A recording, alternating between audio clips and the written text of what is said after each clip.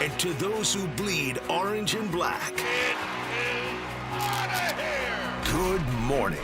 This is Murph and Marcus. Brian Murphy and Marcus the Waterboy Boucher. Streaming live at twitch.tv/The Sports Leader. Sponsored by Bigelow Tea. Grab a mug and tea proudly.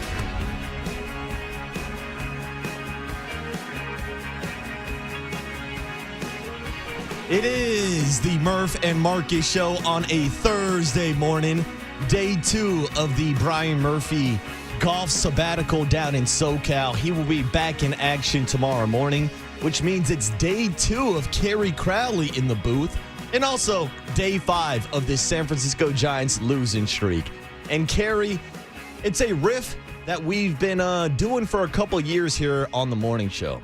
Tuesdays are smooth days. Dwayne Kuiper joins us every Tuesday, but it feels like every Tuesday morning we're talking about a loss.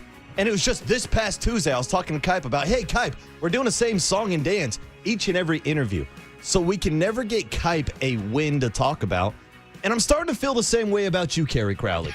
Because the last time you filled in for a whole week when Murph was gone, they had that 0-6 homestand. Now, back-to-back days, Kerry Crowley live from Daly City, back-to-back losses. I don't know if we've talked about a Giants win together this season, Kerry. I don't think we have, and I don't think we should at this point. I think that we're just going to continue to ride this out, Marcus, for as long as Murph wants to golf. I will sit here. The Giants will start to let the kids play, and at some point, you'd think that they'd get a win in the column, but that would require a lot more effort and a lot more mental fortitude than we saw on the diamond yesterday. I mean, I guess that's the big question, because I know Murph is taking a couple more vacation days throughout the end of July or even going into August, last couple weeks here, as he wraps up his big summer adventure. Shout out Pee Wee Herman's big adventure, Murph's big adventure down to LA to play a little golf. But there will be a few more opportunities for you to sit in this chair. But I don't know how many more opportunities the Giants are going to have to win games. Because now they're at the point where they've lost, 13 of their last 14 home games, the 5-game losing streak. I mean, it has just been a free fall ever since the trade deadline, but really even a couple weeks before the trade deadline. Yesterday, I was at the ballpark, and it just felt embarrassing to even be out there. Like, maybe today's big winner is young Tony for protesting Kai Wang Tang in the Giants game yesterday. Hell, it was the second inning. I couldn't even get halfway through my Pacifico before the Padres were launching balls into the Pacific Ocean. It's amazing to me that we watched the Giants during the month of June this year when they got swept at home by the Marlins and the White Sox. They lose 2 of 3-2 on the road, and you're thinking, my goodness, what happened to this great baseball team? How could it hit a bump in the road like this after acquiring Rafael Devers? Is this as bad as it's going to get this season? And then you get to the post-All-Star break stint where the Giants completely fell apart at home. You come back to San Francisco after that road trip where you lost 3 in Toronto, you lost 1 in Atlanta, and you're thinking, okay, they'll reset against the Mets, they'll reset against the Pirates. Not only do they get swept by the New York Mets, but they get swept at home by the Pittsburgh Pirates in the franchise's worst homestand since it moved from New York in 1958. And you're thinking, my goodness, this has got to be as bad as it gets. And then the Giants return home yet again. They win 5-0 on Friday night against the Washington Nationals. You're thinking, finally, they've put their miserable home stints behind them. Finally, they're ready to turn the corner against a lowly Washington Nationals team and a Padres team that theoretically they could still see in the standings. A Padres team that if they beat, they would make things interesting against for the remainder of the season, especially Nesquik series in San Diego. And Marcus, we saw some of the worst baseball that I've seen in the last decade of the San Francisco Giants. I go back to 2023, end of the Gabe Kapler era, where the Giants went 9-18 in the month of September. And I think, okay, that was really bad. It got a manager fired. But really, this is the worst into baseball since September of 2018, when the Giants went 5-21. Bobby Evans was shown the door, 30-year member of the Giants front office at the time. You don't survive stints like this. People get fired when this happens. Players get designated for assignment. This is inexcusable baseball. Fan expectations in San Francisco, while maybe not as high as they are in the Bronx or Philly, they're still extremely high. And this is unacceptable. And I think every member of the Giants organization understands that. And I don't know that anyone in the organization can correct it at this moment. I don't know where they go from here. Well, here's the thing, Kerry. I mentioned it. I was at the ballpark yesterday, and you can see the fans starting to lose interest in this team in general. Yeah. And this has been happening for a couple weeks now with the bad brand of baseball that they've been playing. Like Elliot Ramos has that play yesterday in left field where he spikes the ball down now. think Christian Koss and Dom Smith were a little out of position. There was nobody covering second base. So that's the crazy thing. One player makes seemingly the worst play you've ever witnessed with your eyes, but actually it was three people's fault. Yeah, the other guys had no idea what the hell they were doing. What's going and so on I was here? sitting in section 135, like right behind the play when it happened. So this is right down the left field line. So I see Elliot Ramos. I see the ball bounce off the wall, and all I see is a spike straight into the ground. I'm like, well, where the hell is he throwing to? Because there's nobody standing at second base. And then you see the actual like film breakdown, like Christian Koss wanted to be the backup man in case it was going home, like second cutoff man. But then Dom Smith has got to trail the guy at first and go to second base because what the hell is he doing just standing there? Yeah. But like that's the issue when guys don't even know where the hell to go. These are big league baseball players. I mean, a couple weeks ago, we were talking about Elliot Ramos not knowing the infield fly rule. And everybody's like, oh, someone's got to get fired for this. Like, no, these guys should know these rules when they're little leaguers. Like, you shouldn't have to coach them up at the major league level. But that's the point I'm making. It's like when you're playing like little leaguers, it's embarrassing. And I was out there yesterday, and when Elliot Ramos spiked that ball, you can hear laughter in the crowd. Like, Giants fans were literally laughing. Padre fans who took over Oracle Park in the last couple of days, they're laughing at you now. You're turning into one of the biggest laughing stocks in baseball. The Giants finally scored a run yesterday. What was it, in the 7th inning? Yeah. And the Oracle Park crowd trolled the Giants. There was a standing ovation. Like, oh, look, we finally scored a run. It's like the movie Little Giants when they finally gained a yard. We got a yard. We got a yard. They finally scored a damn run in the 7th inning. It's embarrassing. It's laughable. And now your fan base is also laughing at you. It is reminiscent of Colorado Rockies baseball. And I don't know. I really don't know other ways to describe what we've seen over the last 3-4 weeks other than just comparing them to the team that's been the worst in the major leagues for the last decade. Because the mistakes that we're seeing are so elementary, so fundamental, that you've got fans who, when they score a run in the 7th inning, understand that sarcasm is the only medicine. Understand that standing up and giving a standing ovation, no matter how much that might hurt the folks in the dugout, those fans paid for the right to do that. Yep. And they paid for the right to go to that ball game, express themselves however they wanted. They also paid to anticipate that the Giants could make things at least marginally competitive against a Padres team that they were overmatched by, only to see Kai Tang come out in the 2nd inning, only to see Elliot Ramos spike that baseball, only to see the Giants fall behind 7-0. And you know, like, you've got 8 more innings. Sometimes there are teams in baseball who, have comebacks, who put runs on the board. You know, at that point, as soon as the Padres are up 3-0, 4-0, that game's over. And so you've just spent your hard-earned money. You've just taken perhaps a day off of work on a Wednesday afternoon to go see this baseball club, to go get some excitement in your life, to go enjoy the final days of summer. And by 45 minutes into that ball game, it's over. It's completely over. You've lost hope, and then you're just thinking about the money that you're spending in concession stands. I mean, that's the problem, Kerry. I wasn't even halfway through my first beer at the time. I'm $10 worth of beer in, and they're down 7-0 already. And then I got a dilemma. Do I keep drinking? Do I keep buying $20 beers? Well, after the product I'm seeing on the field right now, I have to. But, like, it's a problem when fans don't even want to show up to drink beer and watch baseball anymore.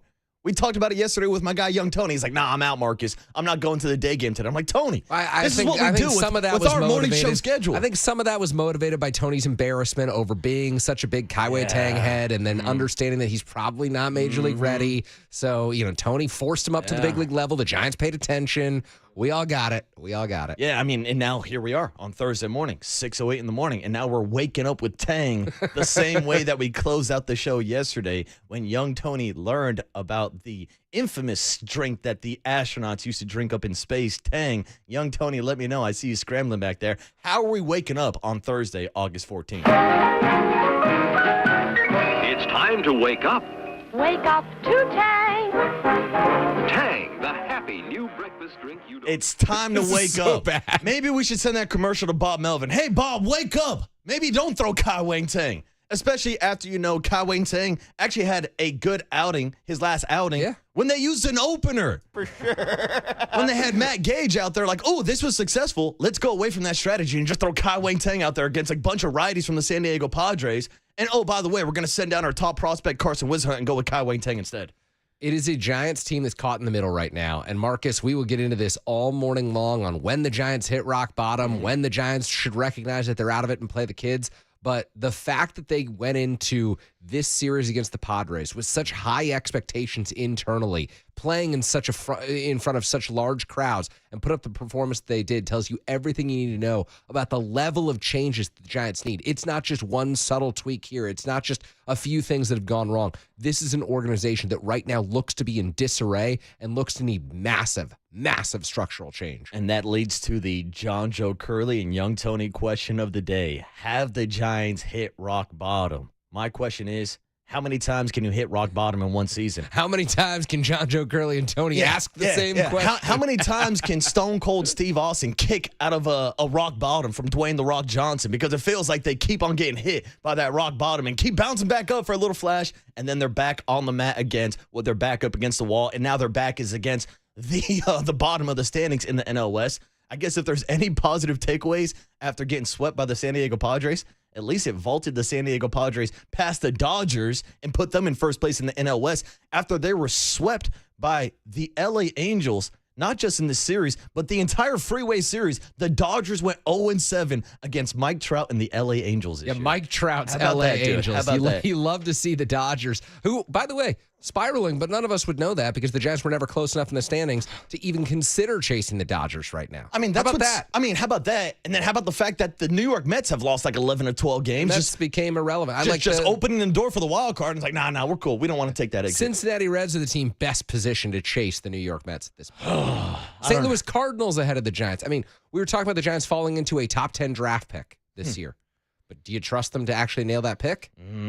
No, to be honest. Exactly. Not off the top of my head, but 808 KNBR is the number. Have the Giants hit rock bottom, but also we've got a little 49ers Raiders joint training camp practice today. Tony's going to give us the guest list, might have a preview of the practice with Matt Mayoko later on this morning, but also that practice starts at 8:45, so we'll have live updates throughout the 9 a.m. hour right here on the Murph and Marcus Show with Kerry Crowley filling in for Murph until Murph makes his return tomorrow. What happens first? Murph returns so the Giants win a game? Well, it's an off day, so Murph's going to be back tomorrow on the Sports Leader. It's time to wake up. Wake up to Tang.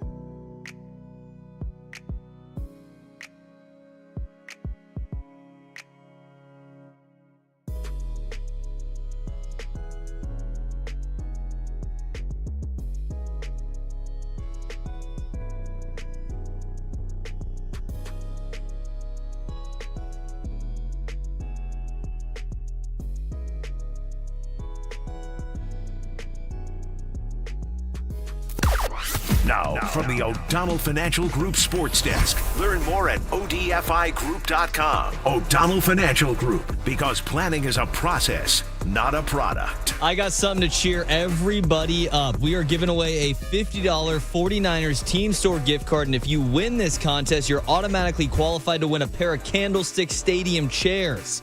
Pretty nice deal, so stay tuned through the 7 a.m. hour for your chance to win the gift card and your chance to go home with the Candlestick chairs. When you hear the cue to call, the number to dial is 415-896-KNBR. And if you're caller number 10, that means you win. It's all brought to you by KNBR, the sports leader. And you can find official rules on thesportsleader.com.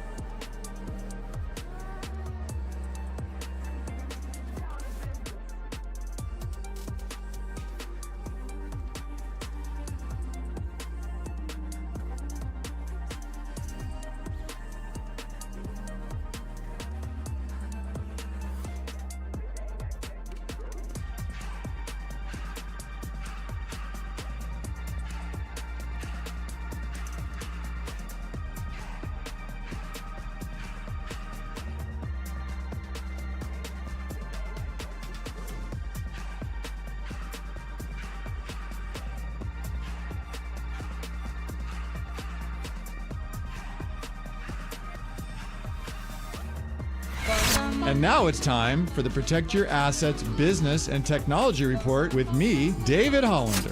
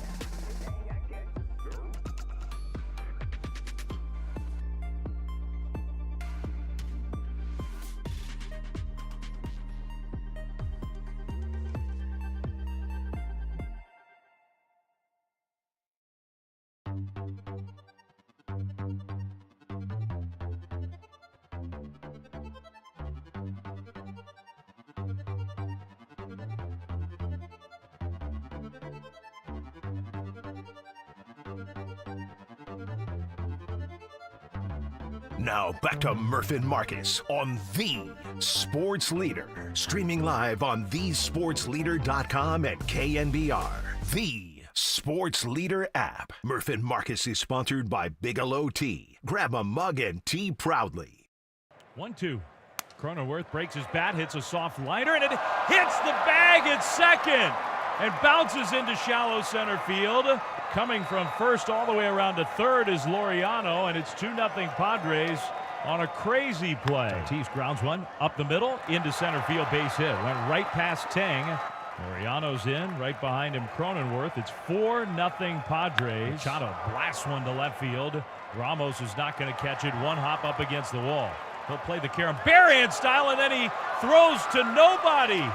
And Tatis, who had stopped at third, will come in to score. Patrick Bailey just misses the pitch. It goes to the backstop. His throw to Bivens covering, goes off his glove and rolls away.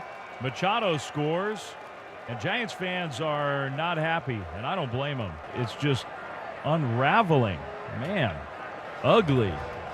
Oh, it was an ugly one. Losing to the San Diego Padres 11-1, which means that the Giants are 1-11 in their last 12 games. They've now lost 13 of their last 14 home games. And I can say, as someone who's been there for all 14 of those home games, I'm straight up not having a good time. It's not fun. It's embarrassing. It's laughable when you hear those lowlights, especially when young Tony's playing You Had a Bad Day as a rejoin. It's not just a bad day, Tony. It's a bad week. It's been a bad couple months. It's been a bad stretch of baseball. So you had a bad baseball team, Buster Posey. What are you going to do next, Kerry Crowley? What are you going to do next? The remarkable thing to me about what Tony just did on the way in is that was like 90 seconds of lowlights from one game. Yes. This wasn't a homestand. This wasn't a month. This was all from about the same 3-inning stretch. I mean, you would expect that if these teams were playing out at Marchbank Park outside our studio here in Daly City. This is Oracle Park. This is a big league diamond. I can't remember the last time the Giants looked as fundamentally bad as they did during the second inning of yesterday's ball game. You heard all of those lowlights, and it just went on and on and on. That is astonishing. At some point, like, call a meeting on the mound. Someone's got to do something. I mean, we asked the question, is this rock bottom? And I was looking for the text on the Golden State Lumber and Building Materials showroom text line. There you go. That sounded right. Probably was wrong. But they were riffing saying, this ain't rock bottom. Boys, this is bikini bottom. This is just laughable at this point. Hell, I'll take SpongeBob and Squidward out there on the bump right now instead of what I'm seeing. And, I think this kind of summarizes what you're seeing from this team right now. I've seen Christian Koss on the mound in 2 of the last 4 games, I believe. Yeah, more than Randy Rodriguez. Randy Rodriguez hasn't pitched in over a week. What's the point of having an all-star reliever if he never gets into the game? That's how frustrating it is, and it's frustrating in a season where fans showed up with a new energy, with a new focus, it felt like, with the change in the front office and the regime and some of the signings with Willie Adames and then, of course, making the Rafael Devers trade eventually. But going back even before that, there was an excitement at the ballpark. I've talked about the multiple sellouts this year, how they've sold out more ball games this year than they have in any other year going back to 2018.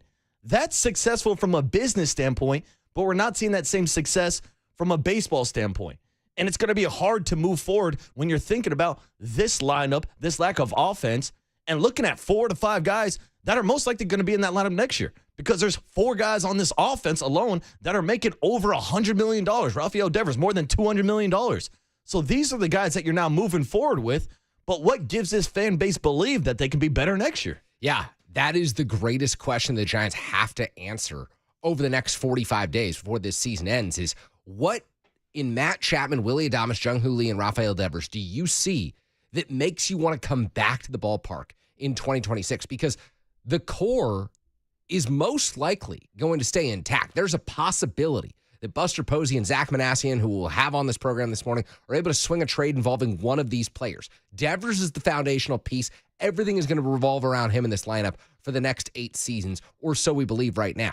But can they move forward with Willie Adames and Matt Chapman on their current contracts? Do they have to consider eating some of that money in a trade? I think every option has to be on the table for the San Francisco Giants moving forward into the offseason, because I just don't know that you can think about 27, 28, 29. Think about all of these guys aging and getting older and, presumably getting worse and not playing up to the back of their baseball cards in the way that they came close to for much of this season.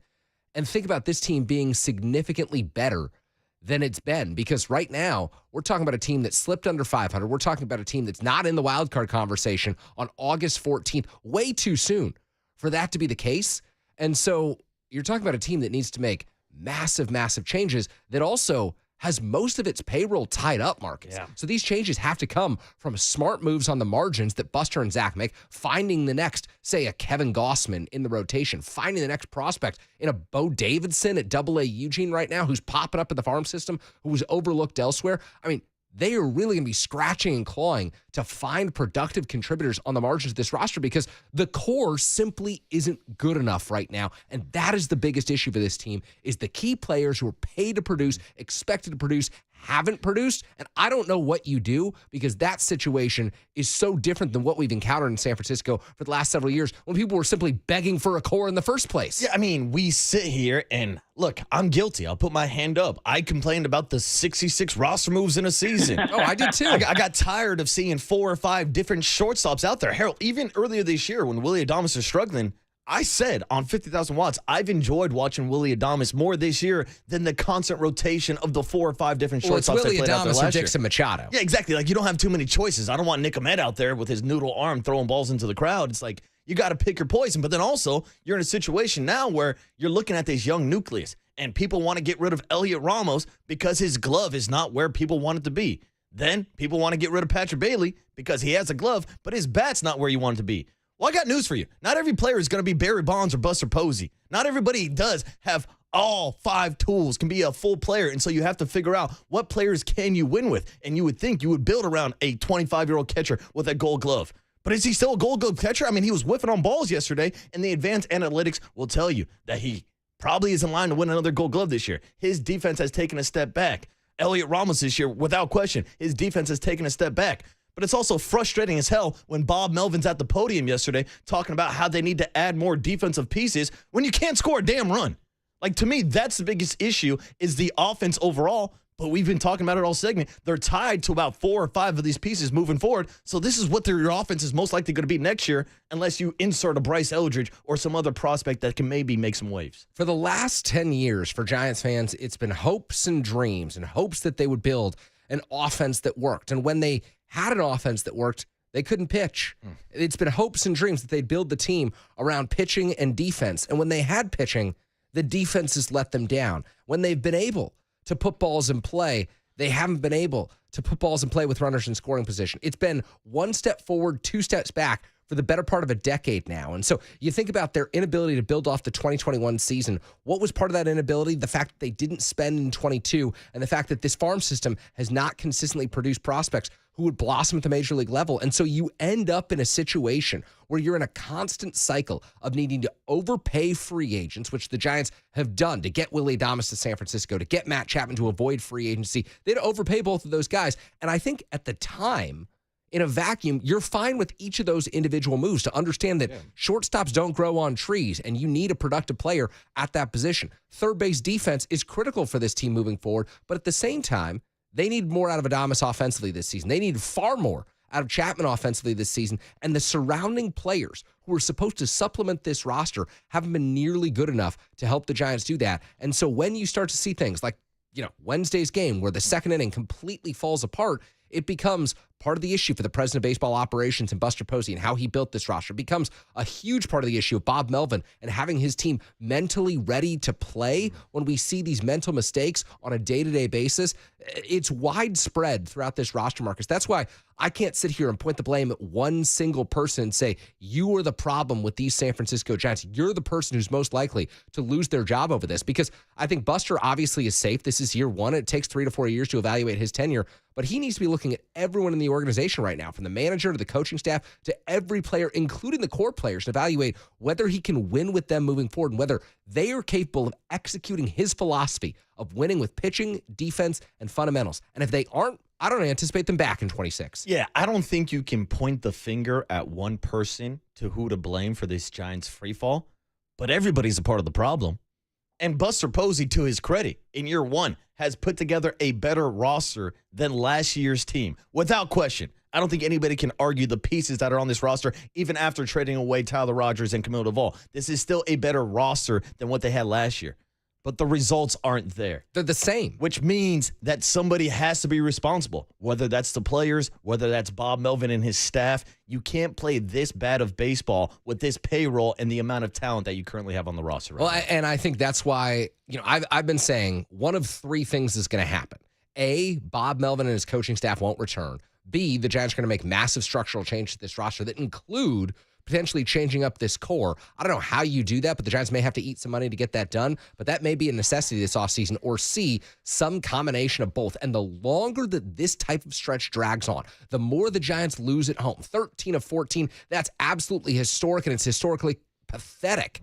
The more it's likely to be option C, which is both of those things happen, where the Giants make changes to the coaching staff and the manager, where they make changes to this core and to this roster as a whole, and they start to consider how different this team is going to be coming back in 2026, because what they've run back over the last few years, not good enough. And the more they keep losing at home, the more they're going to keep losing the fan base. Yeah. And I can tell you, dude, the sadness, one of the saddest things I've seen this season is seeing how quiet the Jung-Hoo Lee chants have gotten. Like, first couple weeks of the season, the entire stadium, Jung-Hoo Lee, Jung-Hoo Lee. And now it's just kind of like whispers in the background, like, oh, yeah, Jung-Hoo Lee, Jung-Hoo Lee. Just overall, it was a sad experience, especially since I didn't have my guy, young Tony, drinking beers with me at the ballpark yesterday. Tony, I don't even want to say good morning, because it's not a good morning. But we'll hit the horns, we'll hit the guest list, and I guess we will admit you were right. You were right all along for not going to yesterday's Giants game. Yeah, man, you could just see it, a mile away, 3,000 miles away. It's just, the way they're playing right now, they're not winning games. They're finding new ways to lose. The second inning was an all-time inning in Giants history. I mean, like, one of the worst innings that I've ever watched and heard on the radio in my entire life for any team, for that matter.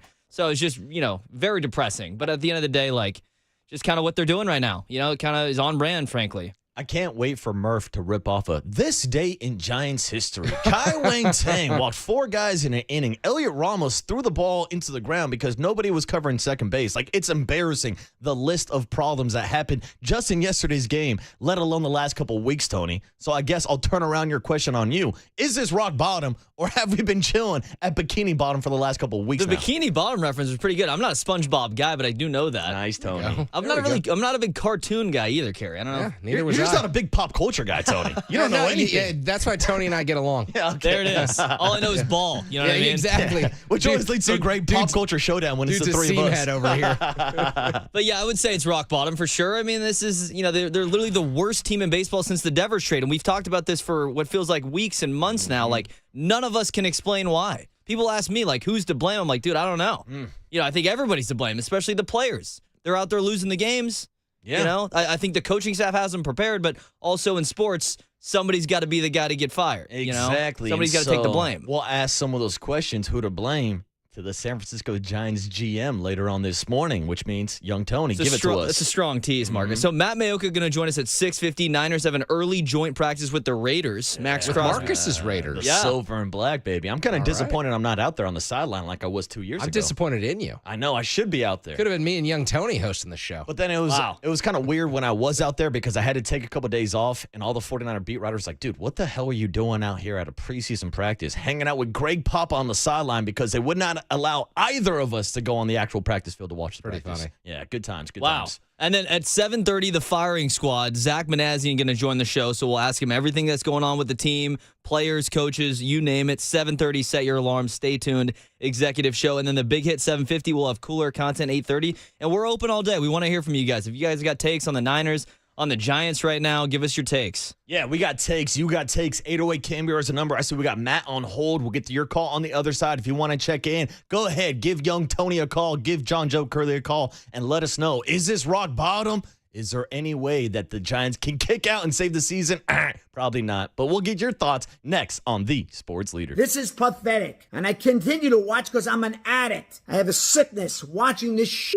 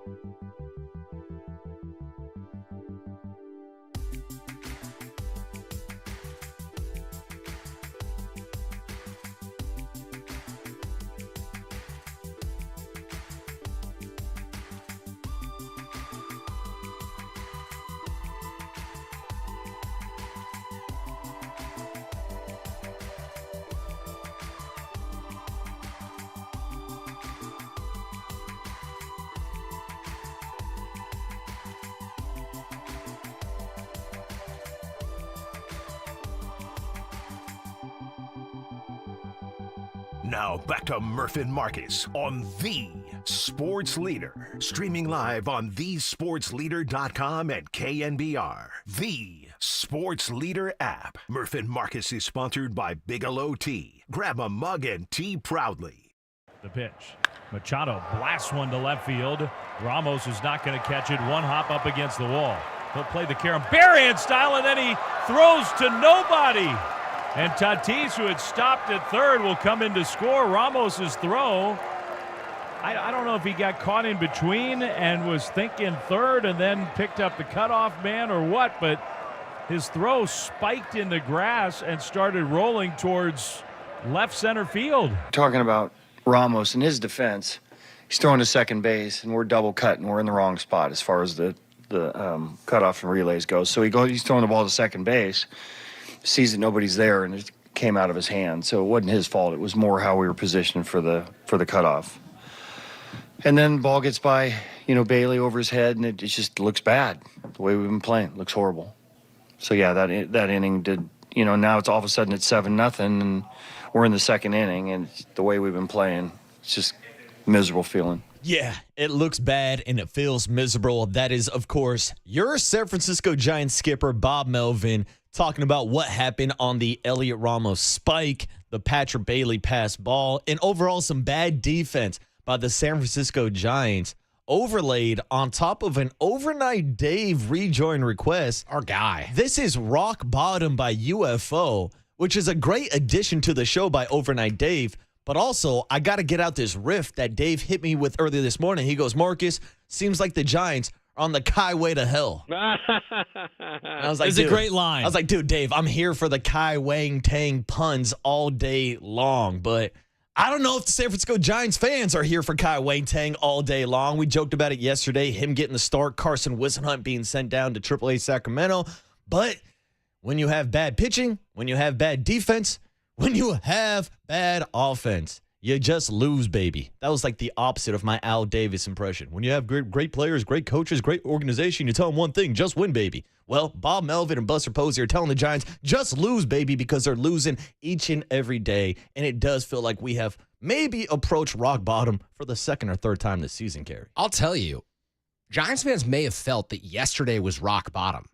I don't know where these fans were when the Giants traded 3 guys away at the trade deadline. Yeah. Because to me, if you go out and you acquire Rafael Devers, if you're in first place, tied with the Los Angeles Dodgers, have the opportunity to move back into that tie with LA on June 15th, and you go out and you get one of the biggest sluggers in the sport, and a month and a half later, you were selling at the trade deadline, that to me represents rock bottom. To me, after that, nothing really matters.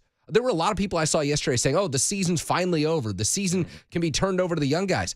To me, the season was over. The moment they traded Tyler Rogers, the moment that they got rid of Camilo Doval and Mike Yastrzemski, and not that those players were indispensable to winning, because I think that there was a path forward for the San Francisco Giants without those players to at least remain semi-competitive in this wild card race, particularly with the way the New York Mets have played. But it doesn't get worse to me than the admission from the front office that this team was not worthy of adding at the trade deadline. From whatever transpires in August and September, and things could get worse. In fact, Marcus, they probably will get worse. Rock bottom to me will always be July 31st when the San Francisco Giants said, our season is over. The white flag is going up. It is better to prioritize 2026 than it is 2025. And that, when you have to do that in a year where you've gone out and acquired Devers, where you've spent more money than you spent in recent season, it doesn't get worse. Yeah, it says a lot about the direction of the organization when they're sending Tyler Rogers to the New York Mets when you were in competition with the Mets for one of these wild card spots. Like, it tells you a lot about what they thought at that point of the season, which led to questions about whether or not the Giants were waving the white flag or if Buster Posey and Zach Manassian, our 730 guests, were punting on the season. Well, here's the thing. I don't think it's those guys punting on the season. I think it's the players punting on the season because the players played so bad that they forced Buster Posey's hand. Because to your point, Buster went out and made the blockbuster trade that we've been begging for years. He went out and signed Willie Adames, the best shortstop that was available on the market this offseason after we complained about the Giants not having a shortstop for just trying to find somebody to take over for Brandon Crawford. So, like, when you're looking at the checklist of things that they've gone out and done, they've hit those boxes. They've checked it off. but the players are not checking off those boxes. They're not producing, and they force Buster's and Zach's hands to make some of these tough decisions at the trade deadline. This is on the players, not the front office, but in between, you got the coaching staff and Bob Melvin, and that's the question where he falls in all of this also. And that's why July 31st, to me, represents the bottom for San Francisco, because when you are in the position that you're in just a month and a half earlier, when you've signaled to the entire fan base that this era is going to be different, that it's an era marked by new, bold, and aggressive change, that Rafael Devers has come to San Francisco, and you play so poorly, that you were so unprepared on a daily basis to take on even marginal competition coming out of the All-Star break, then you end up with a team that's not able to add at the trade deadline. Then you end up with a team that can't even stand pat at the trade deadline. You end up with a team that needs to trade players away. That's rock bottom. Everything else after that happens after you've acknowledged the season's over. Yeah.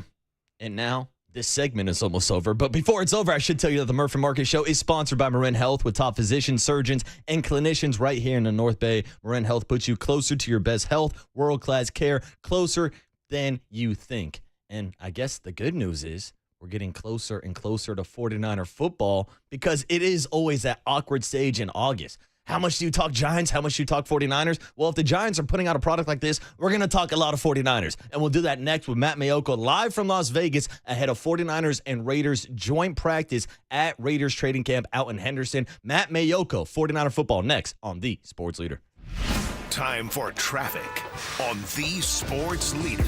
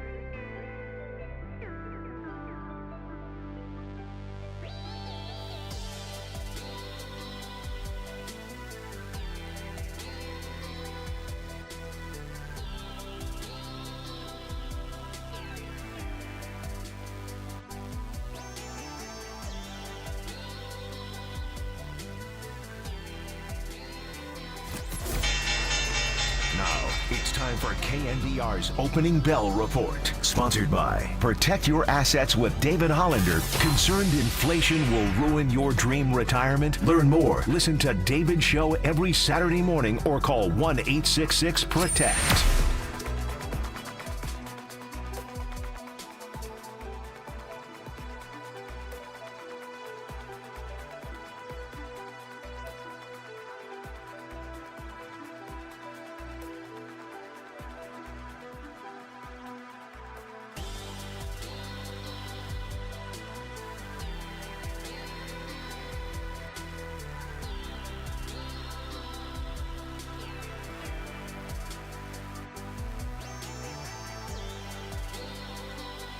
Listen to the sports leader anytime, anywhere. Download KNBR, the sports leader app. Murph and Marcus continue live from the Casino Matrix Progressive Jackpot Studios. Casino Matrix. Progressive jackpots are here. Where are you? Just drop in. 1-800-GAMBLER. All right, it's time for a little 49er football talk on the Murph and Marcus show on a Thursday morning. But as you can tell, Brian Murphy is on vacation. Kerry Crowley filling in today. Murph will be back tomorrow. So joining us now on the UMA guest line is the one and only Matt Maiocco, live from Las Vegas. And these conversations with Matt Maiocco are always sponsored by Golden State Lumber. When you succeed, we succeed. Visit us today at goldenstatelumber.com. Matty Maiocco, what's up, my man? We got Kerry Crowley in for Murph this morning. How are things looking out in Las Vegas this morning? Marcus and Kerry, I'm in the casino right now. Not gambling, but just getting ready to head out to practice. So they got the early morning practice out in Henderson, Nevada, so I'll be heading out there shortly. Yeah, and we'll be tracking your practice reports all throughout our show today in the 8:45, 9 a.m. hour. But, Matt, we know that last week the 49ers had a joint practice against the Denver Broncos. They sat out most of their starters in the actual preseason game. So do you believe that's the same game plan going into Henderson today to play a lot of your starters in the joint practice, but then maybe rest some of the guys on Saturday? Yeah, that would be my thought. I mean, certainly, some guys aren't going to suit up. I can't imagine that Christian McCaffrey will play at all in the preseason. Probably not Nick Bosa, and there will be others. I think a lot of it kind of is dependent on how these practices go and what Kyle Shanahan sees from his team, and does he feel like he got in enough work for the starters? The guys that are they getting 40 reps? Against the Raiders? Are they getting a good enough slice of where they need to be at this point in the preseason to say, you know what, let's not take any chances. Right now, why coaches love these joint practices is because they're controlled. There's no tackling to the ground. There's less risk of injury. But Max Crosby flying around the edge on Saturday, isn't going to be letting up and just tapping the guy on the shoulder. He's going to be hitting him. Not that I don't know that Max Crosby's going to play, but you get the sense that you get the idea that, that's full contact, tackling to the ground and all that. And so that's why the coaches prefer these joint practices. Matt, preseason football, not for everyone, but I'll admit I love it. I watch all four quarters. I love seeing the guys at the bottom of the roster flash. And last week, one of the guys who impressed was Marquise Siegel at the safety position, and now he's taking reps with the first team. Who has the most to gain this week for the 49ers? Is it Siegel if he continues to impress? Is it some of the other younger rookies who will get more opportunities? Alfred Collins, C.J. West on the defensive line. Who are you looking forward to watching against the Raiders? Well, Siegel's a good one. He kind of came out of nowhere because he didn't participate in the offseason program. He had a minor injury that kind of set him back. But, man, he has definitely flashed. And he's flashed since they put the pads on. So I would say, he's going to be on the team. There's no question about it. To me, the question now is he a starter? And I didn't think of that 2 weeks ago. But now I'm really starting to think of him as the 49ers could have Marquise Siegel starting in the defensive backfield week one. Two guys, I think, that can really help themselves, and it's kind of a twofold thing, is Corey Kiner, the running back from Cincinnati, 1,000-yard rusher his last 2 years there, and he'll see a lot of action in the preseason, especially with another injury, Amir Abdullah going out and Jeff Wilson comes in. But Corey Kiner and Sebastian Valdez is the defensive tackle from UW. Those are two undrafted guys, and especially when teams are practicing against another team. All the teams around the league see the film of what happens in the preseason games. But, the Broncos saw everybody on the 49ers roster last week. The Raiders will see everybody on the 49ers roster here today. So guys like Kiner and Valdez are not guaranteed roster spots with the 49ers, certainly. But if they show enough, as Trent Williams just walked by me here in the lobby of the Park MGM. But anyway, if those guys show up good, if they show good things, then the 49ers will be in a situation where, do they keep them on the 53 or run the risk of losing them for a team claiming them off waivers? Last year they were in a similar situation with Cody Schrader, the running back from Missouri, and they decided, let's release him or waive him and bring him back to the practice squad, but the Rams jumped all over him. So those are the guys that can do a lot of things, not only impressing their own team, but impressing teams around the league, just in case the 49ers kind of run out of numbers and don't include them on their initial 53. Jordan Watkins was another rookie that showed some flashes last Saturday against the Denver Broncos, but he also left the game with a high ankle sprain. So, Matt, what kind of update can you give us overall on just the health of the wide receiver room right now? Well, it's not great, and there's a lot of question marks about how this wide receiving crew is going to look week one, because no one's expecting Brandon Ayuk to be ready. You're looking more to week 6 for him, because if he starts the season on PUP, as we all expect, then he's out for the first 4 games, and then that 5th game is a week where they don't even practice. It's a Thursday night game against the Rams, so probably week 6 for him at the earliest. Demarcus Robinson, according to Kyle Shanahan, is going through the appeals process right now for a possible suspension. I would say a likely suspension, so that would be 3 games at least. And then you mentioned Watkins with the injury. Juwan Jennings is a little bit hazy exactly what's going on there. Now I kind of list him as being out with a cap/contract. We'll see if the 49ers and Juwan Jennings, if they get something done with the contract, exactly how quickly that cap heals after that.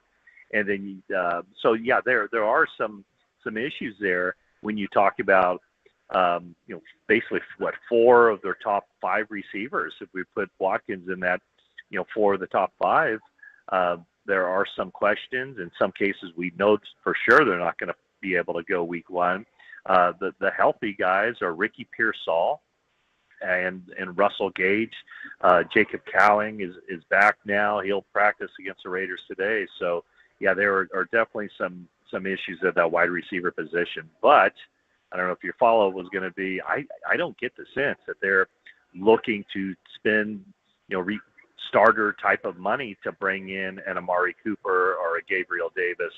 I think they see that the guys who are going to be, part of this team through the second half of the season, that they're just going to, try to get through the early part of the season so that they can have all their guys ready for the second half. And I don't see them going out necessarily and getting a guy that they have to pay money for and would be considered a starter unless, something more dramatic happens. And it's felt to me all along, Matt, Kyle Shanahan trusts Russell Gage, who hasn't played football in 2 seasons. He trusts maybe Robbie Chosen to take down deep depth chart reps if they need to, as opposed to going out and signing one of those guys who's available right now. I think that the fact that Gage was with them on the practice squad last season, Kyle kind of likes those guys who've hung around and understand the system a little bit. Yeah, Russell Gage is good. Yeah, he was a productive receiver with the Falcons and then signed a contract to go to the Buccaneers and then had that really serious knee injury, the patellar. And, he's been out basically 2 seasons, but he looks good. And I think that, he's not necessarily just a stopgap measure. Some of the other receivers you mentioned, Robbie Chosen, there's Isaiah Hodgins, there's Tariq Owens. These aren't guys who are, going to strike fear into, the hearts of opposing defenses. But they can get you through, I think, for a while. All those guys, except for Owens, who's, obviously Terrell Owens' son and doesn't have any NFL experience, really doesn't have a whole lot of football experience. But there's a lot there as far as potential. I think because there are enough of those guys, and that ultimately, if everybody's healthy and they feel like, as they should be healthy, say from game 7 on, that there's really no place and no need to go get an Amari Cooper or a Gabriel Davis, because those guys would probably on the depth chart be behind Ayuk, Jennings, Pearsall, and maybe even Robinson if all those guys are healthy and playing up to top form. Matt Mayoka is the voice you hear this morning on the UMA guest line, sponsored by Dignity Health, the official healthcare partner of the San Francisco 49ers and Levi Stadium. And I should also tell you that you are listening to KNBR AM and KNBR FM San Francisco, the sports leader, a Cumulus Media station. Now, Matt, we're not sure if we're going to see Brock Purdy on Saturday, but I'm sure we're going to see Mac Jones again because we saw him last Saturday against the Broncos. Also saw Carter Bradley and Tanner Mordecai. So what was your breakdown on seeing Mac Jones as a backup and also that QB3 competition? Yeah, Mac Jones looks good. He's looked good from the moment he stepped onto the field, and you can see, the traits and the decision making and just how he goes through his progression. You can see, why Kyle Shanahan liked him so much coming out in the 2021 draft. So, I'm almost surprised. They did get rid of Mordecai. They released him earlier in the week. So right now, Carter Bradley is the only other quarterback they have. It wouldn't shock me, I suppose, if they didn't have injuries elsewhere, to see them bring him back just so that they don't put Mac Jones in harm's way too much on Saturday, but maybe they'll just roll with Carter Bradley for a good portion of the game. The quarterback position, they haven't done this for a little while, but around the league, even though now if you have 3 quarterbacks on your 53-man, you can dress all 3 and leave that third quarterback as an emergency guy in case, something happens like happened in the NFC Championship game against the Eagles. I don't know that that's the best route for the 49ers. I mean, you saw the quarterback situation behind Purdy and Mac Jones on Saturday against Broncos, and it wasn't real great. So I don't know why. I just don't see the upside being such that you would keep a third quarterback at the expense of keeping an NFL caliber player, a 53-man roster caliber player at another position. So to me, that's how they can keep a Corey Kiner or a Sebastian Valdez. It's by going a little bit light at quarterback, having 2 quarterbacks on the 53 and then having, say, another quarterback on the practice squad just to keep them in the building. So that's kind of the route I see them taking there. I think one of the most important things the 49ers can do this season is better protect their quarterbacks. And obviously on the offensive line, one of the vacant jobs was left guard. Matt, Ben Barch was, essentially penciled in to fill in there. He's dealing with an injury right now.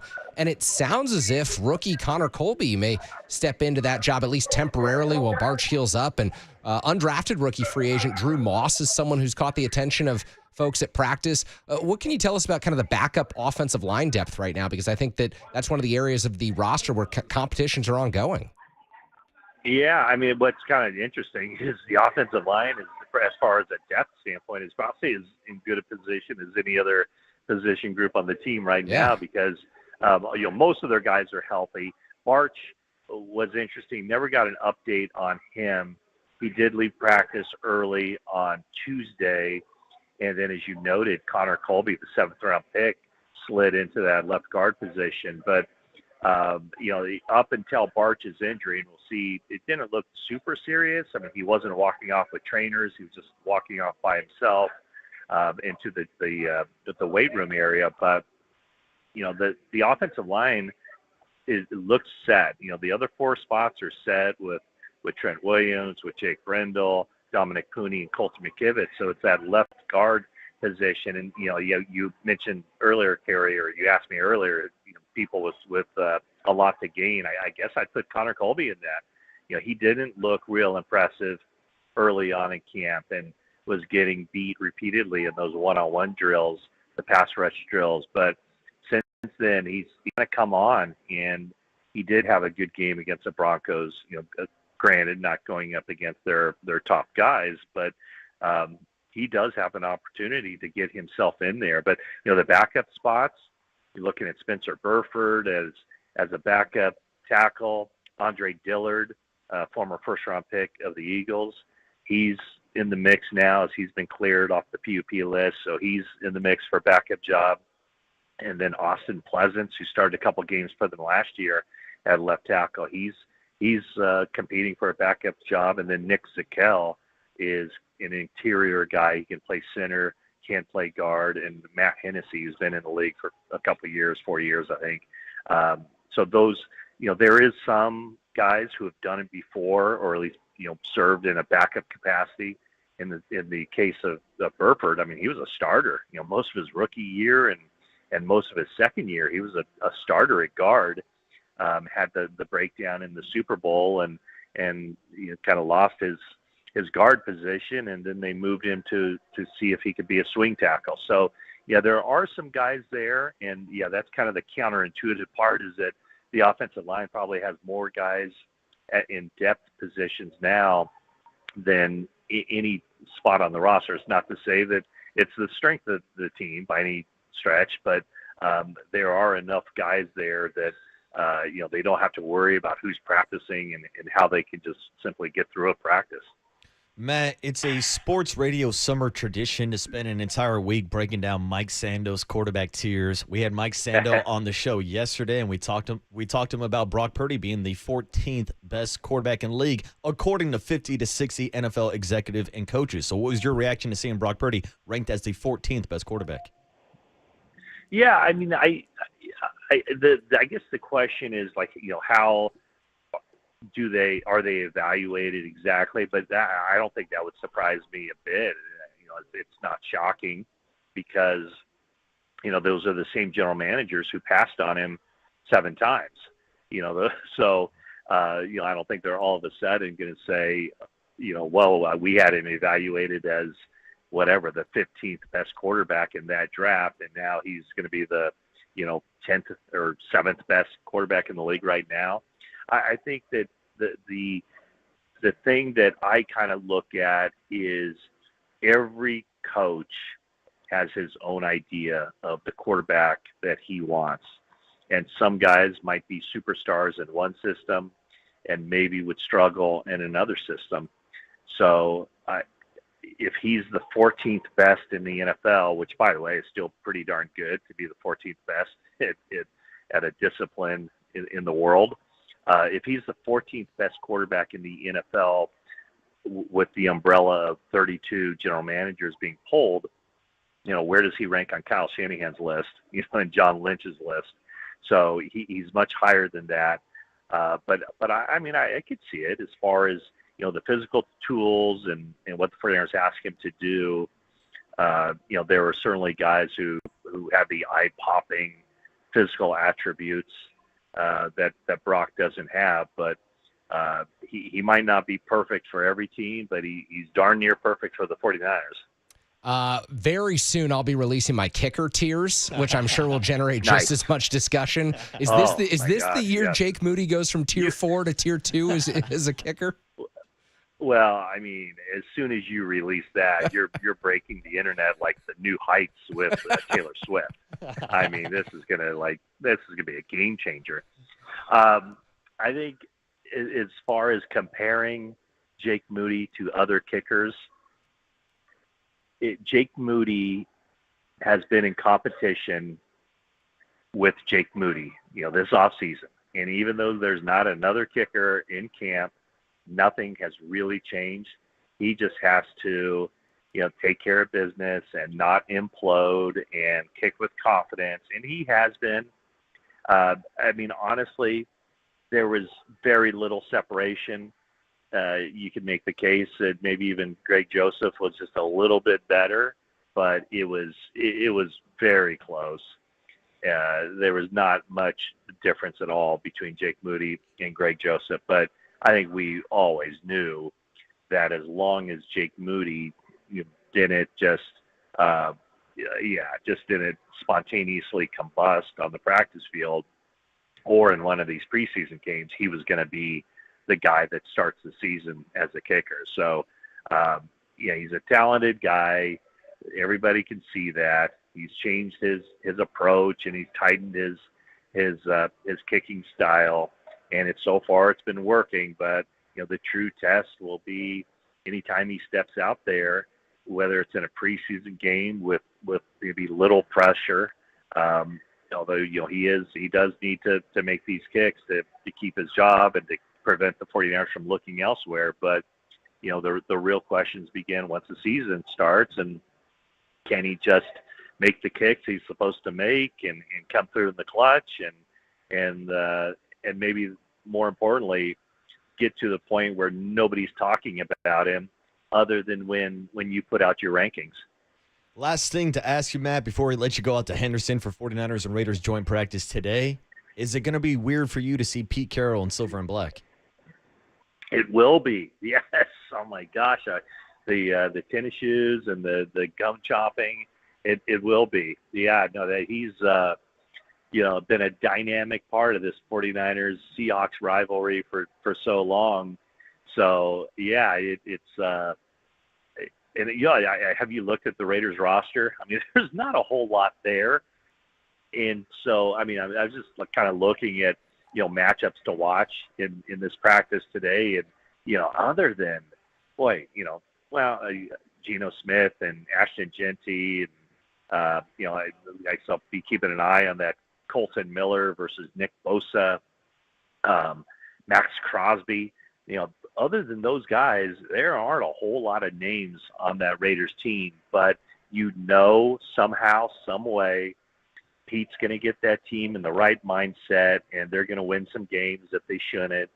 And he's going to be bringing the energy at his age, and he doesn't slow down. And so yeah, it will definitely be different watching him in the silver and black and not whatever those colors were that Seattle wears.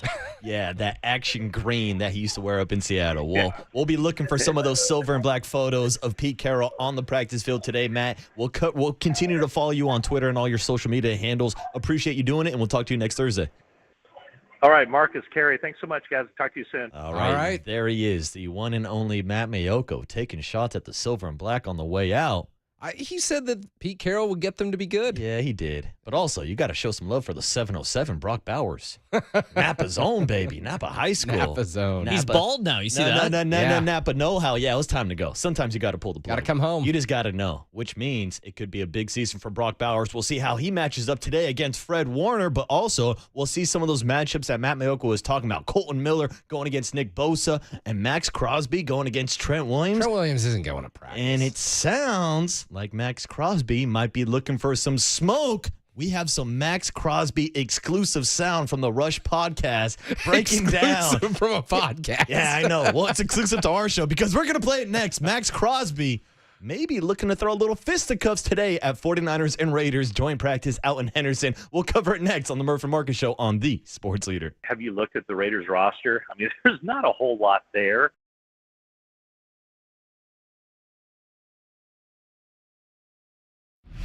Time for traffic on the Sports Leader.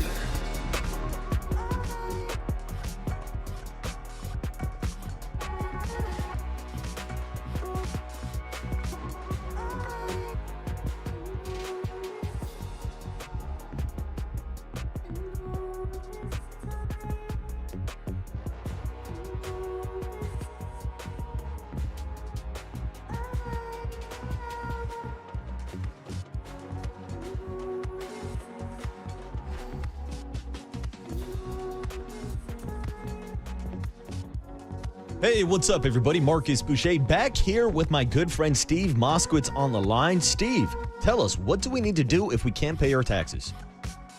It's a real common situation. It affects all kinds of people from all walks of life. And it's scary and it's frustrating, and people feel like they're drowning under 1,000 feet of water and never going to get out of this. Folks, we understand. We have a lot of experience with this. We've been doing it for years. We want to get you out of this mess. There's a lot of good solutions. That's our job, getting you out of this. There's all kinds of things that you may be eligible for. We have a free consultation. We explain everything to you. And then if you want us to, we do everything for you. You don't have to deal with the government. The most important thing we want to do for you is give you back a normal life. The only thing you have to do is pick up the phone and say, hey, Steve, get me out of this mess. That was tax attorney Steve Moskowitz. He's my tax attorney, and he should be your tax attorney, too. Give him a call at 888-TAX-DEAL, or you can go online to moskowitzllp.com.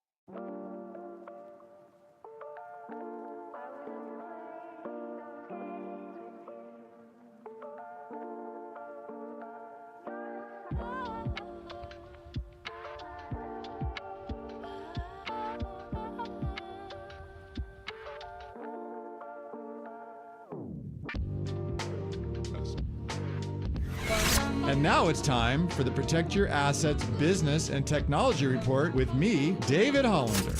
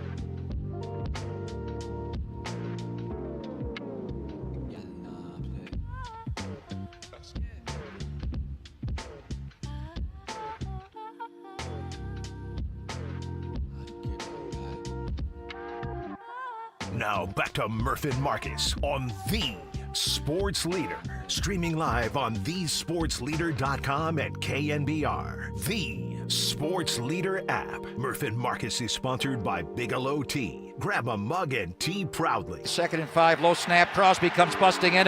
Purdy gets wide on him. Will throw on the run. Caught for a first down by George Kittle. Into Raider territory, picks up the first down on their 46-yard line. Wow. That is what we're talking about. He ran a 4.84, Tim, but a 10-yard split, 1.55 seconds. That was just, nobody blocked Crosby. Crosby is playing as probably the second best defensive player in the league, at least that I've seen this year. I think he's been unbelievable. So they got some guys who can wreck games, and you better be on your stuff regardless. Welcome back to the Murph and Marcus Show on a Thursday morning. And you know that Murph is on vacation because Tony just rejoined with the autumn wind as the 49ers are out in Henderson taking on the Oakland/Las Vegas Raiders. There always will be the Oakland Raiders to me. But it's cool, the fact that these two teams are playing again after everything that went down in some of those Battle of the Bays where things weren't always friendly. It was not the biggest friendly rivalry, but it is a rivalry here in the Bay Area, or at least it used to be. But there's still ties. It still feels like it pulls at the heartstrings of a lot of 49er fans and Raider fans who I know are still in this market. I got a quick question. Is Murph anti-autumn wind? No, I think he's just anti-Raiders. Okay, because, look, you can be anti-Raiders and still acknowledge the glory that is autumn wind. This is sensational stuff. I am not a Raiders appreciator. In fact, people in my childhood would mark me down as a Raider hater. Yeah, I would assume so. But autumn wind, man, this is classic. This makes it feel like fall. This makes it feel like it's a Sunday, you're gearing up for an NFL kickoff, and you're about to see something epic. I love autumn wind. Well, here's the thing, Kerry. You might have been a Raider hater, and I can say this as someone that was raised a Raider fan. I'm kind of a Raider hater, too, because there's been a lot of hateful football to watch over the last 30 years of my life. I did the research. I had the stat. Probably should know it off the top of my head, but I was riffing with these boys. Pete Carroll is like the 16th, 17th, or 18th different head coach just in my lifetime alone. Doesn't shock me. Yeah, so a lot of changes out in Las Vegas with the Raiders, but it is going to be a different vibe with Pete Carroll out there in silver and black versus a couple years ago when I went out to Henderson to watch 49ers and Raiders joint practice, and it was Josh McDaniels, that clown that was running the organization. And I say that because he was scared that the media was going to secretly record practice. Or I don't even know what the hell his reason was, but they put the Raiders and 49ers on the third practice field so far away, kept Greg Papa on the sideline, did not allow any of the media to actually get up close and personal and actually watch the practices. There were 2 football fields in between where the media was sitting versus where practice was. So I'm hopeful that changes up a little bit with Pete Carroll, and we do get some good media coverage from Matt Mayoko and all of our 49ers beat writers. Yeah, look, Pete's not going to be concerned about what reporters and writers are saying about the Raiders and 49ers joint practice. He's not going to be concerned about the Raiders' second-string offensive line against the group that includes Alfred Collins and C.J. West and Evan Anderson for the San Francisco 49ers. I think he's got far bigger issues. I think Kyle Shanahan understands that he has far bigger issues. Both of these teams are looking to get back to the playoffs. Both of these teams have a lot at stake, and both of these teams really are trying to remain healthy through today, the big epic joint practice that is going to probably be more indicative of these teams' true talent level than Saturday's preseason game. But Marcus, I do think that this is fun. This is interesting, and this is why you get these teams together, because you get ones-on-ones today. So you will get some Max Crosby, you will get some Nick Bosa, some of the players who won't see playing time in Saturday's preseason game. Yeah, and it was fun going out there a couple of years ago and seeing those one-on-one matchups. Now, we teased it last segment, Trent Williams versus Max Crosby. I believe when I was out there, Trent took like one rep, and he's like, yeah, I'm good. Yeah. I'm done for the day. But I also saw Max Crosby taking Colton McKivitt's lunch money play after play after play. So I'm sure that's going to be a matchup to watch today. And everybody on that offensive line going up against Mad Max, because as I teased last segment, Mad Max is looking for some smoke. Here was Max Crosby on his Rush podcast talking about his fight rate when it comes to joint practices at Raiders training camp. Just say the fights, bro. Like, I have 100% fight rate in joint practices. Yeah, you do. 100%. 100%. And I'm looking forward to continue that trend. Because I'm so happy you just said that. I just know it's going to happen, and I'm not going to try to cause some issue, call whatever. I just know eventually it's going to happen, and I'm here for it, and it's going to be a lot of fun. Yeah, I know Max is here for it. And he's probably right. He probably does have a 100% fight rate because this is a guy that's given 100% effort on each and every play. Like, I don't think he has an off switch, which I don't know if that's the greatest thing for a joint practice, but at least it will give him valuable reps when you do have to face some of the top rushers from around the league. And to be quite honest with you, Marcus, if you're the San Francisco 49ers, you're Kyle Shanahan and Chris Forster, the offensive line coach, you want to see Max Crosby in the preseason. This is a great opportunity for Colton McKivitz over at right tackle, or if he's lined up against Spencer Burford, the backup left tackle, to sharpen their abilities entering the season. This is the best look that they will get. They're not going to play someone against the Denver Broncos or the Los Angeles Chargers who's as talented on an individual level as Max Crosby. These are the reps that matter. These are the reps that prepare you for week 1 against the Seattle Seahawks. So I think there's a huge day today. I mean, Crosby said he's got a 100% fight rate. I'm not as much worried as that. I'm worried about Crosby going at 100%. I'm worried about him getting full speed off the line, showing what he can do, seeing if Colton McKivitz, who transformed his body running the hills of San Francisco this offseason, can get back in that kick step a little bit faster this year at the right tackle position for the 49ers. So I think this is a great, important, and pivotal day for the 49ers offensive lineman going up against this Raiders defensive front. Yeah, we've heard Kyle Shanahan and essentially the entire 49ers roster talk about how important these joint practices are. Now, it will be interesting to see the playing time this Saturday because Pete Carroll and the Raiders actually put their starters out there for a few plays, or a few series, should I say, in the first quarter of their first preseason game. Max Crosby was out there. Geno Smith was out there with the first unit. So we'll see how they mix and match, but really, you're going to see some of those first-team starter reps today. Here's Max Crosby talking about the importance of joint practice, not just only for the 49ers and Raiders, but across the entire NFL league. Joint practice is a staple, bro. You need to. It's just a part of the NFL culture. Like, when that week comes, like, the videos start leaking, you start seeing all the shit, just the competition. That's when you know you're getting closer and closer. The preseason is one thing, but, like, we're not really, you know what I mean? I don't really get to play in the preseason. So it's like, those joint practices are game days in camp, and it's lit, and there's a lot of bragging rights. You know what I mean? It's a purest form. You're putting the ball down and getting to work and going to war. You start with one-on-ones, and you do inside drill, and then you go to team, and it's just fireworks from start to finish. So I freaking love joint practices, and I'm looking forward to it, bro. Yeah, and we talked about this last week with the Denver Broncos coming to town. It's your first chance to hit somebody else that's not wearing the same jersey as you. And it's really a time to set the tone because, Kerry, I know as a former football player yourself, when you put your pads on, it's different. It's a lot different when you're playing 7-on-7 in shells versus actually playing grown man football with the pads on out there. Absolutely. He's right. You start with the individuals. You want to win each and every one of those battles. Then you move on to team drills, and it's fireworks from there. Every single player uses this as an opportunity to set the tone for their season. They use this as an opportunity for growth, for learning. And to me, there's no better player to go up against if you're the San Francisco 49ers than Max Crosby. This is why, as he said, joint practices matter so much because they set the tone for your season and allow you to figure out what you've got to change before week 1 against the Seattle Seahawks. Yeah, it's always a fascinating conversation about how much you can really set the tone for a team in preseason or maybe going back to spring training because the Giants felt like they set a tone and set the identity for a team. And now we got Willie Adames questioning the identity of the team and a lot of Giants fans questioning the product of Giants baseball that is currently being displayed. So coming up next, we'll talk to the San Francisco Giants GM, Zach Manassian, to get his breakdown of everything going on with the San Francisco Giants. But before we do that, it's time for a contest. It's time for you to call John Joe Curley so that you can qualify to win 2 Candlestick Park Stadium chairs. And also, right now, you will win a $50 Niners Team Store gift card if you are caller number 10. So be that caller. Be caller number 10 right now to 415-896-KNBR to win the 49ers Team Store gift card and to qualify for the pair of Candlestick Stadium Park chairs. It's as simple as that. Give John Joe Curley a call, and we'll call up Zach Manassian next to talk some Giants baseball on the Sports Leader. Those joint practices are game days in camp, and it's lit.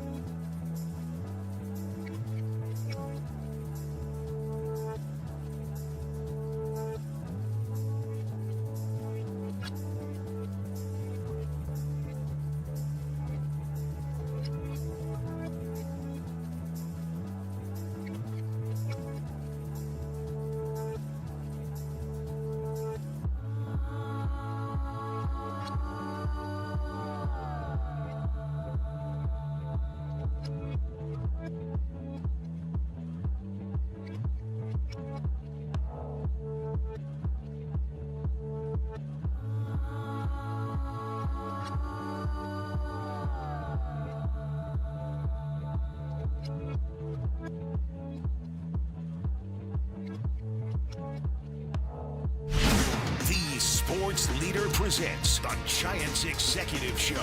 Every week we go straight to the offices of 3rd and King and hear from the guys who are calling the shots for the orange and black.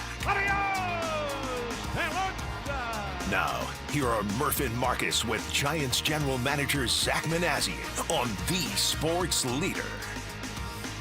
All right, every Thursday morning on the Murph and Marcus Show at 7:30 sharp, we do the Giants Executive Show. And, of course, the Murph and Marcus Show is sponsored by Bigelow Tea. Grab a mug and tea proudly. But the Giants Executive Show is sponsored by Benjamin Moore. Benjamin Moore Paint. Experience the Benjamin Moore retail difference at our independently owned authorized retailers today or at benjaminmoore.com. Well, it's time for the San Francisco Giants GM to join the rotation. Zach Manassian, who we haven't talked to since before the trade deadline. So a lot to catch up today with Zach. Zach Murph is on vacation. He'll be back next week. So Kerry Crowley from the SF Standard is filling in this morning. Zach, good morning. How we doing today?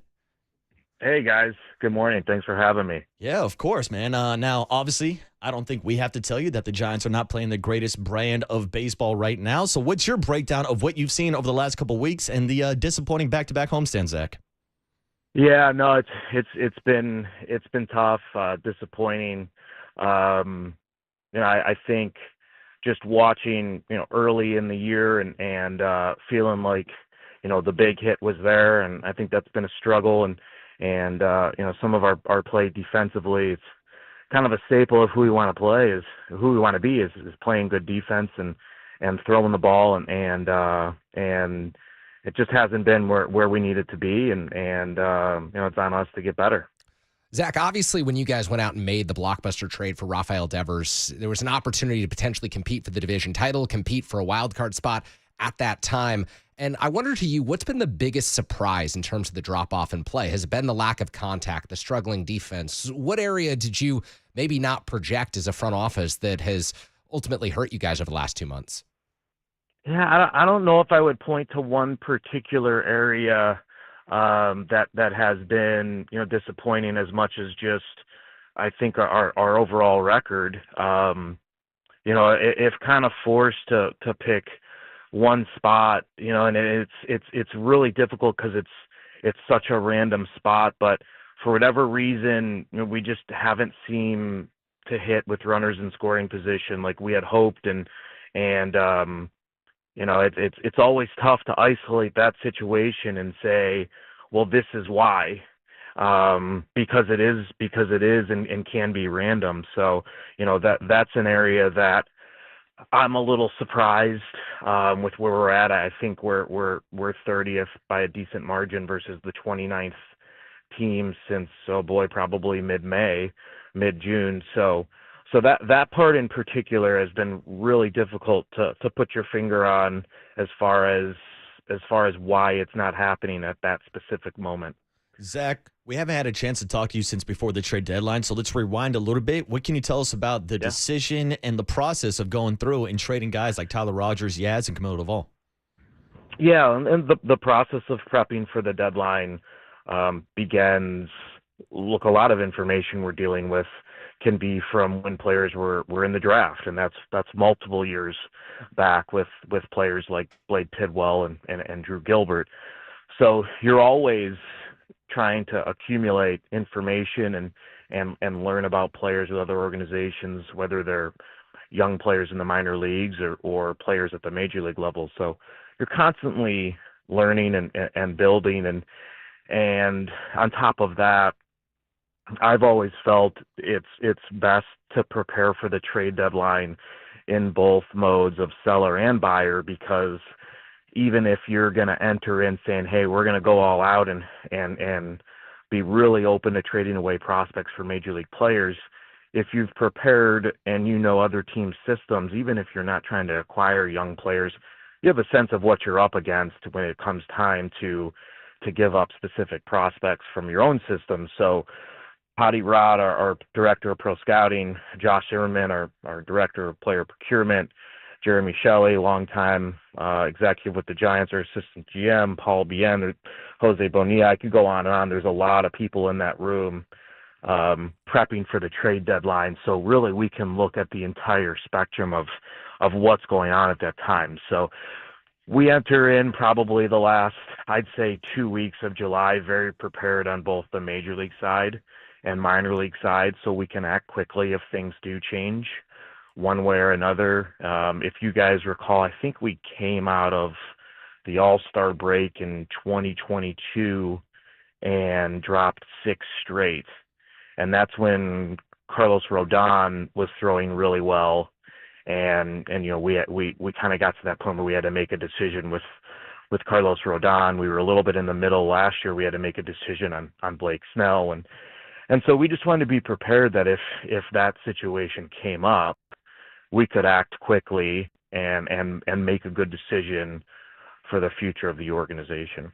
One of the byproducts of the trade deadline, Zach, is you get 8 players in return. Jose Butto at the major league level, and then 7 guys who begin their Giants careers in the minor league level. Drew Gilbert has since come up and made his major league debut. And yesterday after the game, after a disappointing loss, Bob Melvin said, it may be time to start consider playing some of the kids some more, to start getting some of these prospects in the lineup a little bit more. Is that kind of the sense that you and the rest of the front office has had, that after this recent stretch of bad baseball, that it could be an opportunity for you to start focusing on the future here over the next 45 days? Yeah, certainly open to it. I mean, I think you're always balancing that present and future, and something with Drew in particular, with the right field spot opening up and him being a left-handed hitter and a quality defender. It wasn't just necessarily about, hey, let's see what he is for the future.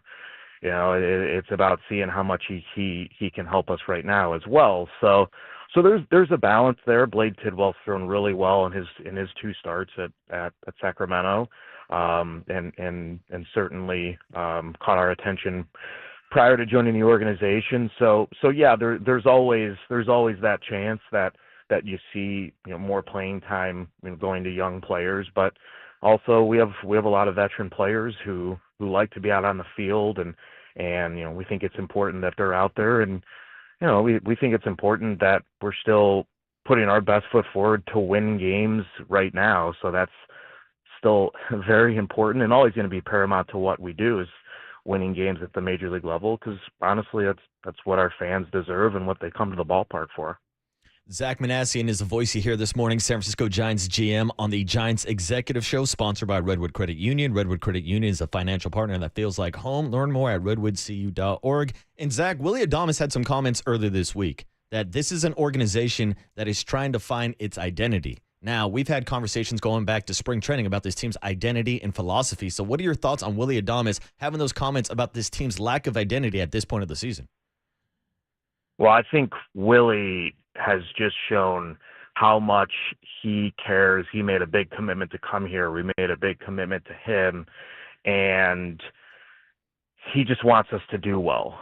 And, I do think, as you do have players who change and the roster changes, that can get a little muddy.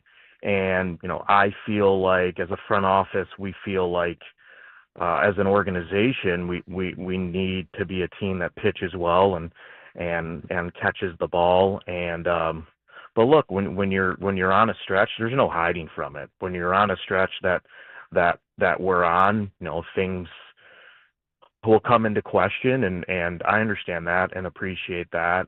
And I think more than anything, I appreciate Willie's desire for us to get this thing headed back in the right direction again. And I'm always going to welcome that, because I know who he is as a person and what this all means to him. Zach, I think after each game, fans and media have the opportunity to see players like Willie answer questions, or your manager and Bob Melvin answer questions and explain what's gone wrong. At the beginning of the season, you talked about what it was like to watch games alongside Buster Posey and the excitement of what happened in Cincinnati and Houston at the beginning of the year. I wonder if you can provide us a little insight into what it's like at this point in time, how difficult it is for you as a front office, for you and Buster to sit there together watching innings like the second yesterday, and your reaction to those moments.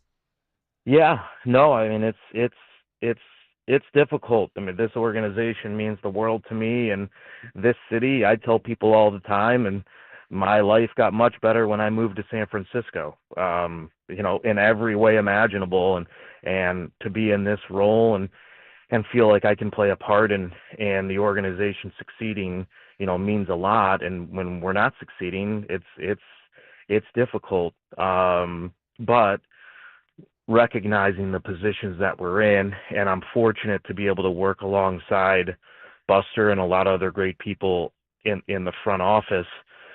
Buster is a true leader, and I think you find out a lot about people maybe when things aren't going the way you want or expect them to go. And he is just such a professional.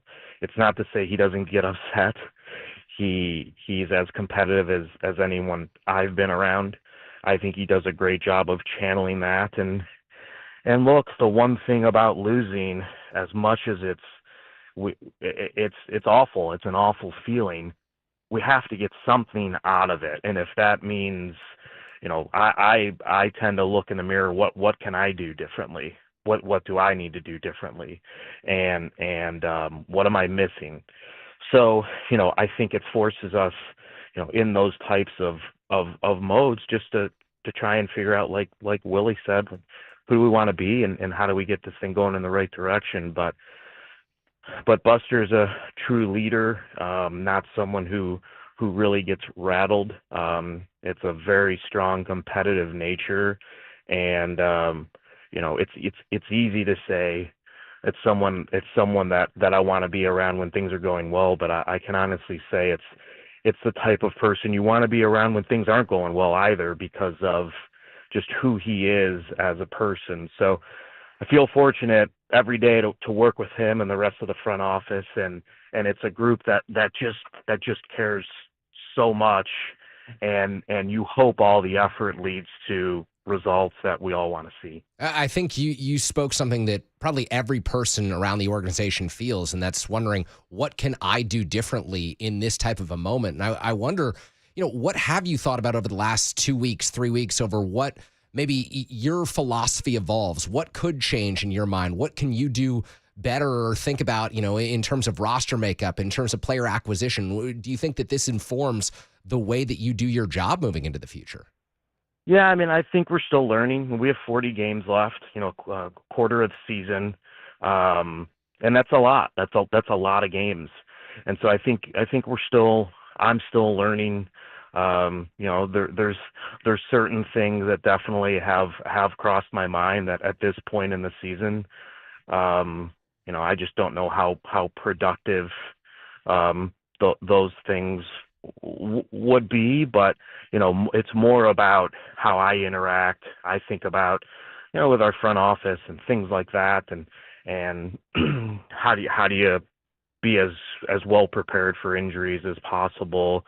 So really, there's a lot of things, and with 40 games left, still continuing to learn and just be open-minded. Zach, we've talked about these offensive struggles throughout the season, but in particular, the struggles against left-handed pitching, because I think it's left a lot of Giants fans kind of confused with the amount of right-handed bats that you guys have in the lineup to see you guys struggle this much against left-handed pitching. So is this something that you guys have discussed and plan on addressing with the organization moving forward? Well, yeah, look, we're going to have to address it. We can't be 30th against left-handed pitching going forward and expect to win. So I do think most of the improvements are going to have to come internally, and there are players who have shown that they can hit left-handed pitching. I think coming into the season and coming into spring training, players with a history of hitting lefties was there, and for whatever reason, some of those players it hasn't been there this year, and then some of those players we haven't been able to get in the lineup. Gerard was someone we were looking forward to seeing, and he kind of flashed it for a couple of games there, and unfortunately had an oblique strain. So yeah, it's a constant conversation,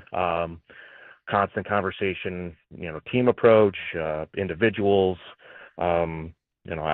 I feel good that there are guys here who have done it in the past, but unfortunately we're just not doing it right now, and just keep exploring it. Last couple minutes here with Zach Manassian on the UMA Guest on this morning. And Zach, we can't let you go without asking a Bryce Eldridge question, but I'll switch it up for a little bit for you this week. Do the results at the major league level have any effect on whether or not you guys make the call for Bryce Eldridge this season?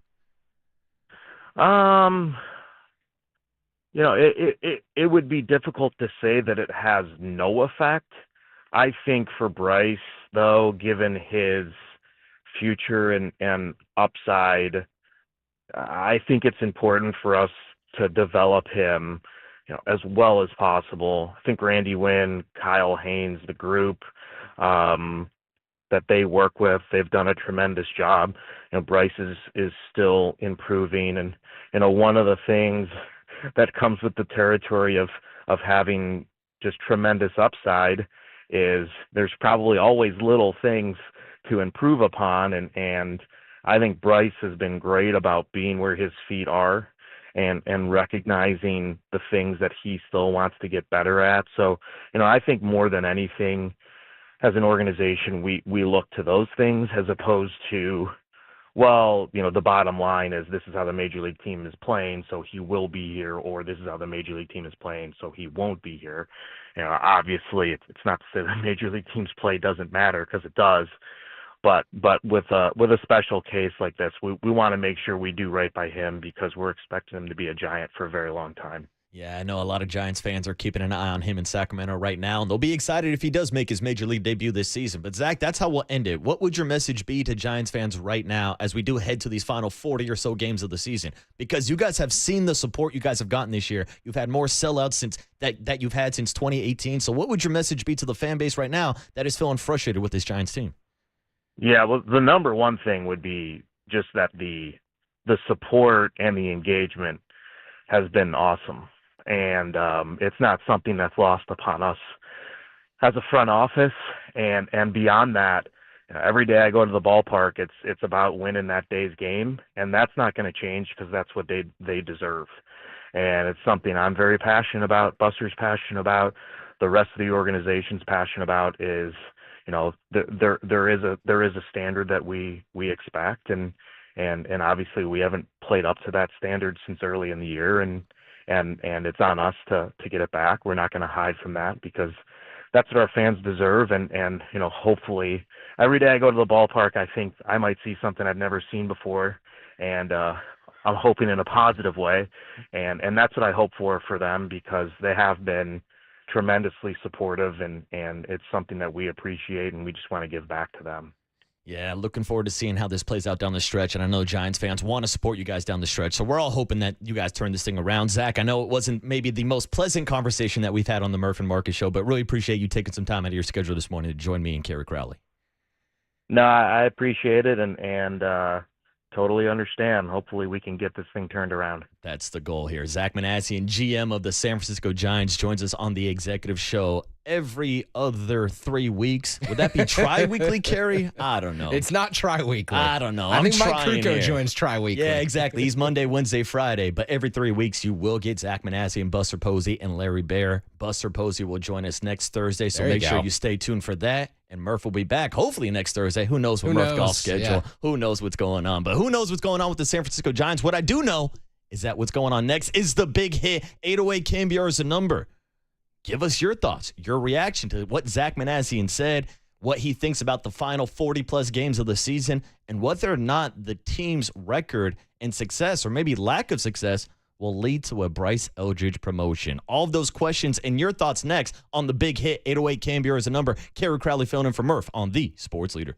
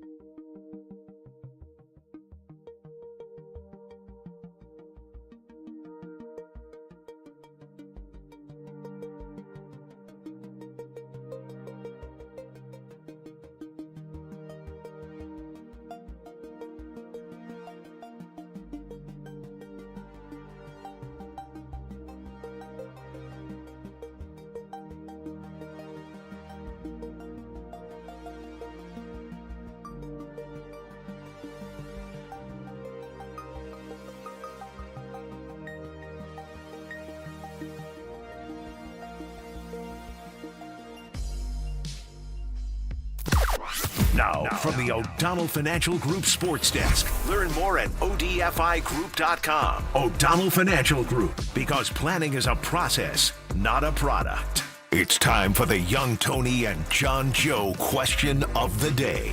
Yes, indeed. Have the Giants hit rock bottom on the season? Maybe we should ask, how many times have the Giants hit rock bottom on the season? Regardless, you can join the conversation in the YouTube chat now.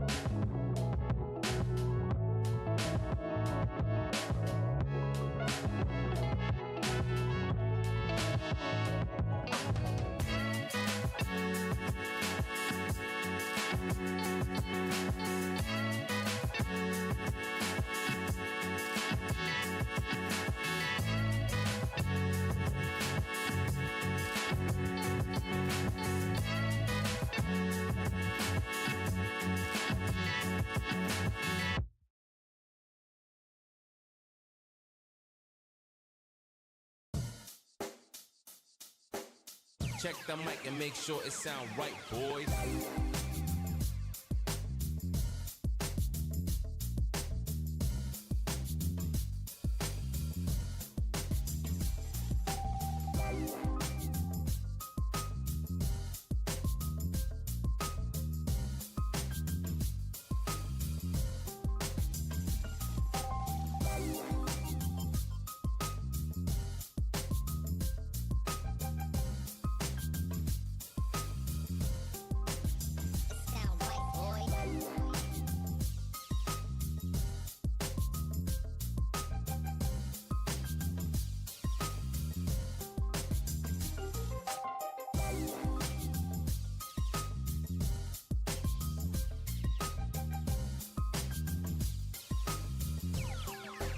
It sound right, boys.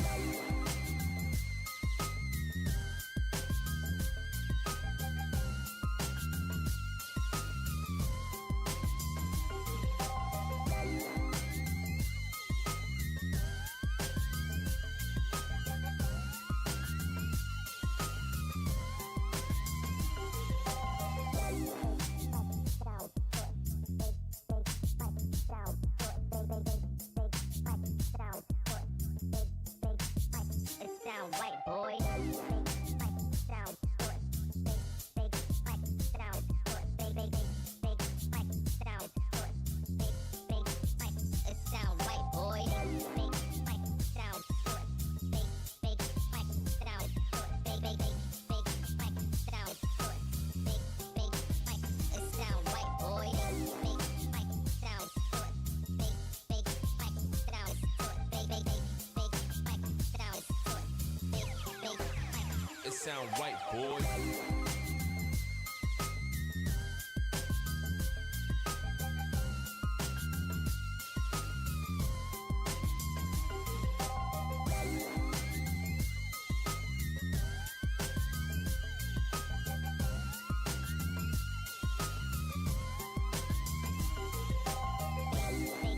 This is The Big Hit, sponsored by Benjamin Moore Paints. Experience the Benjamin Moore retail difference at our independently owned authorized retailers today. or at BenjaminMoore.com. Murph and Marcus continue live from the Casino Matrix Progressive Jackpot Studios. Casino Matrix. Progressive jackpots are here. Where are you? Just drop in. 1-800-GAMBLER. 1-2. Cronenworth breaks his bat, hits a soft liner, and it hits the bag at second and bounces into shallow center field. Coming from first all the way around to third is Laureano, and it's 2-0 Padres on a crazy play. Tatis grounds one up the middle into center field, base hit. Went right past Tang. Laureano's in, right behind him Cronenworth. It's 4-0 Padres. Machado blasts one to left field. Ramos is not going to catch it. One hop up against the wall.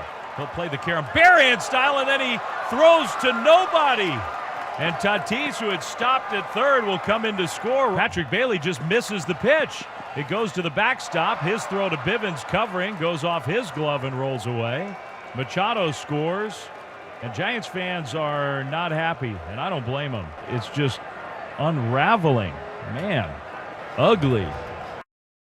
No, Dave. Giants fans are not happy right now after watching the San Francisco Giants be swept by the San Diego Padres to lose a game 11-1, where they only got one runner into scoring position. And oh, by the way, went 0 for 1 yesterday with runners in scoring position. They're now 1-11 in the last 12 games. But hell, we can go deeper. We can talk about the 5-game losing streak. We can talk about them losing 13 of the last 14 home games. I mean, pick your poison. Pick whatever stat you want to pick to just show that the Giants are playing bad baseball, Kerry Crowley. I picked the record.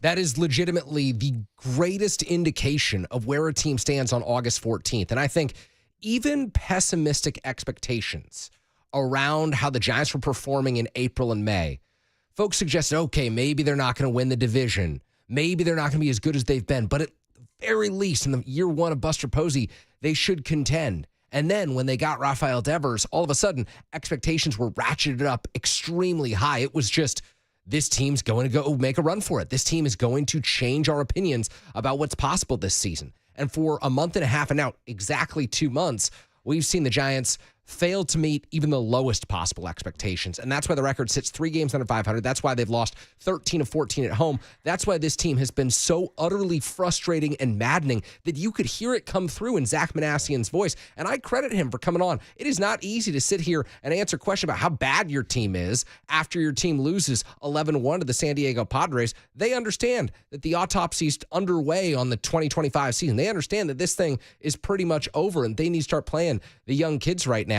At the same time, we need to sit here and dissect how they got here, what led them to this point, and what changes need to be made to ensure that this doesn't happen again in 2026. Because for far too long, Giants fans have been subjected to mediocrity and teams that underperform expectations, and it's unacceptable. And with each passing year, it becomes even more frustrating. And that's why I think Giants fans are so hurt by this year, is because finally they were allowed to get their expectations up over a hot start. They were allowed to let themselves live with those expectations after the Rafael Devers trade. And then those expectations came crashing down with the last 2 months of baseball. I mean, it seems like that gravitational pull of 500 that we riffed about on this morning show for like the last 4 or 5 years almost is coming back. And we thought we were getting away from that with the change in regime, with Buster Posey taking over, with Zach stepping up as the GM. And look, I've said this 1,000 times. I do believe that those guys built a better roster this year than anything we've seen over the last 3-4 years, even going back to the 2021 season. They didn't have a bat like Rafael Devers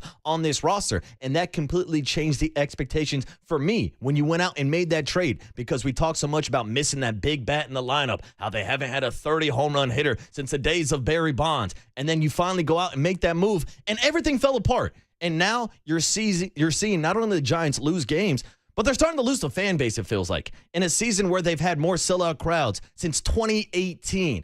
A year where you talk about that momentum, that vibe, that energy, the particles we were talking about going back to spring training where they had the best record in baseball. And we're like, all right, let's carry some of this momentum into the regular season. And they did. They got off to a 12-4 start, and people were packing the ballparks. People were chanting for Jung-Hoo Lee. They're buying Elliot Ramos jerseys. They're buying Matt Chapman, Willie Adames fan gear because people were actually excited. That excitement now feels like it's gone. I've been at the ballpark for 13 of these 14 past home games. I've seen all these losses. I've seen the cheers die down. I see people laughing at the errors that they're making on the field and giving sarcastic standing ovations because the Giants finally scored 1 run in the 7th inning yesterday because they've scored 5 total runs in the last 5 home game carries. You're losing the audience. You're losing the crowd. You're losing the fan base and all that good momentum that you built up earlier this season. And that's where this becomes dangerous for this franchise because you can lose 5-4. You can lose a series to the San Diego Padres. But when you become non-competitive, when you become boring, when you get folks excited for 49ers preseason football as opposed to regular season pennant races and playoff baseball, that's where you start to lose the casual fans. And believe me, Marcus, I deal with the diehards on this station. I'm here 3 hours before weekend pregames talking about every little element of this Giants team. I know that audience is never going to leave this team. They're going to watch 162 games. They're going to live and die with each result, and they're feeling the pain right now. But the real issue is when you lose the casuals. Casuals are important to the bottom line of an organization. They're the people who transition a 30,000-seat crowd to a sellout crowd at Oracle Park. They're the people who watch on the weekends. They're the people who come in when the team starts to get good. You become more valuable as a franchise. You're able to sign better players. You're able to go out and make bigger moves when you get the attention of the casual fan. And by playing the way that the Giants have over the last 2 weeks, they're losing the casual fan, and that's dangerous because you and me, we're going to sit here and talk Giants baseball for the rest of our lives, whether it's here on KNBR or elsewhere. We are going to talk about this team we grew up watching, and so many of our friends did as well. But when you get the Bay Area transplant, when you get the person who's kind of a football fan, kind of a basketball fan, not necessarily a baseball fan, but wants to buy into a winning product, when they don't see a winning product for a decade, you lose them, it's over for you. You're starting from scratch. You're talking about a franchise that has a long way to go to get back at the front of those minds. So the Giants got some goodwill by hiring Buster Posey. He brings in the casual fan. Everyone loves Buster. Yep. But if his teams don't produce, the casual fan disappears, those sellouts disappear. All of a sudden, you're not able to sign the same number of players, the same caliber of players. All of a sudden, you're talking about a drastically different outlook for an organization that needs the casuals. I was walking around the concourse. I believe it was Monday night, first series against the Padres, and it wasn't the biggest crowd of the season, obviously. And the guy walking in front of me turns to his son and goes, "Damn, this place sure is quiet when the Giants suck." And I was like, yeah, people want to see a winning product. But how could you go out right now and spend $20 on a beer? If you're a family of 4 or 5 to spend hundreds of dollars. Murph was saying he went out the other day, even with his season ticket discount code, is still dropping $180 on crab sandwiches and a beer just so he can enjoy it. But you're not being able to enjoy the product on the field. And that's why it's so frustrating in this particular moment when you're seeing the Dodgers have an epic collapse. If they've lost 11 out of the last 12 games, going back to the Devers trade where you were 1 game back from the Dodgers in the NL West. But now you just got swept by the San Diego Padres, and the Padres are in first place in the NL West. And even outside of the NL West, with the expectations that you would be a playoff team, the New York Mets are having an epic collapse. So you're seeing windows of opportunities that should be open for a roster like the Giants currently have, but they have not taken advantage of those opportunities, and now those opportunities are squandering as we're sitting here with a sub-500 player talking about Bob Melvin giving some of his vet guys off days so that the young guys can get some opportunities. Hell, I've been waiting for young guys to get opportunities all season. I've been waiting for them last year. I've been waiting for a few years for these young guys to get opportunities. And one of the reasons you want young guys to get opportunities, one of the reasons that you're going to spend the 45 games left on this season giving playing time to AAA caliber talent or prospects who aren't necessarily ready for the big league spotlight is because you're hoping that you can create a buy-in among fans, that you can create some goodwill entering next season, that you can give someone, a fan of the San Francisco Giants, something to believe in, because it's past the days of believing in the 2025 product, which is a sad commentary on where this team is on August 14th after where it was on June 14th. But fans, especially casual fans, want something that they can believe in. Buster Posey represented that belief for so many Giants fans because he's associated with winning. He's associated with titles. When he signed Willy Adames, that was a further indication that you had something to believe in. When he traded for Rafael Devers, that was a further indication these Giants would be different, that they were serious about winning. Instead, we've reached the point here in the dog days of the summer where you're focused on engendering belief for 2026, when you're focused on creating belief for players who are in the farm system who you have no idea if they'll be good at the major league level, but you have to play them ahead of some of the players on your major league roster because Wilmer Flores ain't going to be here next year. In all likelihood, Dominic Smith, for as nice of a run as he's had, he's probably not going to be here next year. Any pending free agent needs to be sat down, and any player under team control needs to be on the field, because the Giants need to start creating belief for next season so that people have an idea of what they can look forward to next year, because the product that we've seen this year simply isn't good enough. You've lost the folks who might believe that the Giants are capable of something special, and that is a dangerous position to be in as an organization. Yeah, but that's one of the questions for me is how much can you shake up this roster realistically? Like, you're looking at 5 or 6 guys who might be in the lineup next year. You have a lot of money tied to Rafael Devers, who you're going to owe over $200 million to over the next 7-8 seasons. Jung-Hoo Lee's making more than $100 million. Matt Chapman, Willie Adames, like, that was the nucleus that did get fans excited to start the season, but I don't know if this fan base is excited about that nucleus now moving forward and all that money that the organization is tied to. No, certainly not, but there are shakeups the Giants can make. One, go to a 6-man rotation. Take the innings off of Logan Webb and Robbie Ray and have Carson Whisenhunt, Hayden Birdsong, and Landon Roop throw in every 6th day for you for the San Francisco Giants. That's a way to see 3 young guys, including 3 pitchers who might be contending for a 4th or 5th starter job next year. You could bring up Marco Luciano, who, by the way, has a 900-plus OPS against left-handed pitching in the minor leagues. What are the Giants terrible at? Hitting left-handed pitching. You can sit, as hard as it is to do, Dominic Smith or Wilmer Flores, because they're going to be free agents. Insert Elliot Ramos as your DH and get a look at Luciano and Ramos in the outfield against left-handed pitchers. You can continue to ride out Drew Gilbert. The at-bats have been ugly thus far, but you need to take a look at him. Bring up Blade Tidwell, for goodness sake. Let him piggyback with Carson Whisenhunt or Hayden Birdsong. Allow him to throw. There's guys all around AAA, all around this organization who could represent the future for you, not the least of whom is Bryce Eldridge down there at AAA Sacramento. And I don't say bring him up tomorrow. I say wait on him ever so slightly so that you ensure that he's ready to go. You can't mess him up the way that you messed up other prospects, but there are young, talented players in this organization who might be able to play a role for you in 2026. And for the Giants, it's all about focusing on the future. It ain't about the present anymore. Yeah, but you're right. Bryce Eldridge is a big, big piece of that future. And I've been someone that's been vocal about wanting him to see him as one of those September call-ups once they do expand the rosters. And I thought, yeah, maybe this could be a bat that could help you out for a potential postseason run. But now it's looking like it might just be an opportunity if you are playing some of the young prospects, playing some of the younger guys in your organization to see what they can do at the major league level. But that's the question. Do they want to see Bryce at the major league level this year? I asked Zach Manassian earlier about whether or not the lack of success on the field right now at the major league level has any impact on whether or not you make that call to Bryce Eldridge. You know, it would be difficult to say that it has no effect. I think for Bryce, though, given his future and upside, I think it's important for us to develop him, you know, as well as possible. I think Randy Wynn, Kyle Haynes, the group that they work with, they've done a tremendous job.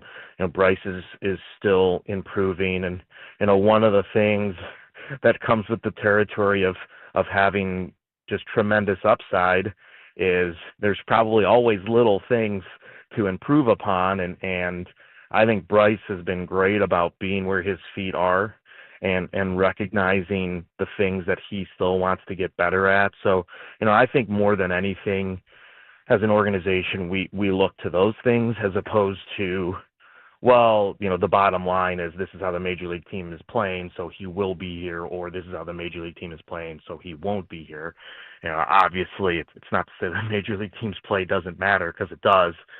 But with a special case like this, we want to make sure we do right by him because we're expecting him to be a Giant for a very long time. Yeah, this is a very, very special case. It was earlier this season where I asked both Zach Manasseh and Buster Posey about whether or not Bryce Eldridge would be considered an untouchable prospect. And it said, yeah, essentially he is untouchable. And we know that the Boston Red Sox reached out about Bryce Eldridge in that Rafael Devers trade. But they were able to make that trade without giving out Bryce Eldridge. But now you're getting to a situation where you got to figure out what you're going to do with Rafael Devers and Bryce Eldridge, two left-handed bats, both learning the position over at first base, Gary. And I have to be honest, I think when you're making this calculus during the offseason, it's not just thinking about Rafael Devers and Bryce Eldridge. I think you're also thinking about Elliot Ramos and his future in the outfield, because if you don't project Elliot Ramos to be at least a league average defender next year, and your whole philosophy is pitching and defense, where does that pigeonhole him? It puts him as a DH. And so you have to think about these three guys potentially all being DH types for you. And only one of them in Eldridge and Devers can play first base. So maybe that becomes part of the calculus down the stretch here. Do the Giants really trust Ramos to get that much better in left field next season? Maybe it's just an offseason adjustment for him. Maybe it's a full spring working in left field and becoming more acquainted with the position because he played a lot of center coming up through the minor leagues. He played a lot of right coming up through the minor leagues. Maybe it's playing some more left in spring training, and maybe it's focusing more on situational awareness. But at the same time, for a Giants team that's going to pride itself on winning with pitching and defense, on winning with the ability to play good fundamental baseball, you have to consider how Ramos fits into the equation with Devers and Eldridge, as uncomfortable as a question as that might be. And maybe that's where you start to think about structural changes to this core and this Major League roster in 2026. Well, it's just so frustrating, too, and it feels like frustrating is the word of the day. I've said it about a million times, but like word of the season. We saw Elliot Ramos play center field last year. Hell, I saw him throwing guys up from right field, playing balls off the breaks. I'm like, this guy isn't actually a decent defender, but he has regressed defensively. Patrick Bailey, I don't care what the defensive metrics have said. I've been one of the biggest Patrick Bailey defenders. He had a pass ball yesterday, must have got crossed up or something because there's no explanation. He's looked worse defensively. Obviously, we all know about him at the plate right now, but it's like that's the problem. When you have guys screwing up defensively. The Elliot Ramos play yesterday, I will give him credit. He made a couple of nice diving plays going forward. That's actually one of his better pieces of his defensive game.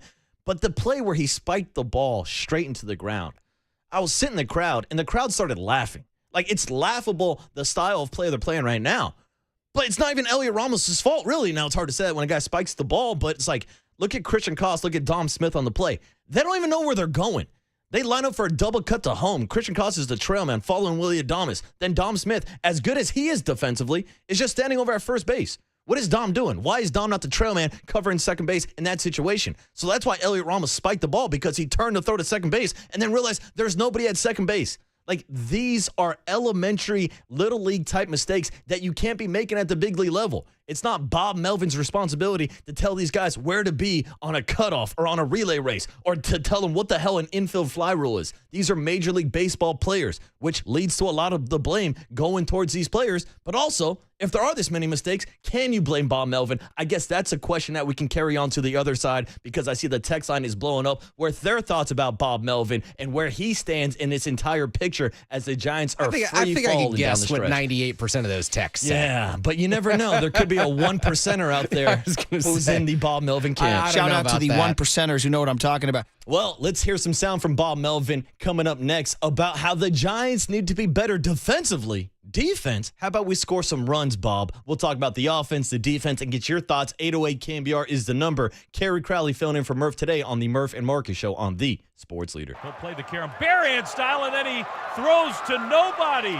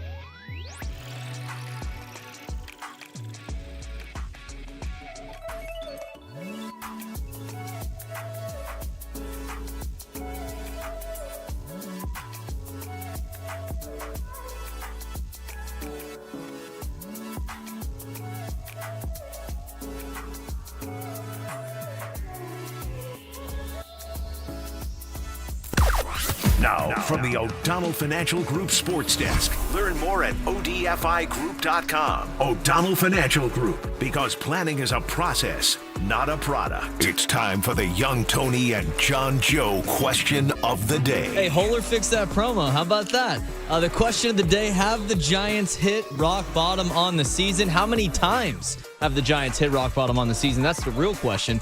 You can join the conversation in the YouTube chat now.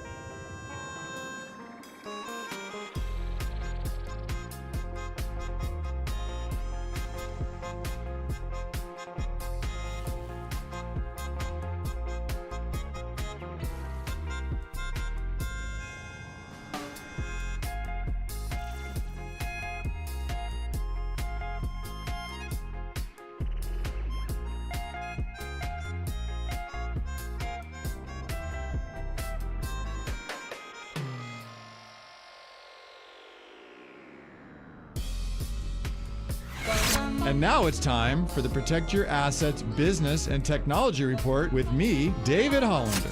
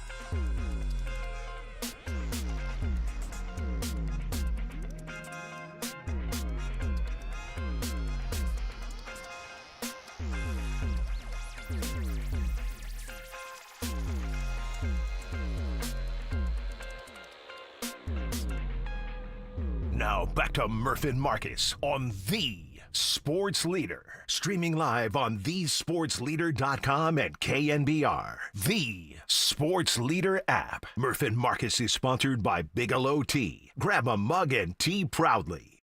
You know, I think as the noise continued to get louder and louder, I think Buster did want to show, hey, that we believe in Bomel, we believe in this coaching staff, and we're in this thing together. And I've known Bomel for a very long time, worked with him closely the past couple of years, and for me personally, I'm really excited because he's just such an easy person to work with, and he's competitive. And this franchise, this isn't just another manager's job for him. This is, I think, what he considers the crown jewel, and that means a lot to me.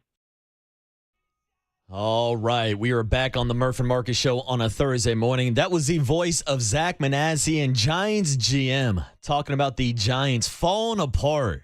But that actually was not audio from our show earlier this morning. And if you missed that Zach Manassian podcast, you can get all the podcasts at KNBR.com or anywhere that you download your podcasts at.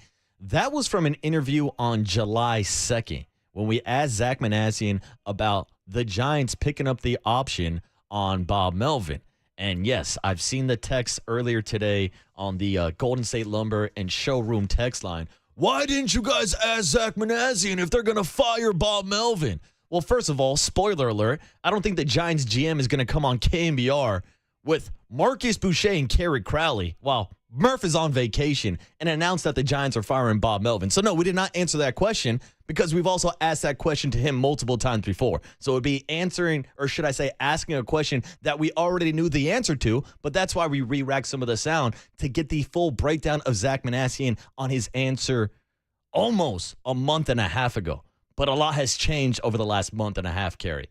And those criticisms have gotten louder and louder about Bob Melvin, hell, about Zach Manassian and Buster Posey and the entire organization. So what would be your response to why we didn't ask Zach Manassian about firing Bob Melvin? Well, one, it's not Zach's decision. You want to talk to someone about firing Bob Melvin, you want to talk to someone about his future in the organization. Buster Posey's the person who makes that call. So when Buster is on with you in 2 weeks, it's an appropriate time to ask about Bob Melvin's future and what he thinks about the decision regarding the option, why he made it at the time, and how he reflects on that decision to date. But we also asked Zach this morning, what's been the most frustrating part of this? What's been the most disappointing part of this spin? We asked him 3 or 4 different ways to break down all the reasons the Giants are scuffling right now, and he never spoke about preparation, which is the manager's job. He spoke about the defense. He spoke about the team's lack of hitting with runners in scoring position, which suggests that, he may question the hitting coaches. He may question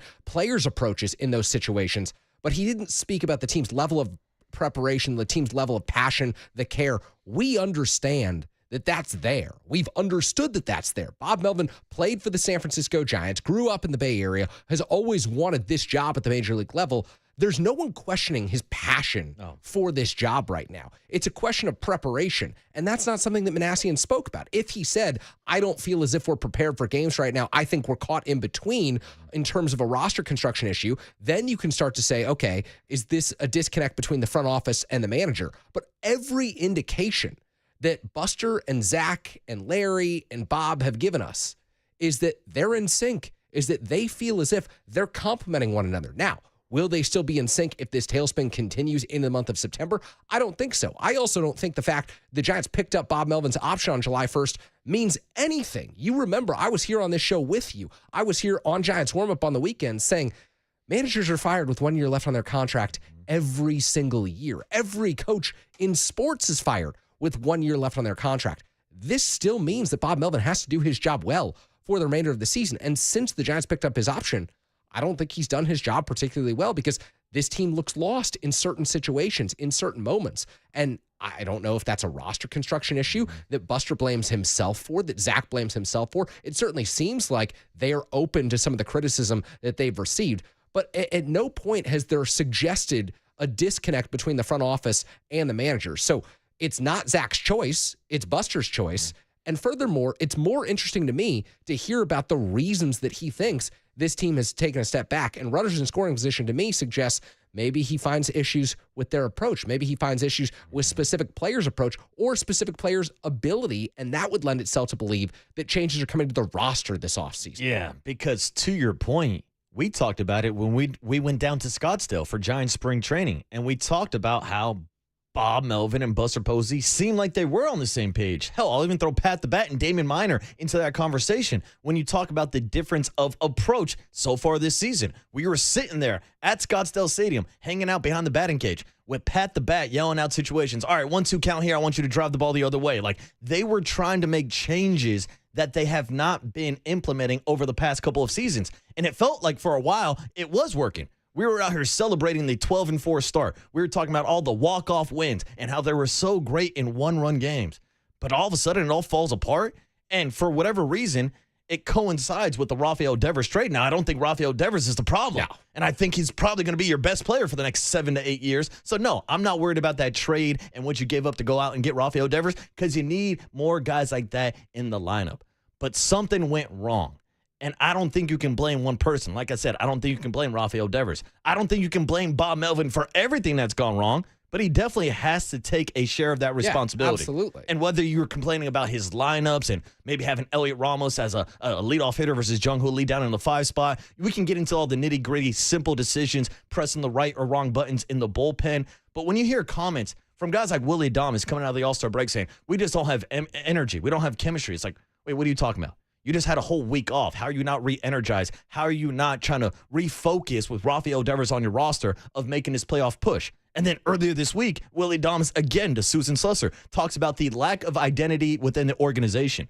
Hell, I told Zach, we've been talking about the identity since spring training, about winning with pitching, defense, and timely hitting. So how do you have one of your highest paid players complaining about the lack of identity mid-season? That tells me a lot about what's actually going on inside the clubhouse and maybe the lack of team chemistry and identity that we thought they had established earlier on this season. Yeah, and I think a lot of this, you point the fingers at the players, you point the fingers at the coaching staff, you point the fingers at Bob Melvin and Zach and Buster, and they've willingly accepted a lot of the blame for this. I think Willie accepts a lot of the blame for this as well. Bob Melvin has certainly taken accountability after games, and so there will come a time when the Giants are making decisions. They're not going to make their decision on a manager on August 14th. You go through the long storied history of this San Francisco Giants organization. Not even Gabe Kapler was fired in the month of August. They don't do that with their managers. This is an organization that values stability and continuity. Buster does that. So we will get a decision on Bob in 6-7 weeks. We're not going to get that decision today, no matter how badly Giants fans want that decision today. And you can say right or wrong, but this is the way that the organization operates, has operated, and in my opinion, probably will operate for the next 50 years because that's the way they've always done things and probably will continue to do things as long as Buster is in charge because those are his values. Now, I also think you evaluate Bob Melvin's track record at the major league level. When he was in Oakland, I was critical of the A's inability to advance deep into the postseason. They always had rosters that were seemingly good enough to win. They won 97, 98 games a few years, but didn't go deep into the postseason. When he was in San Diego with the Padres, they seem to have plateaued. They seem to have gotten worse under Bob Melvin's watch, and now they've improved since he's left. The Giants haven't gotten any better since the Gabe Kapler era under Bob Melvin. So I think you evaluate the entire body of work over the last 5 to 10 years,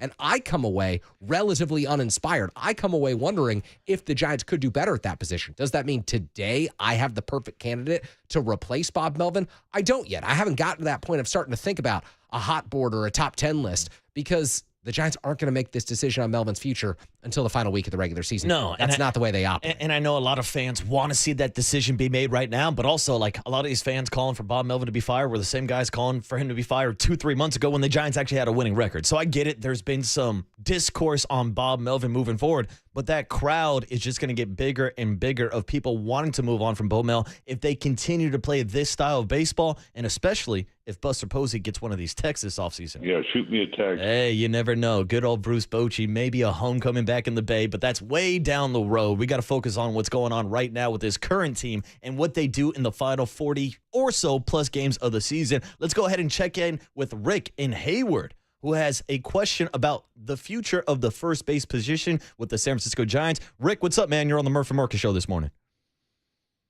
Hey, Marcus, how's it going? Not too bad. Rick, how you doing this morning?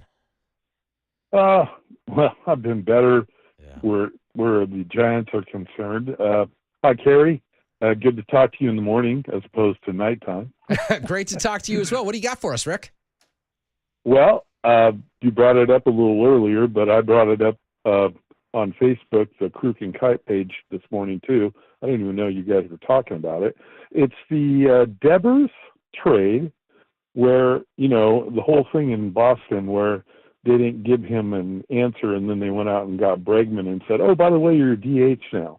And then when he comes to San Francisco, he says, I'll play anywhere. But the Giants basically know he can't play third base because we got a third baseman, Matt Chapman. So now you signed this guy is signed for $250 million for the next 8 years. He ain't going nowhere.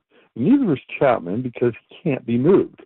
I mean, a 225 hitter who's an excellent defensive player but can't hit for clutch. And I'm not saying that derogatory. I really think there's something wrong with Chapman's hands still, and I think that's what the cause of this whole thing is. Because before he got hurt on June the 8th against Atlanta, he was on pace to get 30 home runs and get 80 RBIs, 85 RBIs.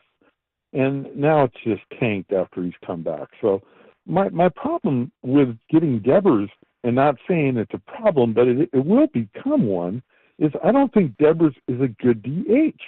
He can't.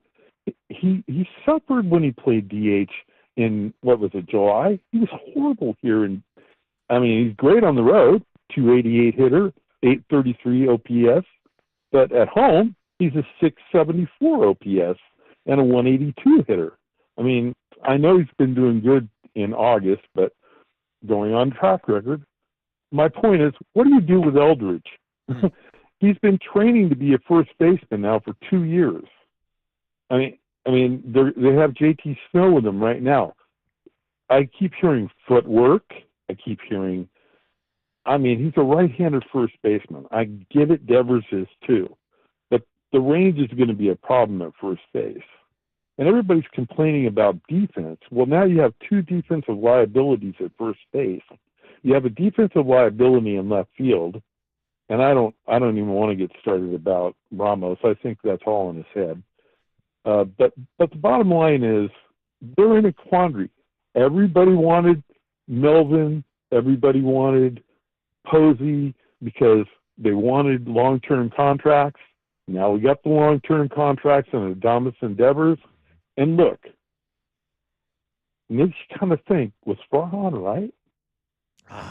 Rick, I don't know if I'm going that far into the Farhan days, but I will say you do bring up some good points. With a guy like Matt Chapman, you're right on it. The Giants gave him an off day yesterday because his hand was sore. He's still dealing with that injury, so he has 2 days off now. And Matt Chapman's always been a streaky hitter. Moving on to Rafael Devers over at first base, you're right again. He does not like being a DH. He likes being out on the field. And we saw his bat and his numbers start to pick up as soon as he started playing out in the field, which leads to probably the best question you asked in that entire call, Rick.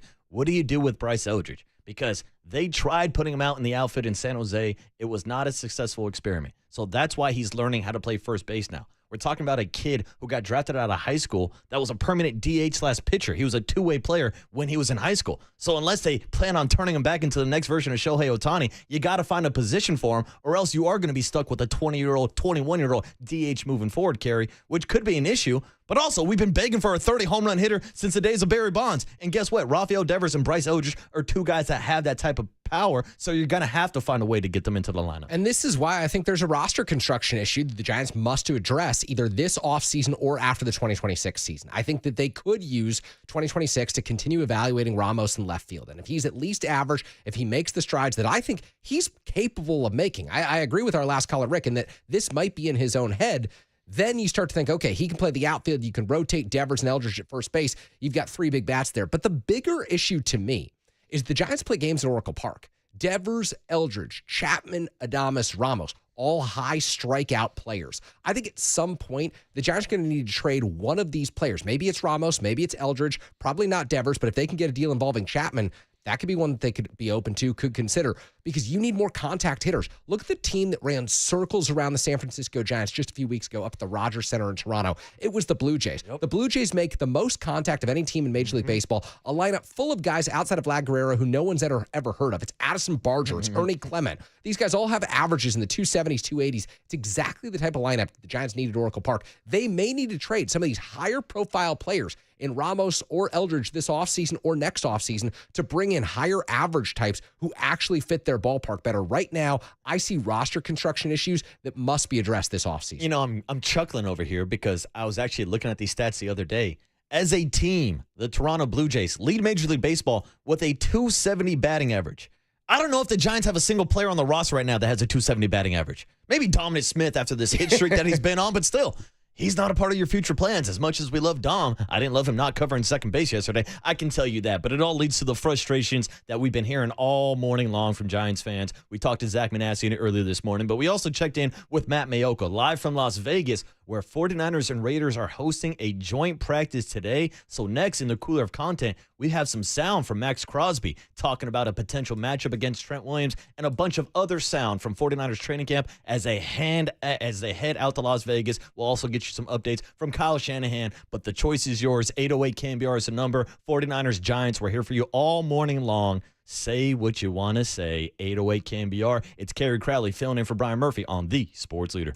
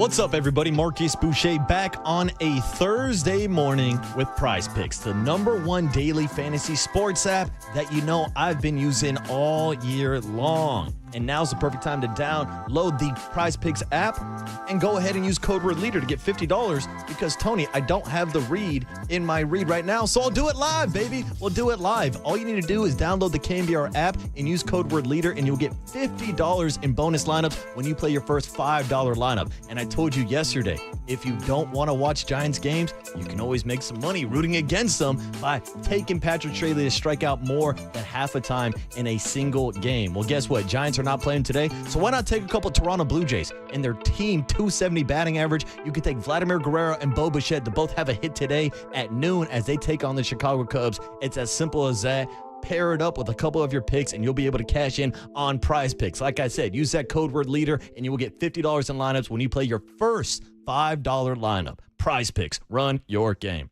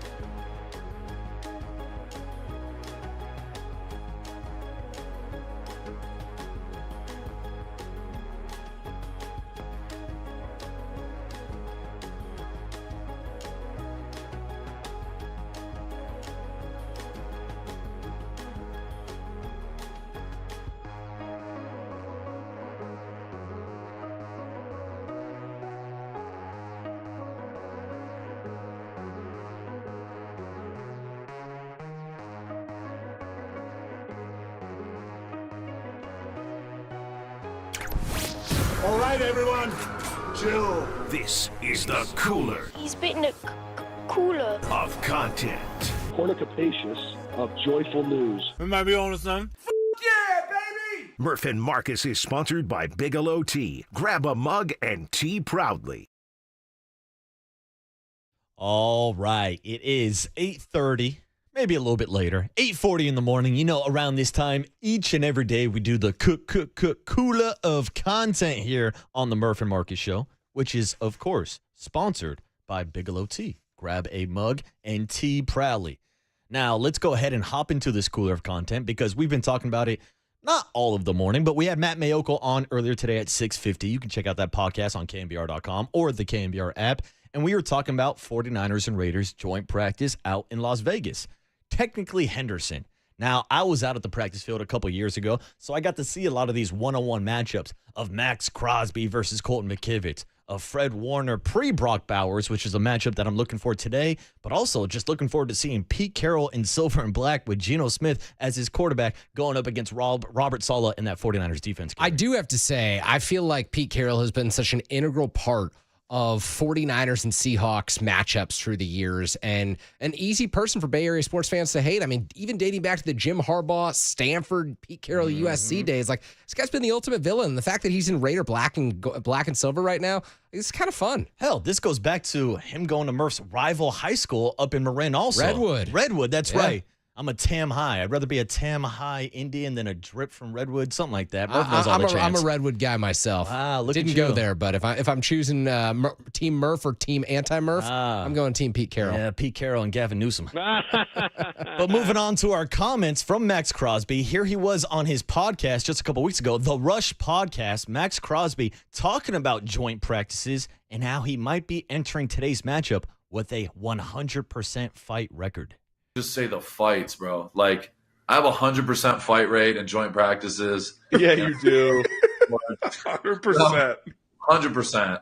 And I'm looking forward to continue that trend because I'm so happy you just said that. I just know it's going to happen, and I'm not going to try to cause some issue, call it whatever. I just know eventually it's going to happen, and I'm here for it, and it's going to be a lot of fun. You know, I'm here for it too because I like the chippiness. Now, Carrie, I'll let you give your own take, but this happens to me a lot. Pop Warner high school football, like on special teams, dude, like I was trying to fight everybody. I just wanted to hit somebody when I was on the football field. So it might be a little bit different. And like, here's the thing. It's like, these are not full MMA matches. This is not Nick Bosa versus Max Crosby on the White House lawn. Oh my God. But it is good competition. So I do like seeing the fights, even though we are trying to send a positive message to the kids. Yeah, look, it's different than what you saw yesterday at Bengals practice when Shamar Stewart barreled into the legs of Joe Burrow. What the hell was that? Yeah, it's going to be two guys, offensive, defensive linemen, shoving each other, getting hands and face masks. Nothing dangerous. It's guys who are just allowing the intensity of the moment to overcome them because they haven't been a part of this in a long time. Mm-hmm. Football requires a level of mental fortitude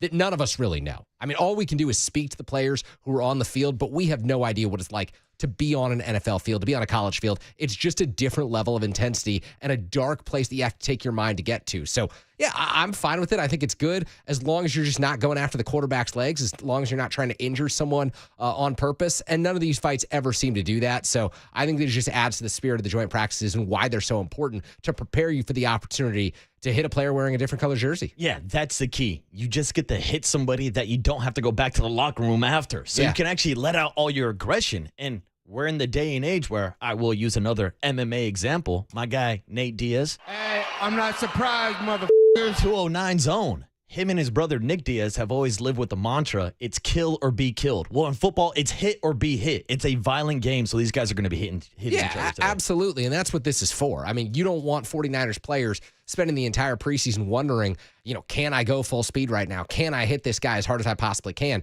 That's what these joint practices and these preseason games are for. They're for evaluating the young talent on your roster and for getting that competitive mental edge that you need entering a rigorous 18-week, 17-game season that gets harder each and every year. And especially for the rookies who are adjusting from 11, 12 games at the college level, this is where you want to see them really start to sharpen their minds, prepare for this regular season. Yeah, and as we speak, the 49ers are actually heading out to the practice field in Henderson right now. 8:45 is when practice time starts, so we'll keep you updated if we do see any fights or fisticuffs break out at 49ers and Raiders training camp. But here's more Max Crosby talking about specifically guys like Trent Williams and who he wants to match up against in today's 49ers Raiders joint practice. You want to pop your shit for sure. Like, you're like, yeah, motherfuckers, I'm coming. Like, for sure. Like, we're not playing y'all, but like, I'm about to put on a show this year. You know what I mean? Like that type of shit. And it's dope. Like you going against the Niners, Shanahan, Kasurek, like some of the best coaches in the league, and some of the best players. You got Bosa over there, Trent Williams, who I'll be able to go against, freaking Christian McCaffrey, Brock Purdy, a bunch of good-ass players. So I definitely look forward to the challenge. And, we got a long time till we get there, but it'll be here before we know it. So, yeah, those are good, middle of camp. You get into joint practices and it's like, okay, this is it's a good little switch of energy. Once you're going against the same guys every day, you want to eventually like start killing each other. Me and DJ and Colton, like we want to murder each other by 2-3 weeks into camp, and then you get to take it out on somebody else. You're like, okay, you're rooting for your guys. You're watching the one-on-one, seeing how they do shit like that. So yeah, I'm fired up, bro. Yeah, I mean, we were talking about this earlier this week when we were down at Memorial Stadium for Cal Camp. Our high school football team, every summer, we'd go out full pads to like a whole weekend, a whole week, and we'd stay at the dorms out at Cal. but it was Really? so cool because it was the first time we put on pads that summer, and we would start going out there and hitting other teams. Next thing you know, we're getting into a brawl with Dixon on the practice field, up on the rugby field. Like, that kind of stuff happens, but it's just a different feeling being able to match up against somebody else, and that's why it's so valuable. Not only for guys like Max Crosby, if he does match up against Trent Williams, but think about what this does for Colton McKivitz and that entire offensive line that has a lot of question marks going to the season. If you can get valuable reps against a guy like Max Crosby, who's giving you 100% effort on each and every play, it's going to make you a better football player. Absolutely. And we aren't going to see Max Crosby versus Trent Williams for more than a rep or two today. One we rep probably maybe. won't see much Max Crosby at all because he's that important to the Las Vegas Raiders. But what we will see is Spencer Burford playing left tackle, Austin Pleasance out at right tackle behind Colton McKivitz. The preseason about sharpening your depth. And in football, we talk about Brock Purdy, we talk about George Kittle, Christian McCaffrey, Trent Williams, Nick Bosa, Fred Warner all the time, and deservedly so.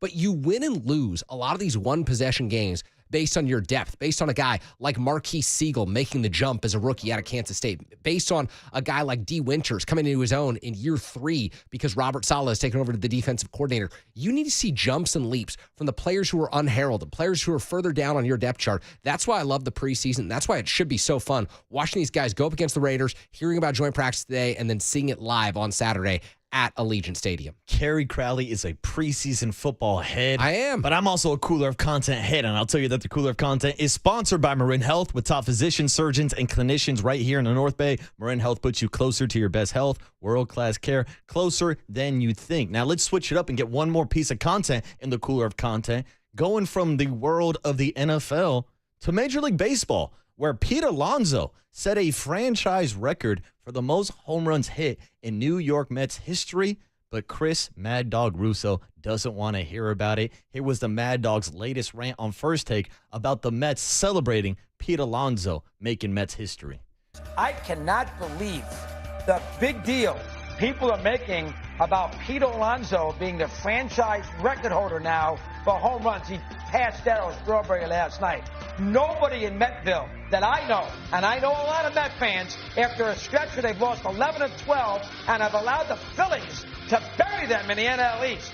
Now we're going to make big deal about Alonso's home run?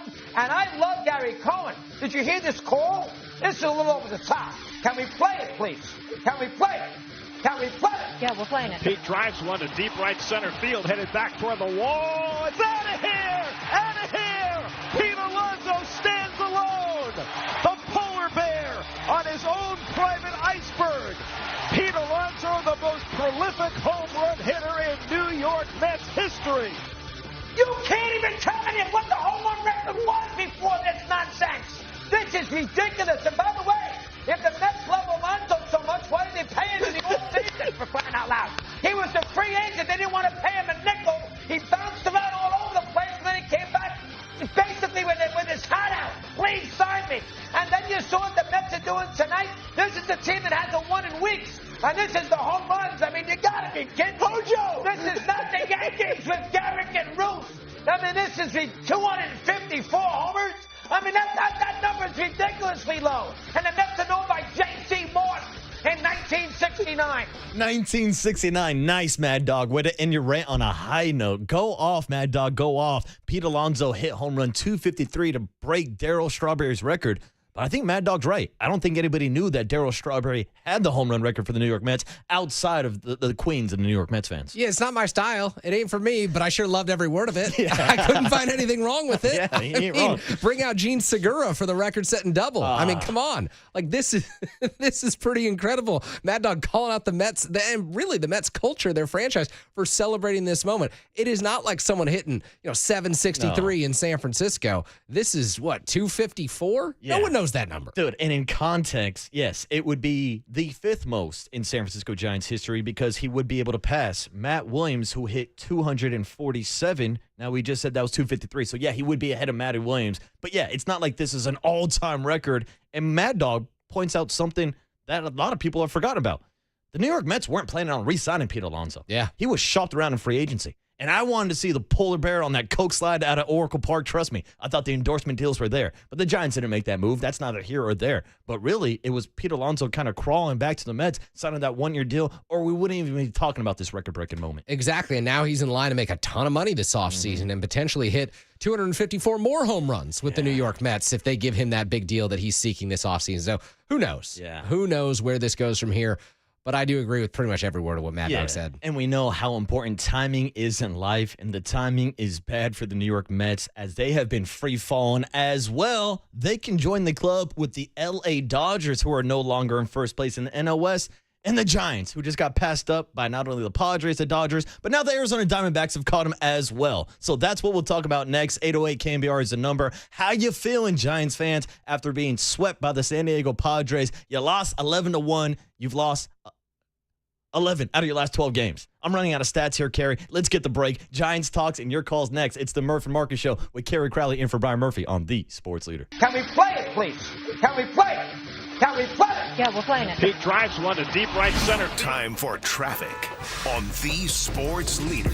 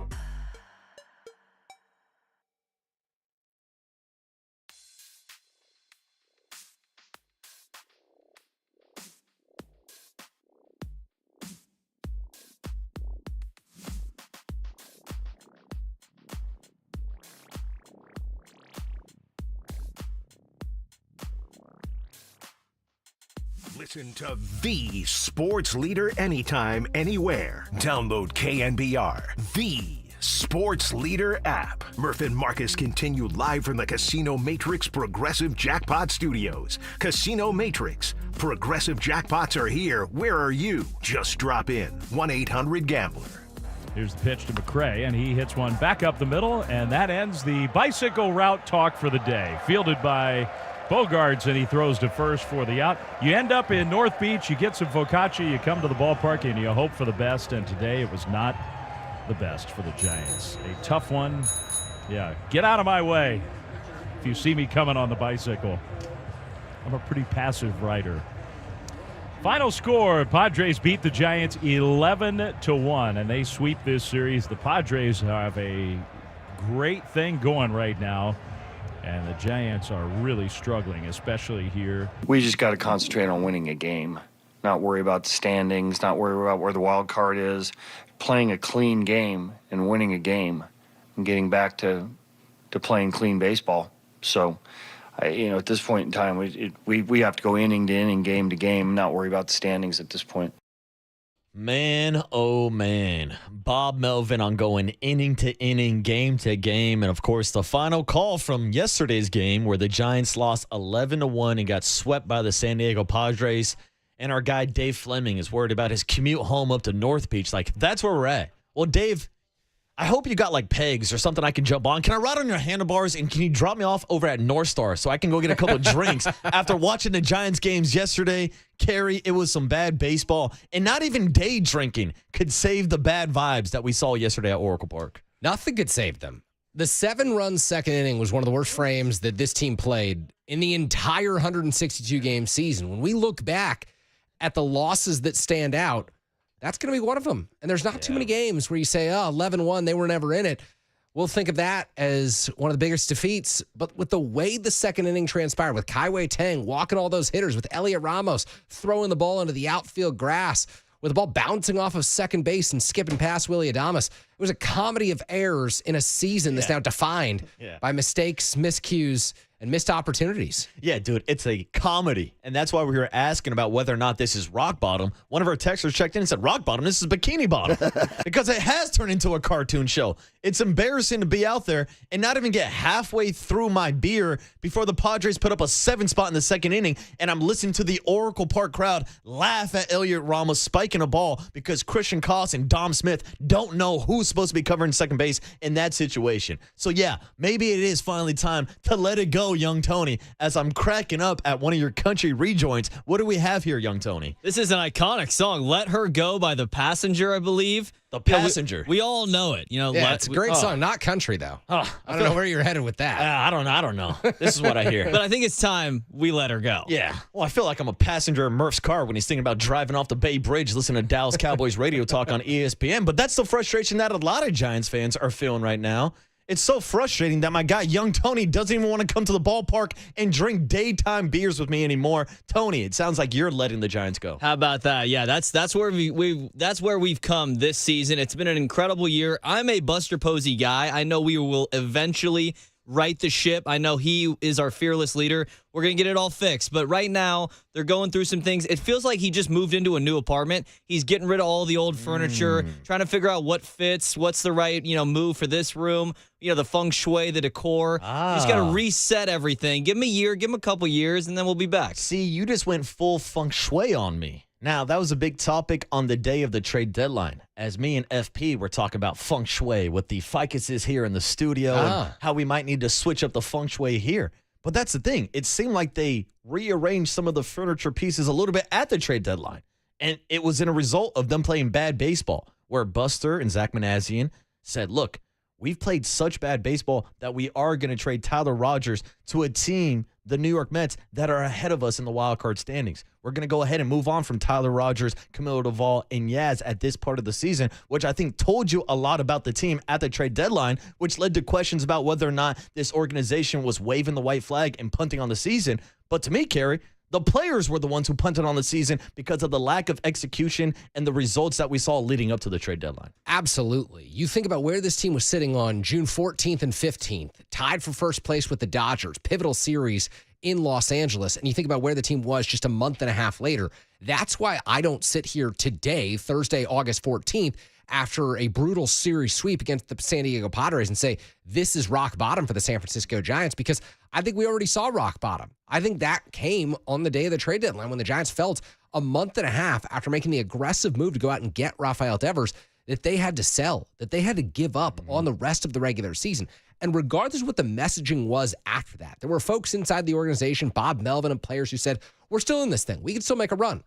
But we saw the front office take key pieces off of the major league roster and indicate that 2026 was a bigger priority than the rest of 2025. And so you can sit here and be frustrated about the Washington Nationals series. You can sit here and be frustrated about the way they played against the San Diego Padres. The Giants showed us their intentions. They showed us what they thought of their own ball club way back on July 31st. I think that will be rock bottom, because when you make the recognition that you're not going to be competitive for the rest of the season, when you make the recognition that you were better off prioritizing the future, there is no worse feeling for an organization. They can go 0 for the rest of the season.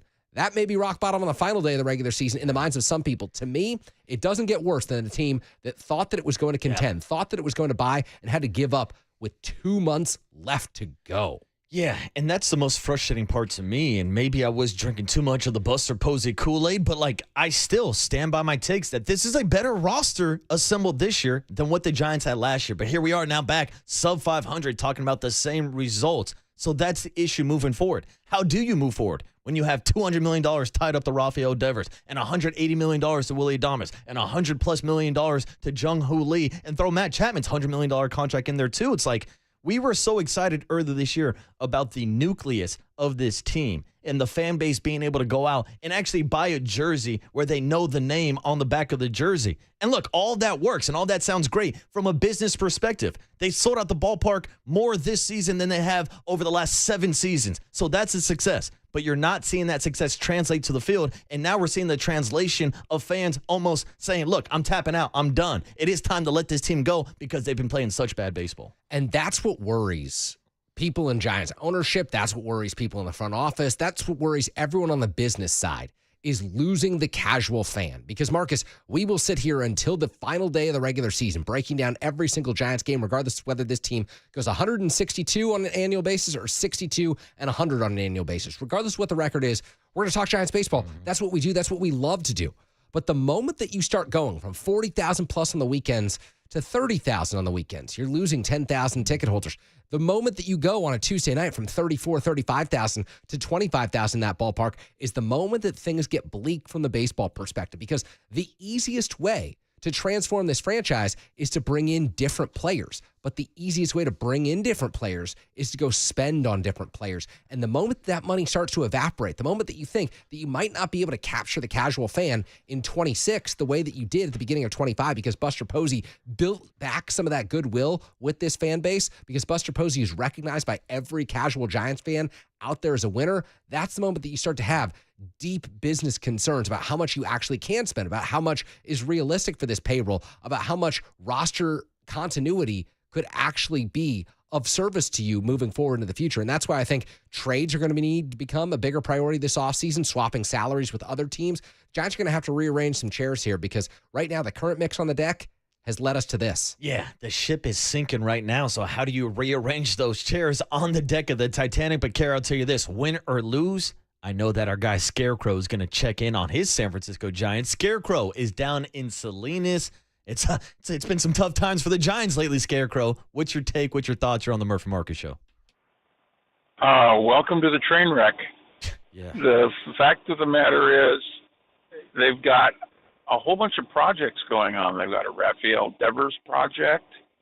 They've got a rebuild the back end of the bullpen project. And, yeah, okay, they thought that they were better than they really were. And now the chickens are coming home to roost a little bit. But they had to clean up some of that stuff because, by and large, if you look at the ball team, it's basically Farhan's team. And then we're going to have to make some changes. And unfortunately, I mean, I don't know where they're going to do that from. You've got Luciano, if you bring him up, That's the last one. Meckler, if you bring him up, that's the last time. You have no idea what you've got in those two guys. And that's from running a shuttle between Sacramento and San Francisco. Yeah, it's going to take a little time and it's going to take a little patience. But I like my chances with Buster than I do with Farhan. Yeah, now End of Scarecrow, story. let me jump in and ask you about Buster Posey's train, because I think a lot of Giants fans hopped back on that hype train earlier this season before that train wreck that we're seeing right now that you were just describing. Do you think it's possible for Buster to get this train back on the tracks with the way that he is going after guys who are high contact hitters, drafting guys, trading for these type prospects? Like, he's trying to get it going in the right direction. Do you think that the Giants can get back on track with some of the pieces that they currently have? Yeah, but he's going to have to pick a lane, okay? You're not going to be able to compete and develop guys and change the way the ball club is. They've got a lot of big hitters. Yeah, hey, that's fine. Oracle Park rewards line drive hitters, contact hitters, move the line along hitters, which is probably why they do so much better on the road than they do at home. But the point being, they really look tired. I mean, if you put Verlander out there, everything runs across the middle of the plate. You might as well just sit a batting tee out there for him. You know, is that experiment officially done now? No, probably not, If it Scarecrow. is, fine. I think they're going to let it play out. I mean, really, unless you do maybe switch up your rotation options. Landon Roop sounds like he could be back this weekend. We've discussed that. Do you want to see Hayden Birdsong get another shot at the major league level? Like, these are some of the young prospects we're talking about getting playing time moving forward. You're going to have to do that, but pick a damn lane. The one thing Farhan couldn't do was literally, well, I've got these guys here. Well, I can pick up A.J. Pollock on a cheap. Yeah, what did it get you? The bottom line is it's going to take a little bit more than one season to rebuild this ball club. And people better be patient with it, because that's about the only way it's going to happen. Yeah, I hear you, Scarecrow. It's so hard for people to be patient, but really appreciate your calls and your calls every day in every show that you do call into, Scarecrow. But I think that's a big part of the picture moving forward with Buster Posey, whether or not he can get the train back on the right tracks moving forward. Because as we've been talking about all morning, you thought you had a nucleus of talent that you could support for the next 4 or 5 years. But this is also year one of Buster Posey. So I'm sure he's going through not only just a self-evaluation process, but an evaluation process of the entire franchise moving forward and which direction they're going to go if they do want to start playing some of these young players and maybe take some days off for some of these veterans we're talking about. Well, the call-in question was pick a lane. The Giants picked a lane from day one of the Buster Posey era. It was go all in on this season, sign Willy Adames, trade for Rafael Devers, and when that didn't work, they picked a lane and sold at the trade deadline. Yeah. Now they're going to pick a lane, presumably moving forward based on Bob Melvin's comments yesterday, and play the kids. And I think that they should play the kids. Does that mean putting Justin Verlander on waivers, if there's a way to do that, and allowing him to go elsewhere so that you can clear a spot for Blade Tidwell or Carson Whisenhunt or Hayden Birdsong in this rotation? Potentially, that's the move for you moving forward, because Verlander won't be back. Does that mean sitting Wilmer Flores and Dom Smith for the remainder of the season so that you can get different looks at a Luciano, at a Matos, move Ramos into the DH spot and see how he fares there? I think that realistically, the Giants are going to pick a lane. I don't think that's ever been the question about this Buster Posey era. It's just, how long is it going to take this franchise to return to a team that can actually contend for a playoff berth? We all thought that that was the case way back in June, but 2 months later, sitting here 2 months after the Rafael Devers trade, we recognize that's not the reality. It's a long, slow build, and I think that the challenge, of course, is being patient. The issue is no one in sports ever wants to be patient. Yeah, and now it feels like that lane is closing, just like the Great Highway closed after Kerry Crowley voted against it. I voted for the Great Highway closure, to be clear. Yeah. To be clear. For it to close down, right? Exactly. That's you. Kerry Crowley. Yeah, which Murph famously is on the other side of. Look, I said it earlier this morning. Every Tuesday we do interviews with Dwayne Kuiper, and it seems like we can never get him a win to talk about. I think every show I've done this season with Kerry Crowley has come after a loss. So, yeah, you've shut down the Great Highway and you've shut down the Giants San season Francisco also. Giants. Simple as that. But we'll see if any of Sometimes these... going to blow up at that one, knowing that I'm a Great Highway truther. Yeah, exactly. We'll cut this up for Murph on Monday for the cooler of content. He talks about that like almost daily. Yeah, exactly. Dude, he's like, I got Kerry Crowley out here in a hammock eating a breakfast burrito where I should be driving down the street. Guy thinks it's terrible that that city residents have a new park. Let me know when you live in the city, Murph. Oh, well, now he's got to commute through that park to get down to Daly City. Like I said, Murph will be back in Daly City tomorrow. We'll see what prospects are on this path in this lane for the San Francisco Giants, and who's a better person to talk to than the San Francisco Giants GM, who has a full breakdown on all of the prospects. We'll play our Zach Manassian interview for you next with a full breakdown of what's gone wrong this season and also a potential update on Bryce Eldridge. Zach Manassian next on the Murph and Marcus Show on the Sports Leader.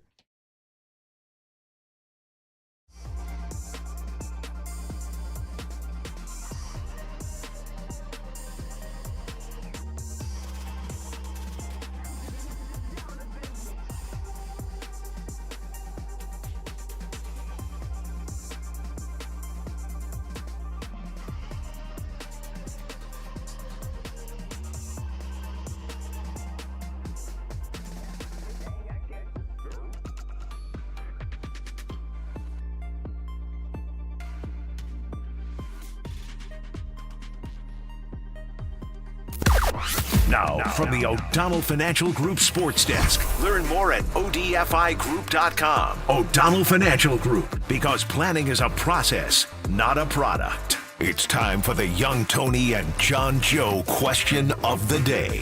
One last time, have the Giants hit rock bottom on the season? I'll say it again. How many times have the Giants hit rock bottom on the season? Regardless, you can join the conversation in the YouTube chat now.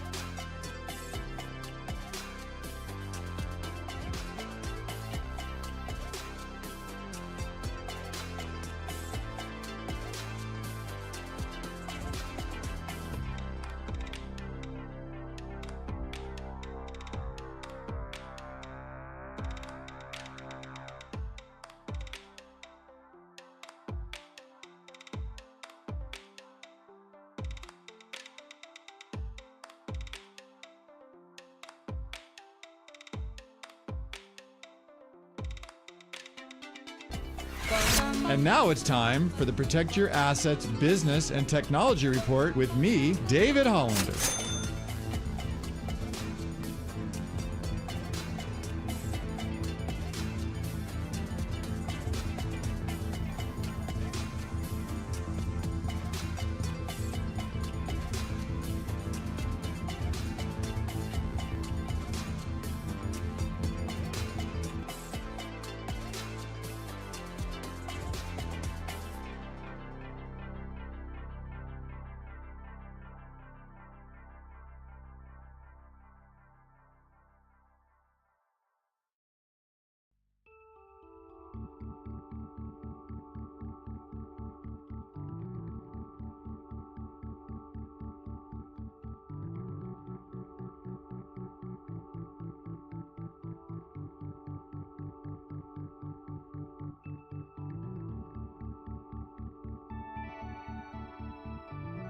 Now back to Murph and Marcus on The Sports Leader. Streaming live on thesportsleader.com and KNBR. The Sports Leader app. Murph and Marcus is sponsored by Bigelow Tea. Grab a mug and tea proudly.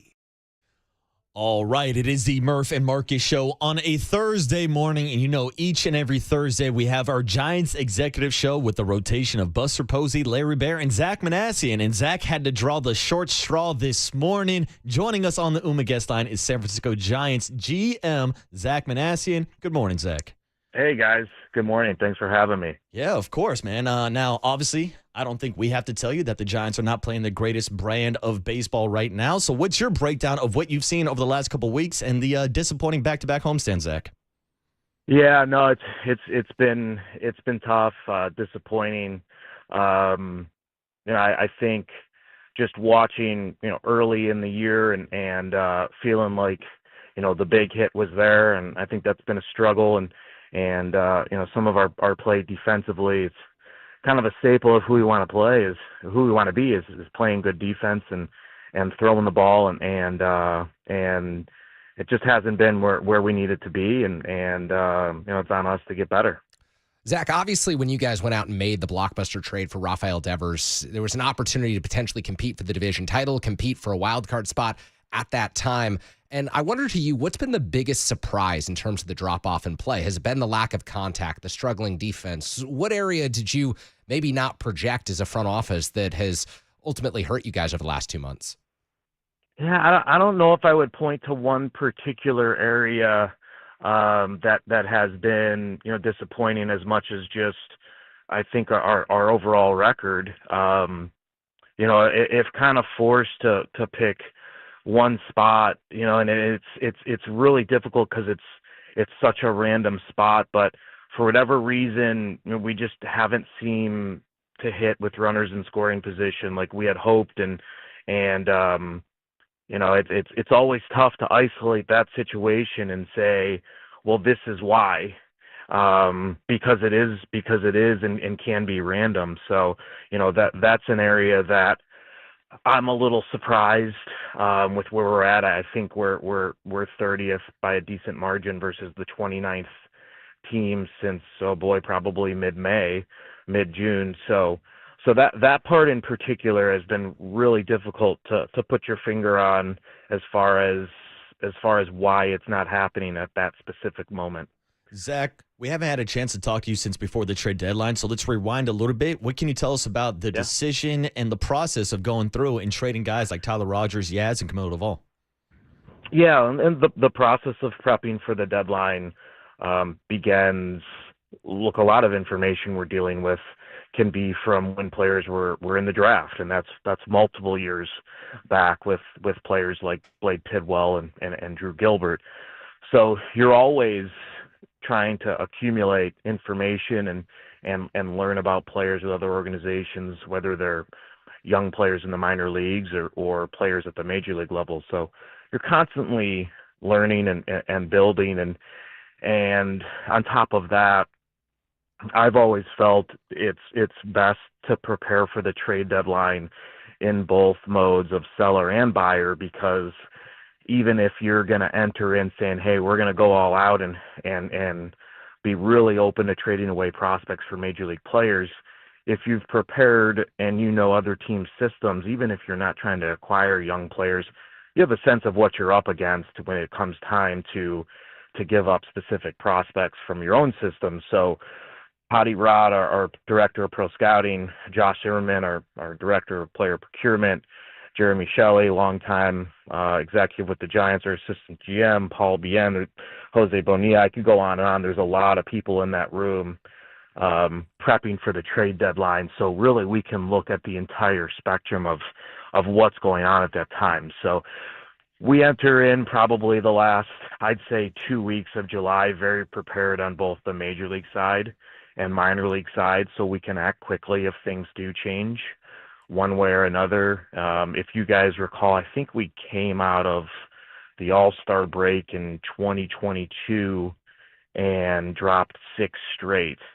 And that's when Carlos Rodon was throwing really well. And we kind of got to that point where we had to make a decision with Carlos Rodon. We were a little bit in the middle last year. We had to make a decision on Blake Snell. And so we just wanted to be prepared that if that situation came up, we could act quickly and make a good decision for the future of the organization. One of the byproducts of the trade deadline, Zach, is you get 8 players in return. Jose Butto at the major league level, and then 7 guys who begin their Giants careers in the minor league level. Drew Gilbert has since come up and made his major league debut. And yesterday after the game, after a disappointing loss, Bob Melvin said, it may be time to start consider playing some of the kids some more, to start getting some of these prospects in the lineup a little bit more. Is that kind of the sense that you and the rest of the front office has had, that after this recent stretch of bad baseball, that it could be an opportunity for you to start focusing on the future here over the next 45 days? Yeah, certainly open to it. I mean, I think you're always balancing that present and future, and something with Drew in particular, with the right field spot opening up and him being a left-handed hitter and a quality defender. It wasn't just necessarily about, hey, let's see what he is for the future. It's about seeing how much he can help us right now as well. So there's a balance there. Blade Tidwell's thrown really well in his 2 starts at Sacramento, and certainly caught our attention prior to joining the organization. So yeah, there's always that chance that you see more playing time going to young players, but also we have a lot of veteran players who like to be out on the field, and we think it's important that they're out there, and we think it's important that we're still putting our best foot forward to win games right now. So that's still very important and always going to be paramount to what we do, is winning games at the major league level, because honestly, that's what our fans deserve and what they come to the ballpark for. Zach Manassian is the voice you hear this morning, San Francisco Giants GM on the Giants Executive Show, sponsored by Redwood Credit Union. Redwood Credit Union is a financial partner that feels like home. Learn more at redwoodcu.org. And Zach, Willy Adames had some comments earlier this week that this is an organization that is trying to find its identity. Now, we've had conversations going back to spring training about this team's identity and philosophy. So what are your thoughts on Willy Adames having those comments about this team's lack of identity at this point of the season? Well, I think Willie has just shown how much he cares. He made a big commitment to come here. We made a big commitment to him, and he just wants us to do well. And, I do think, as you do have players who change and the roster changes, that can get a little muddy. And I feel like, as a front office, we feel like as an organization we need to be a team that pitches well and catches the ball. And but look, when you're on a stretch, there's no hiding from it. When you're on a stretch that we're on, things will come into question, and I understand that and appreciate that. And I think more than anything, I appreciate Willie's desire for us to get this thing headed back in the right direction again. And I'm always going to welcome that, because I know who he is as a person and what this all means to him.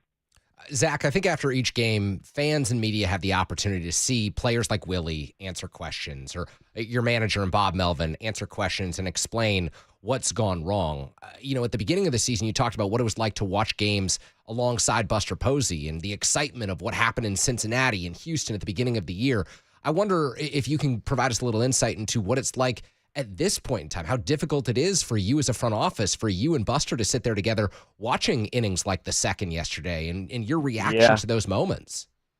Yeah, no, I mean, it's difficult. I mean, this organization means the world to me, and this city, I tell people all the time, and my life got much better when I moved to San Francisco, in every way imaginable, and to be in this role and feel like I can play a part in the organization succeeding, means a lot. And when we're not succeeding, it's difficult. But recognizing the positions that we're in, and I'm fortunate to be able to work alongside Buster and a lot of other great people in the front office. Buster's a true leader, and I think you find out a lot about people, maybe when things aren't going the way you want or expect them to go. And he is just such a professional. It's not to say he doesn't get upset. He's as competitive as anyone I've been around. I think he does a great job of channeling that. And look, the one thing about losing, as much as it's awful, it's an awful feeling, we have to get something out of it. And if that means, I tend to look in the mirror, what can I do differently? What do I need to do differently? And what am I missing? So, I think it forces us, in those types of modes, just to try and figure out, like Willie said, who do we want to be and how do we get this thing going in the right direction? But Buster's a true leader, not someone who really gets rattled.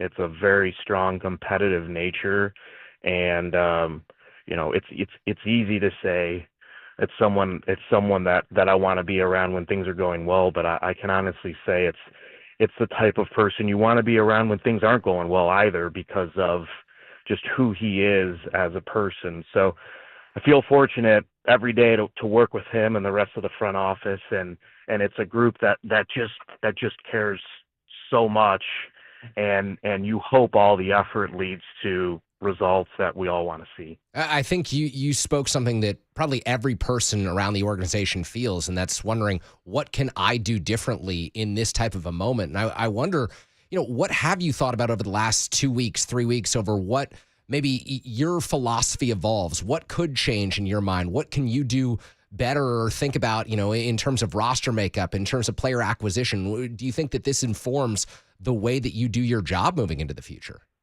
Yeah, I mean, I think we're still learning. We have 40 games left, a quarter of the season, and that's a lot. That's a lot of games, and so I think I'm still learning.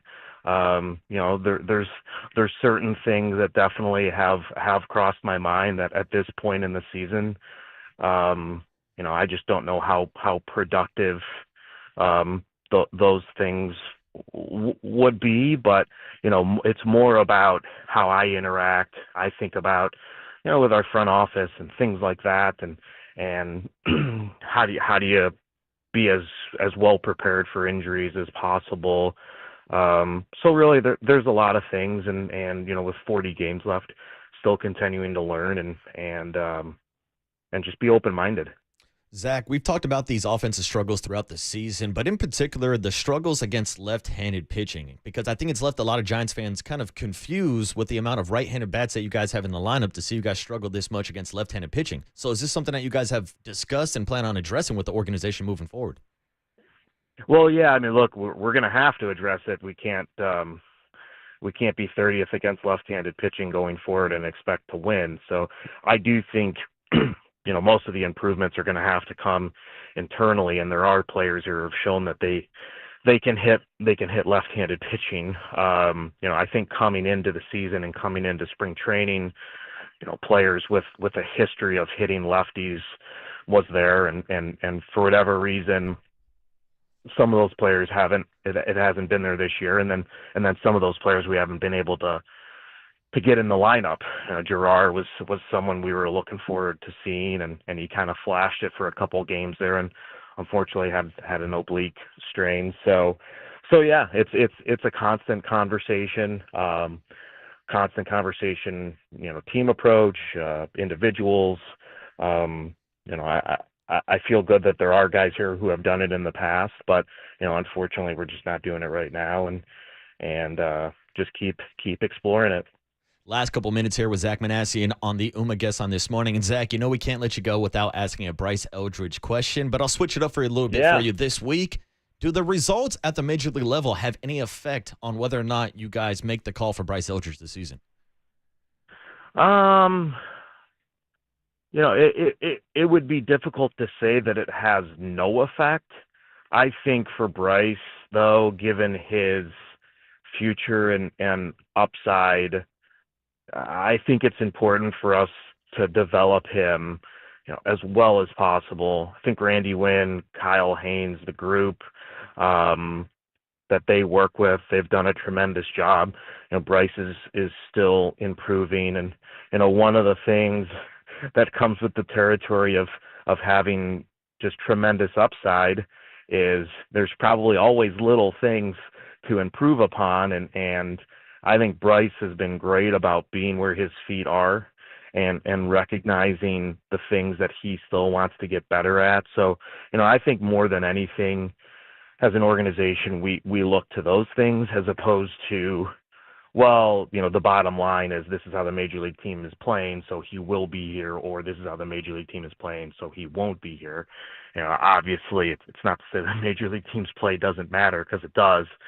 But with a special case like this, we want to make sure we do right by him, because we're expecting him to be a Giant for a very long time. Yeah, I know a lot of Giants fans are keeping an eye on him in Sacramento right now, and they'll be excited if he does make his major league debut this season. But, Zach, that's how we'll end it. What would your message be to Giants fans right now as we do head to these final 40 or so games of the season? Because you guys have seen the support you guys have gotten this year. You've had more sellouts since that you've had since 2018. So what would your message be to the fan base right now that is feeling frustrated with this Giants team? Yeah, well, the number one thing would be just that the support and the engagement has been awesome. And it's not something that's lost upon us as a front office. And beyond that, every day I go to the ballpark, it's about winning that day's game. And that's not going to change, because that's what they deserve. And it's something I'm very passionate about, Buster's passionate about, the rest of the organization's passionate about. Is there is a standard that we expect, and obviously we haven't played up to that standard since early in the year, and it's on us to get it back. We're not going to hide from that, because that's what our fans deserve, and hopefully every day I go to the ballpark, I think I might see something I've never seen before, and I'm hoping in a positive way, and that's what I hope for them, because they have been tremendously supportive, and it's something that we appreciate, and we just want to give back to them. Yeah, looking forward to seeing how this plays out down the stretch, and I know Giants fans want to support you guys down the stretch, so we're all hoping that you guys turn this thing around. Zach, I know it wasn't maybe the most pleasant conversation that we've had on the Murph and Marcus show, but really appreciate you taking some time out of your schedule this morning to join me and Kerry Crowley. No, I appreciate it, and totally understand. Hopefully we can get this thing turned around. Yeah, seems like everybody's hoping for the Giants to turn this ship around. That was Zach Manassian, GM of the San Francisco Giants. Really, going through this self-evaluation period moving forward, and what the Giants are going to do down the stretch, if we will see some of these young players, if we will see Bryce Eldridge, and what the plans will be this offseason with Buster Posey, Bob Melvin, and the entire organization. But a lot of Giants baseball talk this morning. Let's wrap up the show with a little 49er talk, as they are live out on the practice field out at Henderson. We'll give you an update on who's practicing and who's not practicing, and we'll get Kerry Crowley's players to watch today's and on Saturday in preseason game number 2, 49ers and Raiders. We'll talk 49ers next on the Sports Leader.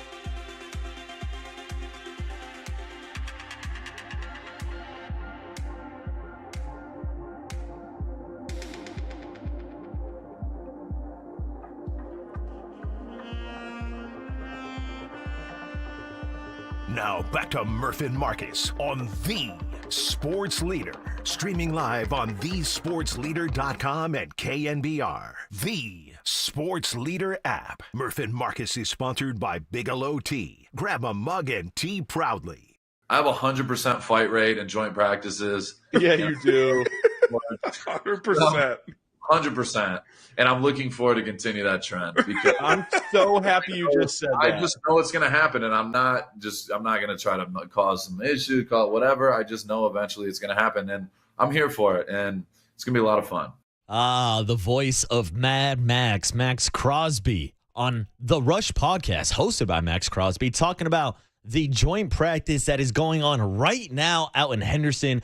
49ers are on the practice field taking on Max Crosby, who I just saw a couple of highlights with during the break of him skipping and dancing out on the practice field. So it looks like Max Crosby is hyped up, ready to go for some of these one-on-one matchups. Also saw a couple photos of Pete Carroll hanging out with Kyle Shanahan on the field, which is just kind of weird, I know, especially for 49er fans and Bay Area fans, seeing Pete Carroll in silver and black for the first time. I mean, what's going to be weirder? This week, Kyle Shanahan and Pete Carroll, all the photos they take together, not just today, but pregame on Saturday, or next week when the 49ers play host for preseason football to the Los Angeles Chargers, and you've got the Kyle Shanahan, Jim Harbaugh photos being taken on the sideline pregame. How about that? How about the reunions that we're going to see this preseason? But, Kerry, last segment, I teased it. Who are the Kerry Crowley players to watch this weekend, 49ers and Raiders? I mean, number one player for me is a guy that we discussed with Matt Mayoko this morning. It's the young safety, rookie Marquise Siegel, in part because there's a huge opening right now with Malik Mustafa likely starting the season off the field, not available for the first 5-6 weeks of the year. So next to Jason Pinnock, who the Giants are, or who, excuse me, the 49ers are really excited about, I think Siegel could be a starter. He's got incredible speed in the secondary. We saw his ability to tackle last week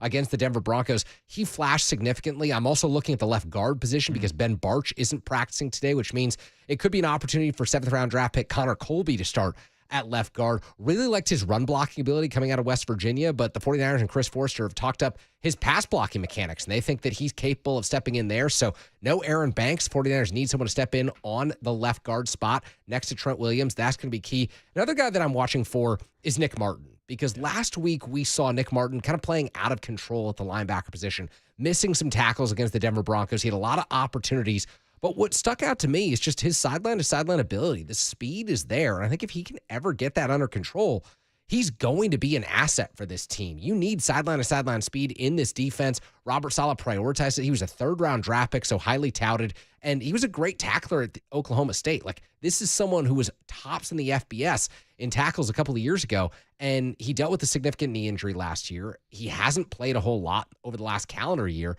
and because of that, I think it may take 6, 7, 8 weeks, but he could absolutely find himself in this linebacker rotation. So if he can make the week-to-week strides, he's someone I'm looking for. And very last on my list, Alfred Collins, because he's got such a big body. Second-round draft pick out of Texas. We all know his story. We all know how important he will be ultimately as his 49ers defensive line. But if he can play a little bit more under control and generate a little bit more push to the line of scrimmage this week against the Raiders, I would take that as a good sign. Saleh called him one of the most improved players during training camp over the last week or so. I think if Alfred Collins can get himself into a position where he's not just playing one down out of every 3, but if he can be a multi-down person as a part of that 49ers rotation, that would be a big win for this team early on this season. So those are kind of the 4 young guys that I'm looking at. Yeah, and I think the focus really is in the trenches. And you mentioned it, offensive line and defensive line. Thank you for the update that Ben Barch is not practicing today, but we also have some 49er injury updates on the defensive line. Now, Nick Bosa is not practicing today, but they're saying it's because he is experiencing soreness, so he will not practice today against the Las Vegas Raiders. But we just got word a couple minutes ago from Matt Mayoko that rookie defensive tackle C.J. West had his left knee buckle, and he went down during one-on-one pass rush drills. The 49ers medical staff checked him out, and he was able to walk back on his own for further observation. So that's definitely something we need to keep an eye on when we are looking at this rookie draft class, when we are looking at the defensive lineman depth. You mentioned Alfred Collins, but also Michael Williams is dealing with that injury, and we know how much they've turned over that roster on that defensive line. I mean, Kevin Givens is out. Bradley Anai, who was an injury replacement, was placed on IR. This is a team that's been decimated already. I think they've rotated through 18 to 20 defensive linemen already during training camp. They cannot afford a serious injury for C.J. West. You hope that it's just temporary, that it was just a moment during practice that was scary and that he'll be fine. Saw some reports that he was able to walk off a little bit under his own power, so that's good, but can't risk anything with these young defensive linemen right now, considering how important they will be to this team. Yeah, and we know that in the NFL, it's the next man up league. So this opens up the door beyond just C.J. West and Alfred Collins, but looking at a guy like Sebastian Valdez, the Hulk.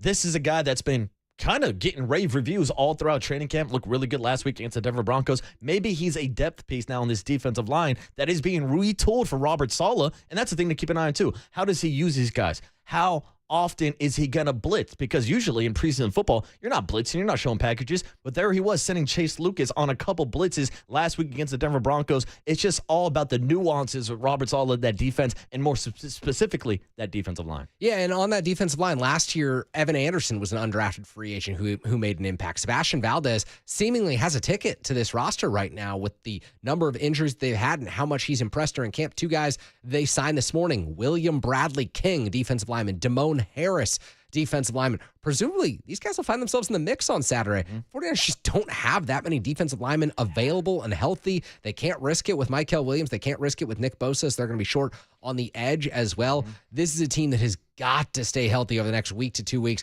and then really gear up for week 1 in Seattle. Yeah, because we saw what happened to this team last year when they started to deal with injuries, and of course they finished with that 6-11 record, but at least that ended up with the last place schedule, Tony.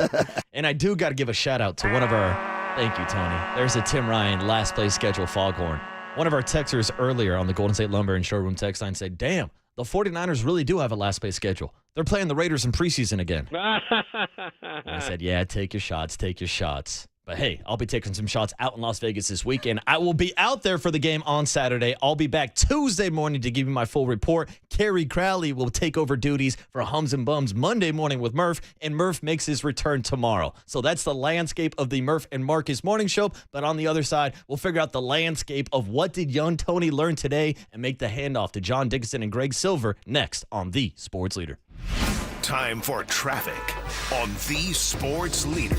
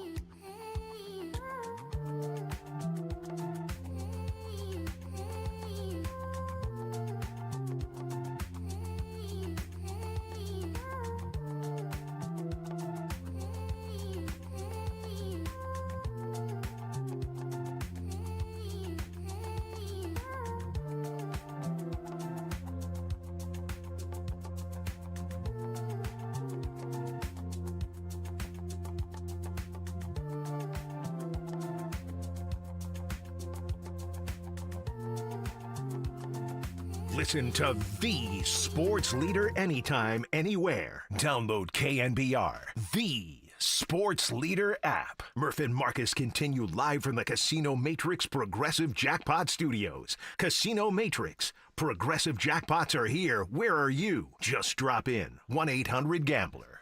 Wrapping up the Murph and Marcus show on a Thursday morning. The last day that I'll be driving this week because Murph will drive his ass up from L.A. tomorrow morning and be back in the saddle. Who am I kidding? Murph ain't driving. He's flying first class.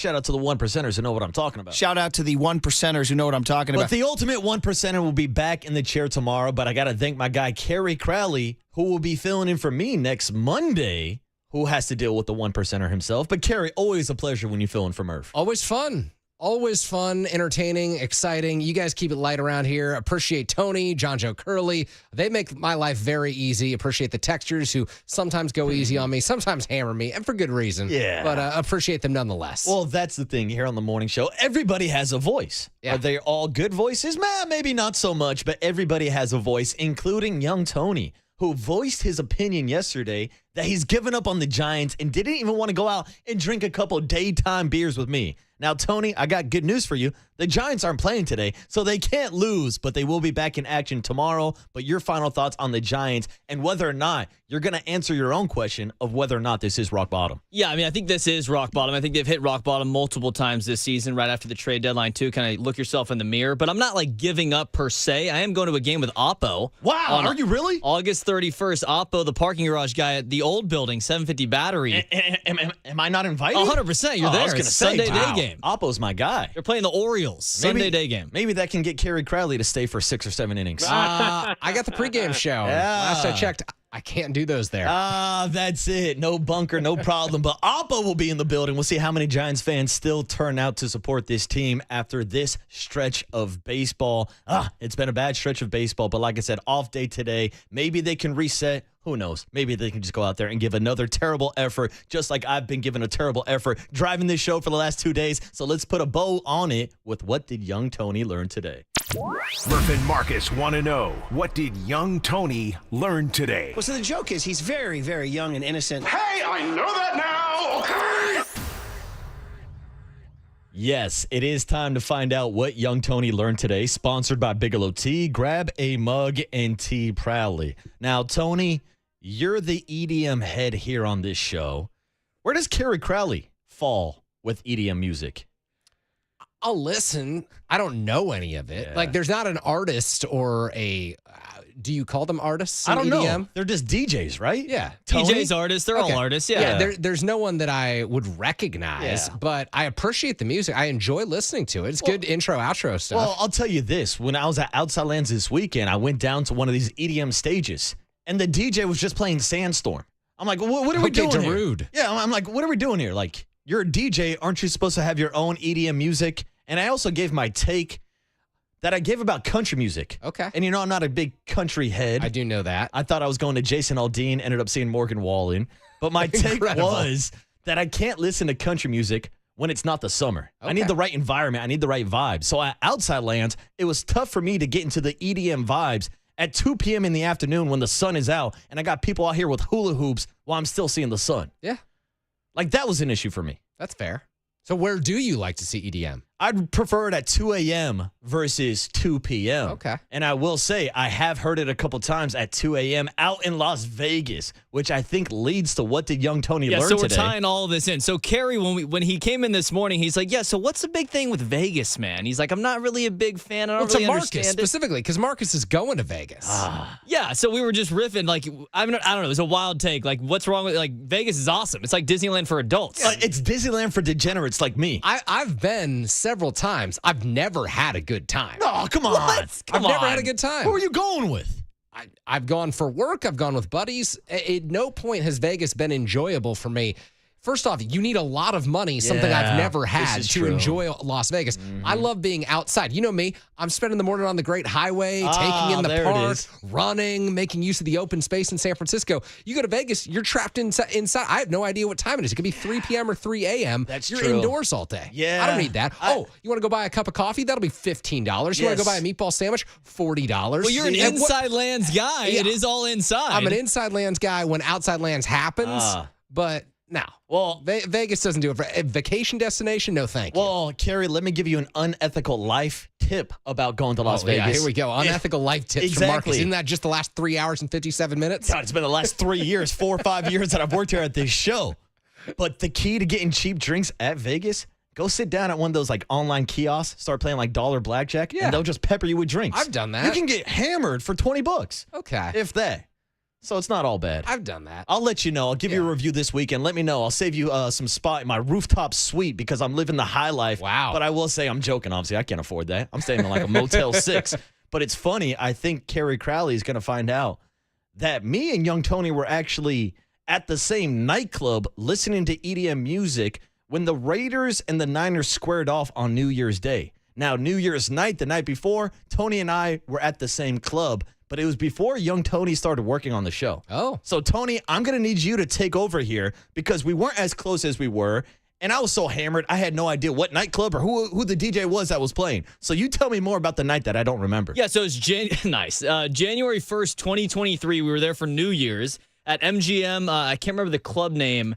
It was at MGM Grand, one of their most famous spots. The artist was Illenium. Oh, my favorite. Like EDM, up-and-coming guy, kind of just, run-of-the-mill dude. I only know a couple of his songs, I'll be very honest. But we were both there, not very close. Ended up, spending a great time in Las Vegas like all people do. I still can't believe this guy doesn't like Vegas. That's the whole point. What did we learn? Kerry doesn't like Las Vegas.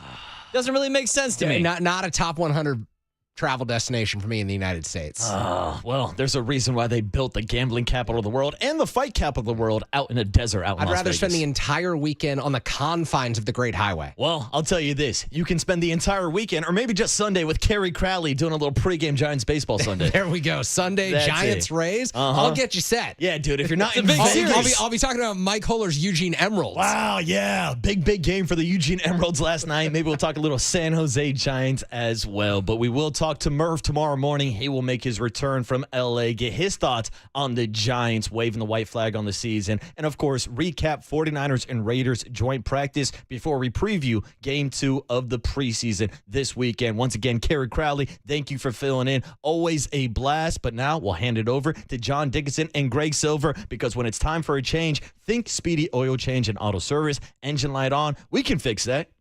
On the Sports Leader. Have you looked at the Raiders roster? I mean, there's not a whole lot there. I have 100% fight rate in joint practices. It's lit. Can we play it, please? Can we play it? Can we play it? Yeah, we're playing it. The polar bear on his own private iceberg. That's the end of the game. 4 hours, 3 faces, 2 Gregs, and 1 place to be. Excellent. Greg Papa. San Francisco. And Greg Silver. Let me tell you something. There is no such thing as being calm. I am fired up to be here. This is Papa and Silver. 1-2. Cronenworth breaks his bat, hits a soft liner, and it hits the bag at second and bounces into shallow center field. 2 runs are going to score. Coming from first all the way around to third is Laureano, and it's 2-0 Padres on a crazy play. Here's the pitch. Tatis grounds one up the middle into center field, base hit. Went right past Tang, and that's going to score 2 more. Laureano's in, right behind him Cronenworth. It's 4-0 Padres. Machado blasts one to left field. Ramos is not going to catch it. 1 hop up against the wall. He'll play the Karen barehand style, and then he throws to nobody. And Tatis, who had stopped at third, will come in to score. Ramos's throw, I don't know if he got caught in between and was thinking third and then picked up the cutoff man or what, but his throw spiked in the grass and started rolling towards left center field. Here's the 2-0 to Laureano, and he hits one high and deep down the line and gone. Here's the pitch to McRae, and he hits one back up the middle, and that ends the bicycle route talk for the day. Fielded by Bogarts, and he throws to first for the out. You end up in North Beach, you get some focaccia, you come to the ballpark, and you hope for the best, and today it was not the best for the Giants. A tough one. Yeah, get out of my way. Final score, Padres beat the Giants 11-1, and they sweep this series. Oh, my goodness. What did we watch yesterday with a little sounds of silence? You got a sounds of sarcastic cheer there at Oracle Park for a moment there, young Tony. Nice choice as we come in on a Thursday morning. It's Papa and Silver, John Dickinson, Greg Silver, and JD. I mean, I know that maybe the expectation wasn't that the Giants were going to win with Kai Wei Tang on the mound. The Padres obviously loaded up at the trade deadline. It wasn't about can they avoid the sweep, can they not avoid the sweep. At this point, it's just about how are you playing, how are you going to look out there? And I'm barely in the press box halfway through my cup of coffee after the show, and I look up and it's 7-0. The train wreck continues. They are on fire, and not in the on fire as they're on a hot streak. They are turning into quite a dumpster fire. 808 KNBR is the number. And I mean, look, JD, we're running out of words. We're running out of things to say on it. But we're out there at the patio yesterday. We're unpacking all of the disappointments that lead up to deciding to sell at the trade deadline and everything thereafter. I mean, there's probably been multiple rock bottoms, but that certainly was one of them yesterday. Wow. Well, it was the new low for sure. And I always hesitate when you have the rock bottom conversation, and good to be with you again here on the Sports Leader. The rock bottom conversation is always an interesting one because you could say Tuesday night was rock bottom, and then you go out and look, I wasn't planning on coming in here and being all wound up about the Giants. If they win 5-4 yesterday and it's just kind of ho-hum, hey, they won a game, they're probably not really a high discussion point today. If they lose 5-4 yesterday in a close game, it's probably a similar deal. Oh, they fought. Who cares? It's a loss. They're 3 under 500. Like, it's kind of on to the next. But for us to do the show that we did yesterday, where we're having the discussion about how you can kind of tell that the players themselves know they don't have enough.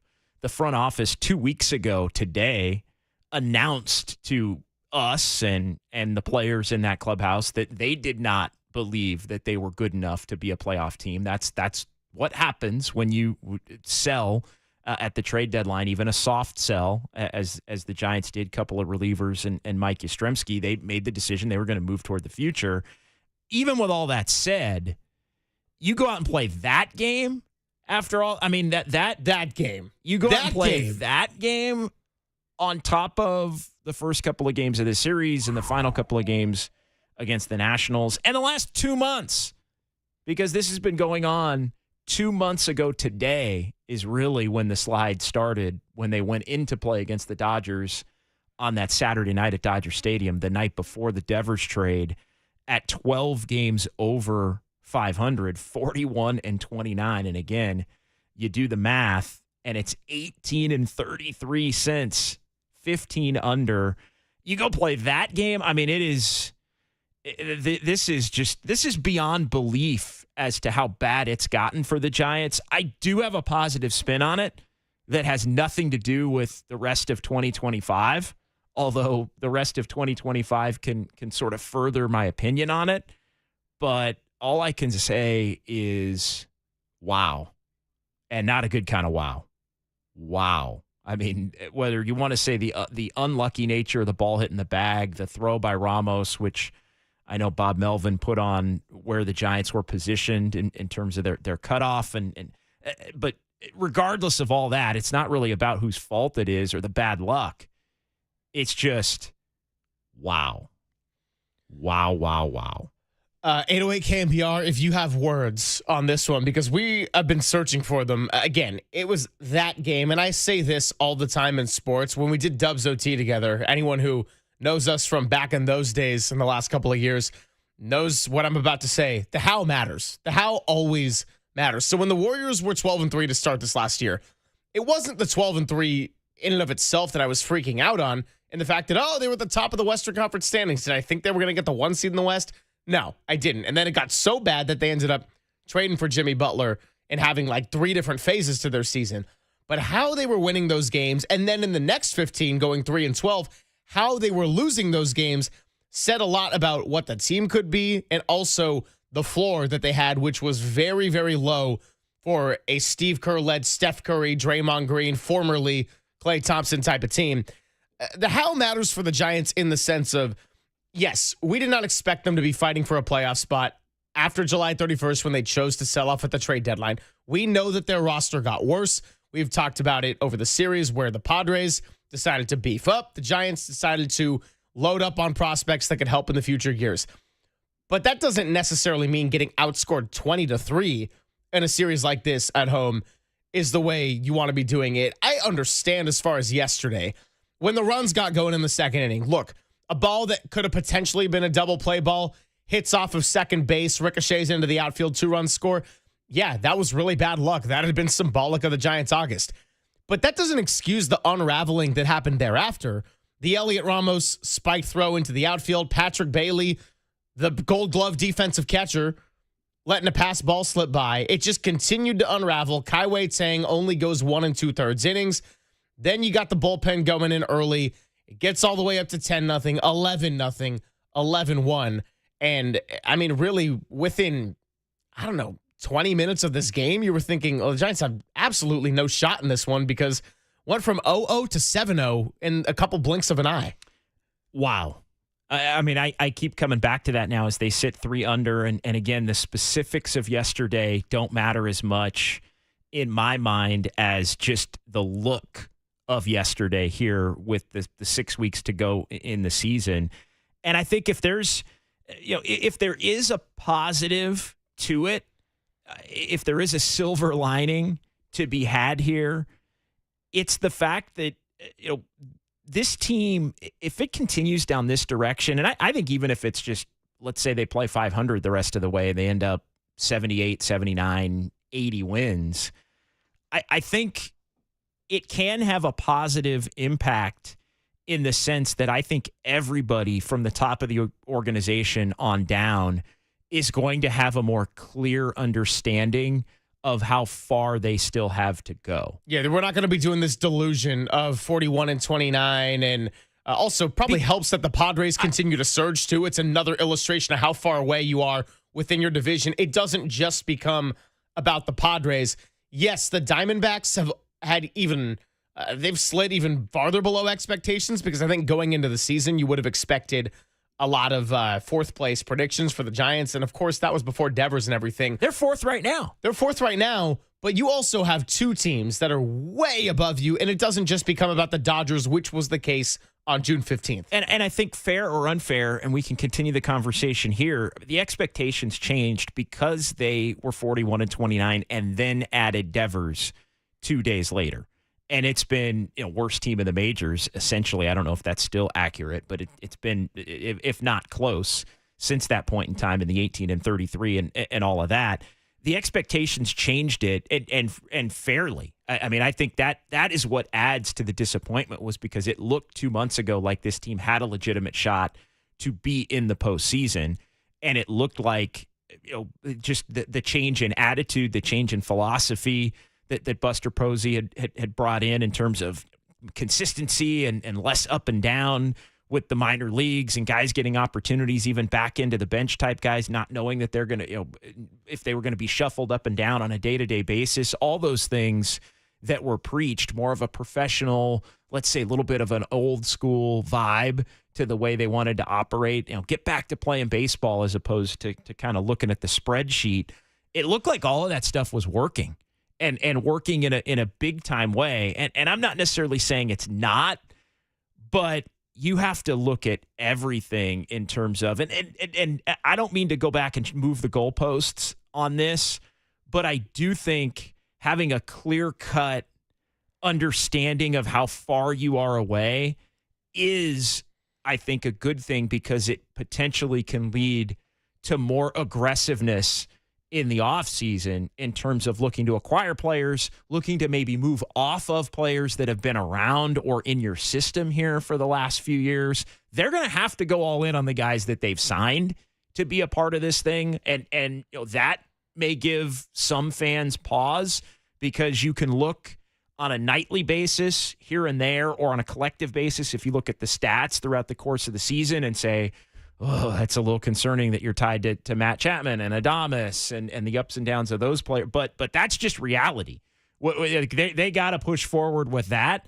But you can change a lot of the other things. And I think when you feel you're closer with what you have to contending, you're more apt to just, a little tweak here and we were unlucky there and you do this and, stick with these guys that we have. No. This thing continues the way that it's been. You have to look to make more wholesale type changes as much as you can for 2026. And I truly believe that is a good thing for Buster Posey going from year one to year two. Yeah, I think that's a fair way to put it because we're not going to be talking ourselves into what the Giants are when in fact they certainly aren't in a lot of areas. Let's rip some Band-Aids off. Let's look at everything. 808 KNBR, come rip the Band-Aids off with us. I see Kevin on the line. We'll get to you coming up in just a bit, Kevin, and continue to take your calls. There's a piece of sound from Bob Melvin that I want to unpack because it relates to the three pillars of what that Giants identity was supposed to be. Pitching, defense, timely hitting. How has that changed since the end of March? It's Pop and Silver with JD on the Sports Leader.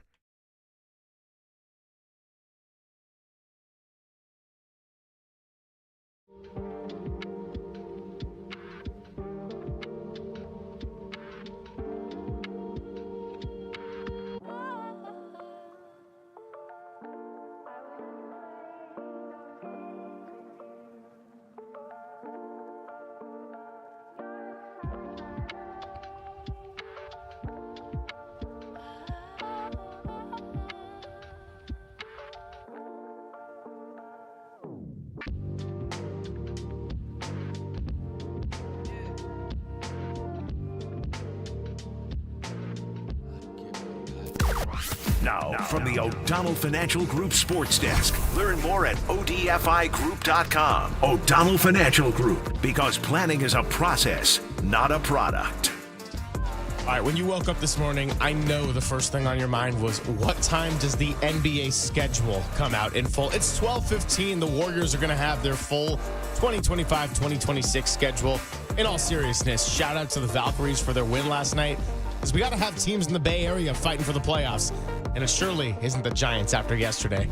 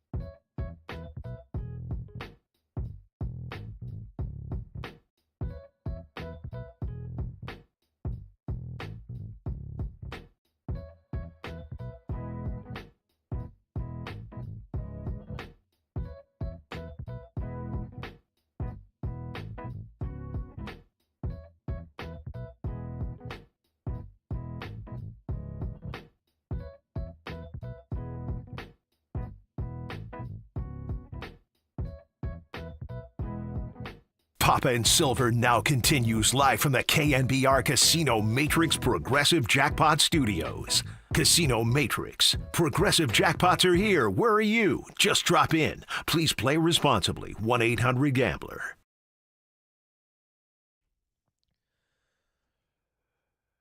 It is Papa and Silver with John Dickinson on a Thursday, trying to unpack this train wreck that is the San Francisco Giants. First of all, let's talk about something good. I did two things yesterday. One was go to the Giants game. The other, as a happy birthday officially now to my father, we saw the Counting Crows at the Greek Theater in Berkeley last night. Got a little round here with some Raining in Baltimore mixed in there. It was one of my favorites of the set. He even played a Taylor Swift song, The One. So Swifties unite. Shout out to New Heights and that podcast out there. But this song, JD, is off of the album called August and Everything After. And August and Everything After for the San Francisco Giants, I don't know what everything after is going to be because we still got 40 games to unpack this one.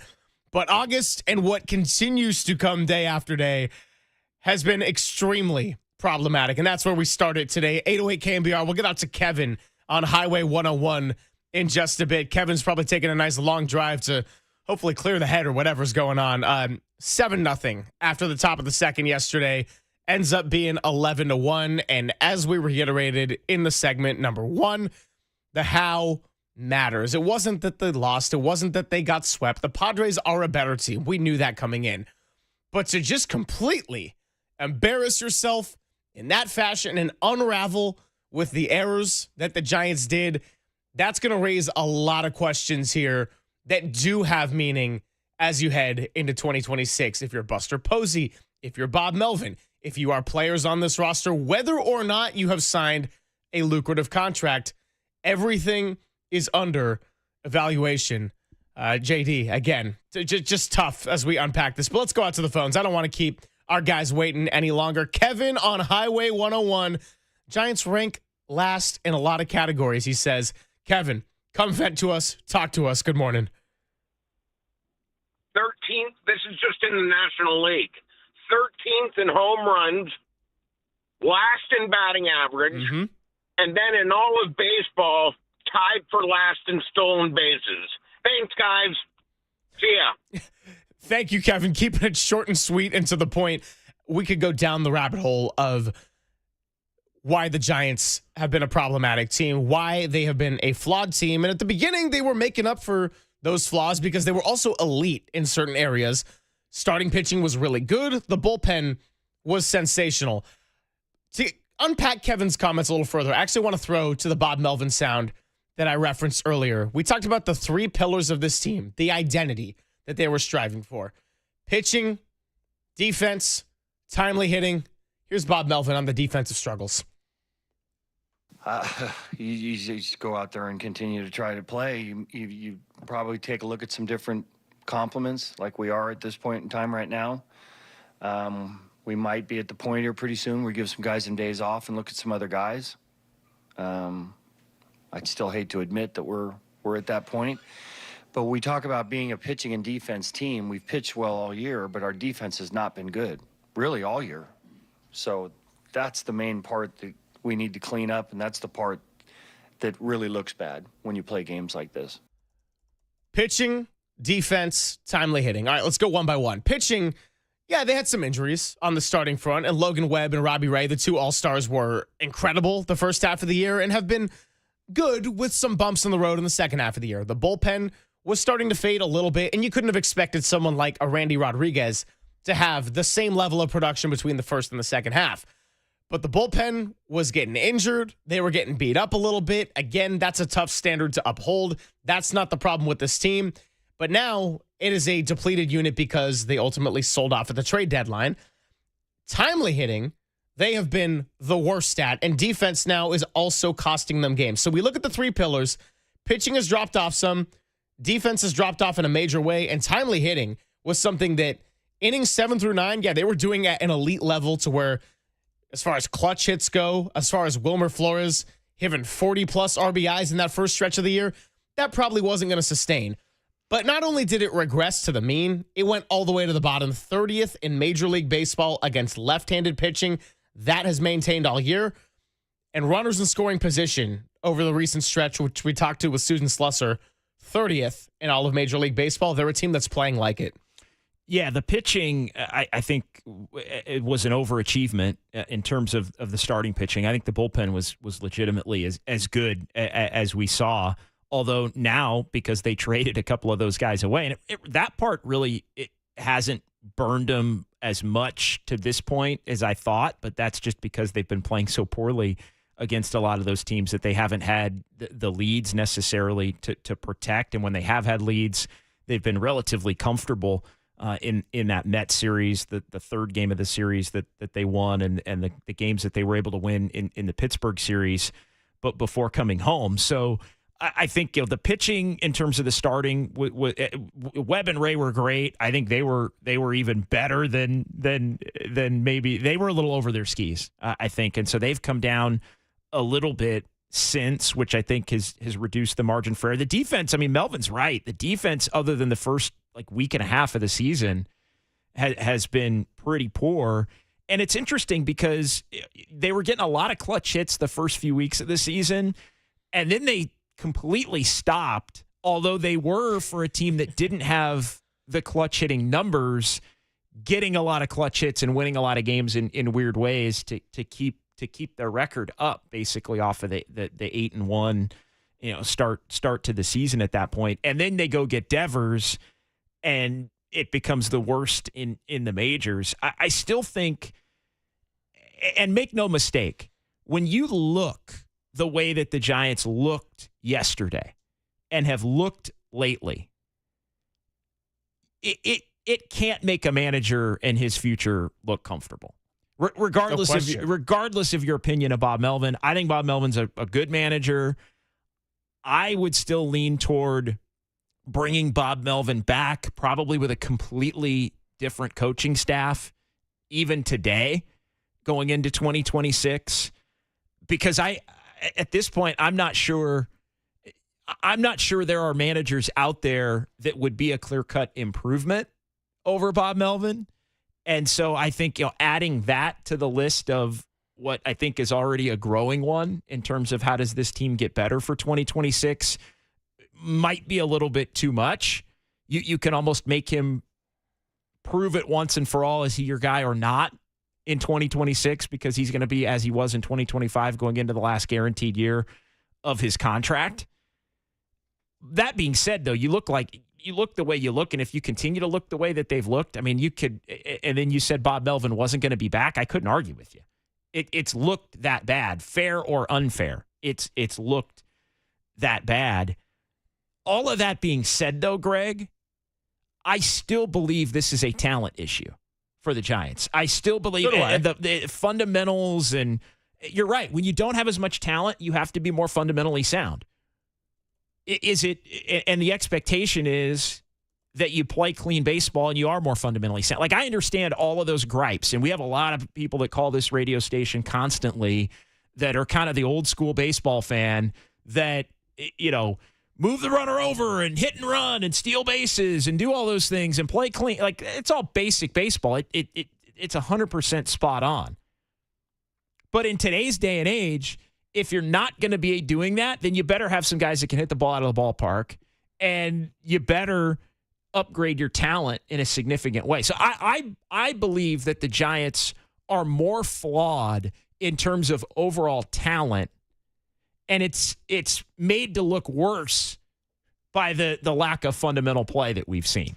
Go get the talent, and then let's see how bad the fundamentals truly are, in a year where maybe Melvin's the manager again.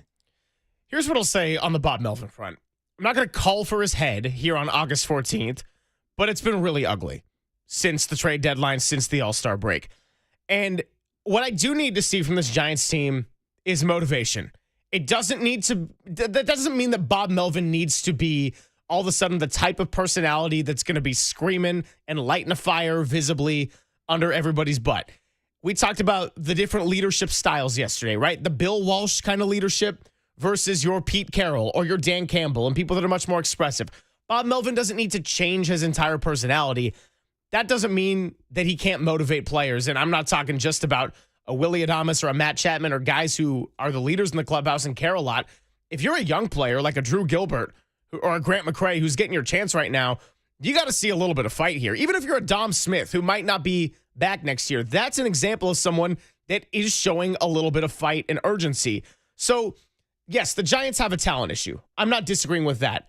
But simply less talent than the San Diego Padres isn't an excuse for having performances like what you saw yesterday, for like spiking balls in left field or letting pass balls go by and it being 7-0 with a young pitcher on the mound who was getting his second career major league start. I'm not expecting them to win that game yesterday, but that was just sheer embarrassment. And again, the how of it matters. So the how for the end of this Giants season does matter for me as far as Bob Melvin.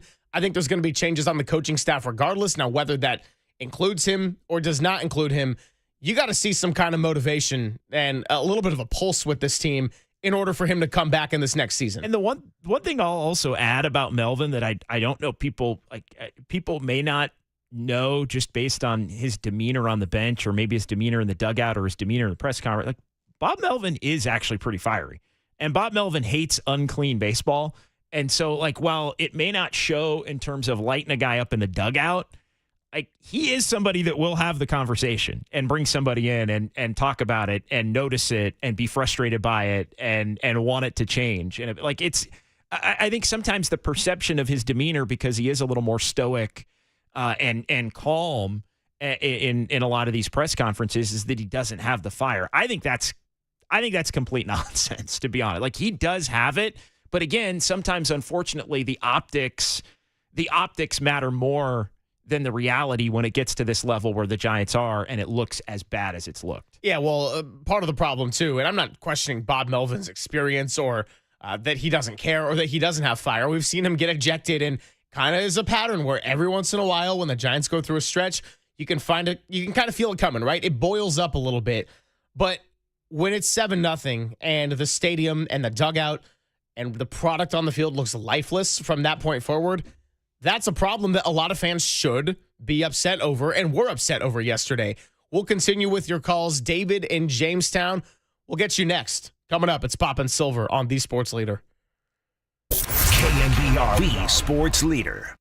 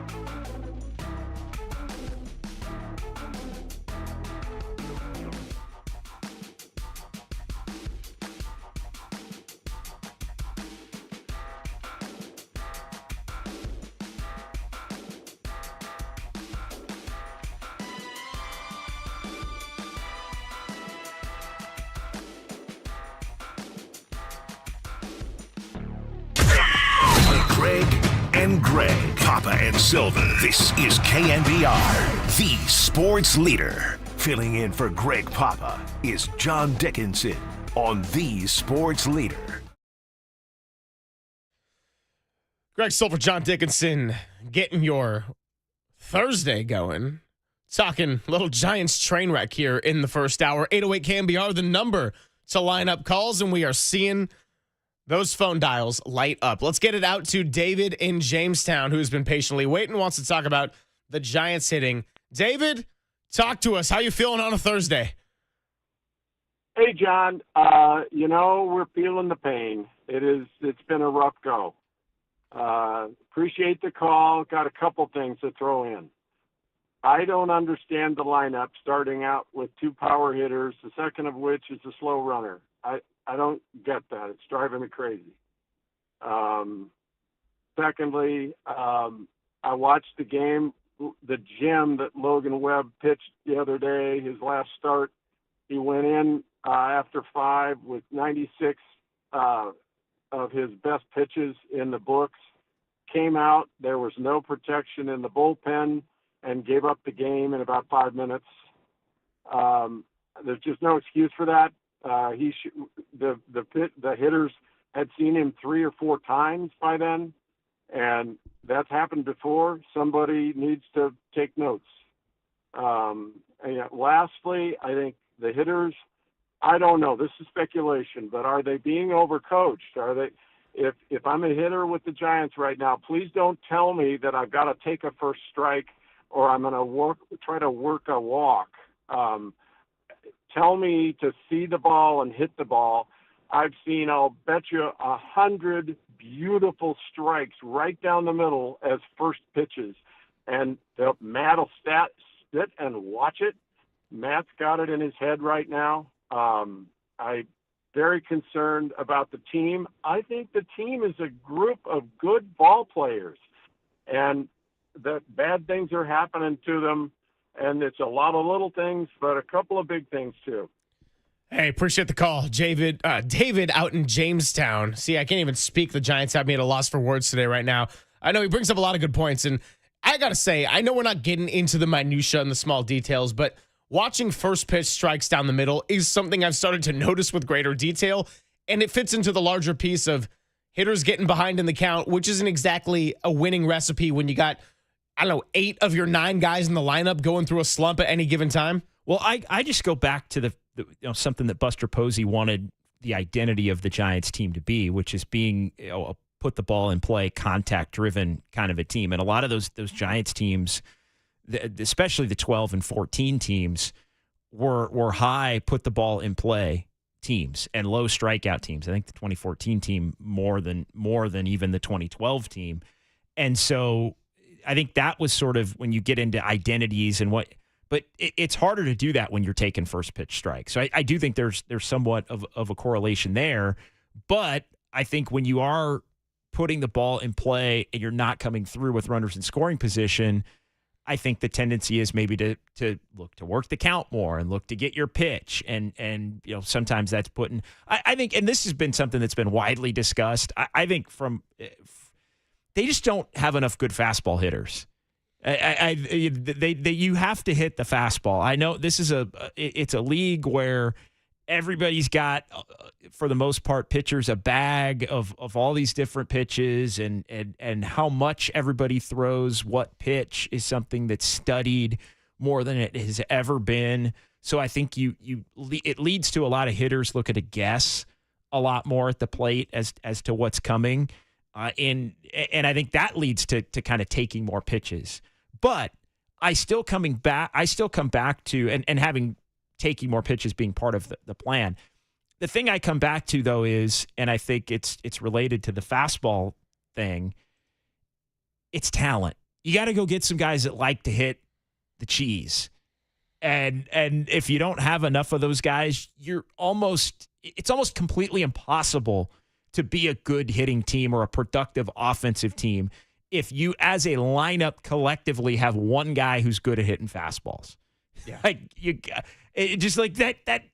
That does not compute, regardless of approach, regardless of plan, regardless of coaching. Like, go get some guys that mash 97 when it's down the middle or it's a little bit up in the zone.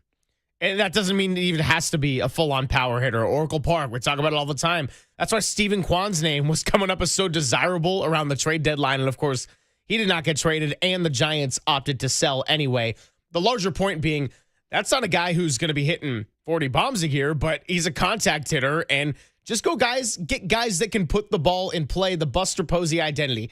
Pitching, defense, timely hitting. Again, the pitching was doing its job, and then you trim down that roster. The defense has gotten atrocious in a lot of ways, and the timely hitting has been something that is lacking in every which way that could matter in any game that seems to be close down the stretch. Not the case when they had all those walk-offs, all those clutch hits. Elliot Ramos, Patrick Bailey, Wilmer Flores go up and down the roster. Everyone was playing their best ball and having their best at-bats at the plate in the months of March, April, May. And then not only did it regress to the mean, it just completely dipped off entirely. The other thing the caller brought up was the game the other night. I guess it was Monday night, where Logan Webb goes out. He pitched really well. It's the decision of, does he come out of the game or not?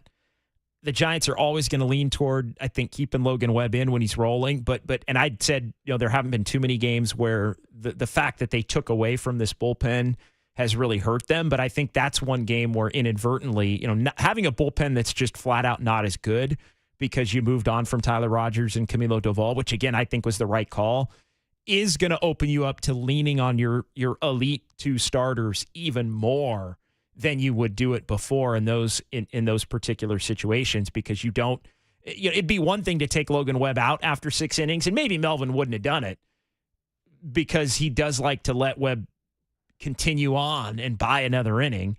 And I think Webb wants to obviously be that guy as the leader of the staff. I would have taken him out after he gave up the double, though. And I know hindsight's 2020, but even in the moment. That is a flaw. That is a legitimate Bob Melvin flaw. If you go back to the A's days even, and if you've watched him manage throughout his career, one Bob Melvin flaw is he tries to get one more inning or one more batter.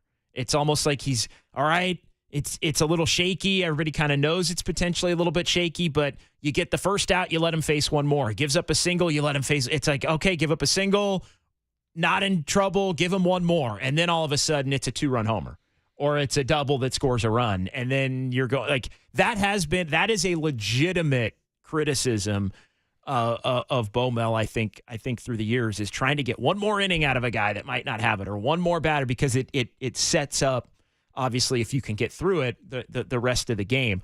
I think Monday night, though, is an example of it's easy to take Logan Webb out if you have Tyler Rogers waiting, or if you know you have Rogers and Rodriguez and Rodriguez as your guy that's going to pitch the next inning because you have Duvall who's going to pitch the next inning. So that to me, but again, this team's just not going to be as good in that way because of the decision that they made at the deadline. 808 KNBR. Let's continue with the phone. Sam in Arizona. Sam, it's Silver. It's JD. How you feeling after yesterday? Well, I got to tell you, the good news is they quit way before I did. I did not, for the first time ever, I did not watch any of the Padres series. Because, like I said, I feel like, and I know that's a strong word to say they quit, they are completely uncompetitive, and they don't seem to care. As I told your call screener, when I care more than they do, that's a problem. I'm never going to get a ring. I don't know why I put myself through it. By the way, I do not blame Posey. He tried. There's either a chemistry problem or an effort problem. And either one of those goes back to Bob Melvin. I wanted them to get Melvin. I would have hired Melvin. I do not know that I would have extended him when they did.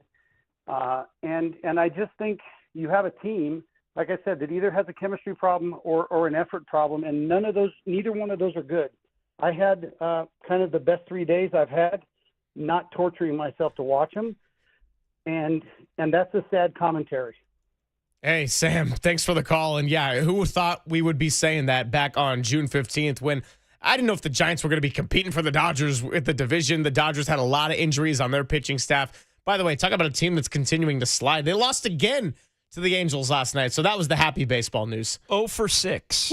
The Dodgers got swept by the Angels twice in 3-game series in the rivalry interleague play freeway series. Chemistry problem, effort problem. You can't say the first two without saying talent problem.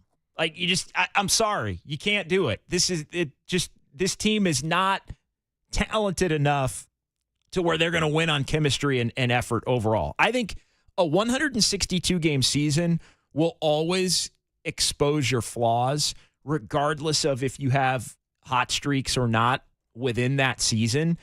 And I think that was always going to be something, even after the Devers trade, that was going to be worth monitoring, was what would the 162 expose about this team? And I think we've seen that the 162 to this point has exposed a lot. To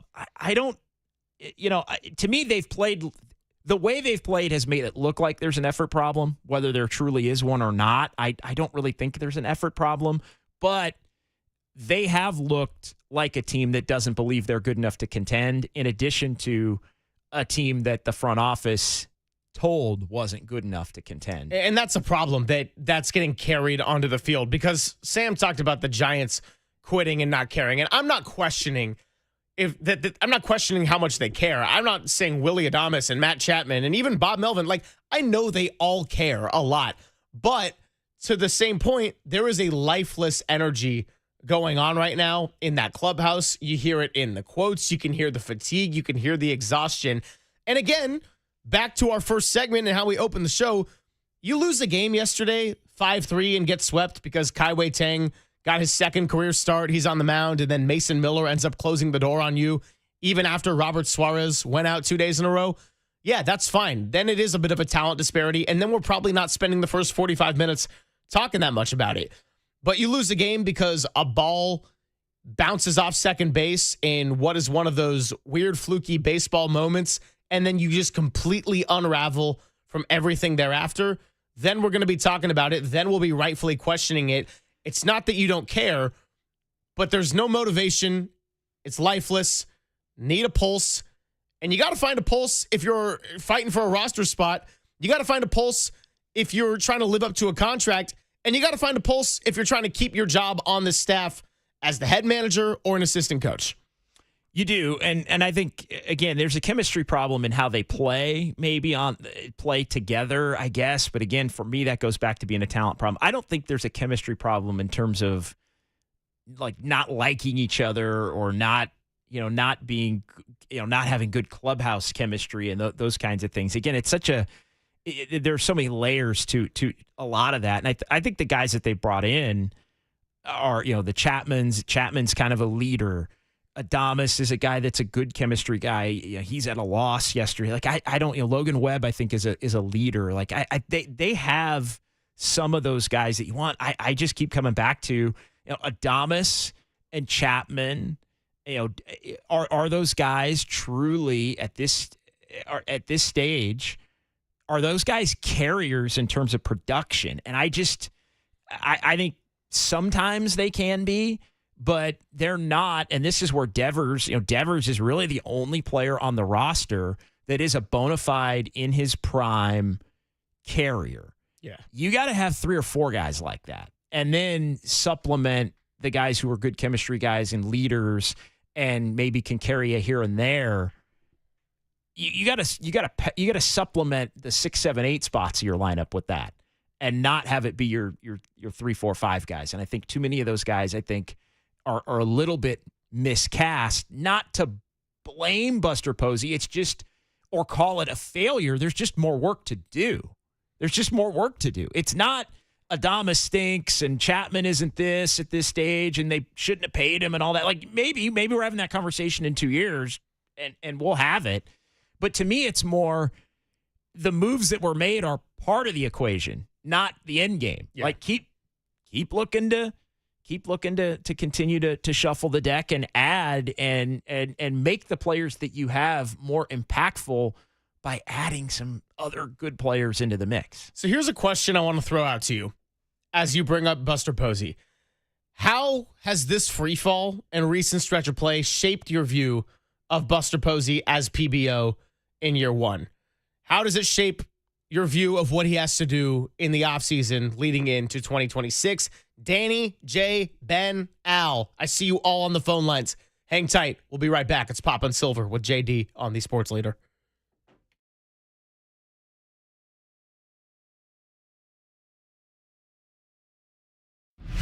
Time for traffic on the Sports Leader.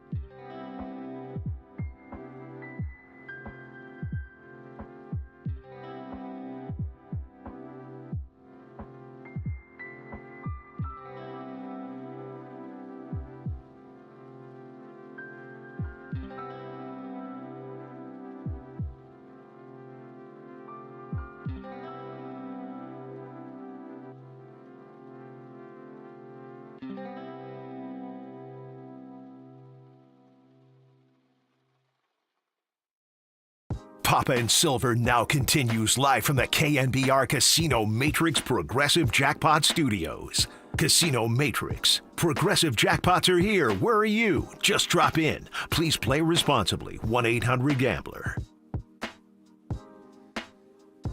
Papa and Silver with John Dickinson rolls on, and we're continuing with our Counting Crows rejoins off the album, August and Everything After. You know, when I was getting Silver Linings playlist going, I think I was actually doing a show with Kerry Crowley. It was the day of the Monday night game against the Detroit Lions. The Niners had already been mathematically eliminated. Ah, yes. December 30th. December 30th. And I opted for, off a different album, A Long December. A Long December, and there's reason to believe maybe this year will be better than the last. It's going to be A Long September coming up in just a bit. We got full phone lines, so without further ado, let's get right back to it. Danny is in Brisbane and wants to talk about Giants managing. Danny, I appreciate your patience on the phone lines. Talk to us. Silver, JD, on a Thursday. What is on your mind, my friend? Hey, thanks, guys. I'm 57 years old. I'm a native San Franciscan. When we first got Bochy, I didn't think Bochy was ever going to win us a World Series. So, you could be wrong. And Melvin, hiring Melvin, I would have hired Melvin too. But right now, I don't think these players are playing for him. And like you said, there's no pulse. There's no nothing. The last three games, too, I pretty much watch the games every day or trying to listen to them while I'm even driving. And it's the last 3 days, I didn't watch TV. I'm not listening to the radio. It's just what I saw the last 2 weeks. They're lifeless. I mean, they're not doing anything. I think the whole coaching staff has got to go. They're not playing for Melvin. So I think, if I was the owner yesterday, I would have fired Melvin yesterday. I would have called Ron Wotus and said, Ron, can you help us out? I mean, can you finish out the season, or, if you do a good job, if you want management, we'll give it to you next year. But you need some new blood. You need something different than what they're doing out there. I hear you on a lot of fronts, Danny, and we're going to keep it moving because we got a lot on the line. So thank you to Danny out in Brisbane. Longtime Giants fan, and like a lot of people, really frustrated with what he has started to see. Here's the one thing I'll say on the Bob Melvin front that I did think about during this last break. And again, it's not a question of not caring. It's not a question of not trying. But when the option was picked up, the Giants were in the middle of a bit of a slide. So everyone thought it was curious timing that Bob Melvin was getting paid for another year when the team still had a lot of question marks and it continued to go downhill. They did still have a good record at that point. They did still have a good record, but it was not the best timing in terms of how they'd been playing as of late within the past couple of weeks. Logan Webb and Matt Chapman publicly stuck up for the move right away. And we know Matt Chapman came here because of Bob Melvin. Their ties of playing together in Oakland. We understand that. Logan Webb also stuck up for him. So if you're going to, put your name on the line for the manager and talk about how happy you were with the move, you would think that alone, with everybody fighting for their jobs, but also an understanding that, picking up your option doesn't guarantee that you're the manager here in 2026. If these players, and particularly two leaders like Logan Webb and Matt Chapman, if they have such an affinity for Bob Melvin, you would think that is another reason to have maybe more of a team-wide urgency than we've seen out on the field. Again, not questioning whether or not they care or whether or not they really meant what they said. It just glues into the larger puzzle about we have seen a bit of a lifeless product out there, and you would think that if they really are attached to their manager in that way, because we see it in sports all the time, you're going to fight till the death of this one.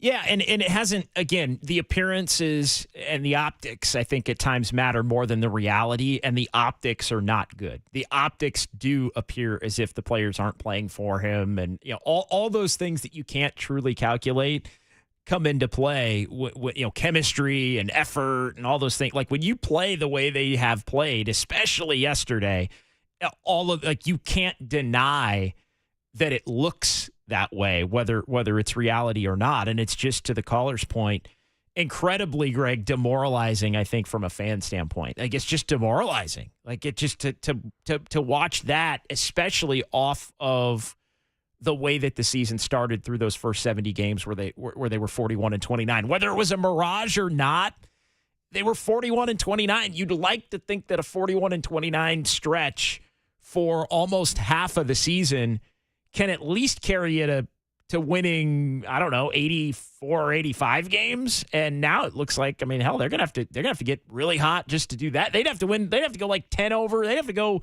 25-15 just to get to like 84. When we did our Giants roundtable leading up to the season, it was the day before out at the Presidio. Had a great time. Appreciate everyone that came out. And we got a 49ers roundtable coming up as well. Listen to our commercial breaks for that promo that's going to be playing. It's coming up. We've announced it, right? We've announced it. It's going to be the day of the opener. It's 3 weeks from today. 3 weeks from today. There you go. So Thursday. I'm losing track of it all. That's why I know I've heard the promos, but it's 3 weeks from today, which 3 weeks from today, by the way, is the NFL kickoff with the Cowboys and the Eagles on Thursday Night Football. 3 weeks. We're 3 weeks away from real football, actual games. Yeah, so come out and check us out in Oakland for that roundtable. But the reason I bring up the the Giants roundtable is we all did our record predictions. And I had the lowest out of all the hosts. I went 83. You got a lot of heat for that. And at the beginning, I'm thinking, oh, man, I would be happy to be wrong, and I think I'm going to be wrong. Basketball guy. Might be talking 86, 87. What do you know? And then they acquired Devers, and I thought, okay, well, that changes a lot of things. And now I'm wondering, is it going to be lower than the lowest of our host predictions, which Stick to football, was 83? Silver. It might be turning out to stick to football, and then keep this cycle going for the calendar. Talk to me in January. Stick to basketball. I don't need predictions from a music guy. Counting Crows, guys. Stick to Counting Crows. August and everything after. So let's keep it here on the phones. Jay in Rancho Cucamonga wants to talk about Bo Mel's hire. What's up, Jay? How are you? Hey, guys. How are you? Yeah, we're having a good time, making the most of what was a train wreck. Yeah. We're making the best of it. Yes. Okay. So first of all, I live down here in Southern California, a transplant, and I'm a huge fan of, the app. I get to listen to you guys. I work from home, but it really sucks right now. And the thing is like, I'm trying to look from a high level perspective. I'm one of the people that actually liked Farhan, and I do agree Buster Posey was the right move. But some of the things that they were doing, I think they've gotten so much away from it. Maybe that's hurting a little bit of the team. I don't know what the issue is, but what I do know right now is that things are not going well.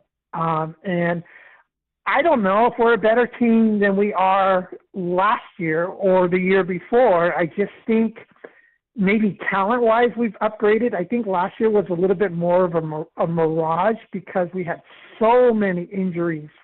And then this year, it's just, I don't know what's clicking. And I think the Bob Melvin hire was more of, he was the only one available that they could hire at the time because, of Gabe Kapler. And I just think, I don't know if that's the right move. I'm not calling for his firing. I just know something's not working. And what really sucks is we're going to see the Giants and Dodgers games. And I'm going with my cousins down here. They're all Dodgers fans. I'm going to be the only Giant fan in the group. Girlfriend's Dodger fan.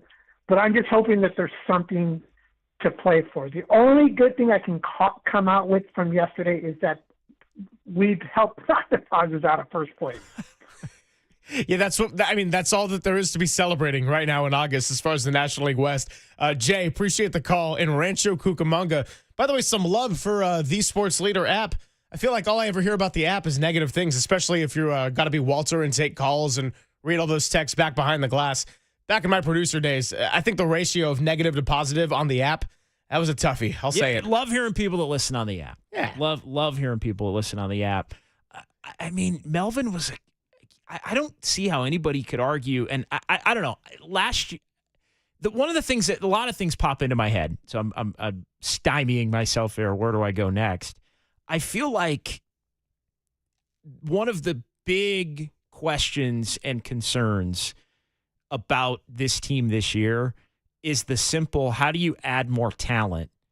And the Giants are, I don't think it's even debatable that the Giants are more talented this year compared to last year, especially when you end up adding Devers in the middle of June.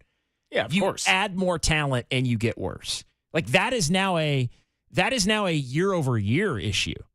Like, because the team they had last year, the team they had 2 years ago was not more talented. Like it was not. Even the team they had 3 years ago, not more talented. And when you relate it back to Melvin, Melvin was that was a very logical hire of a veteran manager with a track record of winning and a track record of blending analytics with old school baseball. Like his time with the A's, he was constantly spreadsheet says this and you're going to kind of have to do this, but you can take liberties and go with your feel and maybe the old school values here. Like he's that's his greatest skill and a great communicator. And I think I don't go back and revise and say Melvin was a bad hire. And I'm just gonna say it. I would stick with Melvin in 2026. I know it doesn't look great right now. Like I'm gonna. And again, if they keep playing the way they've played to this point between now and the end of the year, it's going to be a very difficult decision to keep him just based on the optics. But I would keep him. And the other thing I've said, because we've had a lot of, and I even said it, whole coaching staff must go and all that stuff. JP Martinez can stay. JP Martinez, the pitching coach, like that. Friend of the program. Had him on a couple of weeks ago. Love JP. Yeah, JP Martinez. So it's not literally the entire coaching staff. I think sometimes we get into that, and it's like JP Martinez has done a nice job. And yes, they're going to have to rebuild the bullpen and all of that. But I would not think he would be among those who would be looking for something new here moving forward. 209, the Golden State Lumber and Showroom text line. Maybe Bob should be replaced with ChatGPT. I'm not ready to say I would keep Bob Melvin in 2026. I'm not saying that I would 100% get rid of him and overhaul. Now, there's going to be changes to the staff regardless, but I got to see what's left in the tank for the rest of the season because yesterday was tough. Like, yesterday was a full-on train wreck of embarrassment. It wasn't a 6-3 loss against a better team that is trying to win the National League West. It wasn't a 5-4 loss in which extra innings happens and the placed runner burns the Giants again. It was 7-0 after an inning and a half, and you had a Logan Webb and Robbie Ray on the mound the previous two nights where it just didn't go well at all. So I got to see a little bit of life. I got to see something before I'm saying I'm bringing Bob Melvin back in 2026. I think that's where I'm standing after just watching this last series and 13 of the last 14 home games. I come back to this, short and sweet. I think you could do a lot worse than Bob Melvin, and I think we saw in 22, 23 how even after as much success as the Giants had in 2021, I think we've seen how many managers there are out there that would be in a worse spot in terms of guys believing in them and communication and a lot of the logistical things that go on, behind the scenes. Like, we can quibble over record and Kapler wasn't really managing the team. It was kind of Farhan with the, and all the decisions and those kinds of things. And it worked fine when they were winning at a really high level. Like, I've spent plenty of time shading Gabe. Like, I don't want to do that here. The only thing I'll say, but I'll let you finish. You gotta, you could do a lot worse. You could do a lot worse. And I know people are, was Kapler really worse? Yeah, he was. He was worse. Aside from the 1 year, he was. Yeah, and no, what I was going to say is this is not a statement of bring back Kapler and Farhan, so everybody calm down before I get it out. The only thing worth noting, I would say, is that Kapler and Farhan, if we're talking about 2022, 2023, they did more with less than what this roster is. That's fair. That's all I'm saying. Again, not saying they should have kept their job. Not saying that's a fact. Yeah. Like what? Like that? Like I mean, that's I don't like that. Like, there's something that has to be examined there, investigated there beneath the surface. Because I think part of it is the Giants did, and it looked like it was working when they were 41-29. Yes. I do think they overcorrected maybe a little bit. And look, they've got analytics guys. Like, the Giants are full of Manasian's an analytics guy. Like, it's not like they've gone full, like, old school. And the Giants were way more analytically driven than I think they got credit for in the Sabian, Bobby Evans era also. Like, Bochy would get all that stuff. Like, everybody's like, Bochy just got the numbers and iPad and just ripped it up and tossed it in the trash and went with his gut. That's not the way it was. There's a healthy balance. There's a healthy balance. And look, Melvin is somebody throughout the course of his career who's been proven to be able to balance it. Because Melvin is an old school guy, but you can't work for the A's for over a decade with all the nonsense going on in their front office analytically. A lot of it, by the way, works to produce hitters and find hitters, by the way. Something the Giants have not been able to do. But he had to manage a lot of things that maybe he didn't totally believe it. Like, there was, I think, a good, healthy pull in different directions on, hey, the numbers say this, so I should stick with that. My gut says this, or my eyes are telling me, or the nature of where the team is in a long season says I should do this. Like, you want to have that balance. I think Melvin is actually really good and has the track record of being able to balance that if he has the right talent. So I think the right coaching staff. So I would not. I'm just gonna say it straight up again. I'll stand on it. People can hate me for it. I would keep Bob Melvin in 2026. Improve the talent. Okay, I like it. Good take from JD. I'm gonna stick in the camp of I'm not ready to go there yet. I got to see what's left of the rest of the season. Ben, Al, Gary, Dino, continuing with your calls next. It's Pop and Silver with JD on the Sports Leader.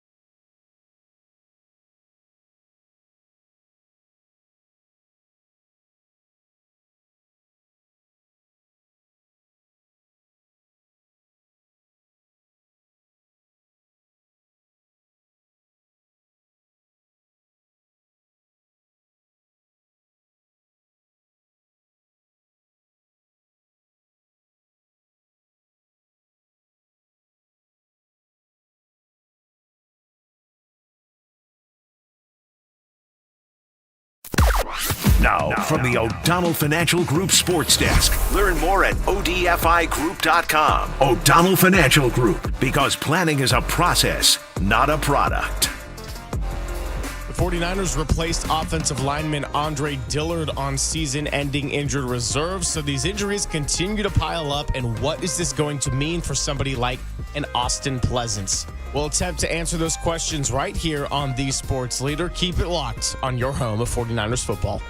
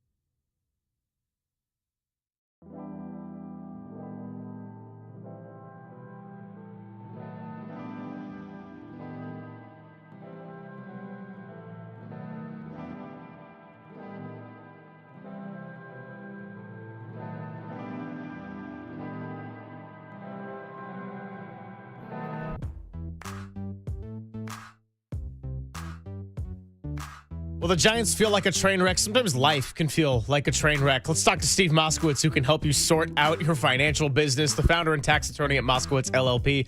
Steve, what do you do if you can't pay your taxes? A tough question for the folks to answer.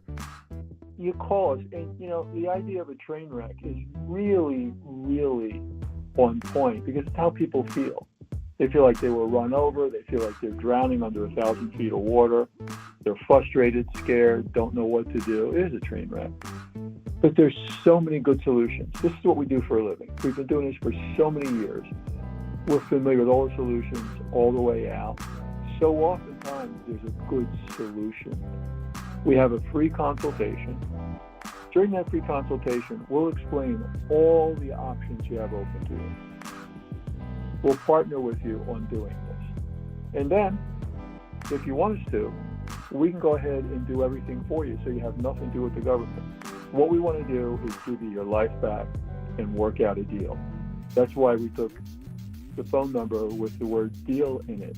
The bottom line is, give us a call and let us see what deal we have available for you. The only thing you have to do is pick up that phone and say, hey, Steve, take care of me. That's literally all you have to do. Pick up the phone, say, hey, Steve, take care of me, and dial 1-888-TAX-DEAL, 1-888-TAX-DEAL, or you can go to MoskowitzLLP.com.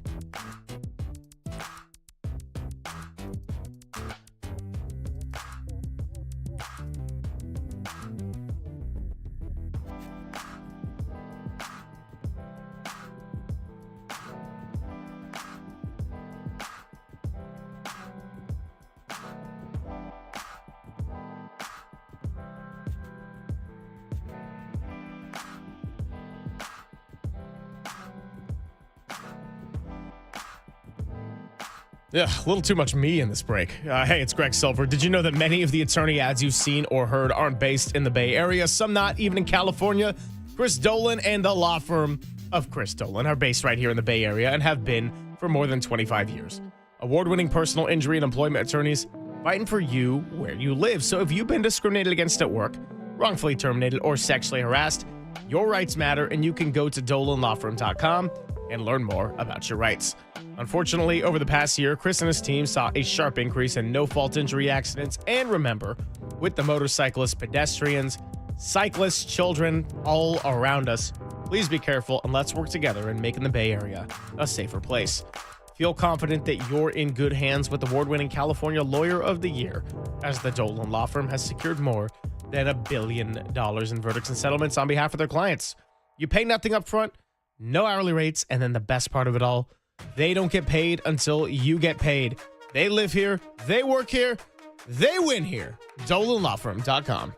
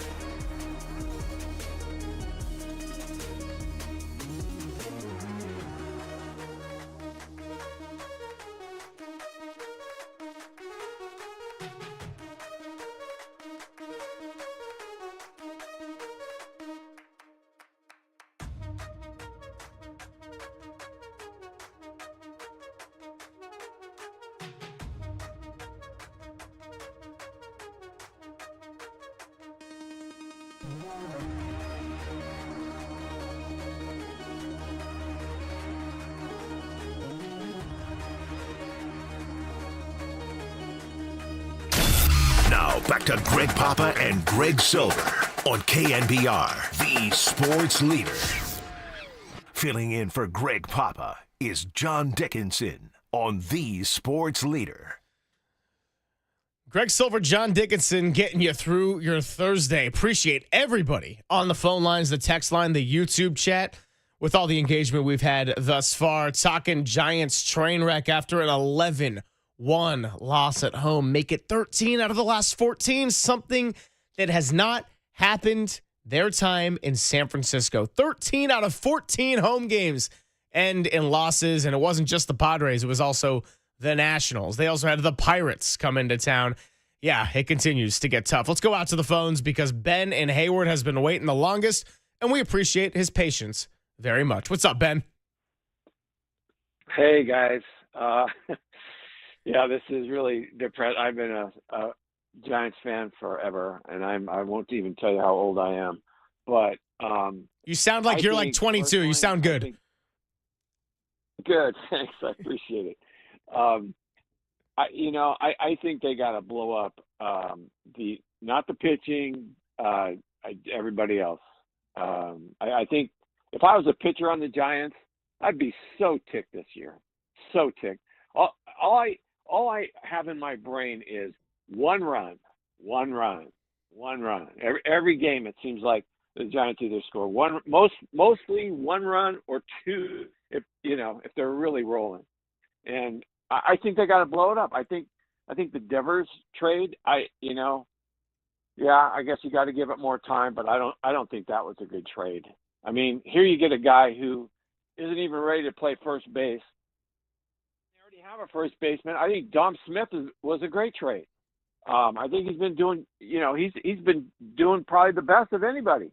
And you get a guy who doesn't even play first base yet, and maybe doesn't even want to, and I just bad trade. But anyway, I think ultimately the big guns that they have, I don't have faith in any of them, and I think they just got to blow it up. It's an understandable sentiment, Ben. We appreciate the call. We'll keep it moving because we got a lot of people waiting. Ben out in Hayward, 808 KNBR, if you want to join the discussion, both with the Golden State Lumber and Showroom text line and on the phone lines. We'll say it again because we're kind of running circles on a lot of thoughts, but the Dom Smith example I always come back to. Look, Dom Smith playing well is great, but when he is your poster child for your offense, that continues to become a problem. Obviously, the Devers trade, got to see the returns on it as it continues to last, but, Adames, Chapman, Devers, these are guys you've committed to long-term. If we're talking about other pieces you would think could be everydayers in this lineup, Elliot Ramos, Patrick Bailey, yeah, it's all on the table right now as a question mark. Even Jung-Hoo Lee, who signed for big money, this is his first full season.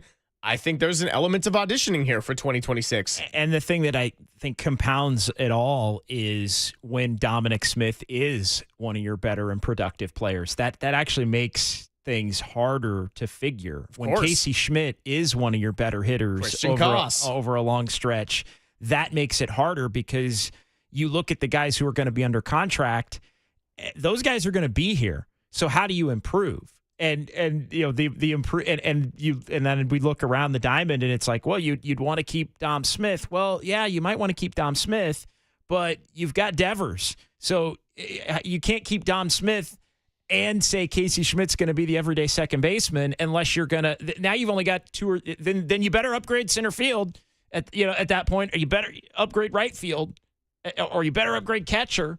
Like if you're gonna say Dom Smith's in the 2026 plans and Casey Schmidt's in the 2026 plans as an everyday second baseman, like that's fine, but you're also limiting the areas in which you can improve because those guys are on your team right now, and you're not good. Yeah, no question. The rest of the guys are on your team right now, and you're not good. And they haven't been able to get consistent enough play from the heart of their lineup. When they've had little flashes, it's been guys at the bottom of their lineup, and then the bottom of the lineup as a whole. You've had some gaping holes.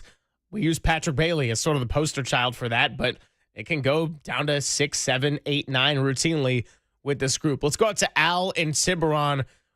Always thought the Giants were a 500 team. Curious to hear how that shapes his view of how it's been and going into next year. What's up, Al? Hey, guys. A couple things. One, first, before the Giants take, I just want to shout out Greg Papa. Hell yeah. And, I was lucky enough, really, about 2-3 months ago. He just came over. He just walked into Sam's after, I was after work one day. Look over, and there's Papa, and I was like, wow, that's cool. And I actually had the opportunity to hang out with him for like a good hour, man. It was killer. So, just kind of a gut punch, and shout out to Greg. We love you, buddy. And, and then as far as the Giants go, I thought, I almost called in to say I didn't want to burst everyone's bubble early on with all that, rallying like this is going to be, a title contender. I thought, wow, maybe I'm totally wrong, so I'm not going to spoil anyone's, good time here. But I didn't think they were better than 500, quite honestly, when the season started. And I think the expectation for Buster Posey to be better than 500 is too big of an expectation. It's an average team. I mean, let's just be real, and if I could, get rid of Chapman and Adames and those contracts, I would do it right now, but nobody will take them. We're stuck with these guys. Bottom line is Devers is our best player. It's really not even close. Yeah. And Webb. I mean, we got Webb and we got Devers. And okay, Robbie Ray as long as possible, but I mean, let's nobody else is really that good. I mean, they're just not, and so is it Melvin's fault? I don't know. My problem with Melvin was that it was too safe of a hire. It was kind of like, oh, let's play it as safe as we can. That's Bob Melvin for you, right? I mean, okay, sure, he's average. He's an average guy. He's had ups and downs in his career. He's basically a 500 guy. So that's who we've got. We got a 500, play it safe coach. We got a rookie GM. We got a team that's just not that talented, other than Devers and Webb. And that's why we're 500. I mean, is this some sort of surprise to anyone else? That's pretty much my take. My instant answer to the question, that's a good take, Al. Al and Tiburon, we appreciate the call. I think that regressing to 500 and now 3 games below, that in and of itself isn't stunning in the context of the Devers trade and how quickly it happened is a surprise to me. When they were 41-29 and then 2 days later traded for Devers on June 15th and they're a game back of the Dodgers fighting for that NL West, I thought they could end up in the 500 realm. I was hoping that wasn't the case, but I at least thought we'd be talking about a team that had a shot at the playoffs all the way through September. Yeah, I mean, you hope that at 12 over 70 games in, at that point, even if you're 6 under for the remainder of the season, you're still an 84-win team. Right. And if you're an 84-win team, then that means you're playing until the final week of the season, maybe even the final series of the season before you're mathematically eliminated. And you're more talented on paper than you were the year before. And you have a slight improvement, even if it's a 4 or 5 game improvement over where you were. Like it just sets up the trajectory exactly the way you would want it for Buster Posey and Zach Manassian in his first year. So I think that part is the disappointing part. I don't disagree, though. I mean, I thought this team was going to be around a 500 team. I do think more talented on paper. Then you add Devers. So I think it's twofold. It's if this team ends up under 500, that's a disappointment. Number one. If this team ends up under 500 from 12 over on July 13th, 14th, I mean, that makes it even worse. Like that, just in terms of how you feel about it. Do you have to remove yourself from that to be able to kind of make a clear assessment as to what needs to be done to fix it? Maybe, but I think you're right. If you don't look at it as, wow, they were hot and now they've been ice cold and they end up somewhat in the middle. Let's say they play slightly over the rest of the way. They end up with 81. That I think would be within the realm of what you would expect them to be overall before the year, if you throw out how they got there at that point. But I don't know, man. You had Devers even at the beginning of the year from what you thought you had. I still think you're hoping. I still think you're kind of projecting mid-80s if you're in that front office, and it doesn't look like they're going to get there at this point. Yeah, I'll say it again. When you were on an 89-win pace, I wasn't necessarily expecting an 89-win team, but I at least thought we could be talking about an 84, 85-win team that, depending on how the rest of it shook out across the National League, which was really competitive in that first half, we'd be talking about a team that had a shot to be getting into the postseason. And as we know very well in San Francisco, all you got to do is get in, and if you're hot at the right time, and if everything's clicking at the right time, and if you're leading the way with pitching and defense and timely hitting, the three pillars of a Buster Posey type of team, then you had a shot to make some magic happen. And now they're just so far out of it, probably 6 weeks before I thought we'd even be having this conversation. Let's sneak in one more. Gary in Daly City's been waiting a while, so I want to get to him. Gary, we appreciate your patience. What's going on? You guys a long time ago. Been a fan since '65 of the Giants. Go see the Valkyries, number one. It's more fun. But anyway, two, let's get back to the point. I was saying before this, when they signed Adames, Ramos, that my buddy was a scout with, a long time, 85. He said, remember I told you guys, he can't hit a curveball. That's the first thing he told me. I go, what about this guy? He goes, he can't feel ground balls coming in. He can't hit a curveball. And there's no way you tie yourself to that contract like Devers. And two, Posey needed to have an adult in the room. He brought all his old people back, all the old crony system. I mean, Jerry West was with the Warriors, or Klay Thompson would have been gone. He took Bob Myers under his wing. We had John McVay to go between Walsh and DeBartolo. You had Ned Colletti between Sabian and the ownership. You didn't have an adult, somebody to check Buster Posey, because he's an apprentice. He's just learning. So what was the hurry? Until we bring somebody from the outside to do an autopsy on his team and his organization, which ranks 28th in farm system, he's not going anywhere. He brought all the old people. He's got a whole giant hall of guys in the front office that have no experience in what they're doing. You can say Bobby Evans, but he's a retread. Bring somebody in that knew what they were doing, that can say, Buster, what are you doing? What's the hurry? The only guys are Judge and Ohtani you give those type of contracts to, and that's still a risk, but they're a return on investment. You don't do this. You see what you got first, and you build from there. You take your time. And Melvin wasn't the only choice. There was a guy, even though he went to Cleveland, didn't manage, with Stephen Voigt. That was the two choices at the time for Farhan. And one for Cleveland's a better team. But the other thing is, like I said, there's no adult in the room to check Posey, to teach him the ropes like all of us have in our lives, no matter who it is.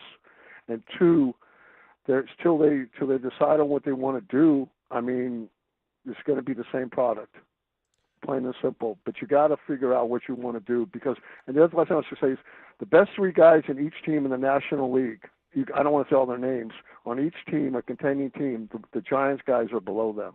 That's kind of key to the whole thing too. All their three, and they don't steal bases. So there's really not a style they play. Hey, you're 100% right on that last part, Gary. Gary in Daly City, thanks for the call. There's no question. Look at the top three on San Diego, or the Mets, or the Phillies, or the Dodgers. Keep going, right?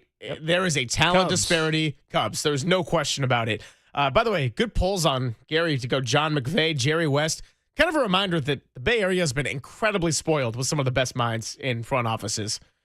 So, I don't hate that idea of seeing if Buster Posey does bring in somebody from the outside. And I think that Buster can do very well in this job. The communication factor has been a strength on display.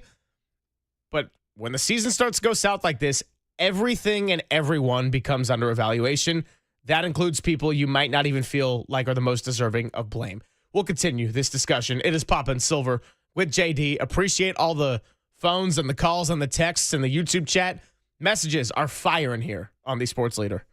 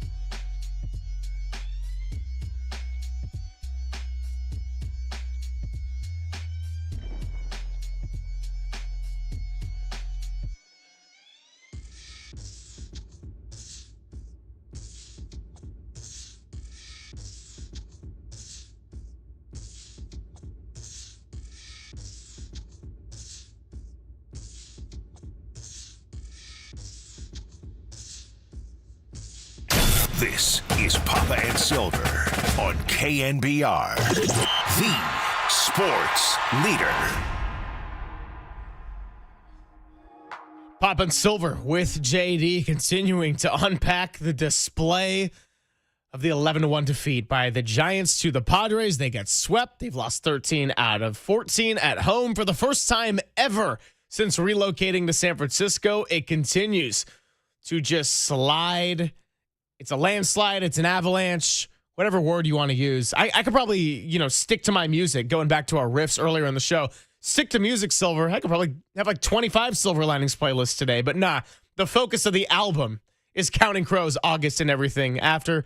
Happy birthday, Dad. It was great to go watch the Counting Crows with you in Berkeley last night. They were fantastic. I'd seen them once before at that venue. I think they were even better this time. So if anyone ever has the chance to go do it, highly recommend. Was a really fun night and a lot more fun than how I spent my Wednesday afternoon down at Oracle Park. I love the show. Loved Oracle Park. Love 58 Social. Great to see Barbara, Mary, and Jane. We took a big picture with them. Sent it to our guy, Papa, and it was all downhill from there. And yeah, that was the peak. Pretty much, who would have thought that me saying bye to Walter, my day would get worse? Usually that's when I, start to get a little bit of freedom and personal space. All right. That's how you know it's tough. I riff. No, man. Walter's been in Niners hats for like 3 weeks now. I love it so much. But let's get back onto the phones. It is interesting to kind of pull people behind the curtain a little bit. And I think it's an indicator of, where we are on the calendar and where we are with this Giants season and the frustration. Like you come in today and I come in around 9 o'clock and, you're working on things and Walter's working on things. But it's basically everybody, it's Carey and Marcus and Loader and everybody's in the bullpen. And they're basically just talking about how out they are in the Giants to that point. And it's, and all right, well, that's an indicator. The ultimate perspective check and perspective shock for me yesterday. I mean, if they're out, in between the end of our show and when we got to our conversation with Dave Fleming and Diamond Notes for Giants pregame, I'm chatting with one of the listeners who's out there on the patio. I'm sure somewhere Murph's only 5.5 out. And he said, I'm kidding. He said, I love you, Murph. Yeah, we always love Murph. And one of the listeners said, man, I do not envy your guys' job. And I kind of laughed and said, hey, look, at the end of the day, we're talking sports. Life could be worse. And he goes, oh, yeah, I'm a clinical psychologist. And I said, dude, so is my mom. That's why growing up and talking about sports and getting to do this now, it was always a great perspective of, yeah, my mom's dealing with a lot more high-intensity work, really trying to help people, trying to save people's lives. And we had somebody with the same profession telling me, hey, I don't envy your job because of how bad it's been this week. No doubt. No question. 808 KNBR, 415-808-5627. Let's keep it rolling here. Golden State Lumber and Showroom text line open, YouTube chat. Vent. It feels like vent, and in parentheses, one last time. Last time before they go to the bottom of the topic pyramid. Let's take it down 101 South, 280 South. Peter in San Jose wants to talk Giants and Posey philosophy. What's up, Peter? We appreciate your patience. Hey, so I got to vent. We all have to vent. It's healthy. And I have a few things to talk about. And I want to start first with, we were all wrong to have the expectations be so high off the back of an unsustainable Wilmer Flores run. I think that is really where you see a great first 70 games. Wilmer Flores is hitting well. All of a sudden, he's not knocking in a run a game. The offense really starts to suffer. Another, I think, big thing that doesn't go talked about is just, I'm not opposed to the Devers trade. I think long term it's going to be fine, but within the context of this season, you lost so much of your depth from what made you good in the first place. As much as Hicks and Harrison have their question marks, they're certainly better than Kaiwei Tang and some of the other guys that we've run out over the last month as Birdsong and Roop haven't been available. You traded away from your strength and now you're mediocre at two things rather than being the best at one thing and slightly below average at the other. which at the time their offense wasn't so horrible when they traded for Devers. So we gave up a lot of what made us good.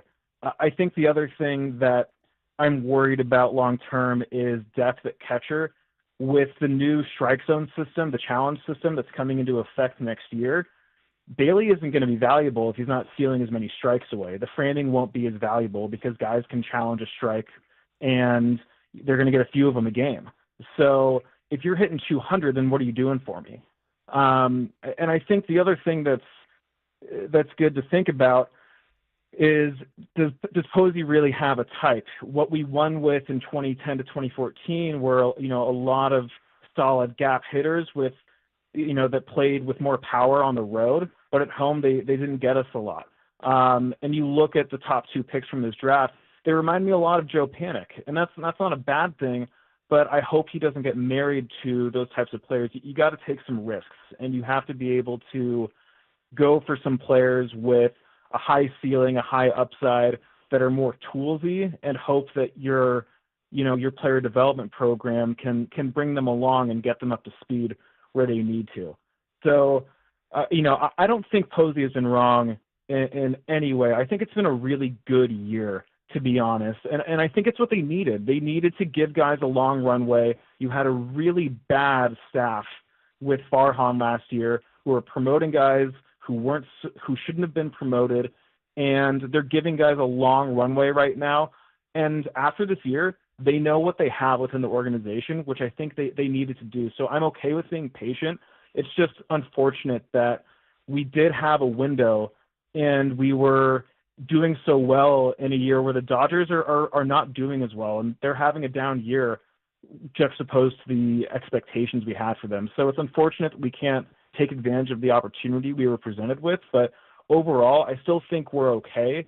It's just, there's some things to learn from. So that's my take, and thank you so much. Thank you, Peter. Peter in San Jose. Lots to unpack from that one. Well-reasoned phone call. Very well-reasoned phone call. Unemotional. 808 KNBR. Keep it coming. 415-808-5627. Lots to unpack, and I'll try to do the best I can in summarizing each of Peter's points. As far as Posey and how we view this year differently, a question we asked early, I would say that it is going to be a big offseason for Buster Posey, and also a big end of the season with what they decide to do in terms of bringing players up or not bringing them up or playing the kids, and just that general philosophy. Buster Posey's response to mini crises, or let's just call them inflection points at points in the year, I think he had passed the test for the most part. It's time to go. Let's bring up Daniel Johnson. Let's bring up Dom Smith, give Yaz a couple of days off, maybe light a fire under the ass of some of the people that are struggling some. It worked. I'm not saying it was an organization changing kind of move, but that was a time where Buster Posey understood we got to make a little bit of a shakeup. Rafael Devers in trading. Acquiring that kind of talent without giving up Bryce Eldridge, that's a no-brainer to me. Now, you want the results to be different, what they are, over the larger scope of 8 years, but to make that move and get that kind of talent where, again, the Giants have a talent deficiency, and it was our earlier caller who said, look at the top 3 names of every other team in the National League and compare it to the Giants. You got to go get Rafael Devers if that opportunity presents itself. Trading away from their strength as far as pitching, I understand that.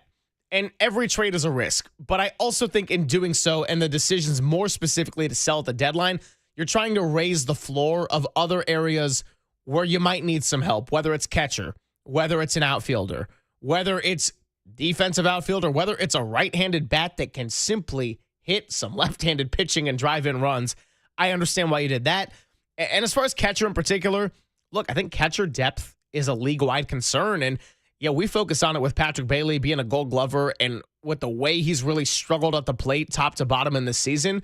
But this whole ABS challenge system and the art of pitch framing, that's something that's on everybody's mind. And backup catcher, let's say league-wide across Major League Baseball, that's a position of need. It is. And I think that the Giants are going to have to look at all of those different things. I think when you do remove yourself from where they were 2 months ago at 12 over 500 and you look at this season as a whole, I think at a minimum, even as disappointing as the last couple of months have been, I think at a minimum, it was going to always be an evaluation type year of the really the last maybe 5 or 6 years in many ways. And they added in Adames and now it's a matter of, and this is the area going back to kind of how we started the show.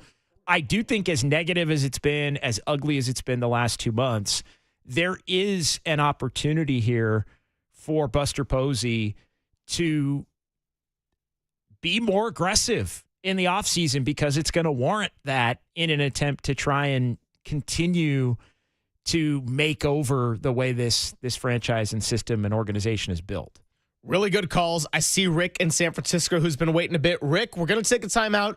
Do not go anywhere. We will continue. And if you want to join the conversation, again, 808 KNBR, your calls continued next on the Sports Leader. KNBR, the Sports Leader. Time for traffic on the Sports Leader.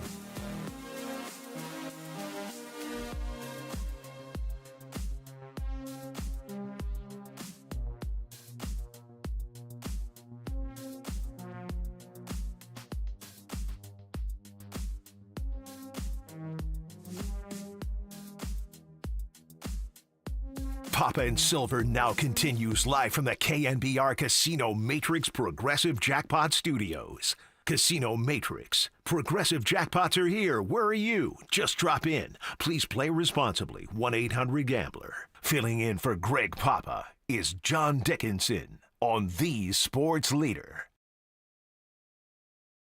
Do you like pina coladas? Or getting lost in the rain? You like making love at midnight? Got to add a little bit of humor, right? Love hearing Papa's voice. It's the midpoint almost on a Thursday. Greg Silver, John Dickinson, and yeah, every day we think of our guy, Greg Papa. Shout out to Al earlier, who called in and talked about running into Papa at Sam's and hanging out with him for like an hour. And like, that's one of those things that, in all seriousness, when we talked to Barbara, Mary, and Jane yesterday and being at the patio and everything, I think when, a lot of the clowns on the text line or the phone lines or particularly a YouTube chat, because nobody acts tougher than when they have a screen and a keyboard protecting them, they want to come at our guy Papa. Like, when we're out and about, whether it's the Giants roundtable or on the patio, he is so pleasant to just be hanging out with and loves being amongst the people. So hearing Al say that he just hung out with him for like an hour, randomly running into him, I completely 100% believe it every single time. And so we're so excited for when we do get to have him back. And look, I mean, when the time is right, we're going to do something major. We're going to do something huge. We're going to fill up the entirety of Levi's Stadium, possibly. Well, one of the most memorable parts of like what makes people memorable and are you a quality? Are you a good hang? Are you a good hang? Papa's the best hang. No question. The best hang. I mean, look, the first picture I saw of you two together was smoking cigars. Was that at the Miami Super Bowl? That was at the Miami Super Bowl Tuesday night, maybe Wednesday. Well, I can't remember what night it was, but yeah, that was at the Miami Super Bowl when we were competitors in our radio lives. That's right. Yeah, maybe competitors but friends. I think that. Can we say Niners-Bills Super Bowl prediction? Walter and I called it the Papa Bowl. We're like, I think it's in the cards. It's going to happen. At Levi's? At Levi's, Niners-Bills. Makes a lot of sense. Yeah. Purdy beats Allen. I don't know. Long way to go. We'll talk some Niners coming up later in the show. Continuing with our conversation on the Giants and your calls. Rick in San Francisco. I told you to hang on tight, and I'm glad you did. Let's talk Giants. How are you, Rick? Just give us one moment. We got Rick. Rick, you with us? Can you hear me? There we go. We got you. Loud and clear, buddy. I'm here. Oh man. Okay, good. Well, first off, great group therapy session today, guys. Yesterday was not fun at all. Looking for a little bit of hope from you both. 59-62 right now. Vegas has the Giants at 79.5 wins. They need to go 21-20 the rest of the way. I've got some commercial insurance sharps that are in on this bet with me. I just want to know what you think. Is it possible? Can we get to 80? It's possible. It's possible. I'd say not right now with the way things look. I mean, looking at the schedule. It's possible. My gut, and it doesn't, I mean, that's why the number is where it is because it looks so bleak right now as we sit here on August 14th. But my read is the farther they fall, like the more apt they are actually at some point to have a little bit of a hot streak. Not one that will actually give them a chance to make the playoffs, but one that might win you your bet. Like I do think there's one more burden of expectations being lifted run that they have in them. I don't know that only being 5.5 out, it's coming quite yet. So it might get a little dicier before it gets better. But I feel like that's got a shot. I really do. Totally. We gave Walter a little bit too much freedom. Yeah, so your point there. What was the caller's name? We dropped him. That's right, Rick in San Francisco. Yeah, look, it's possible, but I'm looking at the schedule too. September's a lot of tough sledding with the division. Yeah, you get the Rockies a couple times. You get the Cardinals who are still lurking. You get the Dodgers. You could be a bad team and still go 6-0 against the Rockies. Like you could win 82 or 80 and 6 of them to get you there. Like I don't know. That feels on brand for this Giants team would be when they're really, and I think we're kind of doing it today, like they really are buried and left for dead. Oh, that's when they win 5 in a row. And then all of a sudden, again, not that that's going to get them into the playoffs. It might get them discussed a little more than they should be for a couple of days, but it might win. It might win our guy Rick his bet. I'm just looking at the upcoming series. Tomorrow, we should get some Landon Roop off the IL, pitching against the Rays. Then you go at the Padres for 4, at Milwaukee. Welcome back, Willie Adames. At home against the Cubs. We'll be out at the patio for that one on the 28th. Then you take on the Orioles. And then September, yes, you get the Rockies for 6. We're talking Cardinals, D-backs, Dodgers, D-backs, Dodgers, Cardinals, and finishing up with the Rockies. Again, it's possible. I would not throw money at it right now. No. No chance. Oh, you would not. You would not. No. Yeah. It doesn't look good right now, but I might risk it. I might risk it. You might do it? Okay. JD taking a little bit of a gamble. I think it's got a shot. I don't know that I don't know that I would bet it, but it's also, I'm not a huge gambler. People do ask me for their advice all the time. I do have some friends that like to gamble, and they're always asking me for my opinion. So I'll freely give my opinions. But hey, don't hold me to any of it. I feel like that I wouldn't do that one, but I think it has a shot to hit. I think it has a shot. Here we are in August talking about, can they hit 80, the magic number. Let's keep it going. Dino in Pacheco also wants to give a shout out to Papa. What's up, Dino? Hey, Greg and JD, how you guys doing, man? Good? You're doing okay. So I'm calling. I want to change up things a little bit. I'm a 67-year-old kid from Pacheco. I grew up watching the A's and the Raiders back in the 70s and late 60s. I was very fortunate enough to listen to Bill King and have announcers like that in my life, and all the rest. We can go through all the rest, Lon Simmons, the whole thing. But Bill King was the king, in my opinion, forever and ever and ever, and not just mine, but I'm sure many kids that grew up. But I just want to say there's that Greg Papa is not just the GOAT. It took me about 45 years, 50 years. Greg Papa is the GOAT. Now, forget the GOAT. Greg Papa's King Kong of the Bay Area announcers. And as far as I'm concerned, of the country announcers. Just the way his voice is, just so distinct, the way he delivers everything. He is the King Kong of announcers, in my opinion. And Greg, if you're listening, I'm praying for you and your family, and you're going to be well very soon. I know that. So we love you, and that's all I want to say. He's not the GOAT. That's not good enough for Greg. He's King Kong.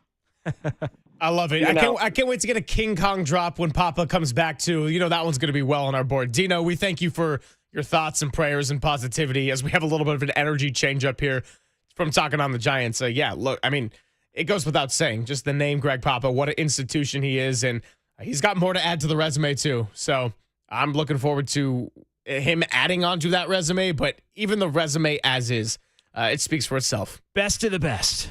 Best of the best. King Kong. King freaking Kong. By the way, let's try to get you some Papa's players to watch ahead of preseason game number 2. Andre Dillard, the offensive lineman, went on season-ending injured reserve, so that was a guy that was fighting for a little bit of a swing tackle position. We'll be talking some Niners coming up.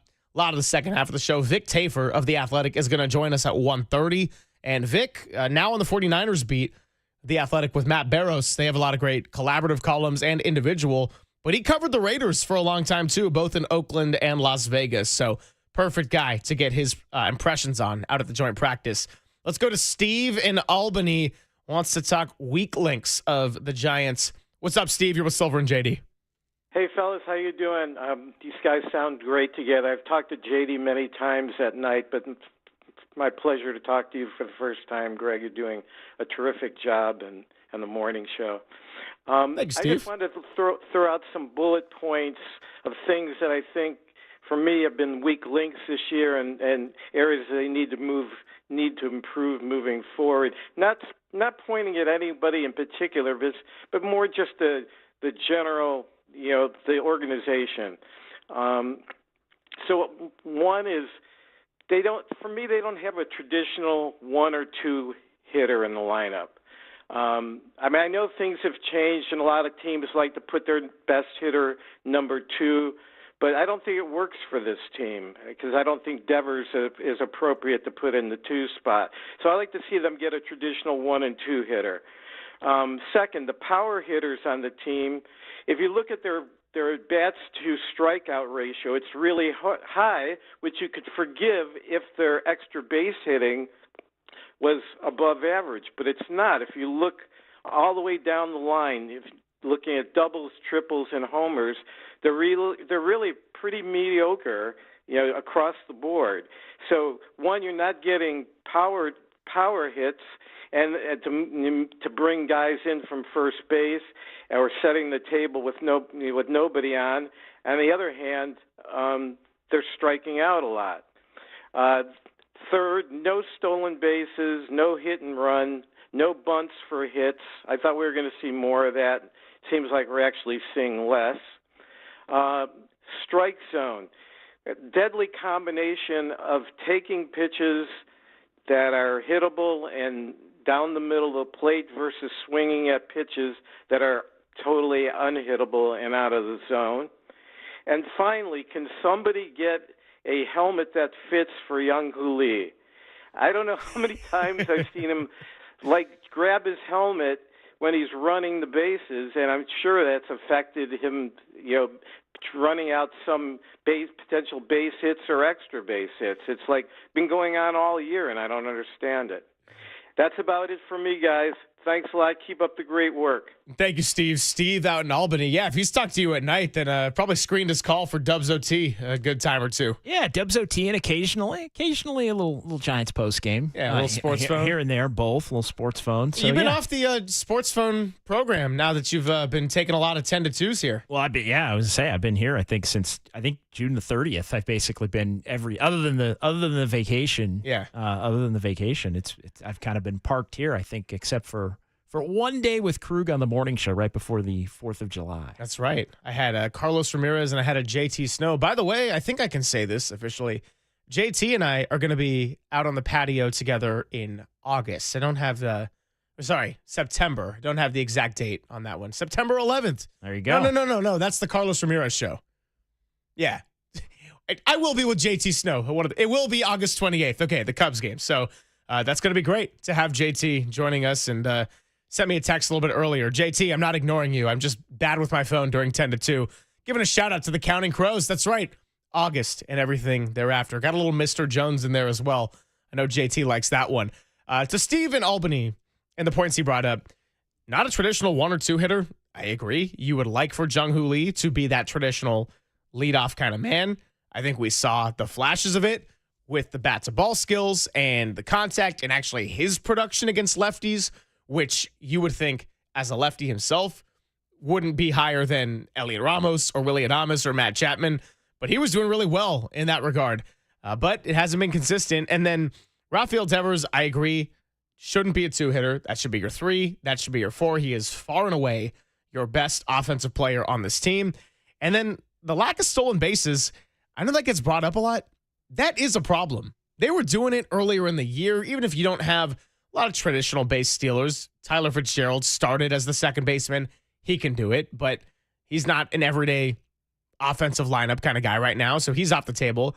Young-Hoo Lee can do it. Yaz was doing it a little bit, but not stealing bases, given your struggles of lack of moving runners over, that's a problem. And then, of course, it all goes back to hitting with the runners in scoring position. You got to get in scoring position, and then you got to execute in scoring position.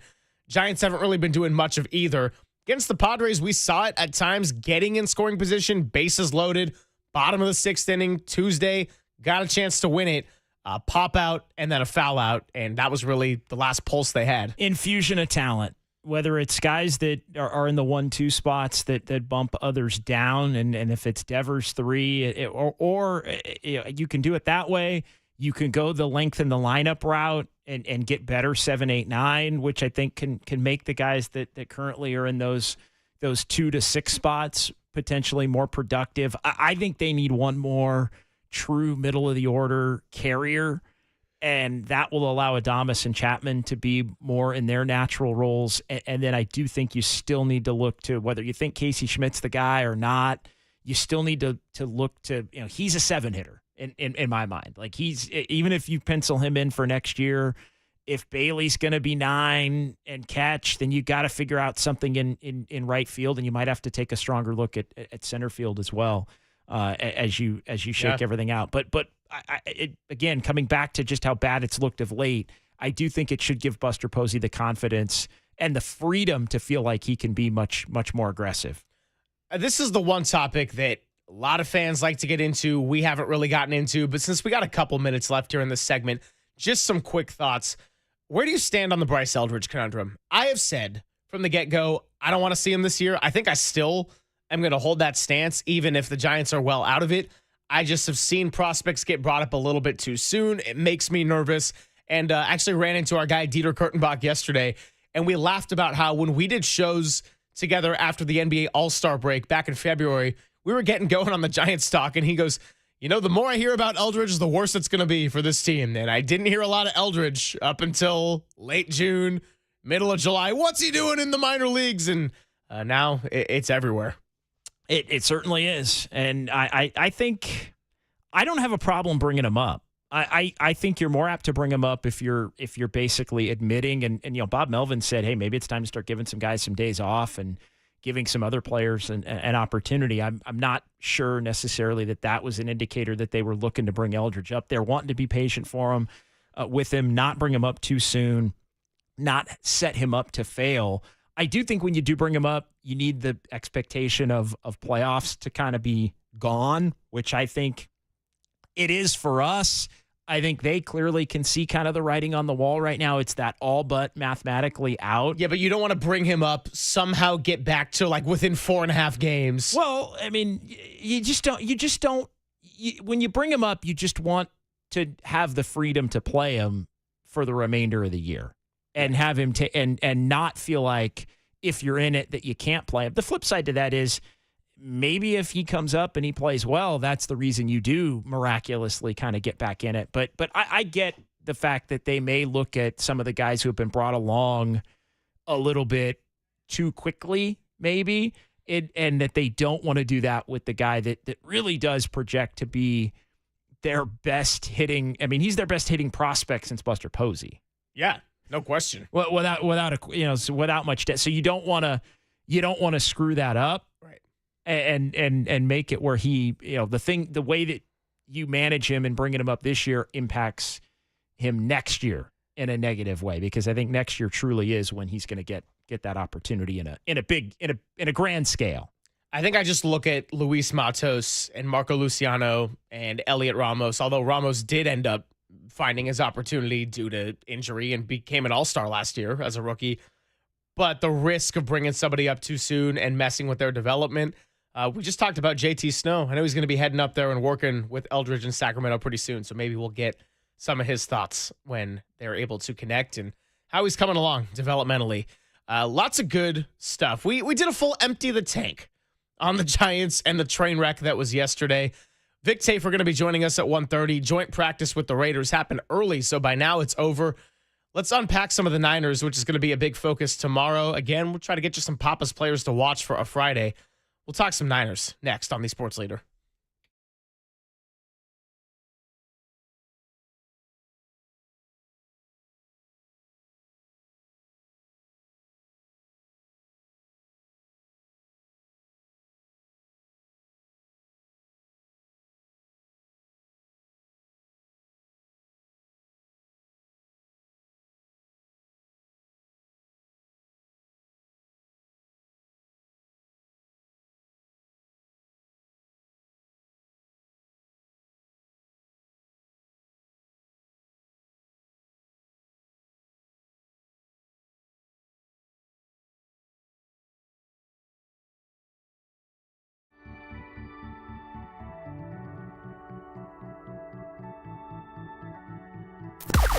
Now, from the O'Donnell Financial Group Sports Desk. Learn more at odfigroup.com. O'Donnell Financial Group, because planning is a process, not a product.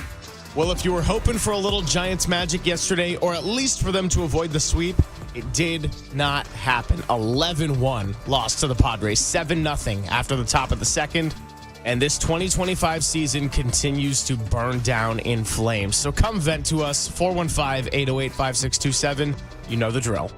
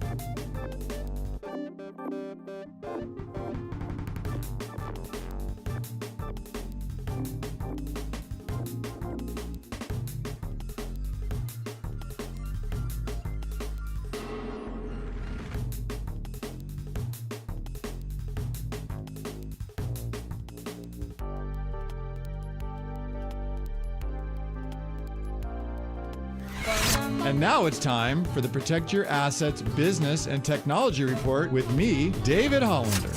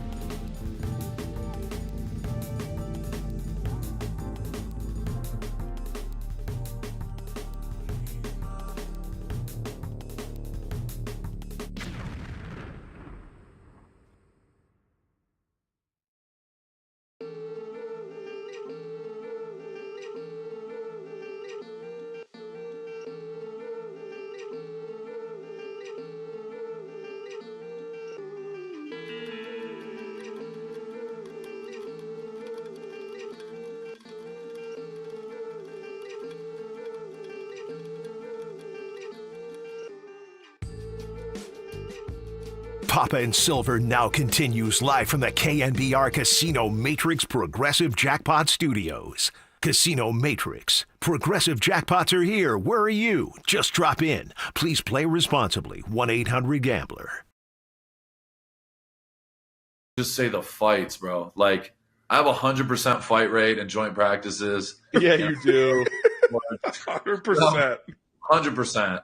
And I'm looking forward to continue that trend because I'm so happy you just said that. I just know it's going to happen, and I'm not going to try to cause some issue, call it whatever. I just know eventually it's going to happen, and I'm here for it, and it's going to be a lot of fun. That's Max Crosby talking about joint practices. Says he has 100% fight rate. Well, I can tell you that at least our guy Cam Inman of the San Jose Mercury News is out there in Vegas for the joint practice. He said no fights today, so that rate might have finally dropped below 1,000. Max Crosby no longer batting 1,000, but hey, maybe it's for the best because the 49ers continue to just get injured time and time again, and we don't know what it's going to look like as far as week one. But for the preseason and for training camp, JD, it's a revolving door of hamstrings and knees and calves, and I don't know. Just keep making it up. It's making me nervous. Yeah, no, I mean, how do they get through these next couple of weeks here? And I think you can look at, Nick Bosa not participating today with the joint practice. Earlier this morning, they were on the field earlier down there in Vegas because of the heat. So practicing just before 9 o'clock, at least the beginning of practice. And Bosa's not out there. And it's like, why is Bosa not out there? Is a concern.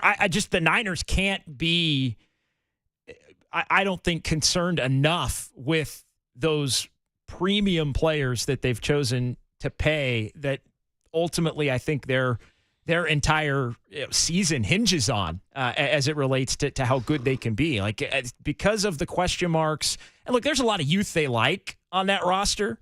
There's a lot of youth that they like. And I think it's a situation where there's a lot of question marks surrounding the depth.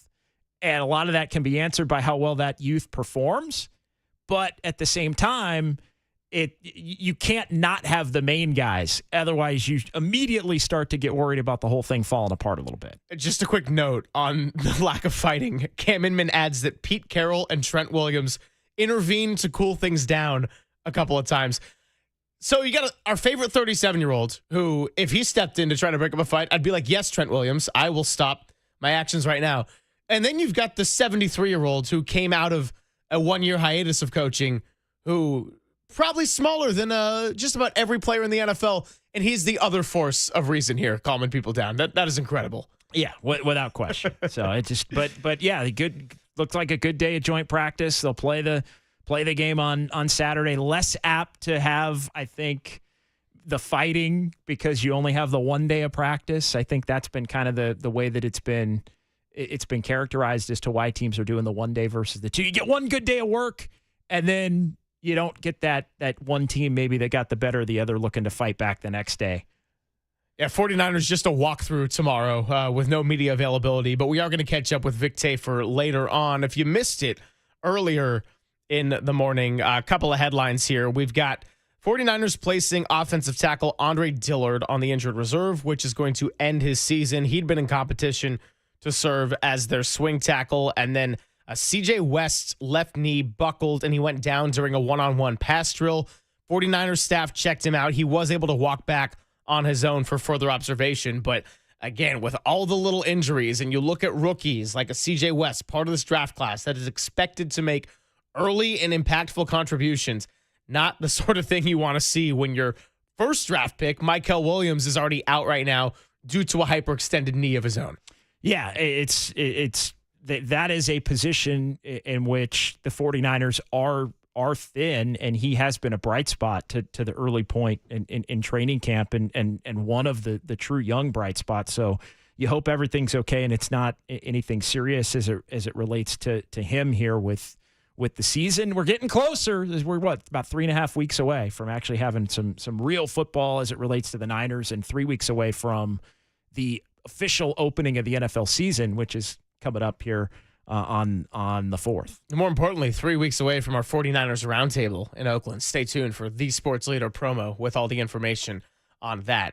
Really looking forward to everything coming up. But yeah, sounds like as far as the day goes, the defensive line looked like a bit of a skeleton against that Raiders offensive line. Ricky Pearsall continues to have good practices, and I'll go ahead and say it right now. No Ricky Pearsall in the preseason. Don't want it. Don't need it. You got Jawan Jennings still working through this calf. If and until Jawan Jennings is back and has a contract resolution, if and until we get the news on Demarcus Robinson's pending and potential suspension, I don't need to see Ricky Pearsall out there. He's expected to, in what I'm going to continue calling his true rookie year, he's got to make an impact from the jump on week 1. Don't need to see him in the preseason. Well, it's okay. I just think he's too valuable considering everything else. The Ayuk timetable and Jennings injury, and now Jordan Watkins is somebody that if you project a month out is not going to be available for the opener. We're still waiting on the Demarcus Robinson suspension, kind of running through and updating everything as it relates to the wide receiver room. And so, yeah, I don't think they can run the risk of losing Ricky Pearsall, because Ricky Pearsall has the potential to be so important to how well they can perform, especially early when they're going to be down a number of wide receivers. Yeah, no question about it. So 49ers, 808 KNBR. We've done a lot of Giants here in the first 2+ hours, and now doing a little pivot over here as we unpack some of the headlines from their joint practice out in Vegas with the Raiders. Last time they were over there in Vegas, that was the Jarrett Stidham game. Best game of his career on New Year's Day when the 49ers had their season en route to a Super Bowl. But we talk so much about the divisions, right? And the 49ers, NFC West, we're calling the high floor division. Don't really know what the ceiling is. AFC West is going to be a nice test, and the 49ers are getting it here in the preseason. Denver, I think, expected to continue to make a jump after they ended up being the seventh seed, third wild card in the AFC last year. Chargers, under Jim Harbaugh year 2, I think also expectations continue to increase, although Rashawn Slater, torn patellar tendon at practice, brutal, fresh off of an extension. He's out for the year. The Chiefs are the Chiefs. Don't want to talk about them any more than that. And the Raiders, probably projected to be at the bottom of the division here, but you look at the coaches in this division now, and I know that coaching in the preseason and as far as the actual game on Saturday, today's practice probably holds more value than the game because of the players that are out there today versus who won't be out there on Saturday. And coaches don't really run what's in their scheme so that there's not actual preseason tape to watch. But I do look at the AFC West, and the Raiders are a team that I got my eyes on as, yeah, we'll see how it goes in year 1. Could they be someone that makes a bit of a surprise and a bit of a splash here with Pete Carroll running the show as an entire culture turnaround? Geno Smith and Carroll, we saw how they were able to achieve expectations when they were together up in Seattle to the point where they made the playoffs and then ended up getting taken down by the Niners there in round 1. I think that the fact that they're going up against a couple of AFC West teams, I like it. It should be a tough division that they got to face, and I'm glad that they don't have to do it in the regular season. Instead, you get the AFC South. Looking at some of the notes here from those that were on the scene in Vegas, and we're going to have Vic Tafer come up here in about an hour, and Vic is among those that are in Vegas and were for the joint practice early this morning. You ran down no fights. You mentioned C.J. West. I guess Kyle Shanahan said only 3 players right now among their presumed starters are healthy currently. Warner, Winters, and Demo Lenore, and this via Cam Inman, by the way. And also Brock Purdy and some of the starters may play a little bit against the Raiders. So we'll see.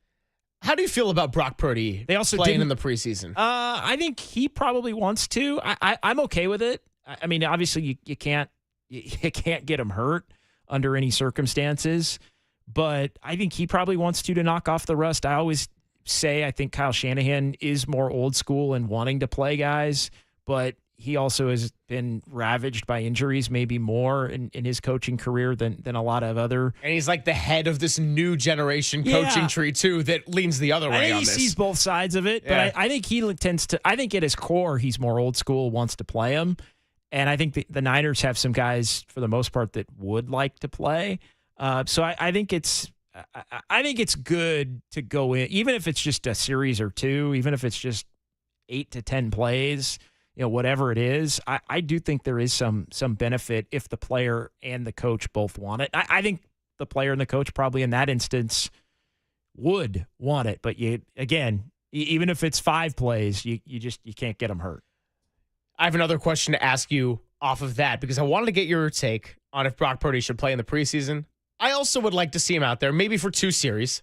Doesn't need to be anything crazy, but get him through the motions of game reps. But I got another question to follow up with that, and I'll ask you that next on The Sports Leader. KNBR, The Sports Leader.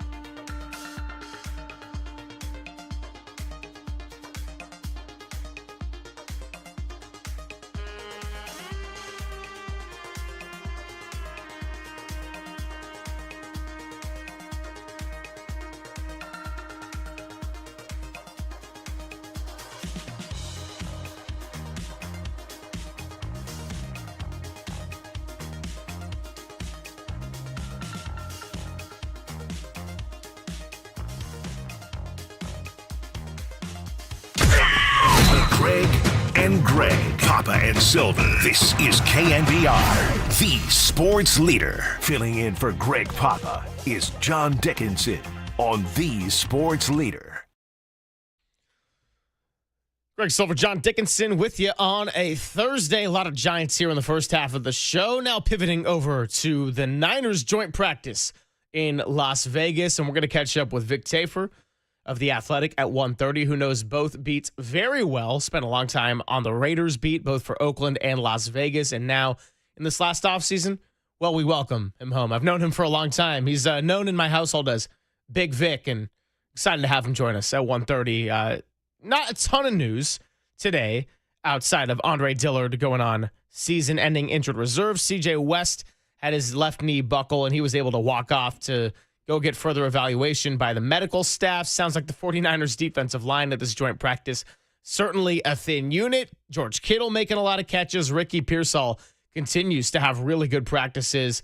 Brock Purdy did throw an interception, and Nick Bosa is out with a little bit of neck soreness, but it does not sound like it's anything too serious. No, it doesn't. And so we'll see how the 49ers look to proceed here with a couple of days now. Walk through tomorrow on Friday, and then the game on Saturday afternoon. So they'll be able to play the game and get back to the Bay here at a reasonable hour Saturday and start to gear up, take the weekend for the preseason wind down, really. And I mean, it's crazy close here to the roster cut down and all of that. We're within a couple of weeks of that now.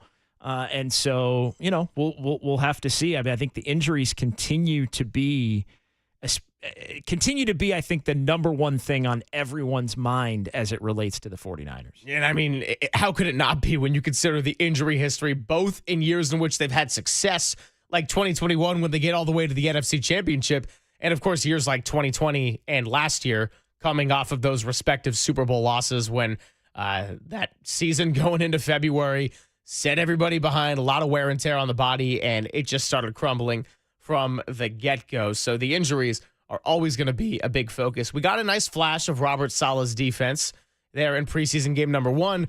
We talked about Brock Purdy and whether or not we would like to see him out there against the Raiders for a couple of series, maybe 3 series, whatever Kyle Shanahan would decide to do. And I said I had a follow-up question. That is, their offensive line is what it is, right? So if you play Purdy, you'd probably play the starters, which I think is a lot of question marks outside of Trent Williams and Dom Pooney going into year 2. So if you play Purdy, would you throw Trent Williams out there for the preseason too? I think you can mitigate it. I really do in terms of the play calling. I mean, the 49ers offensive line their starting offensive line. It feels like it's basically set, although the Ben Barch injury is now a question, and who winds up in his spot. Could it be Nick Zakelj?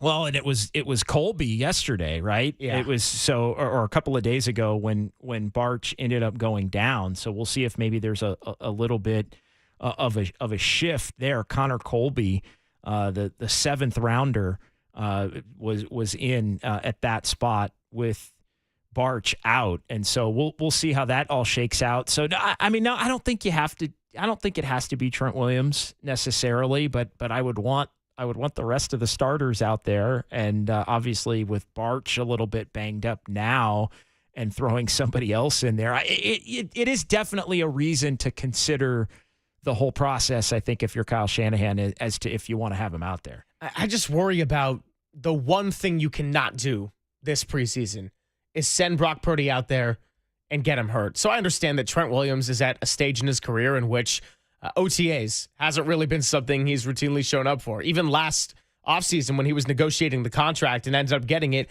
it wasn't quite the same as, hey, Brandon Ayuk missed all offseason and then he came back rusty. Trent Williams has been around this league for a long time. He knows what he needs to do. He keeps himself in shape if he's working out over in Texas. And it's not the same as building chemistry with your quarterback and catching passes and being precise on running your routes like the wide receiver position. I almost say if you want to throw Brock Purdy out there, at least for one series, put Trent in there, give him the protection that he's going to have, because this offensive line, they got one of the best coaches for that unit in Chris Foerster across the league. But give Brock the maximum protection that he can, because if you get him hurt in the preseason, we're not just talking about this pile of minor to medium injuries that the 49ers have racked up. All of a sudden, we're talking about, hey, it's time to take Mac Jones a little bit more seriously than you did a week ago. Yeah, I think you make the case, and it's a quality case to well, if you're going to go all in with your quarterback, you might as well go all in with your top flight offensive line, especially when basically other than the one spot with the Barch injury, and if Barch is healthy, it's Barch. Yeah, obviously. So they know who they want their 5 starters to be on the offensive line. So you might as well allow them the same opportunity to protect Brock Purdy in the preseason that they're going to be thrust into come week 1, September 7th in Seattle. So, yeah, I think it's a case to be made. I think you can get away with, depending upon how long and the types of plays that you run, I think you can get by with keeping him out there, and it's not necessarily going to be the same intensity in terms of everybody's trying to get their work in a lot of these preseason games, especially if it's kind of starters versus starters. No team wants to see other players on the opposition get hurt either. And so I don't know. I think you can get by and tell Brock, hey man, you got to be aware and protect yourself. And there's no singular rep in the preseason that's worth any kind of risk as far as you being able to get hurt, especially after we've paid you, and especially as the 49ers now are in this position where they are so dependent, as we've said repeatedly, on the big money headlining players' ability to kind of carry and lift this team up this year. I don't know if you listened to that clip we had about Brock Purdy when he responded to Steve Young saying, I'd like to see him run more and use his legs a little bit more. And he did a lot more last year. And Brock said, yeah, respectfully to Steve Young, I don't see it that way. I hope he keeps that same mentality. We don't need excessive scrambling from Brock. If you're going to get outside the pocket and scramble a little bit and it's not there, just throw it away. End that play. No messing around. Yeah, no, I think that makes a lot of sense there. 808 KNBR 415-808-5627, the phone number as well here on the Sports Leader. 209 says Trent cannot go out there in the preseason. It only takes one misstep for his knee to buckle. Trent knows what he needs to do and doesn't need a preseason game. Look, also bringing up a good point. And if Trent Williams is not going to be playing in the preseason, I'm not going to come out here on a Monday and fight that decision and gripe about it for 5 minutes.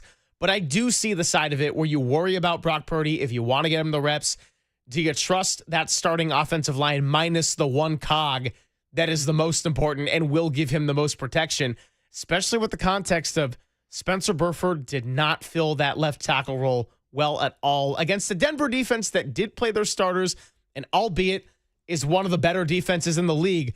Still something that I walked away from that game, though, against Denver, where throw the score in the trash, right? But if we're talking about what made you optimistic, what made you concerned, Spencer Burford was pretty close to the top of the list for that right there. Another reminder that without a Trent Williams, it's a big problem. So again, I understand that you do not want to mess around with Trent Williams in the preseason, but do you want to mess around with Brock Purdy without Trent Williams in the preseason? Yeah, again, great question. I would do it. I think as you start to look at some other things that you're looking for, it's really difficult. I think because the 49ers have so many of these injuries, I think it really does cloud a lot of the evaluations as to really what you're hoping to see and what really truly matters on the field on Saturday. I mean, you look at a lot of the developments with this, from the beginning of training camp to week 1, and like Siegel's ability to move forward and try to solidify himself as potentially a starter, at one of the safety positions. He's taking reps with the ones when we talked to Tracy Sandler. Exactly. So let's see. I mean, is he going to be out there? Are enough of those guys going to be out there? Is the fact that you have so many injuries going to limit the fact that you want your main guys to play, any snaps at all in particular? I don't know. It's harder to come up with, I think, more firm takeaways when you're so concerned about making sure you just have enough bodies to be able to make it through. He's JD. I'm Greg Silver. 808 KNBR, the number to chime in as we move forward with this Warriors conversation. Text line, YouTube chat, phone lines all open. Niners conversation. Although the Warriors schedule is out, coming up, we can kind of give everybody a little bit of a breakdown of that maybe in about 10 minutes. The Warriors schedule is out. We do have some highlights from that. The full NBA schedule out. Well, looking at the YouTube chat from a bit ago, our guy EB here said 69 days left until Dubs OT with JD, Kyle Haar, and sometimes Silver. So here's what I know. They're going to play 82 games. And at least 40 of them are going to be on the road and 40 of them are going to be at home. Yeah, I mean, hey, that part we know. That's a great call. Yeah, 41 and 41. Well, we don't even know 41 and 41 because anymore. Of the cup. We don't even know 41 and 41 anymore. But they're going to play 82. And, yeah, they're going to play at least 40 at Chase, and they're going to play at least 40 in other buildings. And then, maybe you get one in Vegas. Maybe you get an extra home game or an extra away game. I think the Warriors ended up with an extra away game last year. Or no, it evened out because they played in Houston in the Cup, and then they ended up with a home game. So the Warriors ended up 41-41. I'll tell you one take I'm not agreeing with on our text line. 209 says, it is better for this team to treat week 1 as a preseason game, and if you lose the first one, don't worry about it. Not when you got a division game on the road. And there's every week in the NFL is so important, right? This isn't baseball where you're like, hey, we're going to trot out Kai Tang there for a game here. And obviously, the state of the Giants season is different. A lot of times I think the first game preseason is way too strong. But I think that is why there is so much of a variance in terms of upsets and weird things that can happen week 1 that don't happen in other weeks of the year as teams like everybody truly does. Even the worst team in the league going into that first game feels like they've got a shot because they've been preparing for that game basically for 2 months or what amounts to being close to 2 months. So the first game is weird, but no freaking way are you looking at it that way as a divisional game on the road. And as we've noted a few different times here in the last few weeks, it's the one game that you won last year as the 49ers against a divisional opponent at Seattle. So your entire ability to continue to build, keep the status quo from what you did last year and build on it is going in there and win. That would be a huge win to start the year. It's not dire straits if you lose it, but that would be a huge furthering of the positive momentum to start the year if you can get that one. Well, I also feel like this is a classic Silver thing, immediately thinking about math and tiebreaker scenarios, but guess who your last Week 18 game is against? Seattle at home. Yeah, bookend. So the results of that game in Week 1 could play a huge role in Week 18, and if you are a playoff team, do you have the luxury of being able to rest people? Are you playing for a tiebreaker? Are you playing for a division title? With that extra context, and you're bookending your season with Seattle, first on the road, then at home to end it, I think it's got extra implications. 669, every game in the NFL is a must-win, and if you think otherwise, talk to me after you miss the playoffs by 1 win.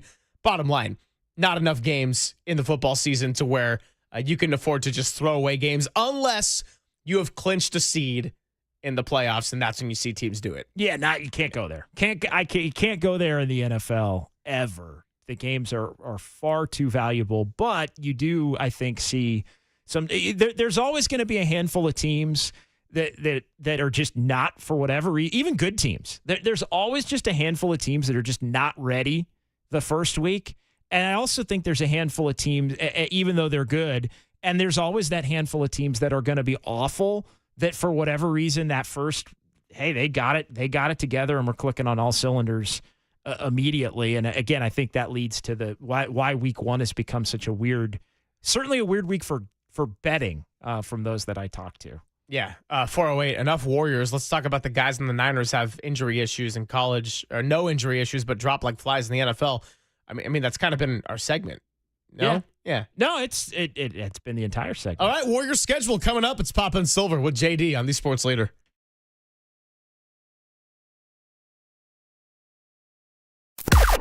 Now, from the O'Donnell Financial Group Sports Desk. Learn more at odfigroup.com. O'Donnell Financial Group, because planning is a process, not a product. All right, when you woke up this morning, I know the first thing on your mind was, what time does the NBA schedule come out in full? It's 12:15. The Warriors are going to have their full 2025-2026 schedule. In all seriousness, shout out to the Valkyries for their win last night, because we got to have teams in the Bay Area fighting for the playoffs, and it surely isn't the Giants after yesterday.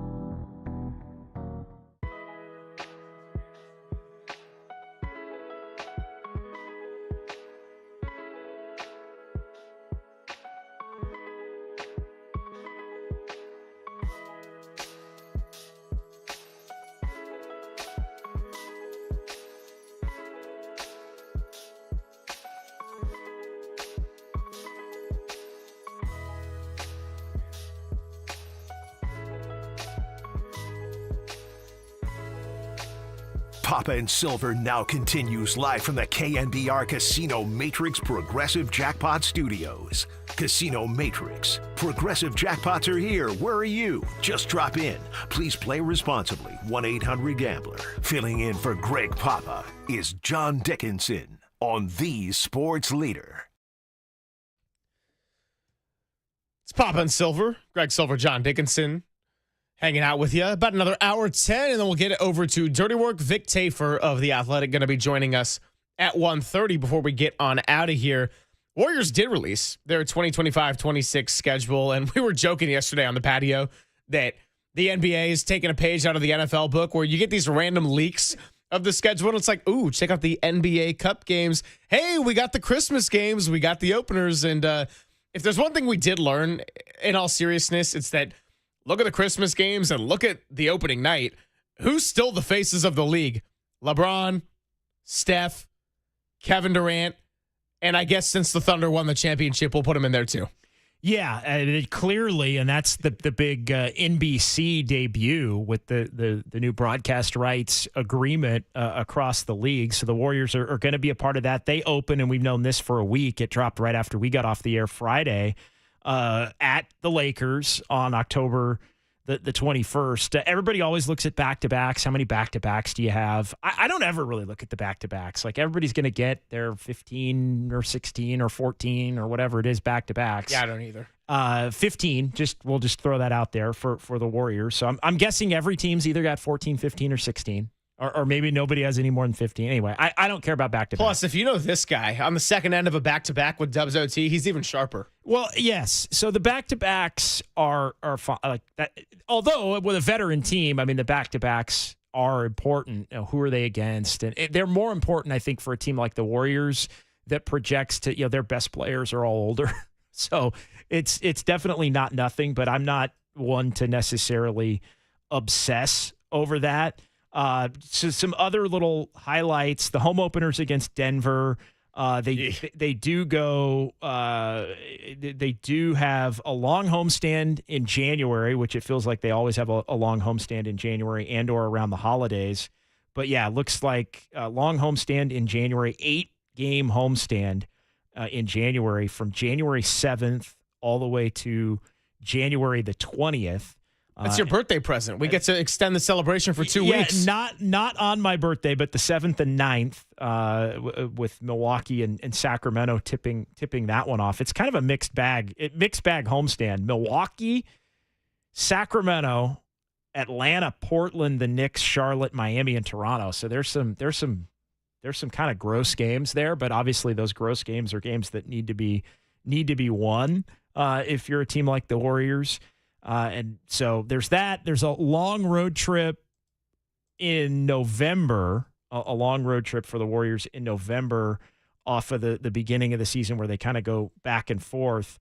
OKC, a couple of games in San Antonio, back-to-back games, and then the Pelicans, Magic, and Heat to close that out. So that's a pretty tough trip there in November.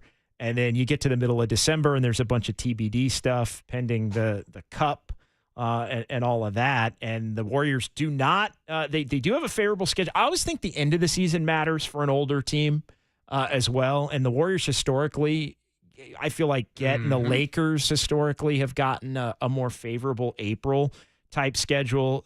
The Warriors' April consists of 5 home games for the Warriors, and Sacramento and the Clippers are the final 2 games of the season. They don't leave the state of California. Yeah, in April. So it's 5 home games at Sacramento, at the Clippers. They play Sacramento twice in the last week of the season, in Chase Center April 7th, and then at Sacramento on the 10th with a Laker game in between. So 2 of the 4 games against Sacramento are... Maybe by then it'll be the Jonathan Kuminga revenge games. Yeah, so any kind of Jonathan Kuminga revenge games are gonna have to wait potentially. By the way, there was an update, our daily Kuminga update that wasn't necessarily an update, but Clutch Points putting out this report. Brett Siegel Kuminga is not budging and continues to passively let it be known he does not wish to return to the Warriors. If he is back with Golden State, nobody expects it to be a long-term marriage, and Kuminga will make sure it's on his terms. Okay, whatever that means. Whatever that means. I mean, qualifying offer? He's going to take the qualifying offer? Is he budging? He's budging toward the $7.9 million. Are we slowly inching our way there? Also, I do agree with you in the sense of the Warriors could just guarantee the second year on the contract or make it a 2-1.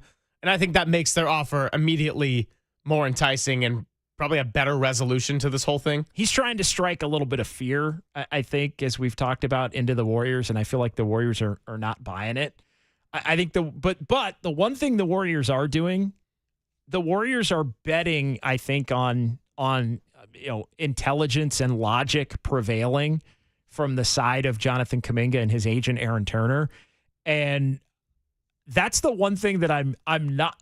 You're smart, I think, to bet on that, but at the same time, is it truly like would Turner and Kuminga not do the dumb thing? I think is kind of where I'm going with that. Like, is it truly safe to think they wouldn't do the thing that actually is the worst thing for their side of this? Yeah, that's the part I don't know.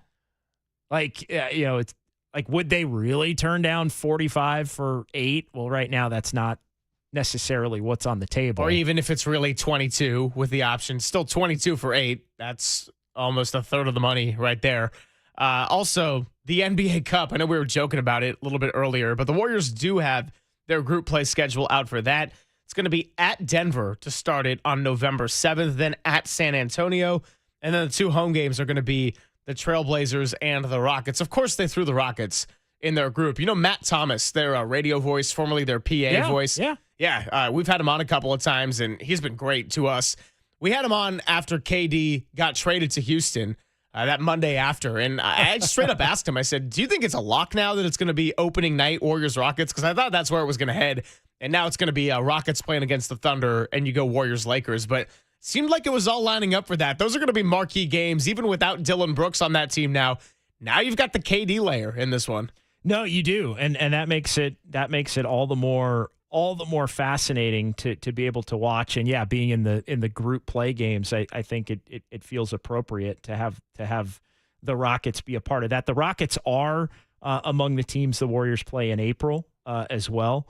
They do have in that final week of the season. So the final week of the season is home game Rockets, home game Sacramento, home game Lakers, and then at Sacramento and at the Clippers to close it out. The final 2 on that Friday and Sunday, and April 12th, as has been the case, that second Sunday in April has been the end of the season here for the last few years, and it will continue to be. It's also a lot of Western Conference games. And if the Western Conference is anything like it's been really in the last 3-4 seasons, those standings are going to come well down to the final stretch. And I guess, honestly, a lot of years in recent memory, but I would say ever since 2024, so the last 2 years, the term parity has really, like, that's when I really embraced the parity, because we've gotten into the discussion on Dubs OT where the year that the Warriors were the 6th seed and they went 7 games with the Kings, who won 48 and got the 3 seed, you said that was some parity, but also a fair amount of mediocrity. The last 2 years, I feel like it has been true parity, where you got a 5 seed being the representative from the Western Conference in Dallas when they went to the finals. And then this last year, yeah, the team that won the most games, Oklahoma City, went all the way, but Eastern Conference is even getting better with what the Pacers did. And that Western Conference, just to get into the playoffs, I mean, I thought any of those 7 teams take out Memphis as your final and 8th seed, you could have made a strong case they could have got to the finals. At least that's where I saw it.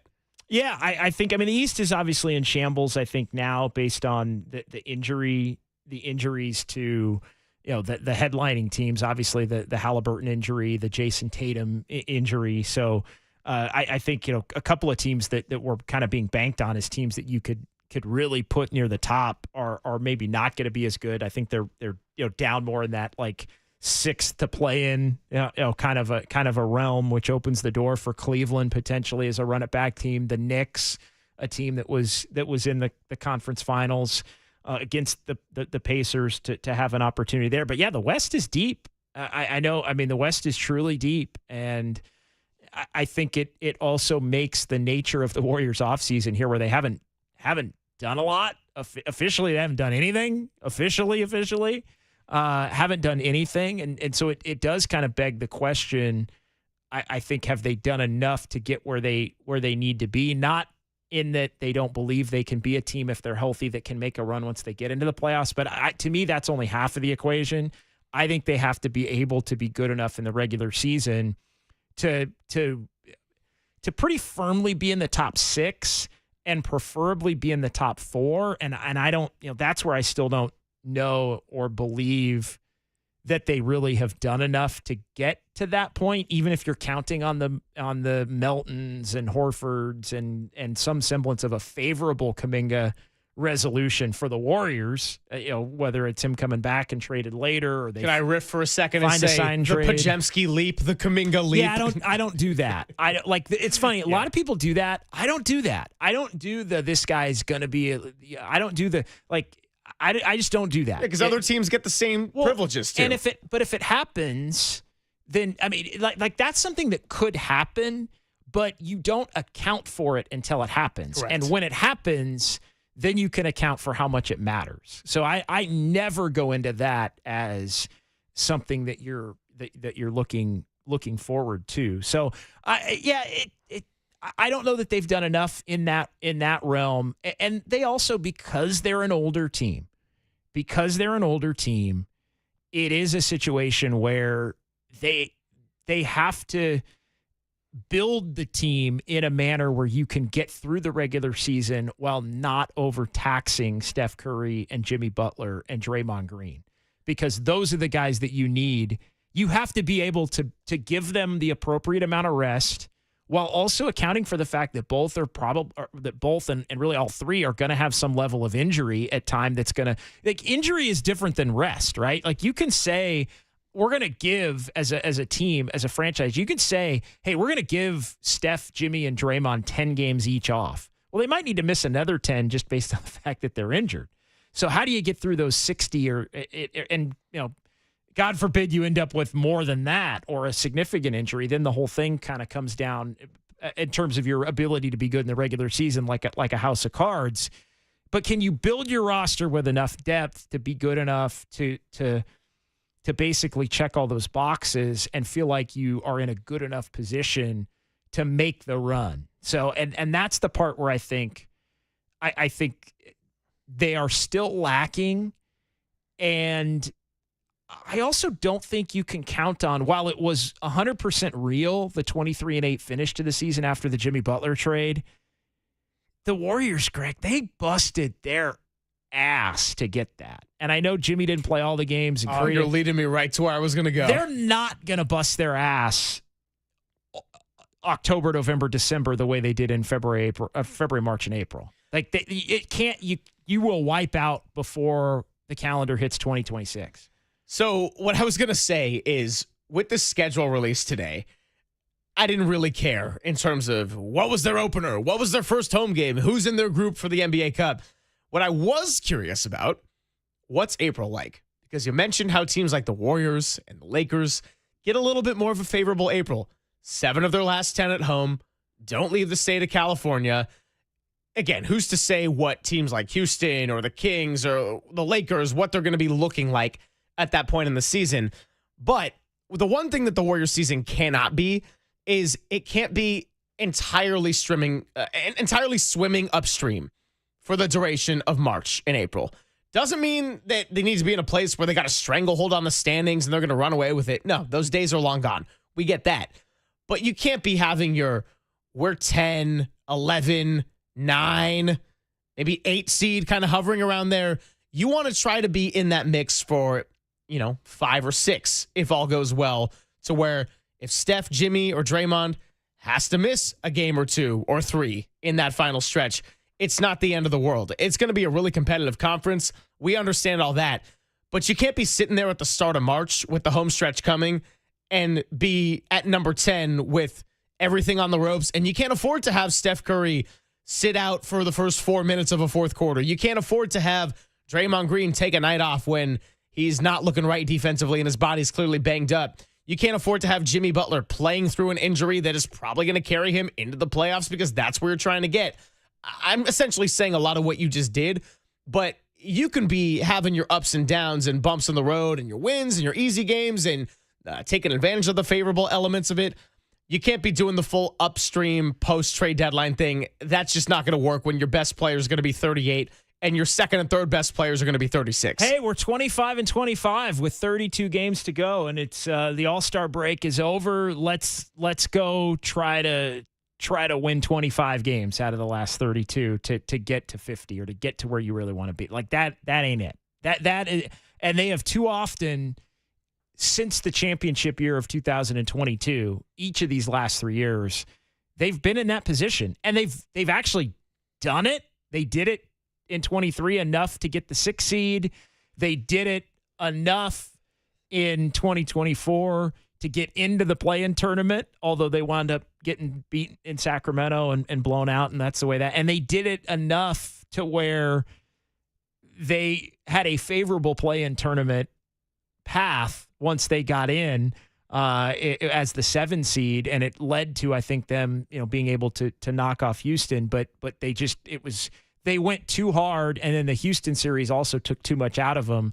So they've been able to do it Physically. It literally took too much out of them physically. The crazy thing is, though, they've been able in the last 3 years to basically be the first 50 games in all 3 years and then do enough in the final 30 to at least give themselves a chance to get in the playoffs.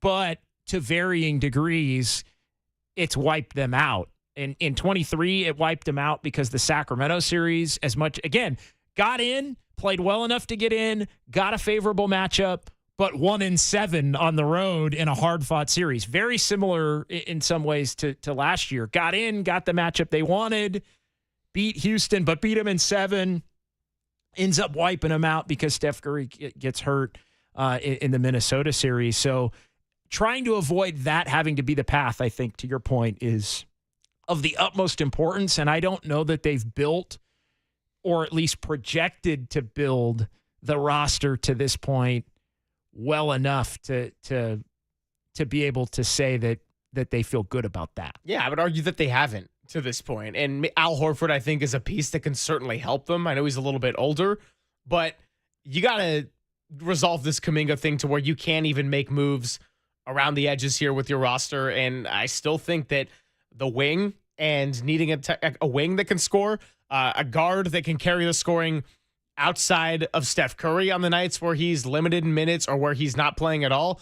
And everybody's favorite topic here in the Bay Area, the big man, Quentin Post, I think, had a fine regular season.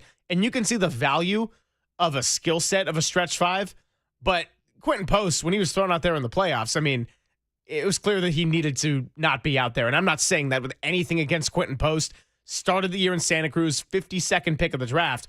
But there was a difference between regular season and playoff basketball. Quentin Post was a good illustration of just that here at this stage in his career. Yeah, it really is. And so I think they're going to have to lean on the young players. That's where Pajemski, Moody, maybe to a lesser extent Kuminga, because you just don't know where his headspace is going to be in terms of getting the hell out. I think everybody's hoping he wouldn't be on the team, but you have to be able to get a quality enough player to put in your rotation back for that. But that's where I do think, you talk about the Pajemski leap, and I kind of cast that off. But Pajemski, Moody, and Post are 3 players specifically in the regular season that the Warriors are going to have to lean on. I think what they were hoping, though, is that you get Horford and Melton to pair with Steph and Jimmy and Draymond, and that's kind of the veteran playoff core. And then whoever you get for Kuminga in a trade is the other young player that becomes one of your regular season carriers with Pajemski and with Moody and with somebody like Quentin Post among your young group. Reality, though, is they haven't been able to use Kuminga to get that player, and it's looking more and more like maybe they aren't going to be able to use Kuminga to get that player, and I think that has the potential to set back truly what the ceiling can be for this team in the regular season. And if the regular season is set back, then eventually it probably prevents them from getting to where they want to in the playoffs. My last note on the Moody, Podziemski, Quentin Post, and I'll throw Buddy Hield into this too. What do they all have in common? They were regular season complementary pieces to the post-Jimmy Butler Warriors that found success. Now, the first three I listed, not so much in the postseason. Buddy, out of all those four, had the best postseason, and we're all going to remember that 33 points in Game 7. But Moody, Post, Podziemski, the reason it's worth singling them out is they fit in, although not in any kind of star capacity, they fit into winning basketball in the post-Jimmy Butler Warriors. Yeah, without a doubt. Yeah, I well said. So, that's kind of a little Warriors schedule tidbit of the day. Vic Tafer going to be joining us coming up in about 15 minutes or so. I want to get into the 49ers defensive line. CJ West was injured today, and you look up and down across the depth chart. Already a lot of youth. Nick Bosa, we described as one of those top three, if not top two, if not top one, irreplaceable pieces for the 49ers going into this year. A lot of injuries, a lot of youth, and a lot of challenges coming up for Robert Saleh. So let's get to that, as that was a unit that looked rather invisible without Nick Bosa at practice today against the Raiders. It's Papa and Silver with John Dickinson on the Sports Leader.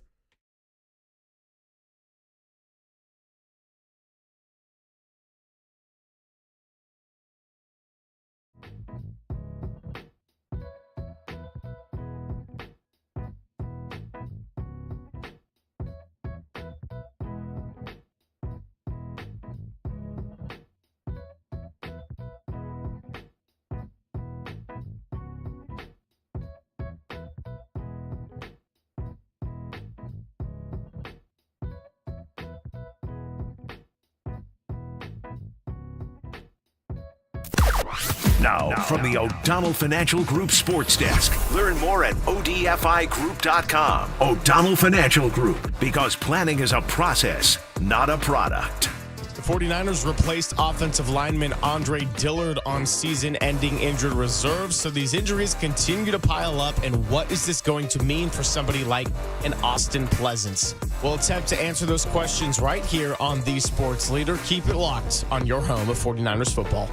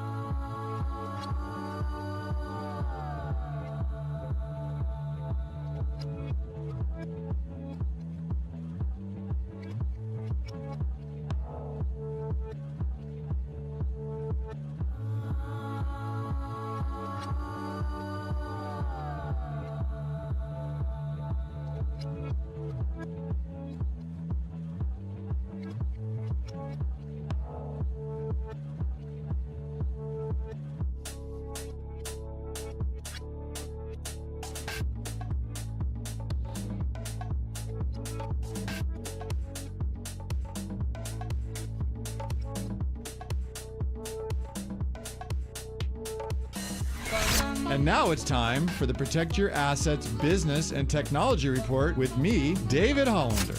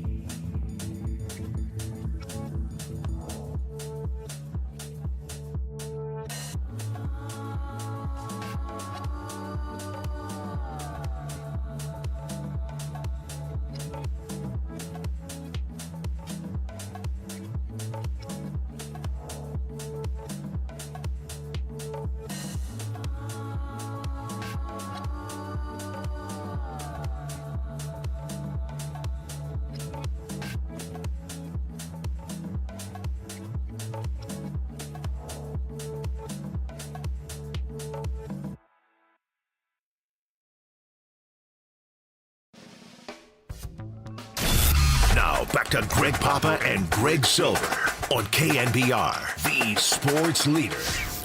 Filling in for Greg Papa is John Dickinson on the sports leader.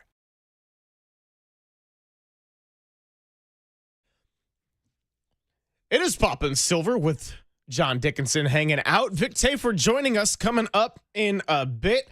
He, along with many of our other favorite reporters on the Niners beat, out in Las Vegas for the joint practice. It was an early one because Las Vegas is not exactly a daily city when it comes to the air temperature, the weather, and the look in the sky. Yeah, no. It is very, yeah. I like the fact that we have the curtain open though today.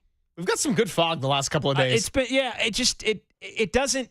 For my blood, and again, I live in the East Bay. Part of the reason I live where I do in the East Bay is because I like things to be a little bit more traditional. Growing up in Sacramento, like no shade at the shade, no shade at Carl the Fog, but I enjoy the more traditional. I like summer to get here before September. I'm going to be going up to Davis for this weekend for a little parental birthday celebration, and so.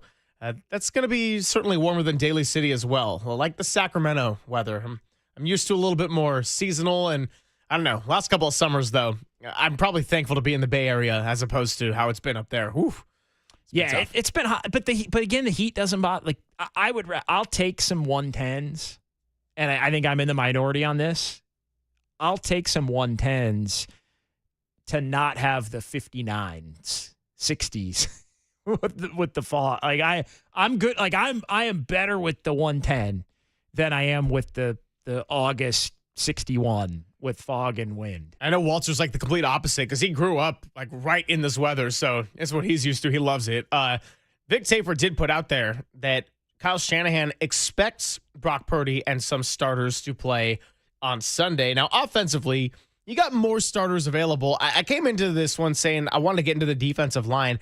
Just looking at it right now, defensive linemen with an injury designation, Mykel Williams, Jordan Elliott, Kevin Givens, Yetur Gross-Matos, now C.J. West, Evan Anderson, Robert Beal, Sam Okuanu, and Nick Bosa dealing with a little bit of neck soreness, although I'm not going to count that because it sounds like Nick Bosa in the larger picture of things is going to be available and fine. Right. You just can't risk it with Nick Bosa, and they have a lengthy list of guys I think you can't risk it for, which is, we're talking about play Brock Purdy, and then it's like, but Brock Purdy's definitely on that list. Sounds like CMC got some good run today, which he is one of those guys that wants to be a worker, right? He wants to be out there. We asked him the question at when we were at 49ers HQ going back a couple of weeks ago. So I think getting him the work in that setting is important, and then you don't bother playing him at all. Although, again, it sounds like from reading the reports, and we'll get to Vic Tafur here coming up in about 10 minutes, that the 49ers are considering at least playing some of the regulars on Saturday afternoon against the Raiders. Secondary, another one of those units that is dinged up right now. Renardo Green has been missing time. Jair Brown dealing with an injury.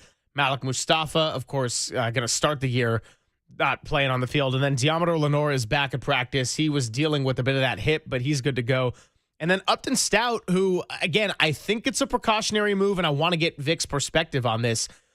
Seemed like he was going to be the guy to watch for preseason game number 1 against Denver. Then a couple hours before, said a little calf tightness came up. And, given that he's on track to be the starting nickel corner for week 1, I understand why they didn't risk it. That being said, it sounds like he has not been back at practice since. No, and that's not good. Although, again, there's still I think he has shown a level of play to this point to where getting him healthy is the number one most important component. Yes. And rather than needing to see more. I think the 49ers had gotten to a point with Upton Stout where they didn't necessarily feel they needed to see more. I think anytime you want to see him play an actual preseason game in a perfect world, you want to see him actually get some live reps in that type of a setting. But I think it was trending toward he was going to be the starter. So I think you take the good and you just make sure he's healthy, because the one thing that you know for sure can set back a rookie year is not being healthy or available. The word, though, that is cause for concern, maybe concern, I would say apprehension, is calf. Upton Stout has shown a lot. Probably, he's shown enough. They've seen enough. Want to protect him at all costs. But it's the same thing that Juwan Jennings is dealing with, minus the contract situation. It's what Christian McCaffrey was dealing with at this time last year. The word calf makes it a little bit more apprehensive for this fan base, and I think it's fair so. And you just don't know with a calf. Like a calf could turn out to be something serious if it's linked to the Achilles. A calf could be something that's relatively minor and can go away with the appropriate amount of rest time, and then you don't have to worry about it again. Like that I think is why you want to, but you don't really know, I think, initially until you give it that proper amount of rest and then you hope it goes away in a matter of a week or a couple of weeks or something like that. But the calf is ambiguous because it could be nothing or it could wind up being something severe. But you can't, because it could wind up being something severe, take it so lightly that you just get a guy back out there too quickly and run the risk of ending up in a really bad position. Yeah, there's no question. So Vic Tafur was out there along with Matt Barrows. And speaking of Matt Barrows, his colleague, he said calf has kind of become the new back in terms of it being this nebulous injury where you're like, okay, what does that really mean?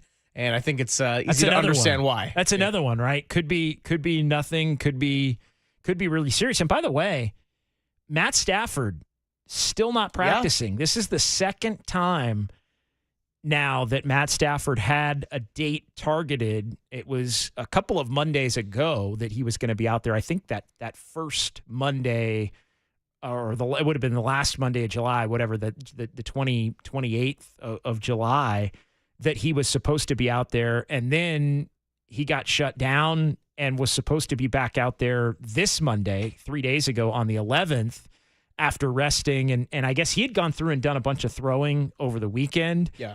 As a prep to get back on the practice field and have his first practice with the Rams be on Monday. And then it got to Monday and the back was feeling a little bit sore and he still hasn't been out there to this point. So always keeping an eye on the Rams and the Seahawks and the Cardinals, especially this year as it relates to the 49ers. And it's interesting. That's something that's definitely not nothing, because it's twice now that he's been on track to come back and had to get shut down. So I think I had noted that on Monday after you had to depart on the show, when I was getting a little recap of just the daily headlines in football, brought up that Matt Stafford wasn't practicing that day, and you're letting us know that it's still an absence from the field. So again, August equals monitoring, but Stafford was supposed to come back a couple times now, didn't, and the Rams trying to defend that NFC West crown. What's it going to mean if it's a Jimmy G season over there with Devontae Adams and Puka Nacua et al.? Let's talk to Vic Tafur coming up in just a bit. Get his observations on not just the 49ers, but how they stacked up against a team he knows very well in the Raiders. It's all coming up. It's Pop and Silver on the Sports Leader.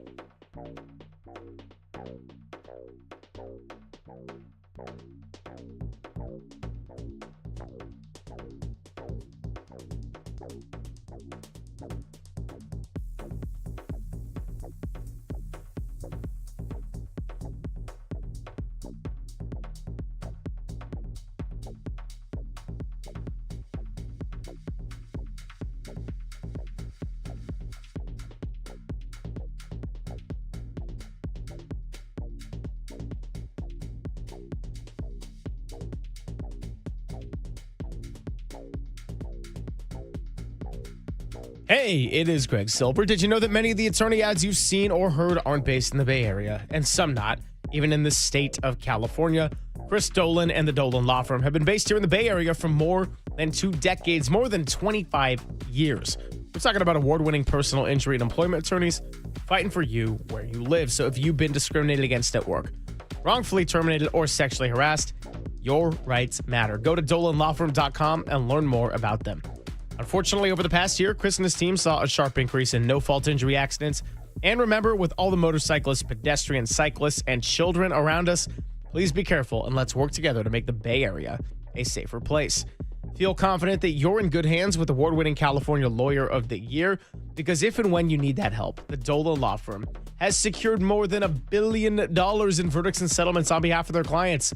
You pay nothing up front, no hourly rates, and no upfront fees. They don't get paid until you get paid. They live here. They work here. Say it with me. They win here. DolanLawFirm.com.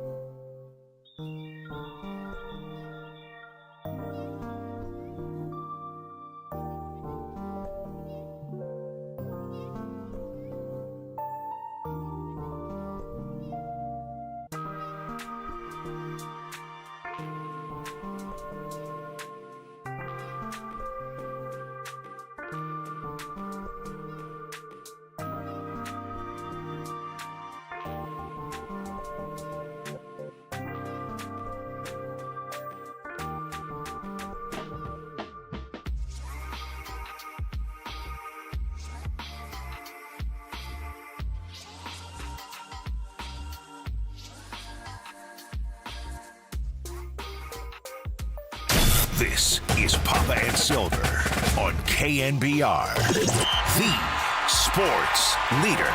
Filling in for Greg Papa is John Dickinson on the sports leader. Final half hour here on a Thursday. Papa and Silver with JD. Appreciate JD lifting a lot of heavy weight here. We did a lot of Giants the first half of the show. All Niners here on the second half. And let's take it out to the UMA guest line and out to Las Vegas, where our good friend Vic Tafer of The Athletic, who knows both these teams very, very well, is going to join us. Vic, good to have you again. And do you miss the nice warm weather of Vegas? Yeah, it's actually not too bad today. It wasn't super hot. There was a little tiny little breeze, which was nice, so it was a good day. Oh, okay, good. Glad to hear it. Let's just start with the headline that came out about CJ West, where his left knee buckled and he had to leave practice, was able to walk off under his own power, but What can you tell us about the injury, the aftermath, and what you were able to observe first person?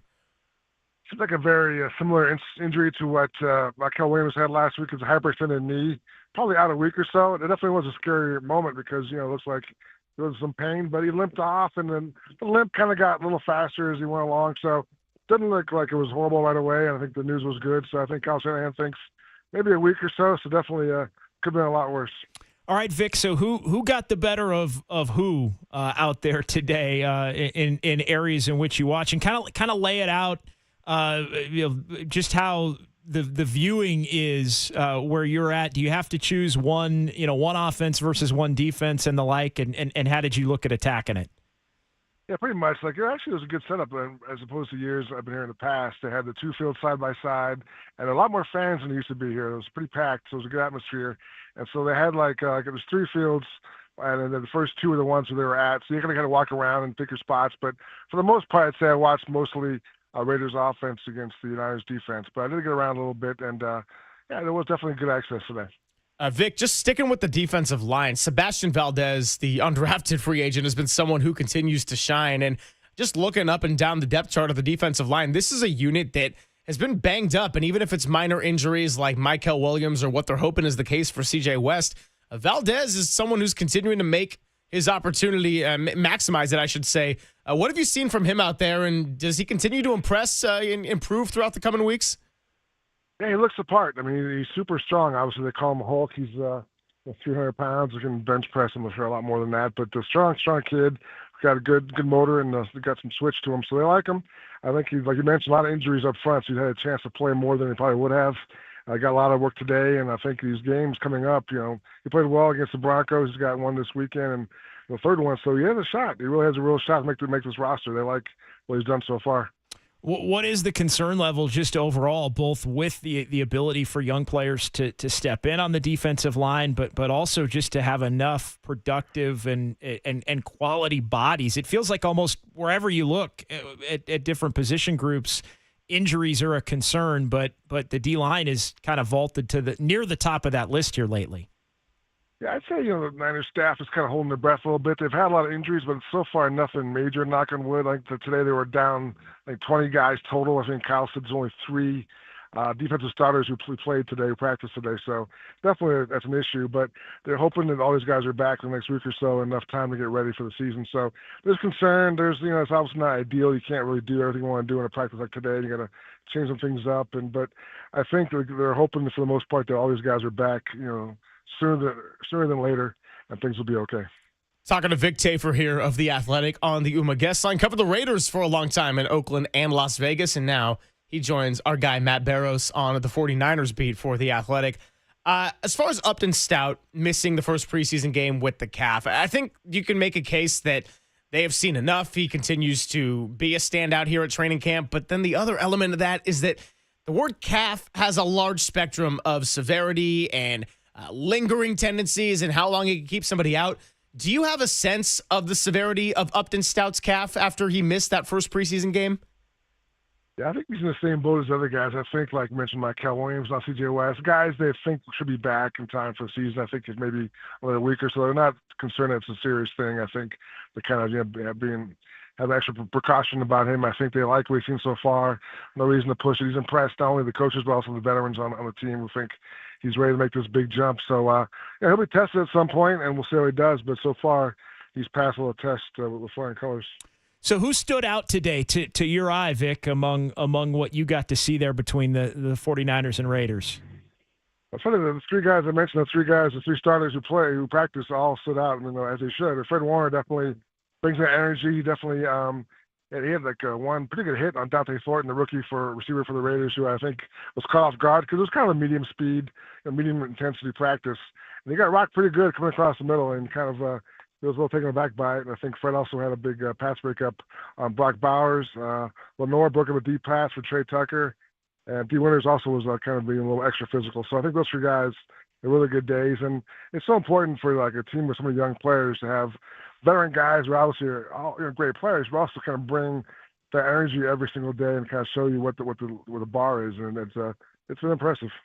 Vic, I saw your note about Kyle Shanahan expecting Brock Purdy and some starters to play on Saturday against the Raiders. Did you get any expansion on what that means for Ricky Pearsall, Christian McCaffrey, Fred Warner, other standouts in the practice today? Not really. I think Kyle's going to watch the film from today. They love watching the practice film and see just how much work they got in and what they want to work on going forward. But I expect that Purdy's going to play for a little bit, so will Pearsall. I think you might see half of the offensive starters get maybe a quarter, I'm guessing, but I think he's open to it. He wants to get them. Brock wants to play. He said that he wants to play. So I think that would also be a big part of the decision-making process. How much do you think they balance trying to get those guys work? I always feel like Shanahan's old school, like wants to get guys out there, but yet he's a younger guy. He sees how McVay does it. He's so worried about injuries because they've been kind of perpetually ravaged, and especially in the years where things have gone awry. Do you think there's any concern about throwing those guys out there, considering how many injuries they have across the board? Yeah, I'm sure there is. I think that's one of the reasons why you see more and more of these joint practices, because it gives coaches a chance to get guys out there and control situations. You can still kind of have the premise of going against another team, and you can have little scrimmages, but you control the plays, you control the environment. So I think there's no real threat of injury in these kind of things, ideally. So I think that's why you see more of these things like today. I think why you'll see less of guys playing in these games going forward. But I think a quarter on Saturday makes sense, maybe a quarter in week 3, but it won't be a lot of Brock Purdy, actually, or Ricky Pearsall in these games coming up. Couple more minutes here with Vic Tafur of The Athletic. Just got to pivot away from the Niners for a moment. And how much of the Raiders changed with Geno Smith as the quarterback and Pete Carroll as the head coach? This is an organization you've known really, really well for a long time, but first year on the beat somewhere else, and the Raiders make some big offseason moves. Yeah, it's kind of you always have new regimes. It's kind of funny, but this one seems like it's people are receptive. I think the players have bought into Pete Carroll's system, and obviously a big part of that is Pete's kind of the package deal with Geno Smith, who is he's a legitimate quarterback. He definitely can make the throws. I think they've had so many problems here in recent years since Derek Carr left, where this guy, they actually have a guy now who's a legitimate guy who gets you the ball downfield and can find weapons and make plays. So that gives you hope. They got Ashton Genty in the draft, and I think to me, our biggest takeaway from them today was the O-line is not bad. I thought the O-line was kind of a question mark, and some of these names you see aren't really impressive, but I like what they're doing. The guys are kind of gelling together, and I think they actually might surprise people as far as their ability up front. Yeah, and that 49ers defensive line has a lot of injuries, a lot of youth, and no Nick Bosa there to test them as far as today. All right, my last one for you. Pete Carroll and Trent Williams, I'm reading. The two of them got involved in separating some conflict. I cannot think of possibly a greater juxtaposition on two people breaking up fights in terms of age, build, etc. What was the scene? I need the breakdown of Pete Carroll getting in the middle of scrums. And unlike Mike Vrabel, I hope he doesn't have like the bloody face. Don't sleep on the dog and Pete, right, Vic? It's funny because you mentioned those two guys, Trent Williams and Pete Carroll. Was he 72? I forgot what. 73, yeah. You would guess which one got there faster. Pete Carroll definitely gets to the scrum a lot faster than Trent Williams does. Trent's kind of sauntering over, kind of barking at people, but Pete's he gets in there quick. So I think Pete definitely is about the energy, and I think it looks like he's a lot younger than he is. I think there were moments today where it was getting hotter, getting a little more testier, and these teams obviously kind of getting a little chippy, but never got to the point where there was actually any punches thrown. But we're getting close towards the end of practice where guys were kind of thinking about it. I think veterans like Trent and coaches like Pete were like, "Hey man, we're almost there. Let's get through this," and no one got any problems. Oh man, yeah, I just had to laugh at that headline with Pete Carroll always being so energetic. I remember there was this game. It was the 6-6 tie game between the Seahawks and the Cardinals on Sunday Night Football, and the kickers were just missing galore. Steven Hauschka for the Seahawks, and I think it was Chandler Catanzaro for Arizona. And the demeanor and the difference between Bruce Arians and Pete Carroll when the kicks were missed was just cracking me up. Bruce looked like he wanted to go, punch his kicker in the face, and Pete's over there like clapping like, all right, come on, guys, we're going to get him in the next possession. So 73 years young, and as we like to say, bad day to be a piece of gum in Las Vegas. Yeah, no doubt. He definitely has these guys fired up. So it was good to see. It definitely was a good atmosphere, and I think both teams got done what they wanted to accomplish. Well, looking forward to watching it on Saturday. We're carrying pregame at 10 and the game itself at 1 o'clock. If you need a little preseason fix instead of Giants-Rays, we got you covered on the Sports Leader. Vic, always good to catch up with you. You're killing it in The Athletic, by the way. I love reading both you and Barrows and the columns that you've collaborated on together. So looking forward to doing it all throughout the season here. All right, boys. Appreciate it. Thanks, Vic. He is Vic Tafur. You can read him in The Athletic. And a good follow on Twitter, too, by the way. Just changed his profile picture recently to some Always some the best. sniffing salts. Yeah, always the best. He always has the best profile pics. Yeah, love Vic. Good dude, funny dude. Yeah, and I just needed the firsthand account of Pete Carroll getting in the middle of scrums. I like how he's getting to it first. Like Mike Vrabel, I understand, right? If all the coaches were to have a physical fist-fighting tournament, I would say Mike Vrabel is definitely a 1 seed. D'Amico Ryans is up there too. Pete, though, like if Mike McDaniel's going to be like a 16 seed, Pete with the feistiness, but also the stature, he's got to be somewhere in the middle. But I mean, God bless his mentality. Yeah, it's great. I mean, he is truly 73, I think, going on about 48 at this point, right? You can go the other way, right? Greg Silver's what, 26 going on 52? 52. Yeah. Now you can be 48 going on 73, but you can also be 82 going on 58. I'm older than Pete Carroll. Like I am trending in that direction where I probably already am older than him. And that's okay. I'm just willing to embrace the mentality at that point. We'll finish up with some Counting Crows and, whatever their dad music I got on the radar. It's Papa and Silver. We're going to wrap up the show when we come back on The Sports Leader. KNBR, the Sports Leader. Oh.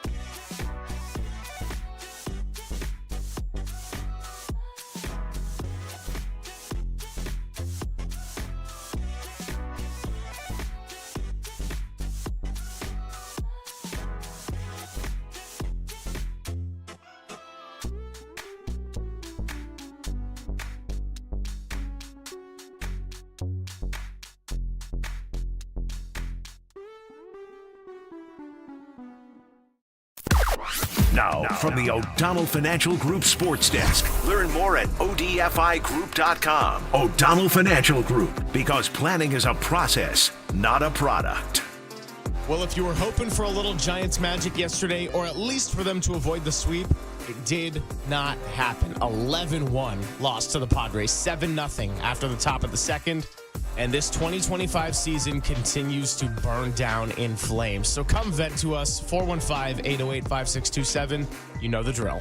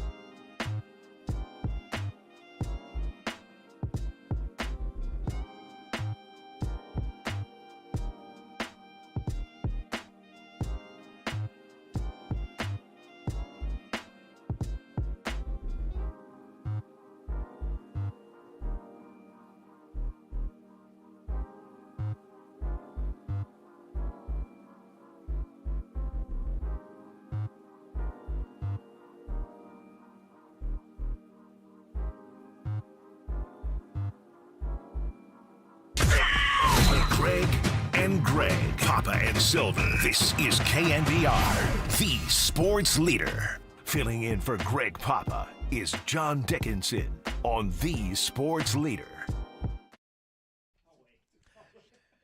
Adam Copeland pulling some tricks on us, trying to get us to get into too goofy of a mood and possibly break some FCC violations or get pulled into Mike Holler's office after this or whatever. It is Papa and Silver with JD. About 9 minutes left here, then we'll get you over to Copes, Depop, and Tim Webb for a Thursday edition of Dirty Work. 707 on the Golden State Lumber and Showroom text line. Hey, if you want to talk about Brock Bowers. He fully committed to the buzz cut, by the way, going into year 2 after that historic rookie season he had as a pass-catching tight end. So all good. Roll with it. We are going to talk about our Brock, though, and I wanted to replay this sound that we hit on Monday from the Richard Sherman podcast from Brock Purdy appeared. It was about when he realized he could play in the NFL and hang. Here it is. I think, at practice and stuff, I was making throws my rookie year, and I was trying to make the team, and I was like, all right, I think I can do it, but this is practice. And so once we got into week 13 against the Dolphins, Jimmy went down. My first third down pass was like a little 5-yard out to Christian on third down, and I completed it on the sideline. And in that moment, I was like, dude, this is football. I've been doing this my whole life. And during the game, I feel like it's a little bit more slower, actually. Everything seems open. You can see better. Practice sometimes is so hectic. You're trying to get different looks and whatnot. But in the game, in that moment, on that drive, I was like, man, I've been doing this my whole life. We went down. We scored. There was a 2-minute drill right before half. We were just executing, and I was just throwing and going through my reads. And I was like, you know what, I could do this. And sure enough, we went on a run that year, my rookie year. But I think it was those 2 drives right there, week 13, 2022. Bro, it was cool. It certainly was cool. Yeah, got to keep that in there. It was cool. It was cool, bro. Yeah, we got to keep that drop. That might need to be the end of every show. Yeah, bro, it was cool. Yeah. But no, look. Bro, it was cool. 5 years, $265 million, and possibly one preseason game coming up later. Brock Purdy has been doing this thing, and he did it from the get-go in Miami. Might see him out there with some other starters. We just talked to Vic Tafur, and he said, Kyle Shanahan's going to watch the tape. Didn't specify maybe who was going to be out there for how long, if it's going to be Ricky Pearsall, who I'm now in the mode of just putting a glass case because these injury updates keep popping up. And Jordan Watkins is out a month now. But, we'll see if we get some of that offensive line. We'll see if you get a Fred Warner. Again, I doubt it. But Kyle Shanahan thinking like Brock Purdy will be playing a little bit here on Saturday. Well, and I think Vic Tafur said it, the fact that Brock wants to be out there. I do think, if you have a star player that you believe is indifferent on it or thinks that they can get just as much value out of a practice or a joint practice and doesn't want to feel being out there in the intensity or atmosphere that the preseason on the game level provides, then I can understand why you would always lean toward protect the investment and make sure that you have them 100% healthy and at the peak of their capabilities going into week 1. But if you have a quarterback that does want to get out there, and look, I think that's how I would be. I would want to get out there. I would want to feel it in with a real, even for just a series, even for a couple of series. Like I'd want to just get out there and hand a couple off. I'd want to get out there and roll out, and if the play isn't there, throw it away. I'd want to try to hit maybe a deep ball on a long drop. Like I would want to get out there and do a few different levels of throws. So I can understand Brock, and I think Brock is kind of an old school mentality guy, right? Like I'm not gonna get hurt. Let me get out there and try to make some stuff happen and sharpen my skill set to where I don't feel like I'm rusty going into game 1 of what really is a year where they're going to need him to play at an extremely high level. Yeah, and it's going to be Brock. It's going to be Fred Warner. It's going to be Nick Bosa. It's going to be Christian McCaffrey. It's going to be George Kittle. It's going to be Brandon Ayuk when he does come back. And guess what? It's going to be Ricky Pearsall, who is going to get thrown into the fire a little bit after only playing a handful of games last year. As far as injury updates from Kyle Shanahan following the joint practice today, Nick Bosa with his neck soreness is hoping to return next week. You're not going to see him on Saturday.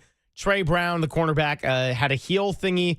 Jason Pinnock, also a heel. Ben Barsh with his elbow out this week. And then CJ West, they're saying hyperextended knee. Initial diagnosis shows no ACL damage. So as Vic Tafur kind of relayed to us, good news so far on a potential scare, but Nothing too serious that should carry over into the start of the season. No, that's great news. That's as good as it can be considering the circumstances. And yeah, but they got to start getting these guys back and with a good couple of week ramp up toward being ready to roll, because they're going to depend on all of them. Yeah, the getting injured to return from injury ratio doesn't feel all that great, does it? No. You got Jordan Watkins leaving for a month right as Jacob Cowing comes back. Defensive line and secondary continues to get banged up a little bit, and you hope that ratio can start tilting the other way on the seesaw, where guys are coming back as much, and it's not more people flocking over to the report before you even get in the flow of 17 games. Yeah, you just can't have it, and there's too much. I think, at least going into the year, that has to go right and be on schedule for the 49ers to truly maximize what they have. So I think that margin for error is definitely, it's just definitely not what we've seen it be, at least what we believe it to be. It can always change, but what we believe it to be going into a season. We're also 12 days away now from the final roster cut down, August 26th. I know Tim Kawakami of the SF Standard wrote a piece about Juwan Jennings and that sort of being a deadline for some possible resolution here on the contract. The calf injury is looming. Then there's also the contract factor, and the calf has showed up in the imaging. We're not saying it's a phantom injury, but Juwan Jennings showed up in good faith, and then kind of really has been the case. We haven't heard much from him. He's, dare I say, it's the Jonathan Kuminga headline of the 49ers right now. He's been out, still continues to be out, and they work on the healing and the contract at the same time. Yeah, and he's another one. Got to get him back. And I think while the calf injury is legitimate, I do think there's and I think Kawakami laid it out. I mean, I think there is a relatively significant contract issue. Like, this is not showed up in good faith, and yeah, maybe they had discussions or were working on it, and it was close, because I think if it was, it would be done. And you can also see why, I think, from the 49ers standpoint, if you don't feel it's the right time to pay Jennings, if you don't feel it's the right time for him to add, to want to add years or whatever, and then he becomes an injured player, which I think we all agree is like, that doesn't make you more apt from the team standpoint to want to pay a guy significantly more salary. Yeah, no question about it. So final couple of minutes here, Papa and Silver, and I think where we sort of close things off on the Juwan Jennings discussion is going to be a nice topic to unpack and revisit tomorrow. Krug and I got into it together a lot when we were doing the shows, when the news officially came out that Juwan Jennings wanted a contract extension or was going to request a trade. By all accounts, he has not requested a trade so far, so not sure what that says about negotiations, what he's asking for, if he has a market out there, etc.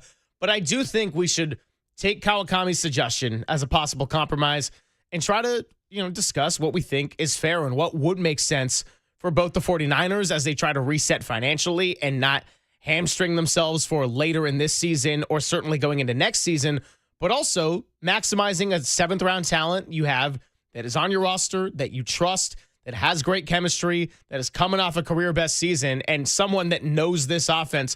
Most importantly, embraces the no block, no rock mentality, so much so that he got ejected 25 yards shy of 1,000.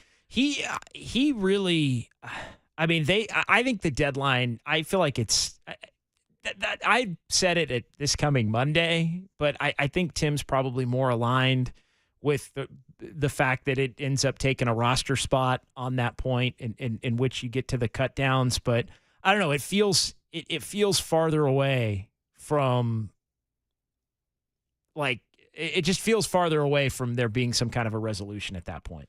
Well, that's going to do it for us, JD. Appreciate it, as always. We got 4 more hours of fun tomorrow, and let's get you over to Copes, Depop, and Tim Webb. Talking all things Kuminga for 4 hours, 2 to 6. It's Papa and Silver. You're listening to KNBR and KNBR FM San Francisco, the sports leader, a Cumulus Media station. And Dirty Work starts now. So I like Brock.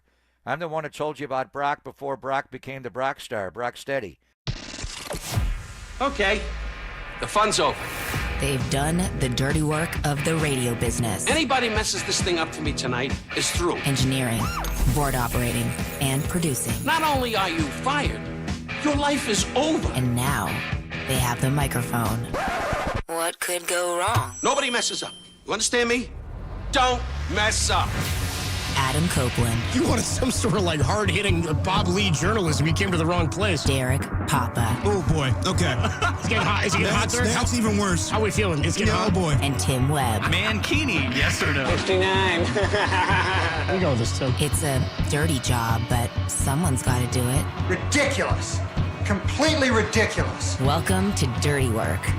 KNBR 104.5 and 680. The sports leader.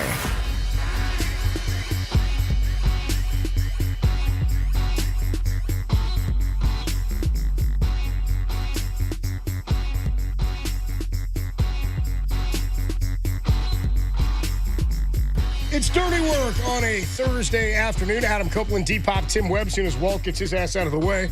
All right.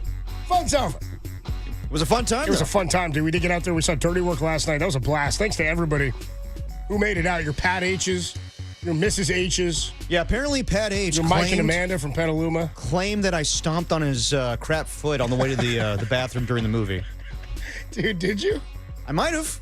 I mean, Pat H. Not intentionally, Pat but H has been nursing this injury. I mean, you've never seen somebody milk an injury the way Pat H has milked this foot.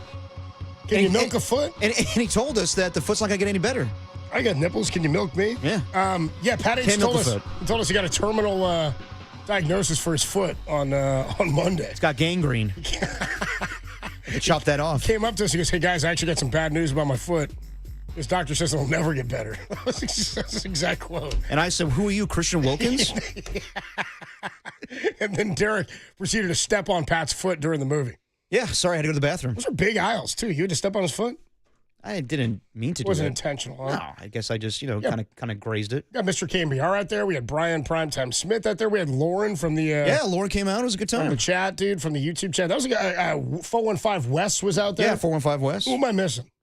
I think you mentioned everybody. That was a guy who just dropped his area code. I'm 291. Yeah, he did. He shook my hand. He goes, "I'm 291. I was like, "What up, brother?" Yeah. He was wearing one of those City Connect Giants jerseys, wasn't he? Ooh. That was a good deal. Kind of rough to wear that after what happened yesterday. Hey, man. He was in the city. He was hanging out. It's a dirty work. Probably went to the game and then just kicked it. Dirty work. Anyway, that was a great time. Look, when you get to see a movie that you were a fan of as a kid, you'd never seen it on the big screen. It was fun watching a movie like that with a bunch of you guys. I mean, you and Tim and I had bonded over this movie. Mm-hmm. I didn't realize how many people who came to see the movie had never seen Dirty Work anyway. Which, I'm not surprised because... It's kind of a cult classic. Yeah, but I remember, I don't know why I remember this, but I do remember when the movie came out. I had to be 7 years old, but for whatever reason, I was such an SNL kid that I remember Norm Macdonald getting his first movie, but it wasn't a success whatsoever.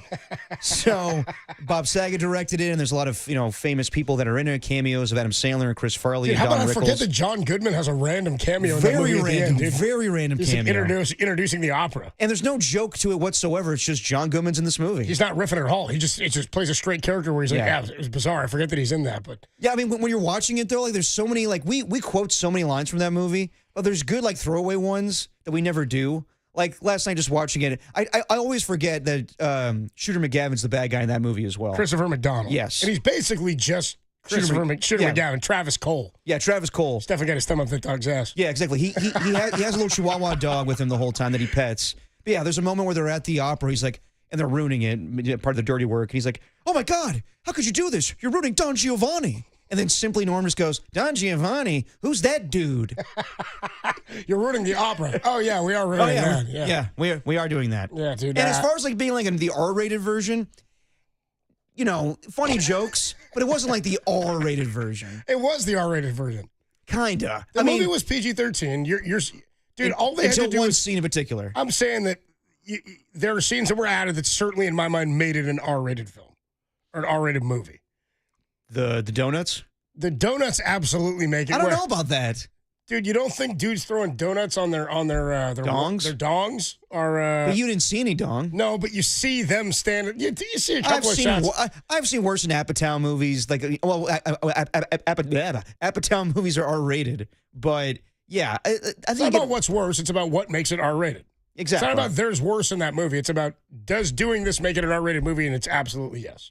The idea is that there was so little of that. You don't have to know about it. It's true. It's been rated by the Motion Picture Association of America. It is the R-rated version. Yeah, there's so little of that, though, they could take it out and make it a PG-13 that's the movie. Point. And that's exactly. You're right that there's not so much in it. There's not a bunch of F-bombs. There's not a bunch of nudity and things like that. I'm just saying you didn't need that much more to make it an R-rated movie. I think if you say the F word once or twice in a movie, it's immediately R. It depends how you use it, too. Yeah, but so you could say, yeah, it's not as bad as an Apatow movie, but I'm like, but that's not the point. Right. The point is there's a threshold, and it became R. Yeah.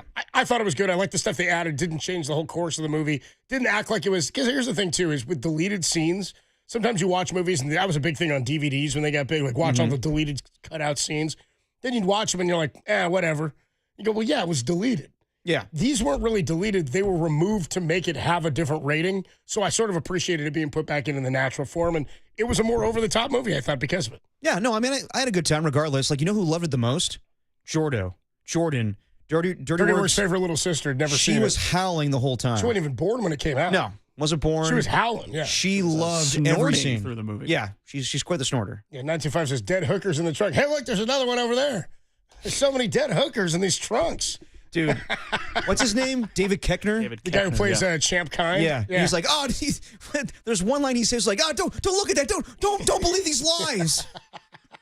Anyway, it was fun getting out to the Alamo Draft House with a bunch of the listeners and members of the Filth last night. Yeah, good turnout. Had a few pops afterwards, too. Yes, we did. What'd you do afterwards? I went home, got on BART. You know, BART ends at 12:30, so I had to get on the 12:15 train. Yeah. How about Derek claiming he wasn't going to eat popcorn during the movie? Hold on. Tim, no, Erroneous. stay out of this. Erroneous. Stay out of this. Stay out of this. This isn't about you. Me and Tim have some talking. You're saying my name. Of course it's about I'm me. talking about you. Stay out of this. Okay. Tim, yesterday on the show, and this happened last week, we asked Derek about going to the movie because I think he went to see Naked Gun last week. I did, yes. Yeah. We asked him, did you get popcorn? No. And he said no. I was like, you didn't get popcorn at the movie? And you're like, well, no, I don't always get popcorn. I blah, blah, blah, blah, blah. Then I asked you yesterday, are you going to get popcorn at the movie tonight? And his answer, Tim, was... And he said no. He said no on the show. And then he said he was going to eat a full meal. That was the plan. He didn't get a full meal, did he, Tim? No, he did not. What did he get? Well, he got our popcorn. He had a bowl of popcorn that Tim and I paid for. Okay, excuse me. I think Mr. KNBR is slightly to blame for this as well. No, he's not. They brought the second bowl of popcorn that was for me and Tim. I had no idea. And you just took it. I thought that Mr. KNBR He ate every damn kernel, too. Every day. And so what, you were just getting Mr. KNBR's popcorn? Yeah, well, I bought him a drink earlier. Oh, so you just get the right to all his corn. It's only fair. Well, dude, Tim and I were ordering popcorn. Well, not only that, yeah, Tim wanted to get like his own popcorn, right? They do bottomless popcorn there. Yes, they do. So like we were going to get a popcorn, and then Tim, remember, said they don't call him Tim the Salt Lick Webb for nothing. He said, if I'm getting popcorn, he says, I get my own because he likes heaps of salt on his corn. Right. So we were talking to the lady, and she goes, I'll just give you the refill for him with extra salt while I bring you your original. So they brought us two at once. You guys just got Tim's version. His refill. I apologize, Tim. Well, Tim and I then, as we're eating the popcorn, I leaned over at one point in the movie. I said, I gotta use some more salt on this, dude. Like, our popcorn really didn't have much salt, did it, Tim? Not a lot of salt. Not a lot of salt. Well, I mean, we were riffing about it, too. It was like, I'm going to get a whole separate bowl just so I could put a ton of salt just because of the salt. The woman was so nice, and she brought a second bowl, put it on your guys' table, and it was gone. Derek just ate it. Hey, listen, there's bound to be mistakes when you order food, in a movie theater. The lights are dim, people are whispering. It's bound to happen. What?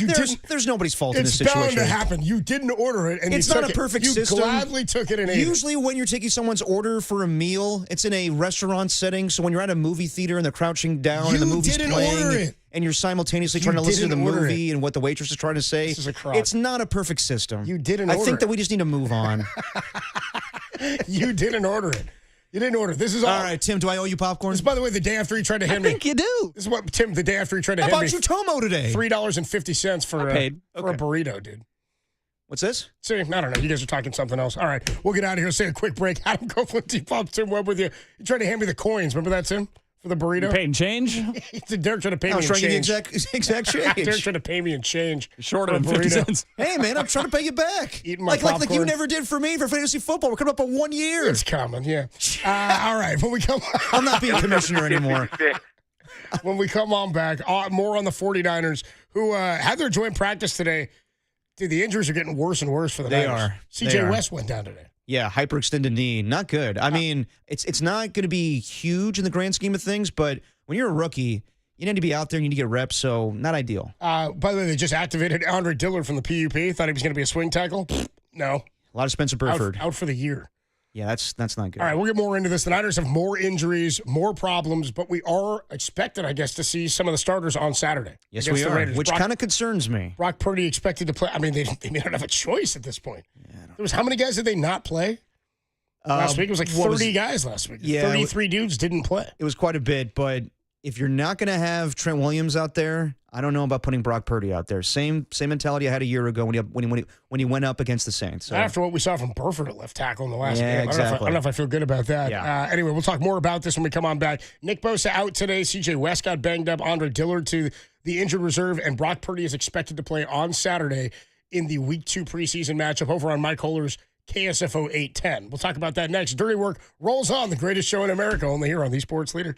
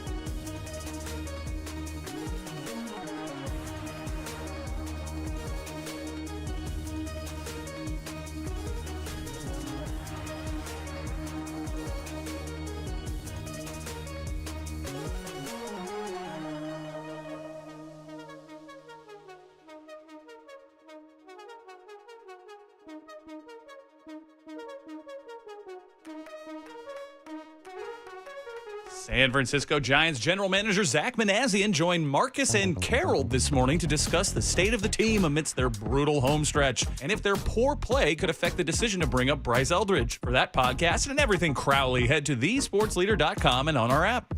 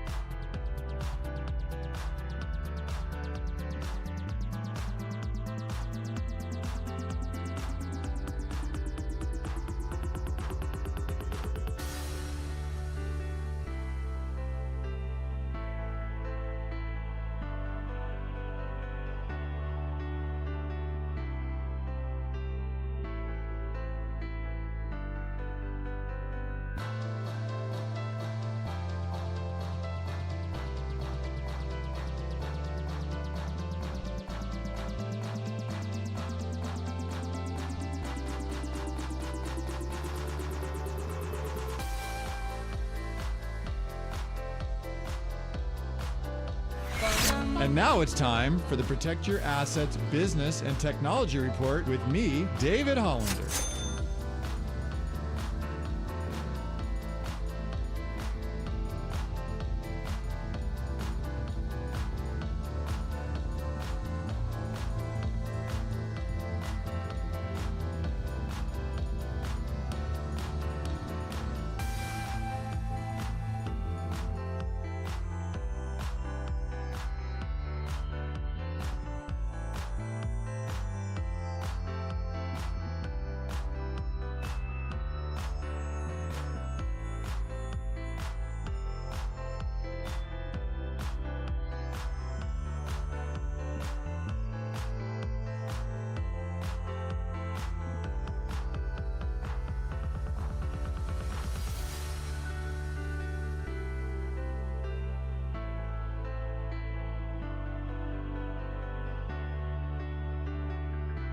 You're listening to Dirty Work. Adam Copeland and Derek Papa. On your home for all things 49ers for the last 20 years. KNBR, the sports leader. Dirty Work on a Thursday afternoon. Adam Copeland, Depop, Tim Webb. By the way, Susan Slesser going to join us at 2:50. Rich Aureli at 3:50. Cam Inman talking 49er football at 4:50. Somebody on the Golden State Lumber and Showroom text line at 808 KNBR 510 says, dude, I love this show intro. Let's see how long we can go without talking about the Giants. At least till 2:50 when Susan Slesser joins us. I got nothing for you till then. Only doing it with guests. I got no reason to talk. Why would I talk about the Giants? I know that the morning show. Why would I give them any more of my energy? Yeah, morning show and the midday show talked about them. We exhausted yesterday. We talked about them enough. We were reacting right after they lost 11-0 yesterday, whatever it was, 11-1. So we're moving on. Yeah, it's football season. I look. You're catching L's every day of the week. Today's an off day. I'm not going to catch one today. Nope. You know what I mean? Nope. They're lucky. I mean, despite their best efforts, they won't either today. Yeah. There's no reason to talk. Hey, the highlight this weekend though, Saweetie. Unfortunately, that's where we are. Yes. That really might be the Saturday highlight. nights. It's like that's what you got to do now to get people out there and to keep them out there. Yeah. Because it ain't the product on the field. No, it's not. Raise Giants, you need a little Saweetie. I thought Adamas was going to cry yesterday. I felt bad for him. I felt bad, dude, yeah. This is his first season with the Giants. I was joking. I was like, they broke him in like 110 games. He was like the most positive. Well, honestly. He was like, nah, he's like, doesn't even like playing baseball anymore. I know, like, we'll talk to Susan more about it and Richie, but like when you hear Logan Webb and Bob Melvin say, I don't know when it comes to how is this going to improve, and then it kind of festers in the clubhouse when you hear that. It's like, yeah, what are we looking forward to? This is not fun anymore. I was looking forward to Niner football, but the injuries keep popping out. I mean, where are we with this? Is this a better thing to talk about? I mean, more interesting, I guess. More interesting, sure, because there's still hope for the 49ers. Absolutely. There's not for the Giants. Kyle Shanahan said he does expect Brock Purdy and some other starters to play on Saturday. How do you feel about that? I don't need to see anything from Brock, really. I don't. He needs to improve on this season, but as far as like preseason snaps, I'm okay with him not playing any. You know, I hear this and my first thought is, how does this affect me?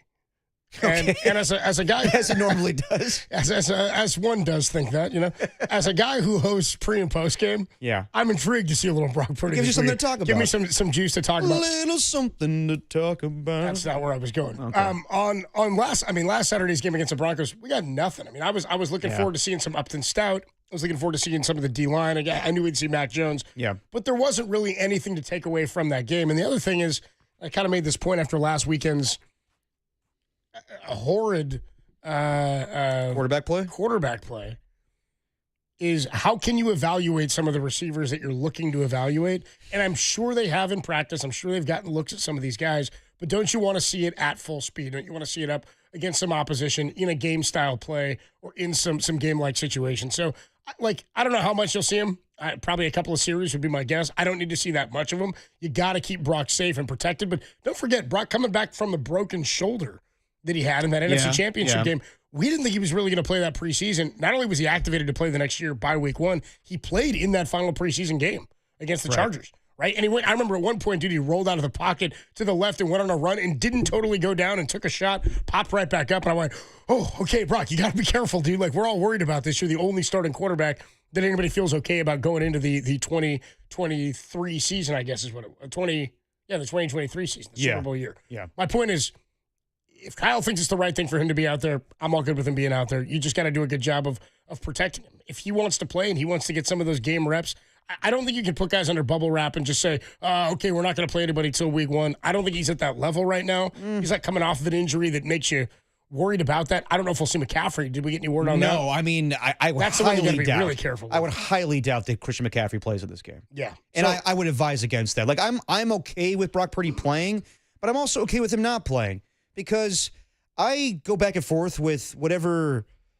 thought process you have when it comes to playing your starters in the preseason. I understand why Andy Reid does it. I understand why Sean McVay doesn't do it. There's value in joint practices. There's also value in actually playing game snaps in a preseason game. But my biggest worry is the same it was a year ago when Brock Purdy was playing in that preseason game against the New Orleans Saints, and I want to say former 49er Chase Young came in and slammed him. I was like, what is the benefit of this? And it may be just for Brock to get hit, really, and feel the live game action before the season starts. But also, I did not like what I saw from Spencer Burford. And this Andre Dillard injury is pretty, I don't want to say massive, but like as far as his career, I would say it's probably over. He was a former first-round pick for the Philadelphia Eagles. He's bounced around. He's had concussion injuries. Andre Dillard? Yes. Yeah. He's had knee injuries. And I guess he had knee surgery this past offseason. And the hope was he was going to be that swing tackle for them. And now he was activated from PUP just on Monday.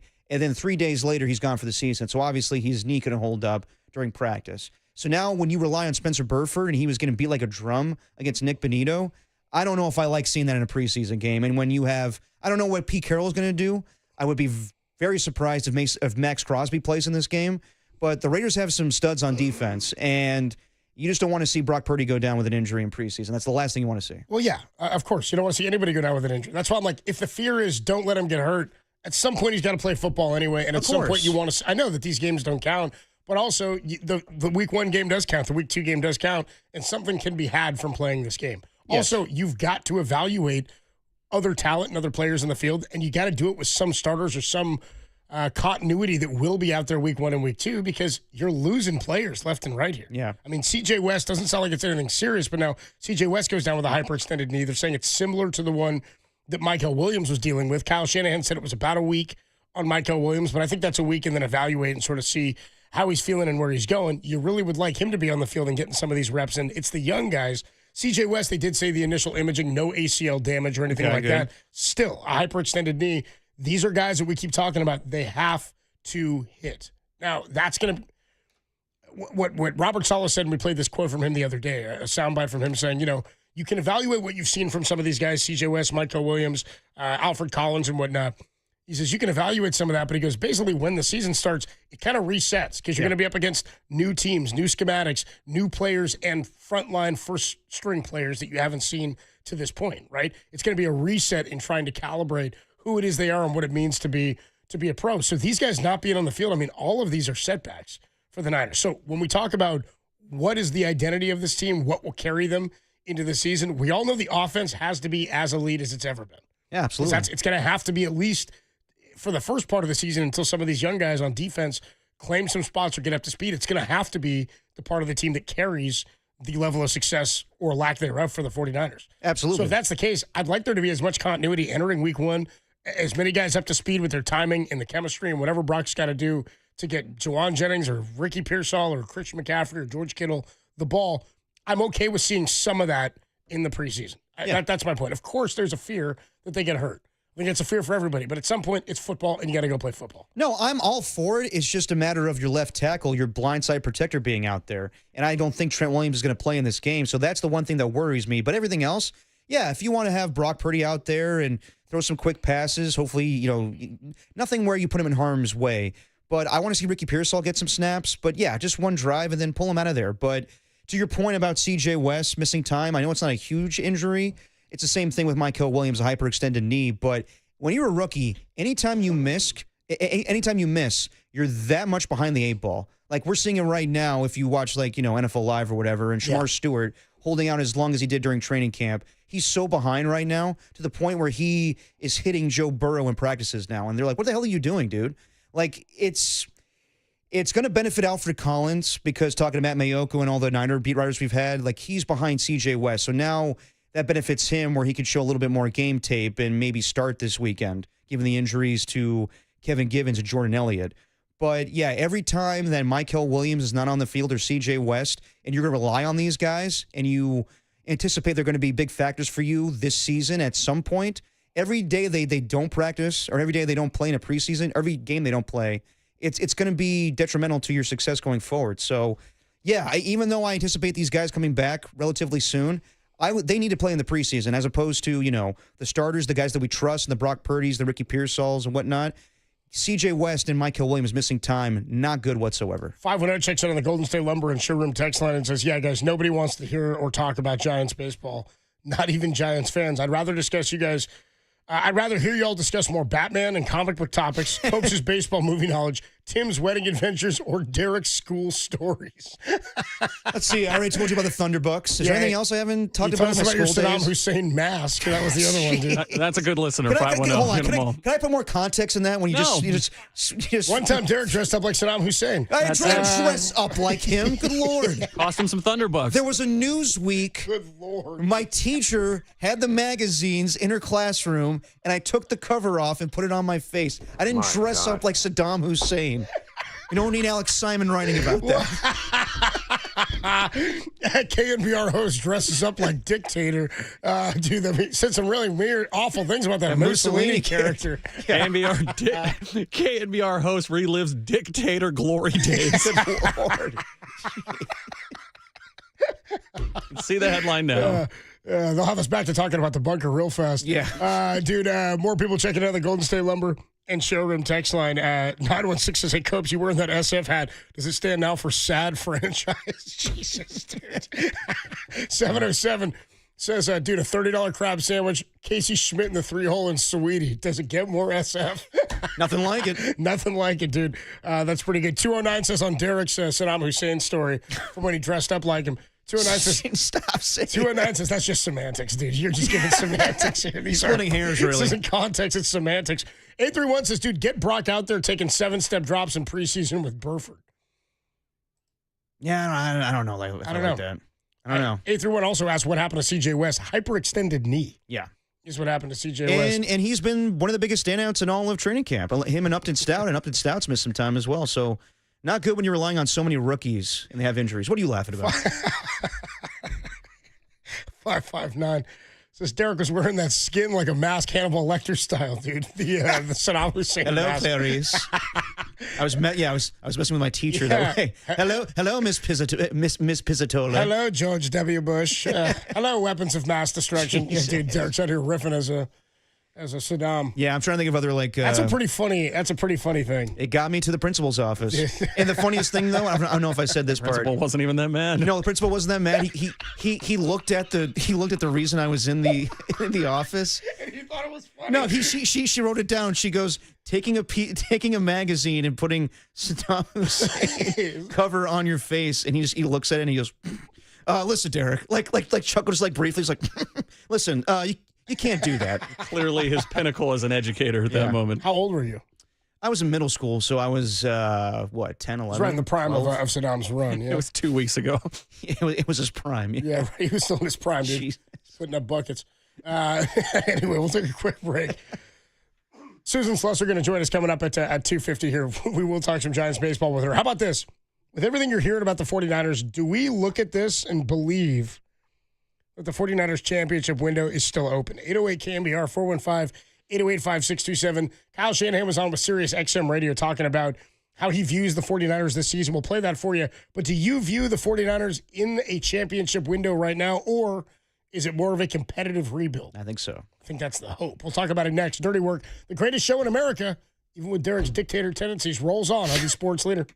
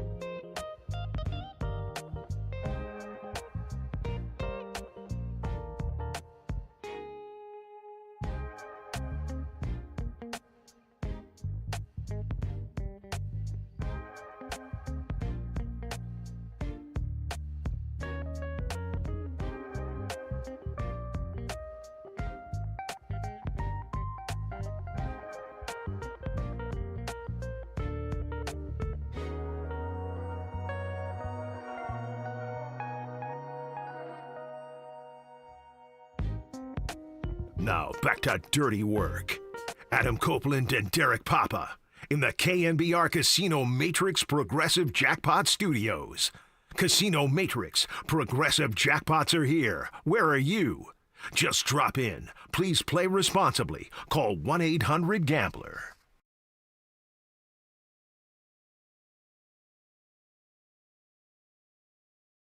Boy, you don't get a John Dickinson working blue the way he just was now during the break. The three of us was going through like what you can say on radio, what you can't say. Well, yeah, we were just running. That ends in Y, brother. We were just running through, kind of like we were talking about the band Mannequin Pussy the other day. Yes. Yeah, and the TV show Schitt's Creek. Yes. I can say all that, right?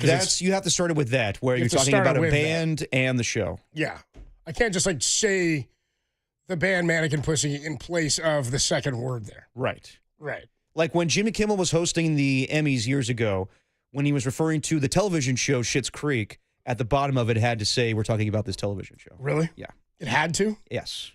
Even though the TV show aired on television, it was on all the time? No, it was on Netflix. Oh, it was only Netflix? Well, it was on in Canada too, wasn't it? I don't know. I wasn't really a Schitt's Creek fan. I'm talking about the TV show. Yeah, right. As long as we specify. But it's like we were just saying, the George Carlin bit about things you can and can't say on the air. Yes, you can prick your finger, but you can't. Yeah, exactly. You can't do the other. You can't reverse it. I can say whole ass, but I can't say. I can even just say ass. You can, but I can't say no. If you, I have to say something before, like I just did before I say the word whole. Exactly. It's kind of like in South Park when they do the N guy. And they change it to where you have to have 7 words in between. You can't call somebody that and then guy. And then they're having a vote at the very end, and all the white people are like, yeah, dude. Yes. And everything, one black guy, nay. That's the God. Oh, man. 510 checks on the Golden State Lumber and Showroom text line. This is all after we were talking about Derek dressing up as Saddam Hussein. I didn't dress up like him. I don't know if it's better or worse than what he did, Tim. What do you think? I mean, dressing up would be bad, but what he did is pretty funny. Cutting out Saddam Hussein's face from the cover of a Newsweek magazine. It was basically a Halloween costume. And then putting it on. Well, this the idea that you had to be reprimanded is pretty hilarious.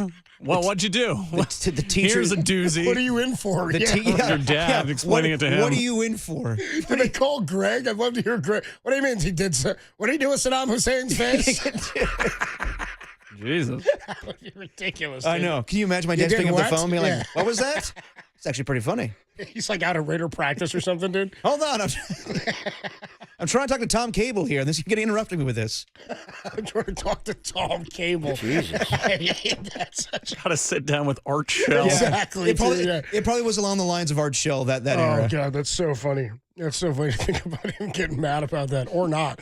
510 checks in and says, dude, Derek's story of him trying to get out of trouble by bribing his teacher with the Thunderbucks, in my mind, it's turned into him throwing money and making it rain, like making her dance on the table. No. I wasn't that disrespectful. I was pretty much trying to be like a mafioso kid. Just Derek be like, had a currency in his class. Listen, listen here, Miss Pizzatola. Listen, I know you didn't like that I wore that Saddam Hussein mask, but here we go. So listen, make this all go away. Here's a couple of Thunderbucks. That was a different time. No, though, and right? that's where that wasn't for the Saddam mask. No, that's where they took all my Thunderbucks away, and then I had to do. They emptied them out. I had to do in-school suspension for the end of the Christmas celebration, and it was me and Scarface's stepson just hanging out in ISS. In-school suspension is what it was called, ISS. Dude. ISS. Yeah, dude, it sounds like a prison. I know. And send you to ISS. And to your thing where it's like, what do you in for? It's like, I say like, oh, I ran out of Thunderbucks, and Scarface's stepson's like, oh, I actually did cause some trouble around here. I'm like, yeah, I know. I just, they took my money away. It's sort of bad too. Like they make you so poor you have to just go to jail. I know. That's kind of how it worked. I didn't like that at all. Just because I ran out of money, I couldn't participate. They created a class system. Yeah, they created a class system at Derek's school, and he wasn't allowed to participate. God. Didn't like that at all. 415 checks in and says, dude, breaking news, KNBR host is a terrorist sympathizer. Stop it. After Derek dressed up like Saddam Hussein. Sympathizer. Yeah, it's pretty good. 408 says, I think they're closer. You talking about the Niners window? Oh, yeah. Sorry. We're talking about the 49er window is what we're getting into. Maybe we should get on that. Maybe go ahead, Derek, set it on up. Well, you want to do that instead? Okay. So Kyle Shanahan was on with Sirius XM Radio, and they asked him how he views the upcoming 2025 season. Oh, you want to play the sound? Yes. Oh, okay. I think we got to give Tim more of a lead. Oh, I got it. Here we go. He's got it. When we got here in 17, we knew we had a roster that we really had to completely change over. And, in the first year, we changed 10 out of 11 guys on offense. Joe Staley was the only one who remained. And on defense, we did 8 out of 11. So we had a big turnover, and we did it all with we did it all with draft picks. And to me, you don't hit on every draft pick, but we hit on a lot, and we got some difference makers in there, and that kind of became the core of our group from 19 all the way till now. And we brought in a couple different people with Christian and Trent that we did through trades, but everyone else has kind of been homegrown and through the draft. And fortunately, we've been able to keep some of those guys, and that's to me the biggest difference between now and 17 is that some of these guys that have been here are still here, and we got a group of players, whether it's 5, whether it's 7, whatever it is, that are different makers, some borderline Hall of Fame players too. But when you look at the rest of the roster, that's what reminds me a little bit more of 17 and 18, that we need to add a bunch of youth. We need to get guys who are younger, so obviously we can afford to keep some of these players, also having to pay a quarterback and things like that. So whenever that happens, you do depend on young guys.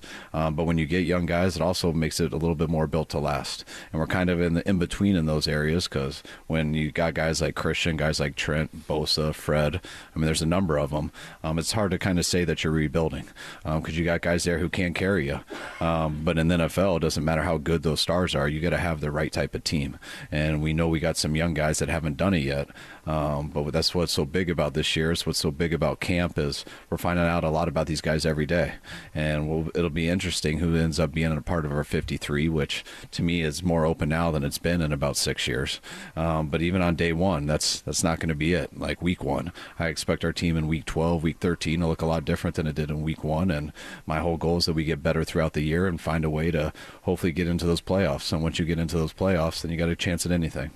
So like we've been saying, the expectations from Kyle Shanahan's perspective is it's going to be a mix of rebuilding, but also trying to stay competitive. And the fact that he's referencing his first few seasons with the Niners in 2017 and 2018 makes me believe that even he has some question marks about what he's going to see from the defensive standpoint. Boy, I sure hope it's not anything like 17. And 18, by the way, a little bit different, too, because you get Jimmy at the end of 17, and then Jimmy goes down week 2 or whatever in Kansas City. Yeah. Right? And tears his ACL. The whole season was over by that point. Basically, yeah. So, what's interesting, though, about what he's saying is 17, they were still, it was a brand new situation, right? They're still trying to get their system in place. They started, 0-10, and Brian Hoyer was the quarterback. They didn't have a quarterback. Yeah. C.J. Beathard, I think, was there, right?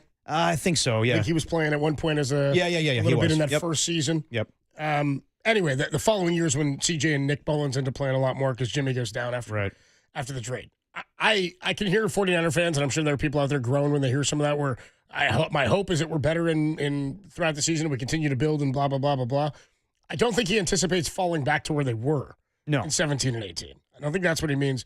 Or even last year. I would also say that we've seen Kyle and this regime find tons of success. Sometimes it's most success, with the exception of 2023, because that just felt like the year, man. All year, it just felt like the year with the way McCaffrey was playing, with the way Brock clicked into the offense and all that. What I would say, though, outside of 2023, which I think is obviously the best year they had beginning to end, because they stayed healthy for the most part, too. Yeah. It was kind of an anomaly in that they all stayed on the field. What I would say is they've found huge levels of success, sometimes their best levels of success, in seasons where they grew and developed and changed and evolved and adapted throughout the season because of injuries. I keep going back to that 2021 season. They were 3-5. They were 3-5. And they'd lost their starting running back, and they had a 6-stringer back there in Elijah Mitchell, who was playing well, but then he got hurt. Trey Sermon was back there, and then Debo became the wide back. I'm not saying that they have the same personnel and are capable of doing the same things. I'm saying that in 2021, and even to an extent in 2019, I don't know that we believed that they were contenders until a certain point. And they go all the way to the NFC Championship in 2021, right? And I think that we all thought had they won that game, they had a damn good chance of winning the Super Bowl in 2021 because of what Kyle was able to adjust and adapt to and develop throughout the season. They did that on defense. They found pieces. They did that on offense. They changed schematics. But if not for Debo Samuel and the move of Kyle, and that goes both ways. Like, as good as Debo was, it's Kyle's schematic and his decision to make that happen in the way that they did, and it could not be stopped, at least for the better part of that season. So I'm with him when he's got faith in the idea that they can grow and get better and achieve levels of success throughout the year that we maybe can't foresee what they are right now. I think just the difference in this team from what we've seen in recent years is that there are more unknowns. And as he said, maybe more open 53-man roster spots, per his quote exactly there, than we've seen in the past, which is why I can't say the championship window is open per se, because I don't know what this championship iteration potentially for the 49ers looks like. We haven't seen it where the 5 guys who are the veteran dudes are the 7 or 8 guys that they've paid. I'm talking Trent, McCaffrey. We don't know yet about those guys returning and at the age that they are. I've got faith, but we don't know. Brock being Brock at the price point that he's at, right, and remaining at the top of his game. Fred Warner, who played all last year with a broken foot, and you've got George Kittle. Most of these guys, except for Brock, are on the, I don't know about Fred per se, but the back 9 of their careers, right? You get Demo Lenore as a dude you've paid. He's young. He's in the secondary. But other than that, like, there's a lot of question marks out there, and there's a lot of empty space for guys to either rise to the occasion or for the 49ers to have to find somebody who's capable of filling a void that will help them be successful. I don't know that I believe this year is that year because of how many open spots there are. Again, I've got faith. It took a lot for the Giants to play me out of feeling good about baseball. You know what I mean? Yeah. It took a lot. The Niners, sort of the same thing, but I've got to hope because I do think when Kyle's here, if Kyle Shanahan is at the helm and if John Lynch is at the helm and if Brock Purdy plays at the level that he plays, you've got a coach and you got a quarterback. And I think with those 2 guys, your championship window, the same as the Bengals have to feel like our window's got to be open. We've got Joe Burrow. We've got Zach Taylor. We've got 2 guys we believe in. We've reached a Super Bowl. We just haven't won the big one. The Rams have to feel that way when they've got Stafford and they've got McVay. Yeah. There are certain teams that if you've got the right quarterback and the right coach, you have to believe there's a championship pedigree. I think they have the pedigree because of that. I don't know that the window's open yet. The window is open. I think they're going to have to prove that the window is still open. I think they have to re-earn the right to say we have a championship window after the 6-11 season. Yeah, I mean, this is a totally different team. This is a new era of 49ers football where it's not the same. You know, this is pretty much post Brock Purdy contract extension. Like, this is where everything around him changes. Yeah. Obviously, McCaffrey's still there and whatnot, but yeah, this is different. This is basically a reboot. And everything you can, take away from Kyle's statement there is in years past, it was always about we want to win the championship. Sure. He ends it with saying, I just want to get to the playoffs and see what happens. Even their expectation level is different now. Because there's so many unknowns even on his end. Yes, and that's why I always go back to comparing this upcoming season to what the Rams did a few years ago when they pretty much got rid of everybody with the exception of Matthew Stafford, Aaron Donald, and Cooper Kupp. And they got to the playoffs because they hit on defensive rookies, and it worked out that way. I'm at the point now where I respect Kyle Shanahan so much that if he has his quarterback playing 17 games and everyone stays relatively healthy, I give them a chance to get to the postseason. Now, if their schedule was harder, if they were playing the likes of the NFC East or any other competitive divisions, I would be a little more skeptical this season about their success. I think that maybe they would be just based on the lack of experienced talent, that they could be a 7-10 or 8-9 team just based on what I see on paper. But because they have Kyle and because they have Brock and everybody coming back on offense and their schedule on paper might be the easiest we've seen in quite some time, I wouldn't put it out of the realm of possibility that they do get the number 1 seed and win the NFC West. But as far as competing with the likes of other teams I mentioned that are better in the NFC right now, I don't know if I could say they're better than them. That's why when I compare them to the Minnesota Vikings, I hear you, Copes, that it's a big question mark on J.J. McCarthy, but everything else is set up so perfectly that if they hit on J.J., then they should be a good team. It's a big if. That's what I'm saying, coaching quarterback. No, but at the same time with the Niners, it's not just they have Brock, they have McCaffrey, but they have a big question mark at receiver. They have a big question mark at the defensive line. They have a big question mark on the linebackers, big question mark on the kicker, big question mark at the secondary. Yep. It's so much more of the unknown with the Niners than it is for the Vikings. It's fair. Show me the team that you're saying, well, that's a championship caliber team when you have that many questions about that many position groups. And again, this is not to be damning of the Niners and what they've done. Yeah. Because this isn't meant to be a criticism. It's meant to sort of identify or define that I do believe this is a competitive rebuild and not necessarily a championship window. I would have said last year the window's open because you're running it back. Absolutely. It's hard to do after you lose, but that was, to me, the window open. Last year, the window closed because the entire complexion of the team had to evolve. I'm not going to say it's closed or open. I think it's on hold, so I'll just say... Oh, come on. I'll just say... Pick a side. Come on, you waffle. The window's ajar. What? The window. So it's open. It's slightly open. A jar is open. A jar. So you think the championship window's open? It will be more open in That's years, not what I said. in years to come. Is it open or not? Dude? Slightly open for this season. Pick a side, dude. I just gave it to you. Get in the pool or get out, It's a jar. dude. A jar's open. Esther, get off the pot, Derek. Slightly open. No, I don't have big expectations, but I can't say they will not win the Super Bowl this season. Derek's Niners, dude. Stop the Greg's rubbing off on him. The Greg's rubbing off on him. It's open. I'm so conflicted, though, this weekend. Who do I root for? You're rooting for your Raiders, dude. No, we I'm know. not. Oh, you're rooting for the Niners? I could give a damn in this preseason So you're rooting game. for the Niners?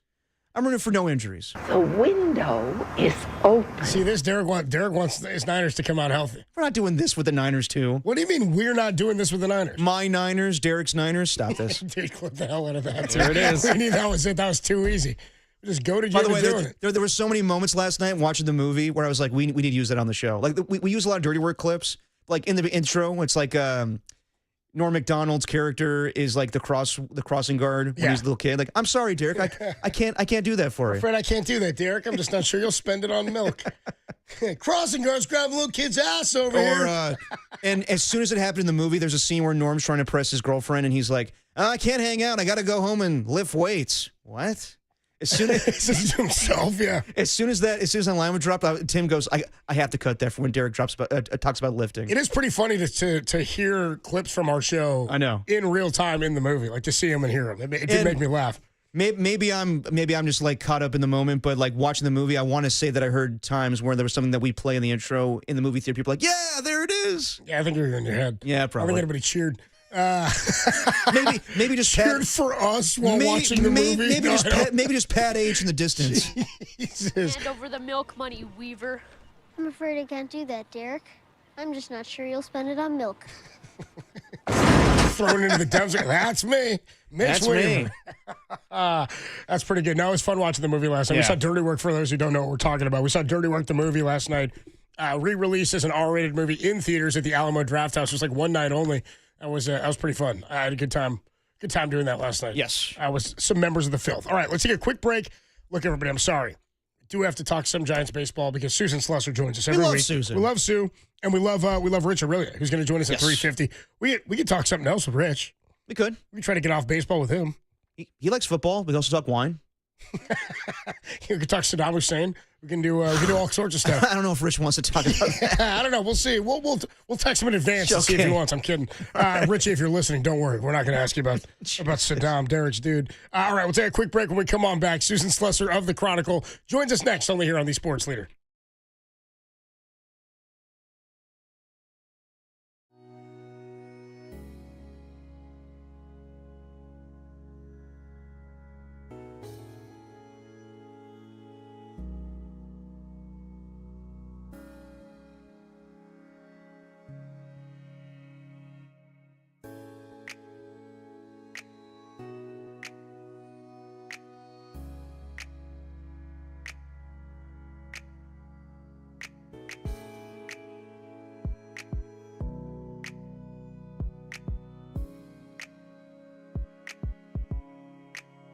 The Warriors' schedule was released today. Of note, Golden State will play 15 back-to-backs and will be nationally televised 34 times, tied for the most in the NBA. For everything hoop, keep it locked right here to The Sports Leader, unless it's about Jonathan Kuminga, because we've got Bupkis.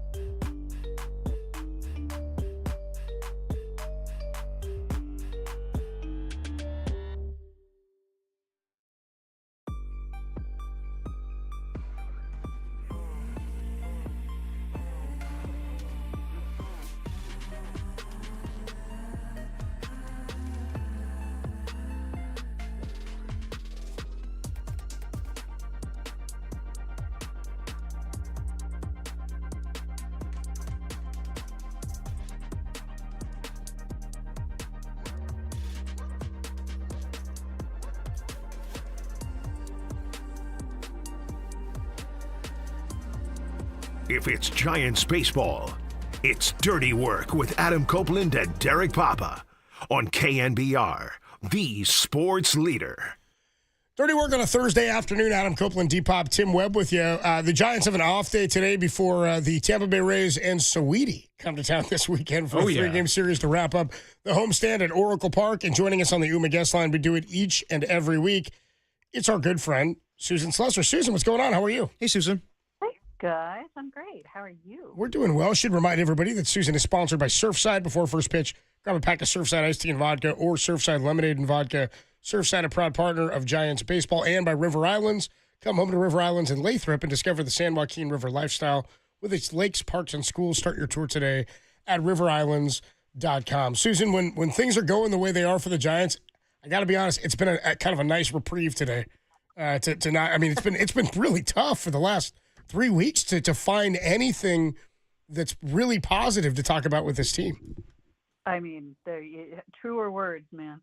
Yeah, it is a day. I think a day off, was welcome for everybody. Yeah. Everybody, the team included. Yeah. I mean, that was at some point, and we were talking about this yesterday. I said at some point, just the mental, like the human element of it has to be frustrating and difficult for these guys. And I felt like we kind of saw that this week. I joked yesterday. I go, man, it only took him 110 games and they kind of broke Willie Adames. But I really kind of felt for him yesterday. Like it seemed like he was really, really going through it. Yeah, he is not a guy who is ever down in the dumps, like ever. He's just got, when he was going the worst personally, those first couple of months of the season, right. We didn't necessarily see him a lot, in the times when the media are allowed in the clubhouse. I don't think he was like super eager to talk about it, but he never looked down. He never sounded down. He played on the field the way he always does, with a big smile on his face and laughing and joking. This last couple of days, I think everyone's feeling it, but you are 100% right. When Willie Adames is looking down the dumps, that's some rough stuff. We're used to like Logan Webb takes every loss hard. Right. Even it's been even more so lately. Like he is just, but we're used to that. Willie Adames, no way. So it's bad. It's really bad. And how difficult is it when Logan Webb, when asked, I mean, you asked this question, Susan, about how can you explain how inconsistent this team's been for the last 2 months? And he goes, I don't really know. Like how does that just resonate in the locker room or in the clubhouse where it kind of seems like at this point the Giants are still going to fight, but it's a little bit of a defeatist attitude? Yeah, it is. But nobody does have an easy answer. On Monday, Tuesday, I was going around the clubhouse asking guys like that for a big piece that I did sort of on what's wrong with the Giants. And, look, there's lots of things. There's the obvious. The big money guys have not produced certainly consistently all year. And even once they picked it up in the pace a little bit, some of them have fallen back. The hitting with runners in scoring position is just jaw-droppingly bad, and there's no explanation for that, right? That's one of those team-related stats. You need guys on base to be able to do it. The one thing that I could maybe pick out is Wilmer Flores has such a nose for the RBI. That's when he's always his best. He seems to lock in, and his playing time is, of course, down because they got Devers, and right around the same time, they get Dom Smith, who's played well. Like nobody has any problem with Rafael Devers or Dom Smith being in the lineup, but Wilmer is now back to being a platoon DH or first baseman. He's just not getting it. And I'm not saying like the Giants' whole season was shot because Wilmer Flores is getting less at bats, but it's little things like that for a team that's struggled to score runs, and nothing looks worse or more unwatchable than a team that just cannot score, unless it's a team that can't score and is also playing terrible defense, which has also been the case. And you can tell that it's in their heads. It's in their heads at this point. Talking to Susan Slesser, who covers the Giants for the San Francisco Chronicle. She joins us on the UMA guest line. Have you had a chance to talk to Buster at all recently, just about kind of where his head is with all of this? Because so much of this felt like it may be an evaluation season in terms of how they would go about things. And then obviously he makes the Rafael Devers trade happen and said it's go time. And since he said that, it's been like reverse time. Like they've regressed in terms of everything they were good at the start of the year. And I know a lot of that can be attributed to what's happened with the pitching depth and the change in Birdsong and all that. I mean, that's all on the table. But if you talk to him at all or where he is in terms of how he views this team, and I mean, obviously he didn't think he could buy for this team, and he traded some pieces to a team directly in front of them. So where's Buster right now?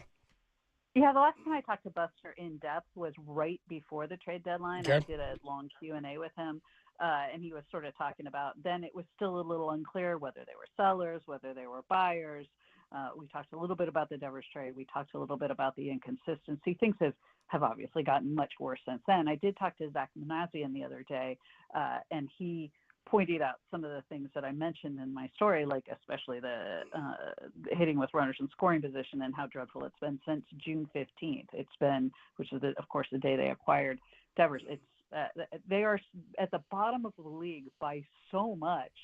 Like the next team above them is hitting about 14, 15 points higher. That's a huge difference. Yeah. They're just so bad since that point.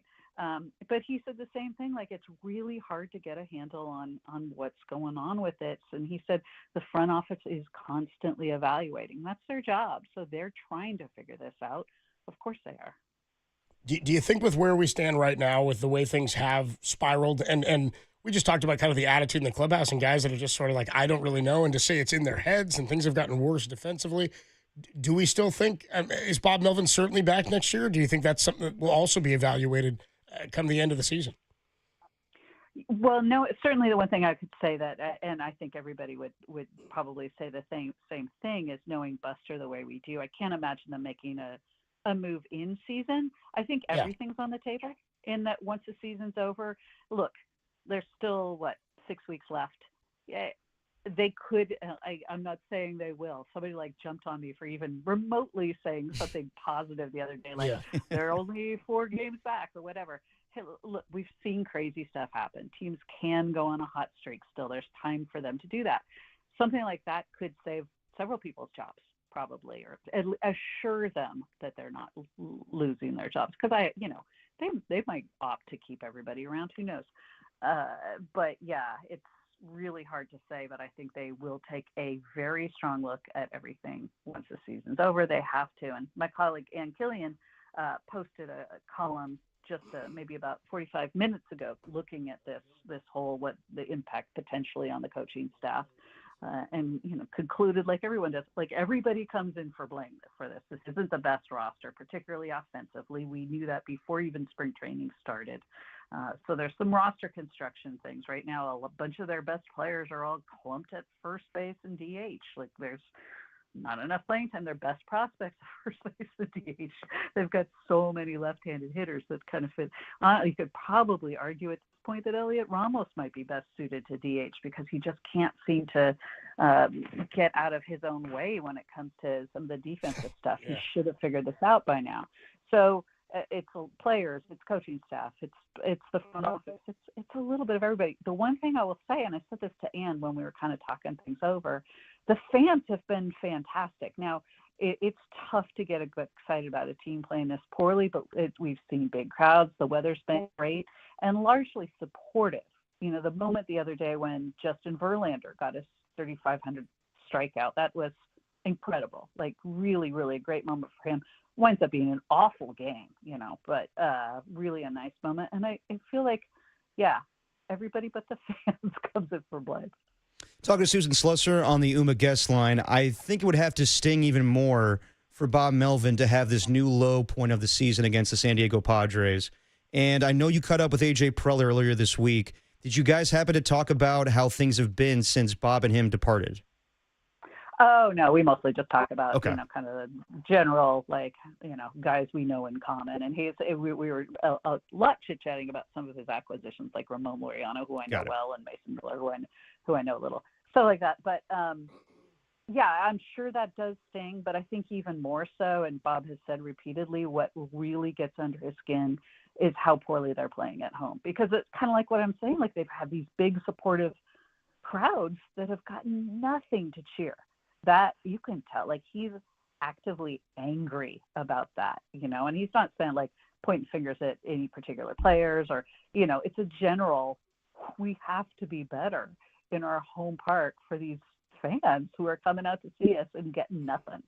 So that I think even more so than the Padres is, but nobody wants to lose to their former team player or staff member. Another minute or two here with Susan Slusser on the UMA guest line. So Carson Wisenhunt was optioned back to AAA. What's the general thought from the team, or how do they view his performance here? I mean, I know he was brought up almost more out of necessity than he was out of straight ability. I mean, I know he had pitched well early in the season, but he wasn't dominant, I would say, at the AAA level this year, and they really just needed more arms. They still are kind of short, even with Landon Roop coming back. But what's their evaluation of him? What do they see from him? What do they like to this point? I think we can safely say Carson Wisenhunt's going to be in the hunt for a rotation spot next year.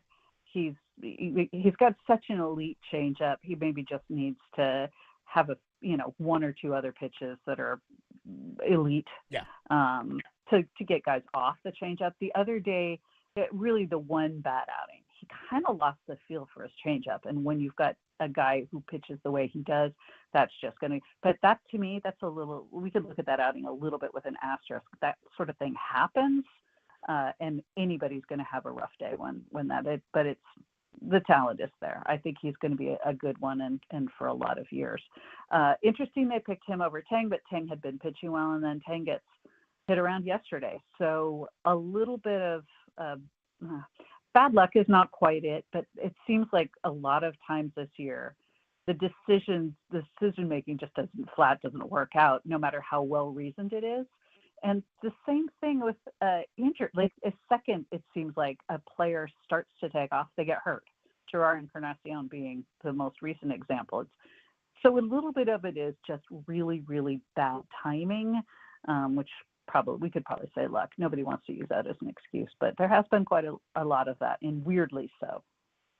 Susan Slusser covers the Giants for the San Francisco Chronicle. We talk to her every week. Susan, enjoy the rest of the off day. We all needed it, and we'll talk to you next week.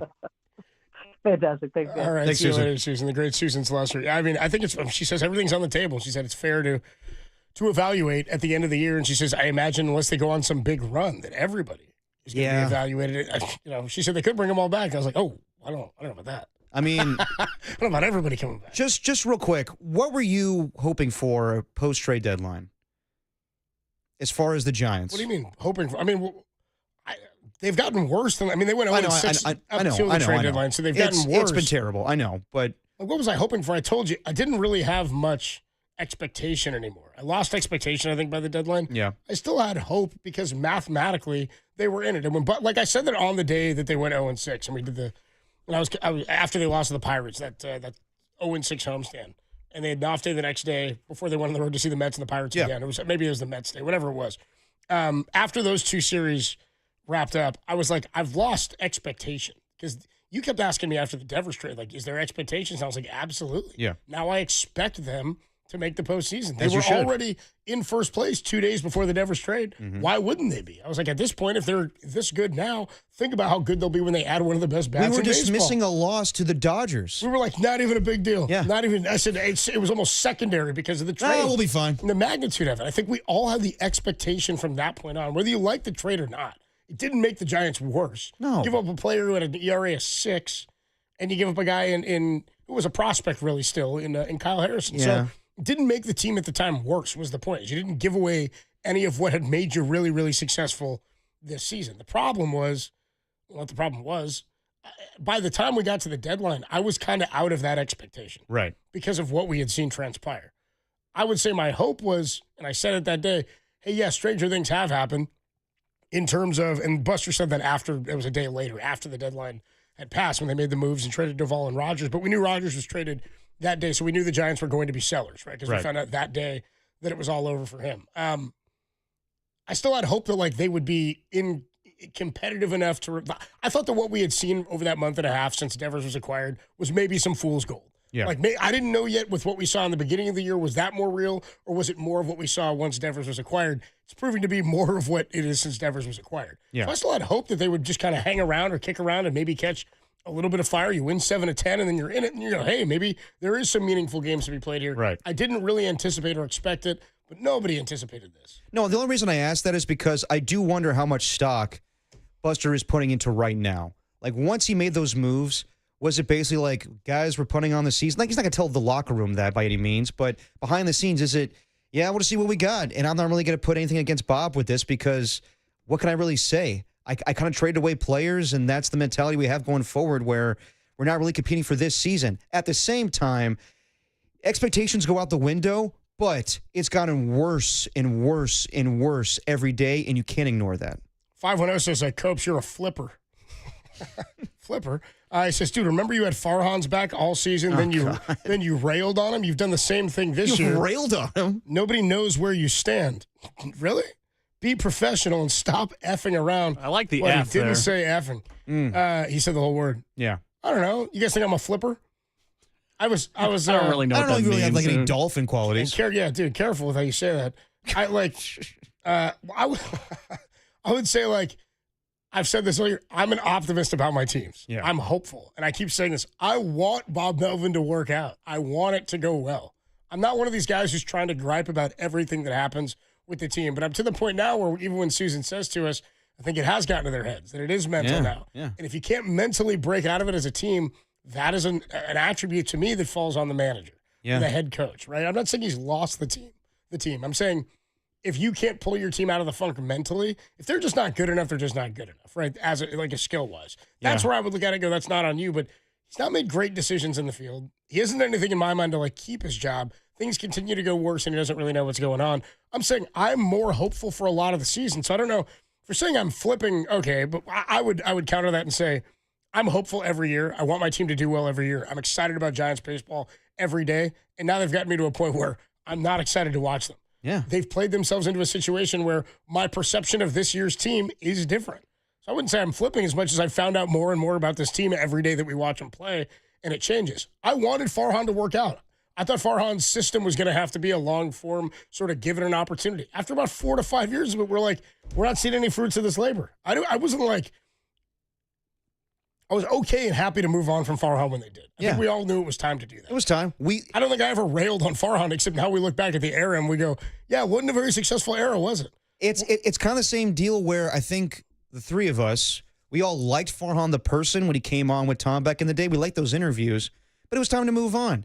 And we all like Bob Melvin the person, but you can't ignore what's going on right now. Yeah. And just to defend you, like, it's not flipping when you get, react to scores of games. Like, I don't think anybody poo-pooed the Bob Melvin hiring when it happened. I was happy with it. Yes. You know what I mean? That was the smart move to do. It didn't seem like it was feasible at the time. Yeah. I don't mind being called a flipper. You know what I mean? Go on. I saw myself. I'd rather be a flipper than a waffler. Like Derek. Thank you. All Derek does is waffle. The window is ajar. No, it's open. Then it's open. 831 says, Copes, you are someone who does flip, but it's just because you're like us fans. We change our feelings based on how the team plays. Everybody flips. That's it. You're a true fan. You know what I mean? That's it, dude. That's it. No, if you're a fan, then your perception of your team changes all the time. You had Farhan's back until you railed on him. It's like... Can I be real? Like, no one ever. I don't think I've still railed. I think I've been the lightest on Farhan of anybody. Yeah, no one ever really sticks to their opinions. Like, it always changes. I'm sorry, but like, and in the words of Denzel Washington today, all these, what do you call them? He had a great word for people that give opinions, like sports take artists. They're all phonies. We're all phonies. It changes every day. 707 says, honestly, Cubs, you're out of Farhan's league to be railing him. All right, we'll take a quick break. When we come on back, Farhan, way out of my league. When we come on back, dude, this is what we're doing now with the NBA. We're doing schedule releases. Kind of lame. It is kind of lame. I don't like, dude, there's 82. What do I need a schedule release for? I just want to go through, though, because, to our friend Tom Tolbert, I want to see how many days he's impacted by a Warriors home game on a Saturday or a Sunday. Oh, so pure. So pure. That would interfere with his football watching. What Tom would say is if he didn't have if he didn't have to do a Warrior game on like a Saturday or a Sunday, and he got a full weekend of like college football Saturday and NFL on Sunday. So pure. Oh, so pure. And he would always look for when the Christmas Day game was going because he'd be like, I have to look at the NFL games. I want to watch those. Do I wait till later in the afternoon to tape all of those and watch them? Or can I squeeze it in with the kids to watch the NFL games and then do the Warriors game at night? Oh, we're always thinking about Tom. So pure. How does it affect me? It's the first thing everybody wonders. Yes. And Derek's new one. Dude, nobody really ever sticks to their opinions. No, they don't. All right, Everyone's phony. You know what else is coming up, dude? Because I know people are already wondering. It's like 3:15, 3:17. People are getting the itch. Tim's pissed that we haven't broken yet. Everybody's out there, and they're like, dude, what's going on, man? What am I doing this weekend? It's a Thursday, and that's why coming up, it's the sponsorless Dirty Work Sports Calendar, and we'll do it next on the Sports Leader.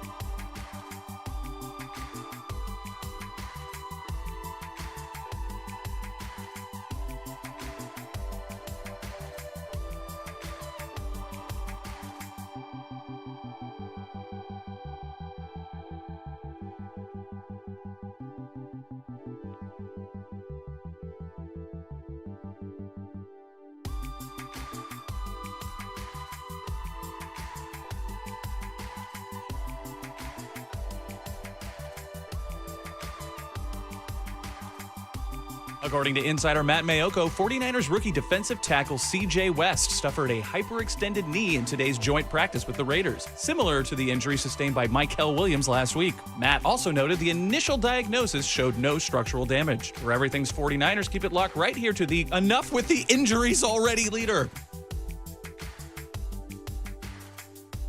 Hey, what's going on, everybody? Adam Copeland here. My good friend Steve Moskowitz is hanging out on the line. Steve, one of the biggest concerns I think people have when filing taxes is getting that tax bill, and they're like, dude, what do I do? There's so much here.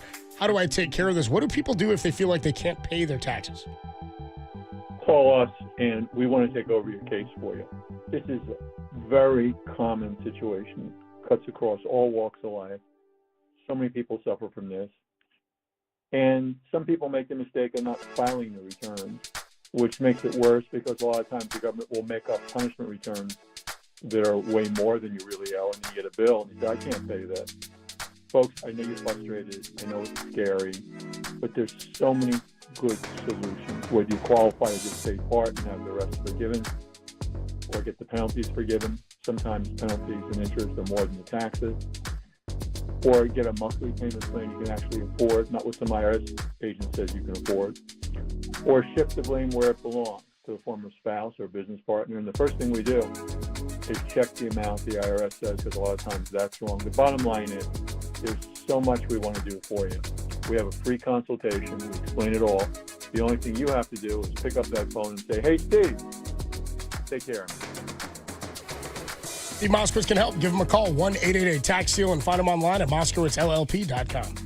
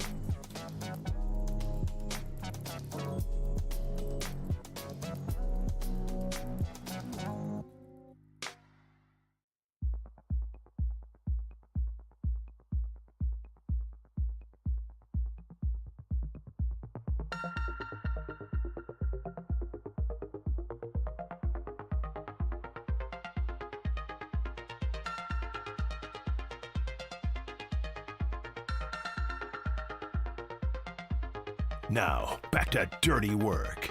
Adam Copeland and Derek Papa on KNBR 104.5 and 680 AM, the sports leader. Dirty Work on a Thursday afternoon. Adam Copeland, T-Pop, Tim Webb with you. We have time to do all this right here? Calendar and Warrior schedule release? Yeah, dude. Dude, I am a flipper. I said we were going to do them both, huh? No, I'm saying no Look way. at you flipping and flopping. Just quick reaction to the Warrior schedule. So have at it. The big takeaways: 15 back-to-backs. Ooh, 6-game November road is that trip. a lot? Yeah. Is it? Yeah, I think so. What I mean, do we know the notes of the other teams around the league? Like, No. How many is it relative to like the Lakers? Do they have 15? Does everybody have about 15? Like, Don't have that information in front of me, Copes. Oh, okay. So these are just notes. These are notes. These are takeaways that Anthony Slater wrote about. So I put them in our notes here that I'm going to read right now. 8-game January homestand. Okay, yeah. 2 straight games in San Antonio and Minnesota. Whoa. Ooh. 7 of their final 10 games are at home. That's nice. They don't leave the state of California in April. There's 13 games on streaming between Prime and Peacock. So this is the first year without TNT, and it's kind of weird to look at the schedule and see no TNT. And my biggest question is the same deal with Apple TV having Major League Baseball on Friday nights, and you can't even watch it locally. Will that be the same thing for Warriors broadcasts? On which network? On Prime and Peacock. If you don't have those streaming platforms, can you watch the game locally? Well, is it exclusive to Peacock, or is it one of those things where it's like it's on NBC, but then it streams on Peacock? Okay, so all of the NBC games will be shown simultaneously at Peacock. And by the way, but so that's what I mean. Are there also Peacock exclusive games? There's Peacock exclusive games along with Prime Video exclusive games as well. So need some clarity on that one. And by the way, 8 o'clock tips when they are obviously the West Coast team on an NBC game, tip off at 8. Later, still early for us. Yeah, there's 8 o'clock tip-offs? Yep. Usually 7 o'clock or at latest. I mean, there's usually a TNT delay, 7:15. Now we're going a full hour at 8 o'clock tips. Yeah, those games always get just kicked back, especially if there's anything happening in the game before them. And then they schedule the extra 10 minutes where they kind of just dick around. Well, there's no more NBA or NBA TV where they can simultaneously show the game on TNT, and then while you're waiting for the Warrior game, just watch it on NBA TV. Now they're going to just postpone that game all the way to 8 o'clock. Just hold the tip. Yeah, exactly. Just for a second, just to see how it feels. Yeah. Okay, you said that there were 15 back-to-backs. Yep. I'm seeing here that there are 16 back-to-backs. Hey, man, I'm going off of what Anthony Slater wrote. I'm seeing that there are several teams who have 16 back-to-backs. So here's a couple of notes real quick. Okay. The Denver Nuggets, Warriors, 76ers, Suns, Hornets, Kings, Wizards, Nets, Lakers, Spurs, Celtics, Raptors, Pistons, Mavericks, Knicks, all have 16 back-to-backs. Okay. That is tied for the lead in the NBA, the most back-to-backs in the league. So not out of the norm. No, but here's something else I would add. This is a note as well. There are 14.4, on average, each team plays 14.4 back-to-backs compared to last season where it was 14.9 was the average. Like I was asking you, is 15, 16 about normal? It is the most. No team will play more than 16 back-to-backs in a season this year, and I guess that is incremental. They're trying to eliminate some of those back-to-backs, and they've done that well, and some of those are you're not leaving a city. You know what I mean? You play twice in the same city and whatnot. But I do think it is important to note that there are that many teams. I just named 12 teams or whatever that have 16 back-to-backs. So the Warriors do have the most, but they're not far and away. And the team with the fewest, there are 4 teams with the fewest. How about this? The Thunder. 13 back-to-backs. Thunder, Bulls, T-Wolves. Special treatment. Pacers, shout out Pacer Guy, and the Atlanta Hawks. By the way, Pacer Guy checked in. Pacer Guy did check in, and we were talking about how the schedule would affect Tom, and he said that November 9th, it's Pacers Dubs on a Sunday. So Pacers Guy was on top of the schedule as well. Well, because he'll be at that game, I'm sure. Oh, absolutely. He's a Pacer Guy. I believe that the Pacers are undefeated at Chase Center. So. They are. Wow, dude, Pacers Guy. And he'll check in that week, I'm sure. As far as benefiting Tom, I think I see about maybe 6 or 7 times where Tom will be impacted during football season when it comes to Saturday or Sunday home games for the Warriors. 7 of their final 10 games are at home, huh? Yeah, You gotta like that. I'll tell you this, everybody who's anybody knows the NBA starts Christmas Day. Of course. I think Anthony Slater also put in there that they don't leave the state of California in April. Yeah, yep. Then they don't do that at all. And then, as always, when you have Steph Curry on your team, the Warriors are tied for the most nationally televised games, including streaming, with the Thunder, Lakers, and Knicks. That's fantastic. Yep. Fantastic. You know what's not fantastic is that it's 3:30 and the people have been waiting. Okay, let's get to it. They're begging. They're coming up to me on the street and they're going, Copes, Copes, Copes. How am I going to spend my weekend? What's going on in the Bay Area, in the sports landscape specifically? And I said, well, you know that what we do every Thursday is a service to the people. And that's why coming up next, it's the sponsorless Dirty Work KNBR Weekend Sports Calendar. We'll do it next, only here on The Sports Leader.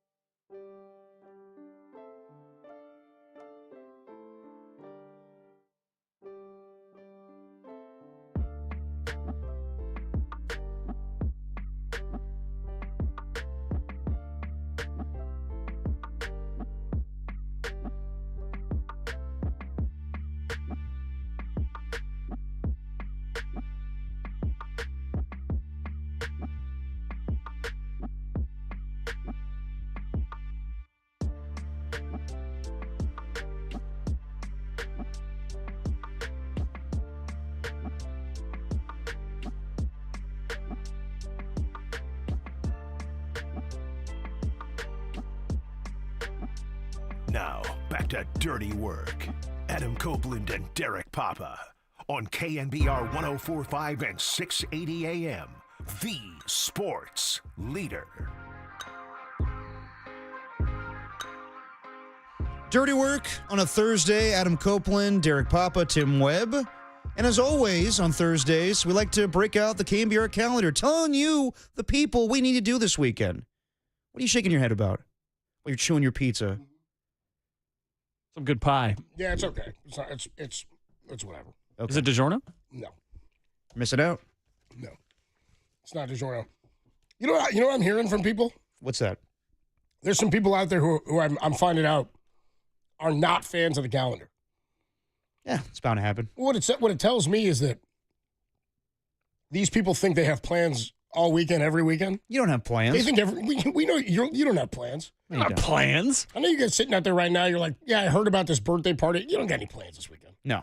You're not going to a bachelor party or blowing off that bar mitzvah. You know you summer's over. You ain't going on vacation this weekend. You're not going to that bar mitzvah or the bat mitzvah. No. You're not going to that baby shower. No. You're not going to that gender reveal. No.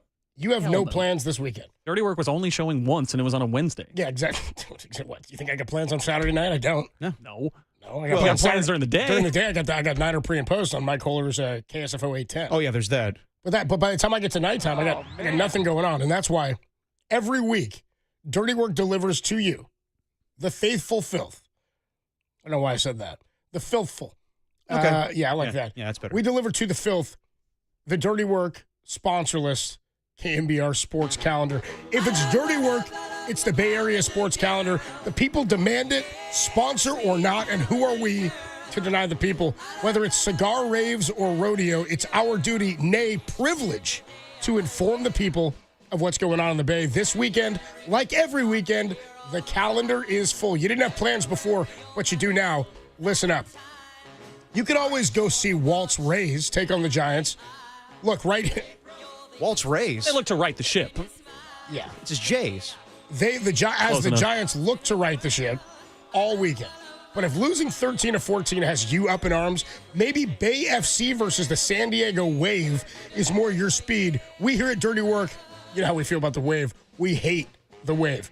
And if you do too, it's going down at PayPal Park in San Jose at 7 p.m. on Saturday. Not to mention my Valkyries will take on the Dream at 5:30 at Chase Center on Sunday. To quote our guy John Gruden, we aren't into dreams. We're into nightmares. So go root on for the 17-15 Valks, who are now tied for the most wins by an expansion team in WNBA history. Let's go, Valkyries. They're in the midst of a playoff run, by the way, right now. Let's go. And you know the Crees would be the first ever WNBA expansion team to make the postseason. I'm down. I'm in. I'm down for games in Oakland. It's our Crees. It's our Crees. Yeah, it's our Crees. Anyway, I can hear you guys out there now. Listen. Yeah. I can hear you guys going, Copes, I can't take any more losing, and the Wave gives me hives. But I want to get into peak fitness shape like my guy D-Pop does. So what do you have for me? Maybe you want to get into peak fitness shape like our guy Kruger, by the way. Where the weight room is? Yeah, no problem. I got you guys covered. If it's a Bay Area sports calendar, it's, ready for this? Sunday Sculpt.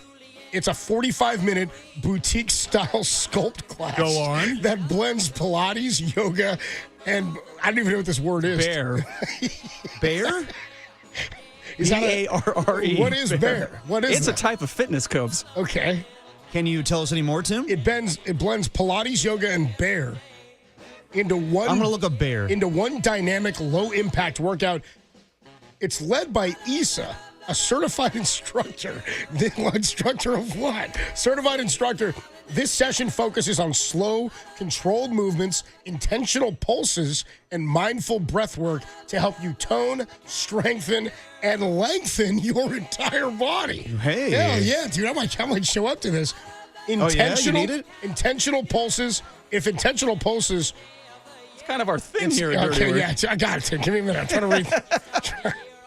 Don't worry. Intentional pulses are kind of our thing here at Dirty Work. So get to 1 Brady Street in San Francisco this Sunday at 10:30 a.m. and sculpt those glutes. I'm kind of down. You got anything for me on bear? The bear workout is a combination of 3 tried and true Obari workouts, ballet, Pilates, and yoga. It was originally created in the 1950s by Lot Burke, a London-based dancer who needed a new exercise regimen to treat her injured back. My buddy checked in and he said it's pronounced bar, and then he said, dude, the hottest girls take those classes. It's bar, it's dirty work. If it's bar, it's dirty work. It's way more dirty work than Giants baseball. I just like that it says it's going to lengthen your entire body. That's good to know. You got to get out there and see Issa. Barb says, go for it, Cubs. You got to do it.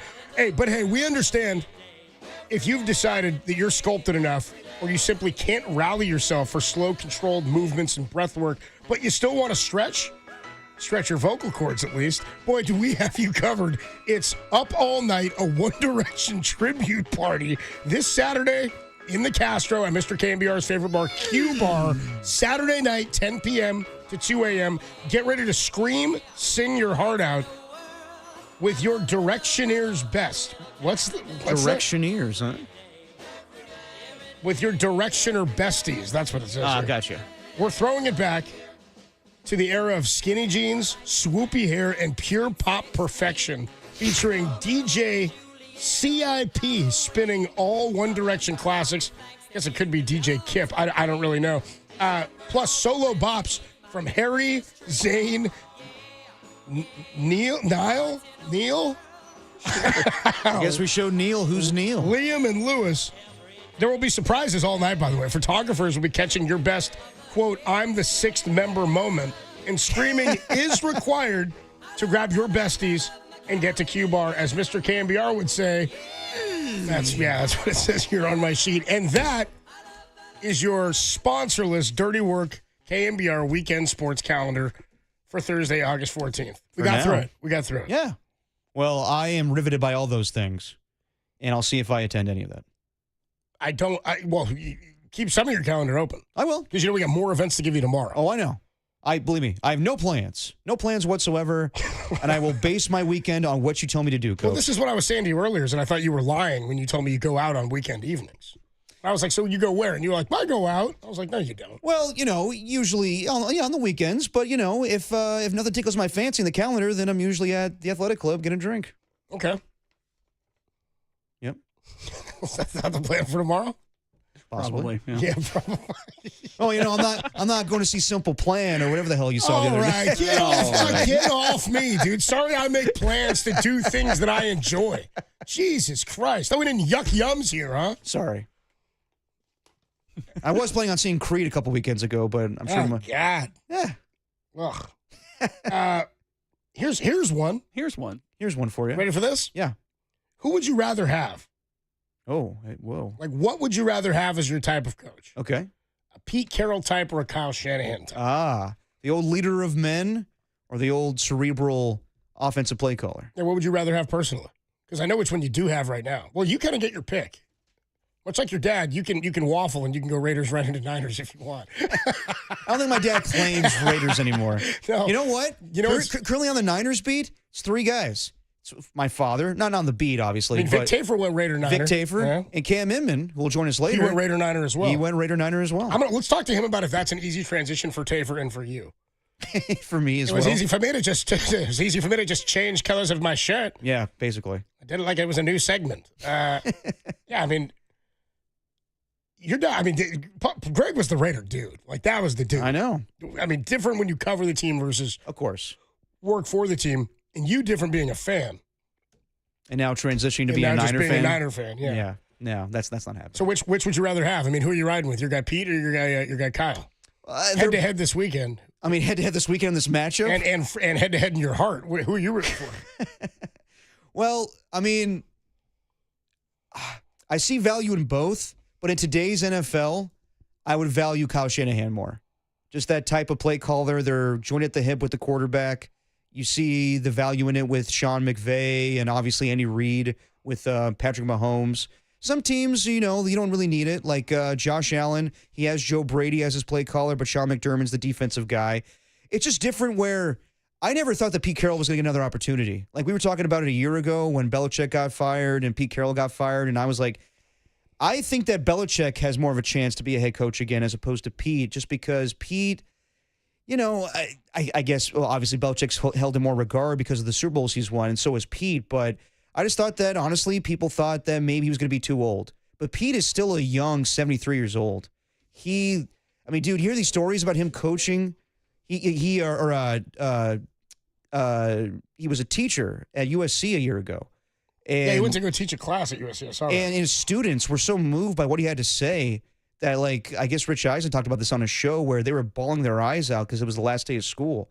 Like, Pete's able to galvanize the locker room. Yeah, he could be corny at times with his, like, 3 cheers, like, his college stuff that he did with USC, and it translates to the NFL. But where I think people kind of, like, roll their eyes with Jim Harbaugh a little bit, people actually value Pete Carroll a little bit more just because they don't see him as, being disingenuous. Like, he's the real, genuine article. So, you're asking me, like, what kind of type of coach I would rather have? I think that there's value in both. Obviously, Pete's more accomplished, and let's be real, what's his record against the Niners in his career as a Seahawks coach? I think I wrote it down here. He's 18-11 in his lifetime as a Seahawks head coach. I'm not counting his time with the Jets or Patriots. He basically kicked the Niners' ass for a good deal of time. I think maybe the only person that won more victories against the Niners as his time as a head coach was Mike Holmgren. But, yeah, I mean, if you're asking me today, I think most teams are looking for the offensive play caller. But you know what? That's changed a little bit with, teams trying to find the Dan Campbell type, which That's what I was going to ask you. Yeah. How many coaches right now are the CEO types? We're going to go Dan Campbell. Would you go Sirianni? Yeah. Who else? I mean, would you go Tomlin? Yeah, Mike Tomlin's definitely a CEO coach. Which means you'd probably go. And when we're saying this, we're saying like not necessarily one side of the football. It's just they delegate to other coordinators to basically call the plays. Would you go both Harbaughs? Yes, they're both CEO coaches. Absolutely. Okay. Who else? Let's go through it by division. Mike McDermott, no, because he calls the defensive plays, so I wouldn't count that. Mike McDaniel calls the offensive plays for the Dolphins. In the AFC North, Kevin Stefanski called plays. Vrabel, does he call the defense? No, he does not. So would you call him a CEO Yes, head coach? he's a CEO coach. Okay. Who else am I missing? I went through the AFC East. Aaron Glenn, I'm assuming he's not going to call the defensive plays. I have no idea what that one, so I'm putting a question mark on him. I don't know.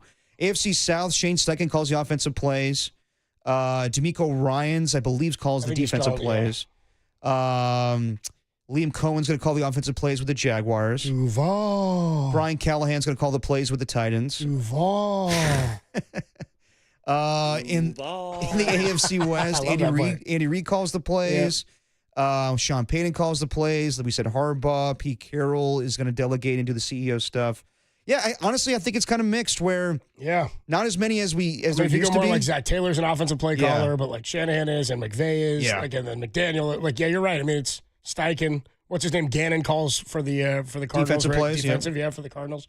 It's interesting. It is pretty mixed, but by the count just off the top of our heads, I've got 1, 2, 3, 4, 5, 6, at least 7. I mean, probably more CEOs that we haven't even gotten to, maybe a few more, but it is pretty mixed. It's funny if you said Harbaugh with the Niners, a good CEO head coach. No, I mean, it works for, different teams. And I don't know, I'm just going off of what I think is revolutionary and the best way to go about things these days. How Matt LaFleur and Sean McVay and all these coaches have success is they're really just, they're focused on the offense, but they're good leaders of men. They're able to command a room, but at the same time, they're the ones, when the team's getting grilled, if they lose a game, it's on them because they called this play or they didn't put their quarterback in the best success. They're the ones actually, I think, doing a lot of the work. I'm not saying CEO coaches don't do a lot of work. It's just different. It's where, like you ask, what do you actually do here? Like with Sirianni, he wins and he, empowers everyone around him. But you also have to say, like, as an offensive-minded coach, how come you're not good enough to call offensive plays? So it's just whatever, you gravitate towards when you're an owner and like, okay, I value this with the head coach. I want him to run my offense, or I want him to run every aspect of the game. I want him to run offense, defense, and special teams. I think that's why Pete's so special, is he can relate to anybody. Where Kyle can do that as well, but really his bread and butter is calling the offensive plays for the 49ers. Yeah, I'm with you. Yeah. So it's about, it's also about, like, what do you believe in team building? How do you believe in building a team? And I like a guy whose hands are all over what happens. That said, you put more on your shoulders, too. Yeah, absolutely. You can't just delegate and you can't axe the coordinator and move on like Sirianni did a couple of times, but also that obviously has worked to their success. Now, and moving on from different guys to get certain players or certain dudes in. Also, when coaches leave as coordinators, how do you replace them and how well do you do in replacing them? So far, Kyle did great with D'Amico. Yeah. The next two were not great hits. Yeah, and how do other franchises look at that? Like, Dan Campbell will have a spotlight on him this season being like, how good of a head coach are you really? How can you replace Ben Johnson and replace Aaron Glenn and keep the same culture? And that's why I don't want to talk about it. And that's why Nick Sirianni kind of had everything flip on him once his coordinators left and Shane Steichen and Jonathan Gannon, and they had a down season. Everybody's like, what do you do here, really? And then they won the Super Bowl. And there's value in that as well. But I'm trying to think of other head coaches that are like that, where if you lose a coordinator, his name in Dallas, Schottenheimer, is he calling the plays? I would think so. He called the plays for Mike McCarthy a year ago, so yeah, I think that's the same deal. But yeah, if you lose, like LaFleur calls him. Well, let's like the Buffalo Bills. Like, if their offense is spectacular, are they going to put more value in keeping Joe Brady, or are they going to let him go and be like, all right, Sean McDermott? I mean, you're definitely proven in this league, but how big is the drop-off going to be once Joe Brady leaves, and how does that impact Josh Allen? That's why the Niners are in such a good position with Kyle Shanahan, because if you have a CEO head coach and he wins, cool. But there's always going to be that what-if factor when your offensive play caller leaves and he's not the head coach, obviously. Then you're like, should he be the head coach? We have so much value in him and the connection to the quarterback, and Kyle's always going to have that. Yeah, the connection to the quarterback is the key one. Yeah. But you do wonder, too, when it comes to the creativity and people who have been critical of Kyle, in play calling over the last few years, it does make you wonder, what was McDaniel's impact? You know what I mean? When you see it with a guy like the development from Robert Saleh, it does make me not question, but I do. We just don't know how much goes on in the game planning. We know that McDaniel was like a maniac. Oh, yeah. As a passing game coordinator, as a dude who he was an offensive assistant, but he clearly understands the Shanahan offensive play calling, which is why he's in the role that he is now. But you do wonder when that stuff happens. I mean, I wonder what happens with McDaniel beyond his head coaching tenure in Miami. He's in the soiree. He's going through it right now. He's doing the sound soiree today? Yeah, he was not happy with they're doing a joint practice with the Detroit Lions and I'm going to be kind here, like a very an unknown linebacker on the Lions basically calling out how Mike McDaniel runs his practice. He's getting it from everybody now. He's getting it from Jalen Ramsey, getting it from Tyreek Hill, and now guys on the Lions are calling out Mike McDaniel. Oh, dude, that's tough. That's tough. Talking family business outside the family. Yeah. You don't want any of that. No, you don't. We'll take a quick break. Stick with us, Giants fans. We're getting into some Giants baseball. Rich Aurelia joins us each and every week. No sleep till Brooklyn. Number 35, all part of pre- and post-game coverage for the Giants on NBC Sports Bay Area. Richie joins us next, and then we'll talk to Cam Inman coming up at 4:50, only here on the Sports Leader.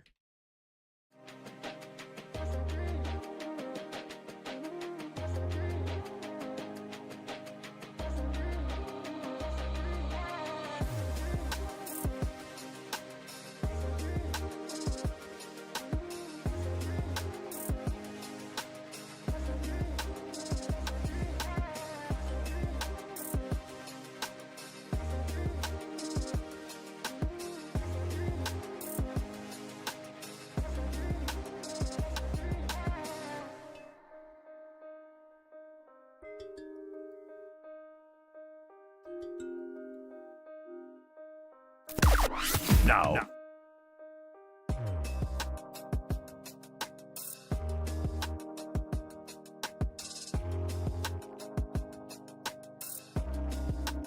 Hey, you. Yeah, you. No plans on a Saturday morning? Well, it's Pancakes and Pregame with Adam Copeland and John Dickinson. It's the 49ers Raiders pregame show on Mike Holler's KSFO 810 ahead of preseason game 2. And yes, Oatmeal the Turtle might make an appearance. Hey, what's going on, everybody? Adam Copeland here for O'Donnell Financial Group. You can declare your retirement independence today with a call to O'Donnell Financial Group. Having the proper investment strategy in place could allow you the freedom to do what you want and when you want, potentially for the rest of your life. You've worked so hard, you've saved so much, and the folks at O'Donnell Financial Group are here to help you avoid some of the common mistakes that so many make when they get to retirement. Having that right investment strategy in place for the future could make all the difference. You can reduce what you owe to the government and keep hundreds of thousands more in your pocket, especially if you're somebody who's already saved a lot. So don't wait. Declare your retirement independence and call O'Donnell Financial Group today. That number is 866-496-2300, and you can learn what it means to truly achieve retirement independence. Again, 866-496-2300, or you can learn more online at o'donnellfinancialgroup.com. That's 866-496-2300 or odfigroup.com to learn more. O'Donnell Financial Group. Let us help you retire confidently.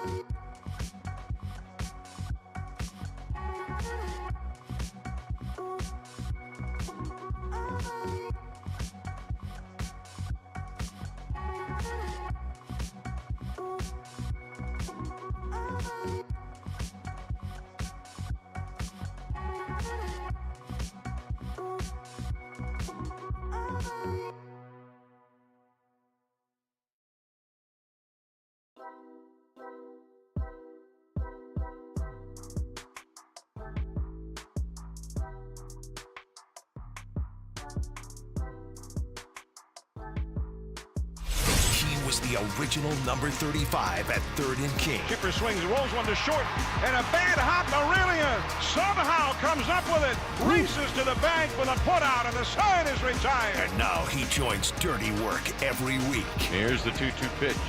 Aurelia hits one deep to left field, and this baby is out of here. A grand slam home run for Rich Aurelia, and it's his second home run of the season. And his first grand slam of his career. It is 4-0. Forever Giant Rich Aurelia on the Sports Leader. We do it every week with our guy Rich Aurelia, former Giants shortstop, and of course, part of NBC Sports Bay Area's pre- and post-game Giants coverage. By the way, Richie is sponsored. I'll tell you by who if you give me just a second. Rich Aurelia is sponsored by Ayala, Morgan, and Bazard. When you've been injured in an auto accident, you don't just need an attorney, you need a heavy hitter. Contact Ayala, Morgan, and Bazard. And sponsored by Surfside. Before first pitch, grab a pack of Surfside iced tea and vodka or Surfside lemonade and vodka. Surfside, a proud partner of Giants baseball. Richie joins us on the UMA guest line. Rich, how we feeling on an off day, man? I felt like it was kind of nice to get a breather today. I think everybody sort of needed it with the Giants.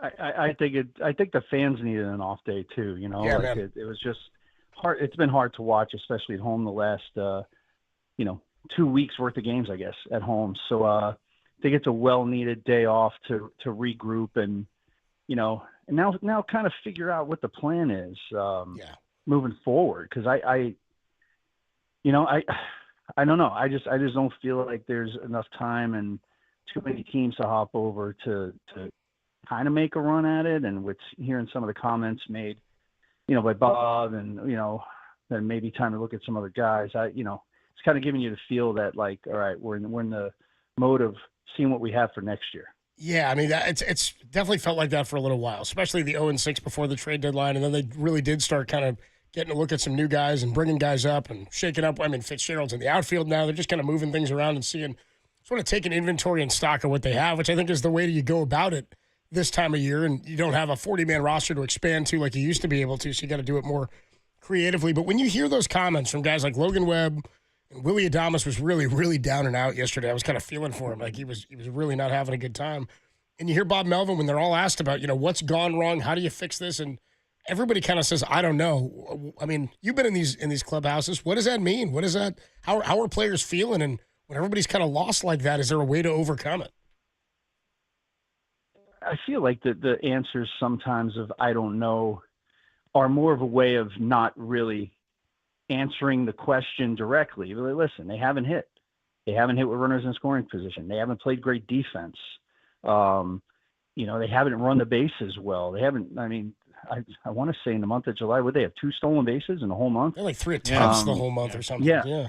I think the answer of I don't know is more of a, hey, we're not going to kind of throw anybody under the bus. We really do know, but we're just going to say we don't know. And I guess more in the lines of the I don't know is how do we get out of it?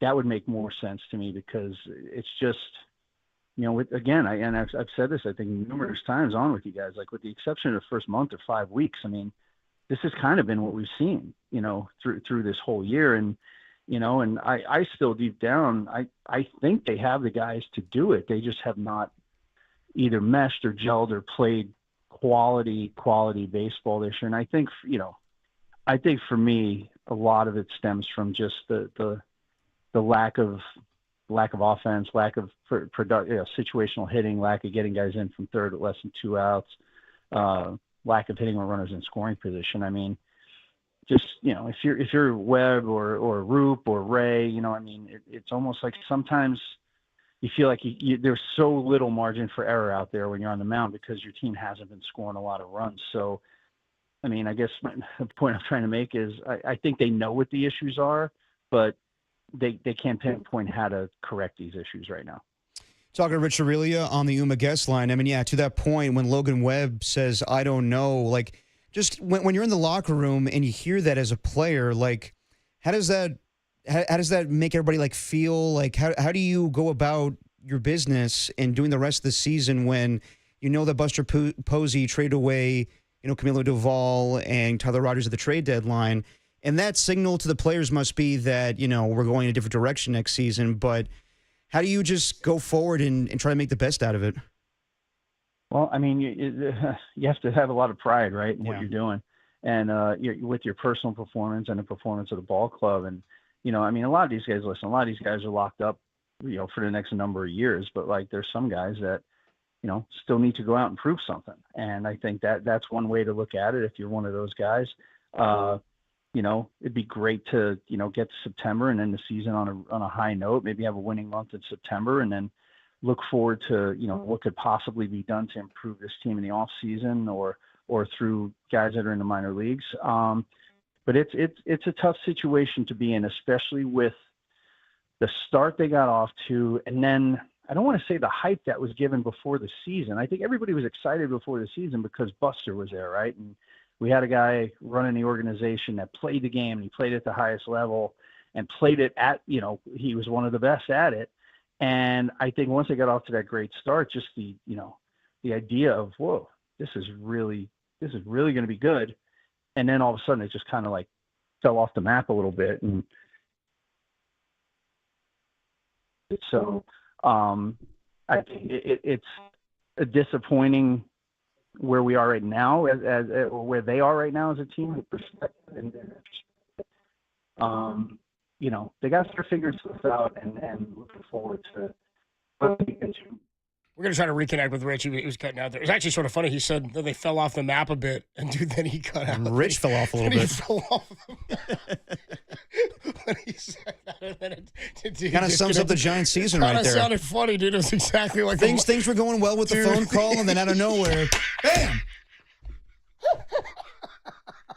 I don't know where he mentioned Devers, and he just fell off a map. Yeah, dude, that was pretty funny where that played out. We're trying to reconnect with Richie here. He had some good stuff to say, but even Rich was like, yeah, I mean, when you say it's a good point, and then when you say I don't know, it's a way of like not directly answering that question. I know, and I like talking to Rich right now, like I don't even know, like we're doing the interview, and I don't really know like how to ask him, like, how does this get better? Because it doesn't feel like it will. Like we reconnected with Richie. Hey, Rich, it was sort of funny because you said things were going well, and then they fell off a map a bit, and right after you said that, your connection like cut out.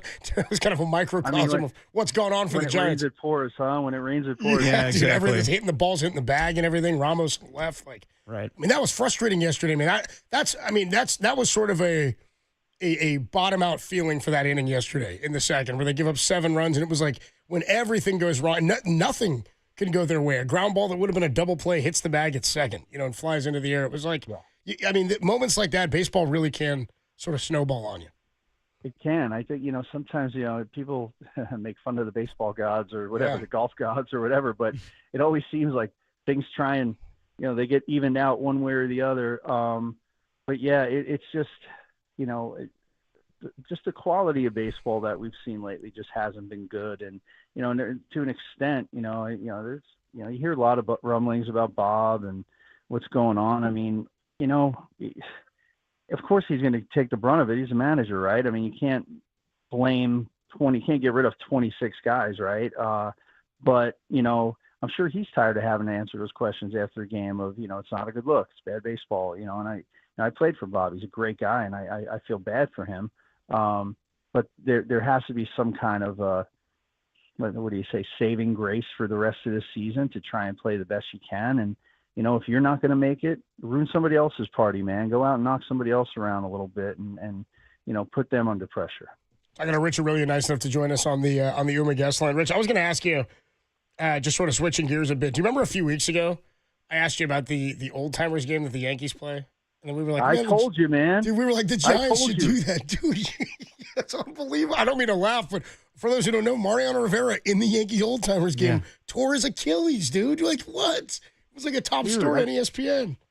I'm telling you, he got a base hit when he hit off of Pettit, and then he went in the outfield and he took one step and crumbled. I mean, old timers. That's why it's called old timers, or old timers that beat up our bodies for a long time. And we're not. I mean, I remember playing. I played like a charity softball game a few years ago, and up in Sonoma here for like the Veterans Foundation or something. And I remember like I was feeling pretty good. Like I was like feeling really good. And then my last at bat, I hit a ball off the fence and kind of gingerly came into second. And then I got to third and I was just going home on a ground ball and my hamstring just grabbed on me. And I'm like, see, man, what am I doing? What am I doing? So I hope he heals soon, but it's a matter of time before something like that. Somebody pops something. Yeah, I was wondering. I was thinking to myself, I wonder how many more of these they're doing after the greatest closer of all not time. A lot. Yeah, I don't know. Derek Jeter had the right mentality. He didn't show up at all, right? Said, I'm not going at all. Yeah, they're like, you're not going. He knows. That guy's a little smarter than the rest of them. Talking to Rich Aurilia on the UMA guest line. Just going back to the Giants, and you were talking about Bob Melvin and your time playing for him. I think everybody is angry at Bob because of how the team's performing right now, and they're angry that he's not showing emotion in these post-game press conferences. But that doesn't mean anything to me, honestly. Just because he's not flipping a table over or acting like Tommy Lasorda, it doesn't mean that he's not showing emotion to everybody else in the clubhouse. When things weren't going well when you played for him, how did Bob react to the clubhouse and everybody with the players and whatnot? Kind of the same way. I mean, there's not a lot of getting crazy or yelling at guys or having team meetings and stuff. I mean, listen, you can do that. I mean, but again, if you keep doing it over and over again, what use is it going to be? I think the players will start, kind of being like, oh, here we go again. Another meeting. What are we going to talk about? So I don't think those are very productive unless you have like a players only meeting and you guys can kind of be honest with each other, and some guys call each other out. But, it's the job of a manager to take the brunt of when everything's going bad. And, I'm sure Bobby wishes they were hitting 290 with guys in scoring position, not 210 or whatever it is. And, there's only so much control you have as a coach, in a sense of you could tell people what you would like them to do and maybe how to help them do it a little bit. But then the onus comes to the players at some point where, the job needs to be done. And I understand. I mean, listen, I listen to you guys a lot and I hear people calling in, they're talking about how he's handling the bullpen. Well, listen, you got rid of two of your best bullpen guys, and now you're kind of makeshifting out there. It's not going to be easy. So, I am a believer in giving a little more leeway to the situation right now with Bob and the staff because, they haven't had two guys hot at the same time all year on offense. So it's hard to get hot when you're as a team when you're not doing that. When you see or you hear people, because we hear this a lot, and it happens all the time, and with football too, we hear people go, oh, well, Kyle Shanahan's just not creative on offense. What we hear all the time from baseball fans is, I don't like their approach at the plate. They have no approach. And I go, well, we don't really know what their approach is, right? We don't know what the plan is of attack for that day against that pitcher and what they've done in the hitters' meetings. Can you glean anything from that? Can you see anything with approach? Or is that anything that the naked eye can see, or do you really have to know what's going on behind the scenes? I think you got to know what's going on behind the scenes. Listen, I've had conversations with Pat about what their plan was going in. I saw him early in the year, and we all knew earlier. We knew early in the year it was, put the ball in play, don't strike out as much, have productive outs, and it worked for a while, and then it just seemed to go away. So I don't know if that plan has changed. I'm sure it hasn't, but again, you can't go up there, for the player and do it. I mean, it's just. part of the game is you tell the player what to do and the player tries to do it. And if it works out, great. If it doesn't, well, you got to do better next time. That's my philosophy on it. And I know one of your other former teammates, Damon Minor, is a hitting coach for the Giants as well. Have you talked to Minor at all? By the way, you remember when he came up? He was enormous. Oh, I do. Damon was a good dude, man. I still talk to him. I haven't talked to him in depth about the hitting struggles because, when you're an assistant in that role, I mean, you kind of sit in the back a little bit. But, I enjoyed having him as a teammate. He has a great personality. And, I'm glad he got a chance because that guy was in the minor leagues forever. So all these younger players, all these younger guys you see coming up, in and out of lineup, he knows all those guys. So if there's a guy that can, talk about them and what they're capable of, he's the guy. But, it just seems like this has just been a year where nothing kind of has really gone right offensively for this club. And everybody talks about the Devers thing. Yeah, I know what the record is since Devers. Dude, you got to make that trade. Yes. Right? I mean, you got to make that trade. And you know what? He's going to be here for a while. And guess what? He's going to be productive here for a while. And, he's going to get better at first base. And, there's a lot that goes into when you change leagues, change positions, change atmospheres, change cities. I mean, it takes a long time to get used to. So I would expect next year him to be better. I would expect Adames to be better. And I would expect Jung-Hoo Lee to be better because this is really his first year. So hopefully you can take what you've learned, whether it be in success or failure this year, and make yourself better players moving into next season. Rich Aurelio, the voice you hear, we do it with him every week. You can see him as part of pre- and post-game coverage for the Giants over on NBC Sports Bay Area. Rich, always good to talk to you, man. We'll do it again next week. All right, guys. Have a great one. Thanks, bro. Thanks, Rich. Good stuff there from Rich Aurelio. He played for Bob Melvin. He's been in these situations where things just aren't going well. And I mean, Rich can relate. He knows Bob very well, and I'm with him. I do think that Bob is getting a lot of the blame, but you have to look at what's going on right now with how just every day it seems that they're just it's getting worse. Every day they lose the game. That's how it's gone. No. And the reason I asked you earlier, like, what were you expecting post-trade deadline? Like, I didn't really know what they were going to do. Yeah. I thought that maybe they would, what do you guys refer to? Like when a coach gets fired, it's the dead cat bounce?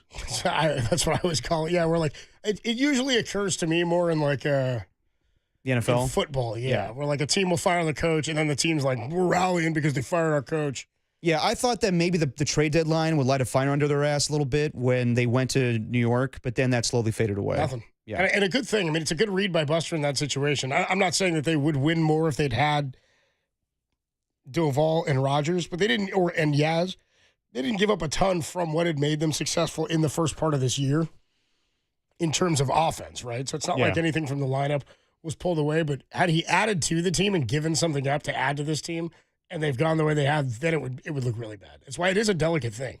If he had gone out and added a pitcher and traded prospects in the way that we thought maybe he would, or that we were hopeful for, they'd be competitive enough to do that, and then this happened, it would be even worse, that you gave up assets and gave away something from the future for a rental player when it didn't work out. Right. Adam Copeland, T-Pop, Tim Webb with you. Dirty work on a Thursday afternoon. Good stuff from Rich Aurelio. That'll all be up on thesportsleader.com and the Sports Leader app. Hey, here's one.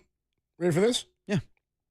Which pass rusher would you rather have? Go on. Nick Bosa or Max Crosby? I like how you're setting up all these segments now with, hey, here's one. Hey, check out this. Hey, kids, you hear about this one? Check this out.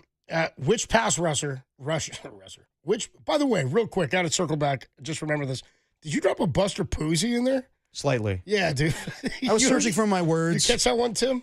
I was searching for my words. Well, basically, you asked the same question I wanted to ask Richie. I was like, I don't know what the hell I'm asking. Yeah, dude. And then how about yesterday? We got that guy. Tim pointed this out. Whenever the Giants go bad, when things are going bad for the Giants, for some reason the callers, they botch names. We had a guy yesterday. Horsey? Yeah, but we had a guy yesterday drop a Raup. And Landon Raup. Raup. People they get all worked into like their Costanza lather. They just start getting the names wrong. But Derek, you did drop a Poozy on us there. Slowly. Well, both Adam and Tim on the YouTube chat crushed me for not having No Sleep Till Brooklyn ready either. Yeah, way to go. Good work. No sleep till. That's all you get. Let's get Rich back on. Hey, here's one. Which pass rusher would you rather have, Nick Bosa or Max Crosby? We'll do it next. Dirty Work, greatest show in America, rolls on the Sports Leader.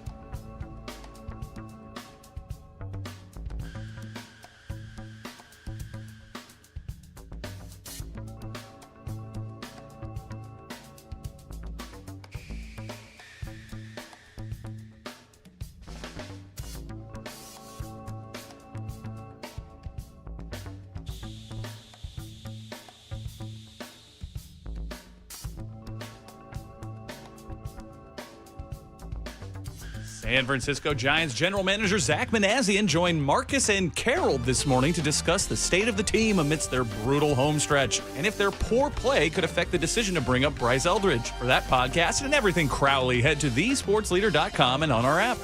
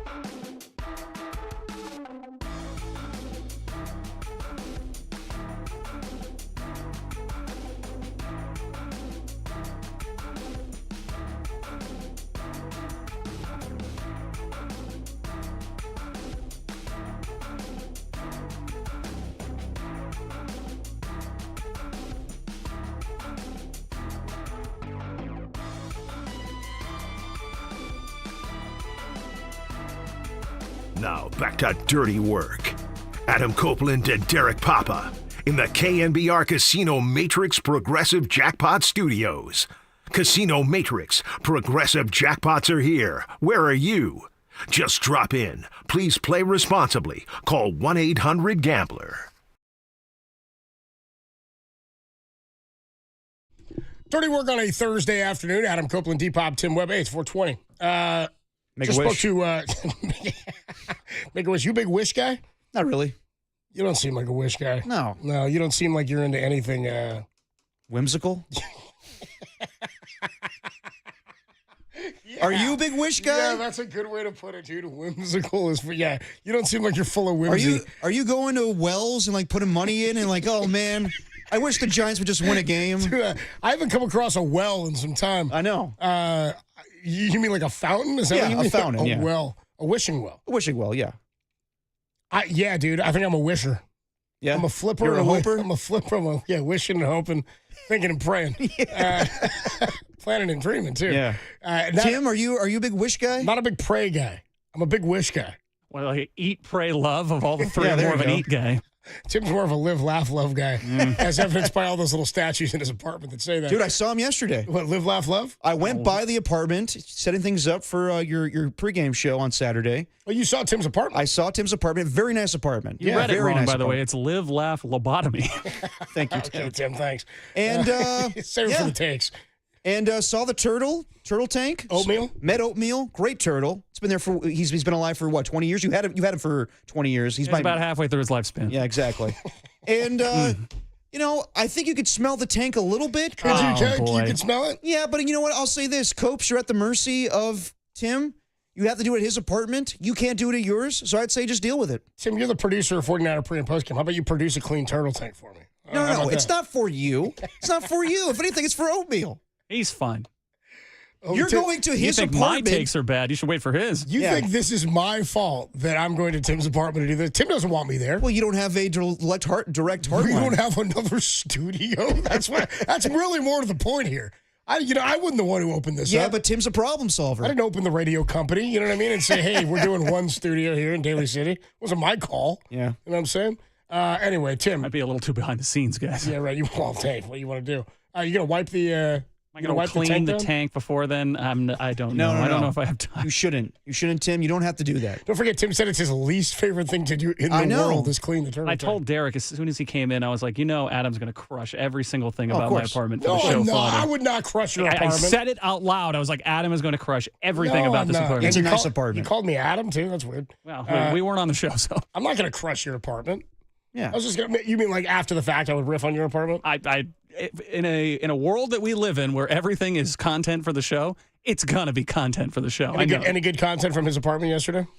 No, he's got nice rugs, ties the room together. Nice rugs, dude. Multiple rugs. Derek reviews Tim's apartment. Well, I compared it to my apartment. I was like, God, Tim's pretty clean. Yeah, dude. 808 KNBR. Haven't we done this before? Who do you think is the cleanest on the show? By far. I mean, between the three of us, I'm the most dirty. Yeah. Without question. We saw your desk. Dude, your desk was disgusting. When it comes to who could, babysit children, I think I should be a little further on the list. You were behind Mr. KNBR. Yeah, that's he's out of his mind. Yeah. I think I could take care of children. We did do the voting on 808 KNBR. Who would you trust? Overwhelmingly last. With your kids. Yeah, Derek was overwhelmingly last. Tim was first, I was second. We were like neck and neck. And I think that's a fine. I'm okay with that. Tim's like a responsible my two dad dude. situation. No, if anything, it should be Tim number one, me second, and Cope's last. My two dads, and it's me and Tim. You hate children. I don't hate children. I just don't want to father them. Yeah, you don't want to be around them for, 3 hours? However long a babysitting gig is? Dude, I'm happy to babysit a kid. I was a camp counselor for years. I loved all that stuff. Hi, I'm Dave Fleming, and I hate kids. I wouldn't like Flem, I wouldn't dude. trust Dave with... Yeah, no, you can't. You can't. Even though he's raised several. I know. Raised a few. That's the irony. Yeah. It's an incredible dad, right? Yeah, exactly. Really, really good person, too. Yeah, Better I don't than think there's any dispute Derek is the dirtiest of us three. Yeah, probably. I do love the rug riff because, I think it's like being a good neighbor to the people who live underneath you to have rugs because it silences the stomping around. Yeah, no, I probably should invest in some rugs. Not clog dancing, but I am walking around at probably 1 a.m. a lot. So walking around at 1 a.m? 510. This is inside. This is inside knowledge of what's going on in Derek's house. 510 says, does Tim have any stickers stuck to his furniture? Thank you. Remember, Derek had that one sticker Not stuck there to anymore. his headboard forever. It's not there anymore. It was a pain in the ass to get off. You could still see the remnants of the sticky stuff on my my headboard. Did you say you brought a young woman back to your house? And what are we doing she here? made a comment about it? I've had guests, and they've commented on that. He said, what are we doing here? What? What are we doing here? What do you want? What do you want? Going up? Okay, fine. I didn't say anybody's name. I didn't say anything. No, but the I riff didn't even know was, who it is, was. but the riff was is that what- Derek would what's have the a matter with you? photo What? in a frame, but the photo would be the default photo from Target, right? Exactly. I should have never done that. I should have never done that sketch with Mr. KNBR where that was in frame. Good Lord. Yeah, dude, that was pretty That was a good. mistake. That was a mistake. I've been crushing you for it. Yeah. 408 says Tim's apartment, based on Derek's review, says Tim's apartment has good camera angles and special effects. Yep. Like you gave the F1 movie. A lot of good shots is what Derek said. A lot of good shots, good shelves for books. Yeah, Tim's apartment. I give it 3.5 Gruden ooze. 3.5 ooze. Part of the reason why I'm okay with us doing the show is there is no camera to this weekend when we're doing the show on 810. So you don't want people to see your apartment? We're not giving the filth a tour of where I sleep. That's kind of No, we should the do an idea. MTV crib style thing for Tim's apartment. We really should not. 408 says Tim is like the dad, Copes is like the fun uncle. Wants to make me the baby? Yeah, Uncle Fester. Yeah. I don't know. Yeah, I don't know. I'm looking at more people checking in on Tim's apartment. You got anything else you want to add? You like the rugs? The rugs are good. Nice kitchen. The first thing he said was, this apartment's really small. And I'm like, no, it's not. Yeah, it's pretty small. No, it's not a small apartment. It's good. No, Tim's got a good sized Yeah, apartment. I think so. It's a studio. It's small. It's all good, dude. I live in a studio as well. I got one of those. Yeah. I'm glad you gave it the rug review. That's nice. Yeah, it's a fine apartment. Did Tim have a headboard like you? Not that I recall. Grow up, Tim. Come on. He probably did, though. I don't either, dude. He probably did. We'll get the Copes review of Tim's apartment on Monday morning. It's coming. I'm not going to rip It's Tim's coming. apartment. It's I'm going to review the turtle tank. I'll tell you what. It's not as weird as Copes' bathroom in his place. My bathroom is not weird. I have a nice bathroom. You got like mirrors on the ceiling. There's It's no giving off a mirror weirdo on the vibe. ceiling of my bathroom. When you go over to Cope's apartment and you use his bathroom, you got to use weirdo lighting and lotions. you got a Dude, 05 I got a rap nice music dude, video I have bathroom. I do have an 05 rap music video bathroom. I have like a hotel bathroom. Is what I Yeah. have. You got like a late at night Nelly video. Okay, let's keep it there. Okay? Bathroom. All right, let's keep it there. Okay, yeah, I do have a cool bathroom. What of it? There's no mirrors on the ceilings. I'm pretty sure there was. There's not a mirror on the ceiling of my bathroom. I just got that huge shower. Yeah, that's right. I got a big ass walk-in shower with no door. Yeah. How many people could you fit in there? Oof. Like realistically? Yes. Realistically, how many people could fit in my shower? Yeah. Like this is sort of like me and you and Tim size. Sure. Like if we cloned I don't like us- that image, but if sure. we cloned us numerous disaster. times, we could get at least 9 of us in there. Damn, that's a big shower. I mean, and there's like a bench too, so it's like sitting down ability. I would say standing, we could probably get like 8 to 9 people in my Hold on, shower. you have a bench in the shower? Yeah, dude, it's like attached to it's like a rail. It's like a. How old are you? It's not like a bench you'd sit down. It's not like. Oh man, I'm It's not so what I tired meant. from the shower. Dude, that's not what I. My all knees right. are giving out. All right, now I feel like I have to go, and I'm gonna have to post a video of my shower to defend the coolness of my bathroom and shower. It'll be like Cribs, you know. Hey, here's my 05 rap video bathroom. Yeah, exactly. Okay, I'm gonna do this. I'm gonna put this out. No, you don't. Yeah, dude, I have to defend the No, you honor of don't. my. You're crapping on my shower, which is I love my shower. Okay, Adam's 9-person shower. dude, I'm just saying I could fit like 9 to 10 people in there. Damn. There were Smurfs even more. I'm You know what I mean? wagering that your Yeah, I bathroom, got 100 Smurfs. Yeah. your bathroom bet is probably you as could. big as my whole I apartment. can That's what I'm fit saying. 100 Smurfs in my bathroom too. It's not a thing to gloat about. Why is it my shower, dude? We're talking about Smurfs. I'm just saying. I'm they're talking not- about actual people Okay, here. and I'm saying 9 not to 10. cartoons from the 70s. I'm saying 9 to 10. 9 to 10 people. That's Yeah. that's a big shower. Yeah. Not to mention the bench. Dude, it's not a bench as much as it's like it's hard to explain. All right. It's nicely designed. Tacky. If I it's bet. group showers, it's dirty work. Yeah. If it's group showers, it's dirty work, dude. I won't. I'm going to defend the honor of my shower, man. Okay.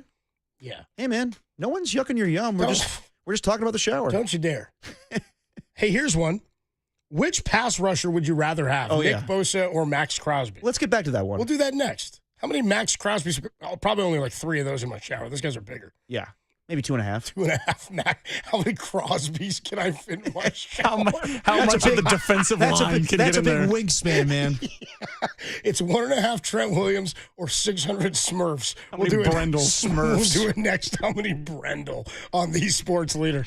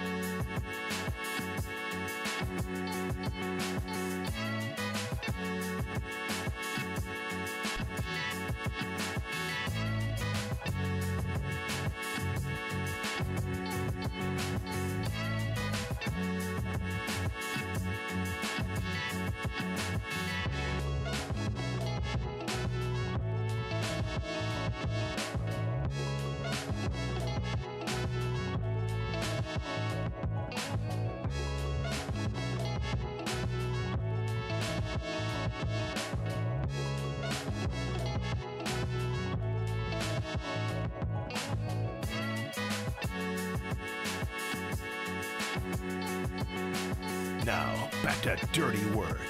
Adam Copeland and Derek Papa on KNBR 104.5 and 680 AM.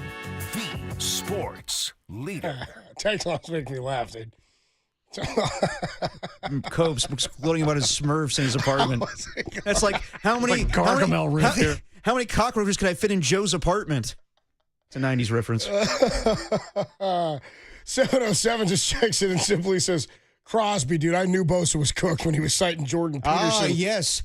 This one is his chosen literature. Max Crosby versus Nick Bosa. Here we go. Yeah, let's get into it. Okay. We can get back to my shower in just a bit. A lot of people have comments and thoughts about the shower. Okay. Anyway, I got to defend the honor of my shower. But by all means, it's a big shower. Hey, don't feel insecure about your shower. If it's got a bench, it's got to be pretty big. And the water pressure's great. You know what I mean? Oh, yeah. The shower head is a big shower head. It's nice. If you don't have good water pressure, I'm out. It's maybe the most frustrating. I'm taking a bath. Dude, how about my second shower? I got that second shower too. This is just getting more interesting. Well, I got the second shower on the left with like the big tub. You know what I'm talking about? I have like the bathtub with like the detachable shower head. So I mean, I got a big bathroom. Yeah. It's like 90% of my apartment. It's very lavish. Are there rugs, mate? Sometimes I just sleep in there. There is a rug. Yeah, one rug. I don't sleep in the tub. I don't have two rugs like Tim. Yeah. Yeah. Might be 3 for Tim. They don't call him Tim Two Rug Webb for nothing. Sorry, I'm a courteous neighbor. Right. Nick Bosa, Max Crosby. Go ahead, Terry. Well, the reason I bring this up is because, the Raiders and 49ers are playing each other this weekend.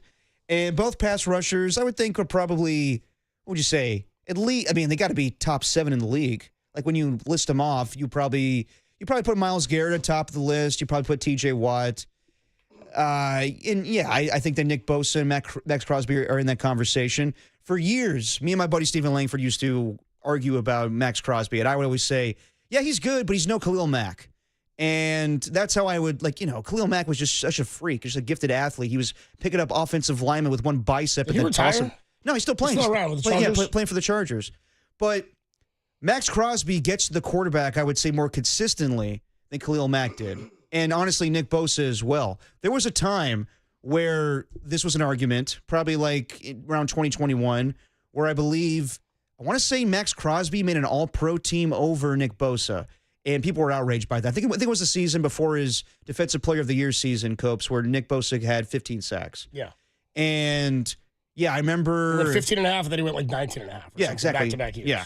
And Max Crosby doesn't have the sack numbers of a Nick Bosa, but his ability to play the run and just, like I said earlier, his wingspan. I mean, for years, the guy, I think just a year ago, he was in the top 10 of the top 100 when it came to NFL Network's list on that. Top 100 players, he was a top 10 guy. Exactly. Yeah.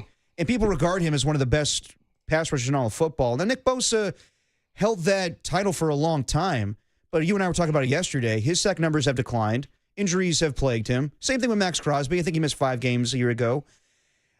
For the longest time, I'd always say Nick Bosa, hands down, is the better pass rusher. But in recent years, in the last 2 years, I would give the edge a little bit to Max Crosby just because of the consistency, even though he did get hurt a year ago, yes.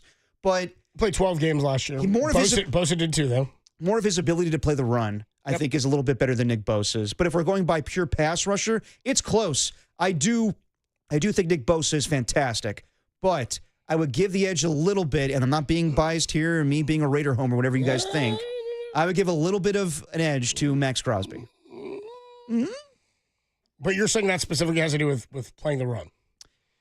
No, I mean, it's overall, yeah. I mean, yes, playing the run, but also, like, as a pure pass rusher, I mean, Nick Bosa Max Crosby has better numbers in the last 2 seasons. What number was Crosby drafted? Because they came into the league at the same time. And that's a little more impressive, too, is that Max Crosby, I think it was 2019. Yeah, same season. They were both rookies the same year, yes. And I think Max Crosby was drafted in the 4th round.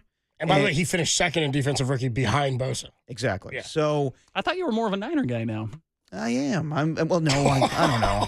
What? My Niners, Derek's Niners. Yeah, that's thank you. Thank you for cutting that. Keep that around, dude. My Niners, Derek's Niners. I mean, I guess I am more of a Niner guy because I talk about it on the radio now, but no, I'm just saying, like, when you compare the two pass rushers, yeah, I will give a little bit of the edge to Max Crosby just on, I don't know, I think he's honestly just downright played better the last few years. You'd rather have Crosby? Yeah, right now, yeah. But, I mean, I don't...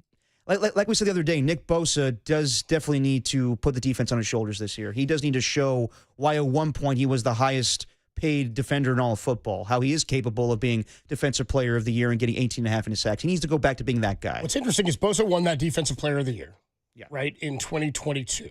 He's made a Pro Bowl 5 times. The only time he didn't is 2020 when he tore his ACL and was out after week 2 in that game against New York. So, when it comes to the accolades and how he's been voted and how the rest of the league is voted, he's never finished outside of that year in any ranking for a Defensive Player of the Year vote. Mm-hmm.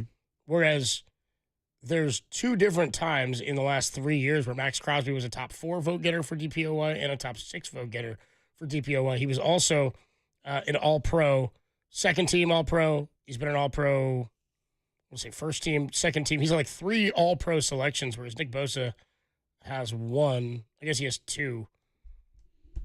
And they both came 2022 and 2019. I mean, I don't know. You're right. It's kind of a toss. It's very even. I guess I'd go with the devil that I know versus the devil I don't. You know what I mean? So I'd go with, I just stick with Nick Bosa, but I love watching Crosby play the pass. He just appears to be in on so many plays. Yeah. You know what I mean? He seems so involved in so many plays. I don't know about the pass deflection numbers or the forced fumbles. No, it's. I mean, like I said, if that matters or what that looks like. I want Nick Bosa to. Crosby's forced far fewer fumbles. He has. He's got almost as many career sacks as Bosa, but he's played more games because Bosa missed effectively a whole year. So that's why. I mean, they're comparable. They are definitely even when it comes to comparing the two players. Yeah, I don't know. I don't know. I think I'd stick with Bosa. Yeah, I guess. Yeah, at this point. I mean, now he's cheaper. Yeah. Well. You know? Yeah, I mean, now Max Crosby's making more money than him. That's what I mean. Now he's cheaper. Annually, but like total value, it's still in Bosa's favor. Yeah, I give the edge to Crosby just because you listed there, like he got Defensive Player of the Year votes when the Raiders have been a bad team. Think about that, yeah. And he stands out. He makes that defense so much better, and so does Nick Bosa. But I think it's just the fact that, who else is Max Crosby playing with? Like, they drafted Trey Wilson, the Raiders did, and he hasn't really been an impact player yet. there really are. I mean, like, and who's the same thing with Nick Bosa right now. When you look at the defense, who's he really playing with? He's playing with Fred Warner and Diamador Lenore. But in years past, Bosa was playing opposite some pretty good pass rushers. In Max Crosby's time, it really hasn't been anybody that special. He had Christian Wilkins next to him, but now that they released him, obviously. So, yeah, I think that Max Crosby is such a crazy story of where he was drafted, and I guess he's more impressive of what he's accomplished in his NFL career.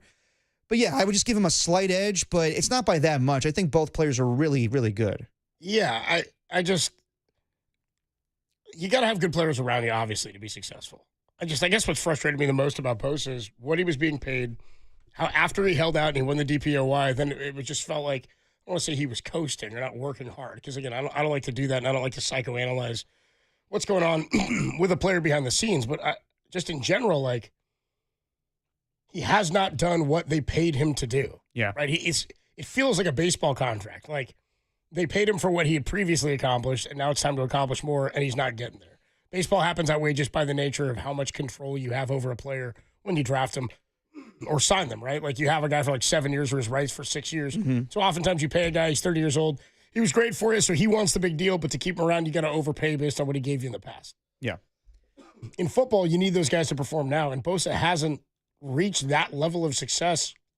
I mean, has Bosa been a top 5 D end since the contract was signed? Like, based on sack numbers, he ranked no. since he signed that contract? You know what I mean? Because he's still top 10, but yeah, you would go Of course, he's still top 10. Like I said, you would go with the Myles Garretts, the T.J. Watts, even Aiden Hutchinson, I think, over Nick Bosa I mean, right now. since Bosa won the Defensive Player of the Year award, Max Crosby has more sacks. Yes. You know what I mean? Max Crosby's at 22 sacks or something like that. Since Bosa signed that contract, Bosa's at 19.5. Right. I mean, he had 18.5 in 1 year. He's at 19.5 last 2. Yeah, I think Total. pass rush wise, I think they're pretty even, but run defense is probably where I give the edge. Like, I go back to, remember during the 2023 season, regular season, when the Chiefs played the 49ers, and Greg Cosell came on with us, and they ran the ball. I want to say Isaiah Pacheco ran all over the 49ers. Yeah. And the key was, it was the first game with Christian McCaffrey, so it was a 2023 season, it was 2022. They ran right at Nick Bosa, and that's something that Chiefs would never do because of how good of a run defender he is. And Nick Bosa's improved as a run defender, but I just remember that game, and Greg Cosell talking about it with us. You could see it in the All-22. They were not afraid to go right after Nick Bosa in the running game. And that's where Max Crosby thrives. So just that alone, I would give Crosby a little bit of the edge. But as far as pass rushers, I think it's just been that, Bosa's declined a little bit, but I think both players are pretty even when it comes to getting to the quarterback. Yeah, I'm with you. I guess none of that, it doesn't change all that much for me. Right. Player to player. It frustrates me. I need Nick Bosa to hit the quarterback more. Yeah, I mean, I think the Niners need that big time this year. No, I mean, that's going to be the key. Like, we could talk about, Alfred Collins flashing, or sorry, not Alfred Collins, C.J. West and all these guys that need to improve in the defensive line. Bryce Huff needs to have a resurgence in his career, but this defense will not be successful if Nick Bosa has single-digit sacks. Like, he needs to get to the quarterback. He needs to be that Nick Bosa that won the Defensive Player of the Year. He needs to be the leader on this defense. It doesn't need to be like, I think it's comical when we play the NFL clip and it's Fred Warner like giving an impassioned speech, and then Nick Bosa just goes, "Can't agree more, brother." I'm just saying, like now it falls on him. Like, Fred doesn't have Dre Greenlaw to psych everybody up. It needs to be Nick Bosa too now in his own unique way. Saccaroni, baby. Exactly. But now Nick Bosa definitely is one of those leaders on the defense, and he needs to be the Nick Bosa of old. Adam Copeland, Depop, Tim Webb with you. Dirty Work on a Thursday afternoon. We're going to catch up with our guy Cam Inman. Another dude who went Raiders to 49ers, huh? In coverage. Yeah. Cam Inman's going to join us of the San Jose Mercury News Bay Area News Group. We will do it next with him. Is he in Vegas now? He is in Vegas. He watched joint practices, and he'll give us the lowdown on that. Get the lowdown and on how much we could see Brock Purdy and what other starters maybe we're anticipating seeing this week for the 49ers. As Kyle Shanahan said, he does expect Brock and some of the other starters to play against the Raiders on Saturday, a 1 o'clock kickoff, 1:05, right?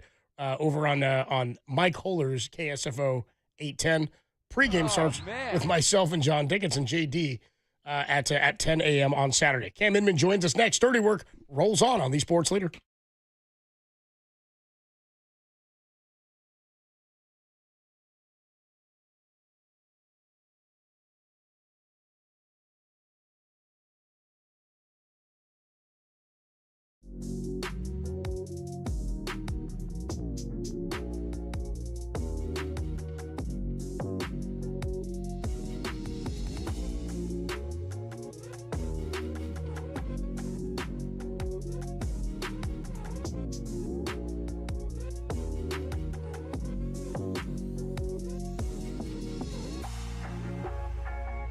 According to insider Matt Mayoko, 49ers rookie defensive tackle C.J. West suffered a hyperextended knee in today's joint practice with the Raiders, similar to the injury sustained by Mykel Williams last week. Matt also noted the initial diagnosis showed no structural damage. For everything's 49ers, keep it locked right here to the Enough with the Injuries Already leader.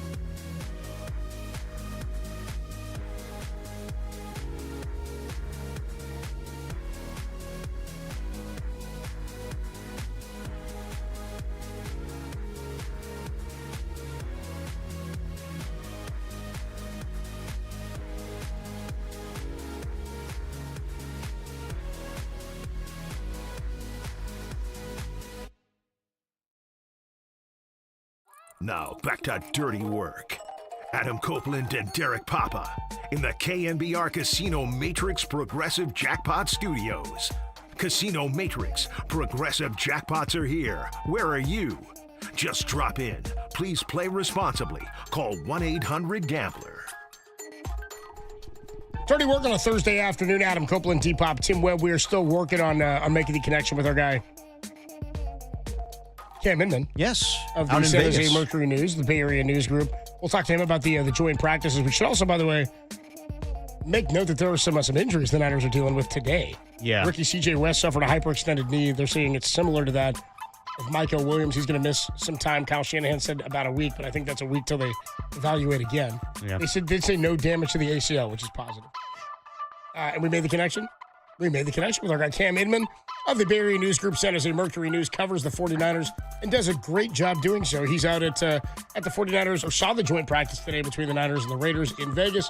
Cam, what's going on, dude? How are you, man? Hey, Cam. Hey guys, how are you? Everything's good here. Pretty good. Yeah, we were just sort of running through some of the news of the day. CJ West, the hyperextended knee.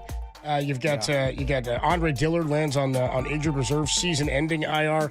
I mean, it's just more frustration, I guess, for the 49ers, who maybe in the Kyle Shanahan era since 2018 would be my guess, or maybe even 17, have the most open 53-man spots in terms of who's starting and where are they going. And these injuries are just adding more fogginess, I think, to that clarity. Yeah, but there's been a lot of injuries in camp, but you're not looking at injuries to marquee starters that are going to keep them out into the season. And that's kind of across the board. So, I was thinking about that today when I was sitting down to write, because it's like, yeah, CJ West, who everybody has loved in camp, fourth-round rookie, he had a hyperextended knee. They did the ACL test and didn't tear his ACL, which is great.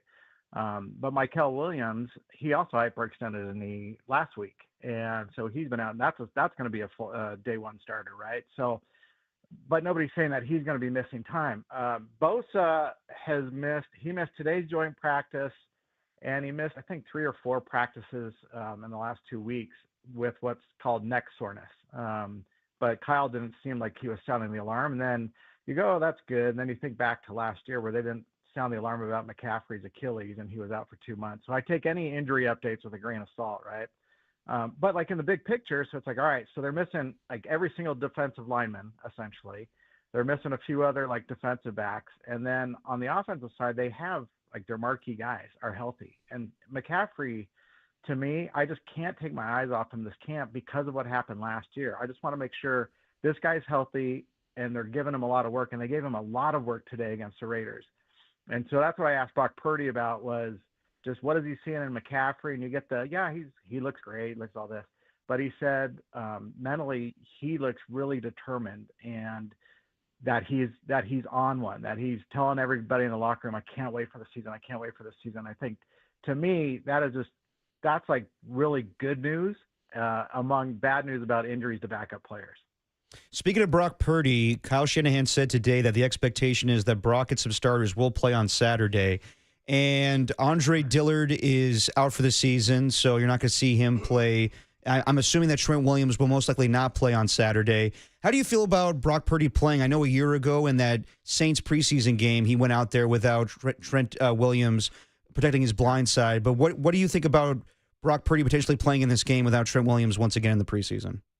Well, and that's what I asked Kyle that after practice, saying, did you see enough work from Brock today where you can sit him in the preseason game? And he said, well, his plan was, and he still hasn't announced it, his plan was to play some of the starters Saturday. And if you look at how he's handled Brock in past preseasons, the only preseason games Brock's missed were the preseason openers of the last 3 years, this year and the last 2 years. So Brock said last week he likes to play them and likes to kind of get the feel of warming up for a game, going through the routines, play a series or two, and then you pull them. I think Kyle's smart enough to not put Brock in a position where he's going to get hurt, like as if Max Crosby's going to come bearing down around Spencer Burford, kind of like what was happening today at practice. And, this is when live tackling is going to be allowed in a preseason game. Do I feel great about it? No. I would rest every single starter I have. I don't think they need any of that work. And, I asked Kyle also, I said, I go, it sure looks like McCaffrey and Kittle are season ready. And he agreed with me. So I would not expect to see McCaffrey or Kittle out there either. If you want to put Brock out there for a quick series, just so he kind of experiences it and do whatever stuff, that's fine. But, you got to make sure he's not exposed on the backside. What about Ricky Pearsall? Do you see importance in him playing in these preseason snaps, given the injury this past training camp and not getting enough reps last year? Well, I guess that's the line you got to toe, right? Does he need that? Like, what experience is he going to get playing, like, I don't know, 6 snaps against the Raiders? Right. They are so that receiving core is really battered, right? And it doesn't. I'm not freaking out about it because you got 3 weeks until the regular season. If you have Ricky healthy, Juwan Jennings back, and then you have a Jacob Cowling, that's fine because you're basically going to throw the ball to Kittle and McCaffrey the whole time anyhow, and just maybe some to Ricky. And Ricky's had a really good camp.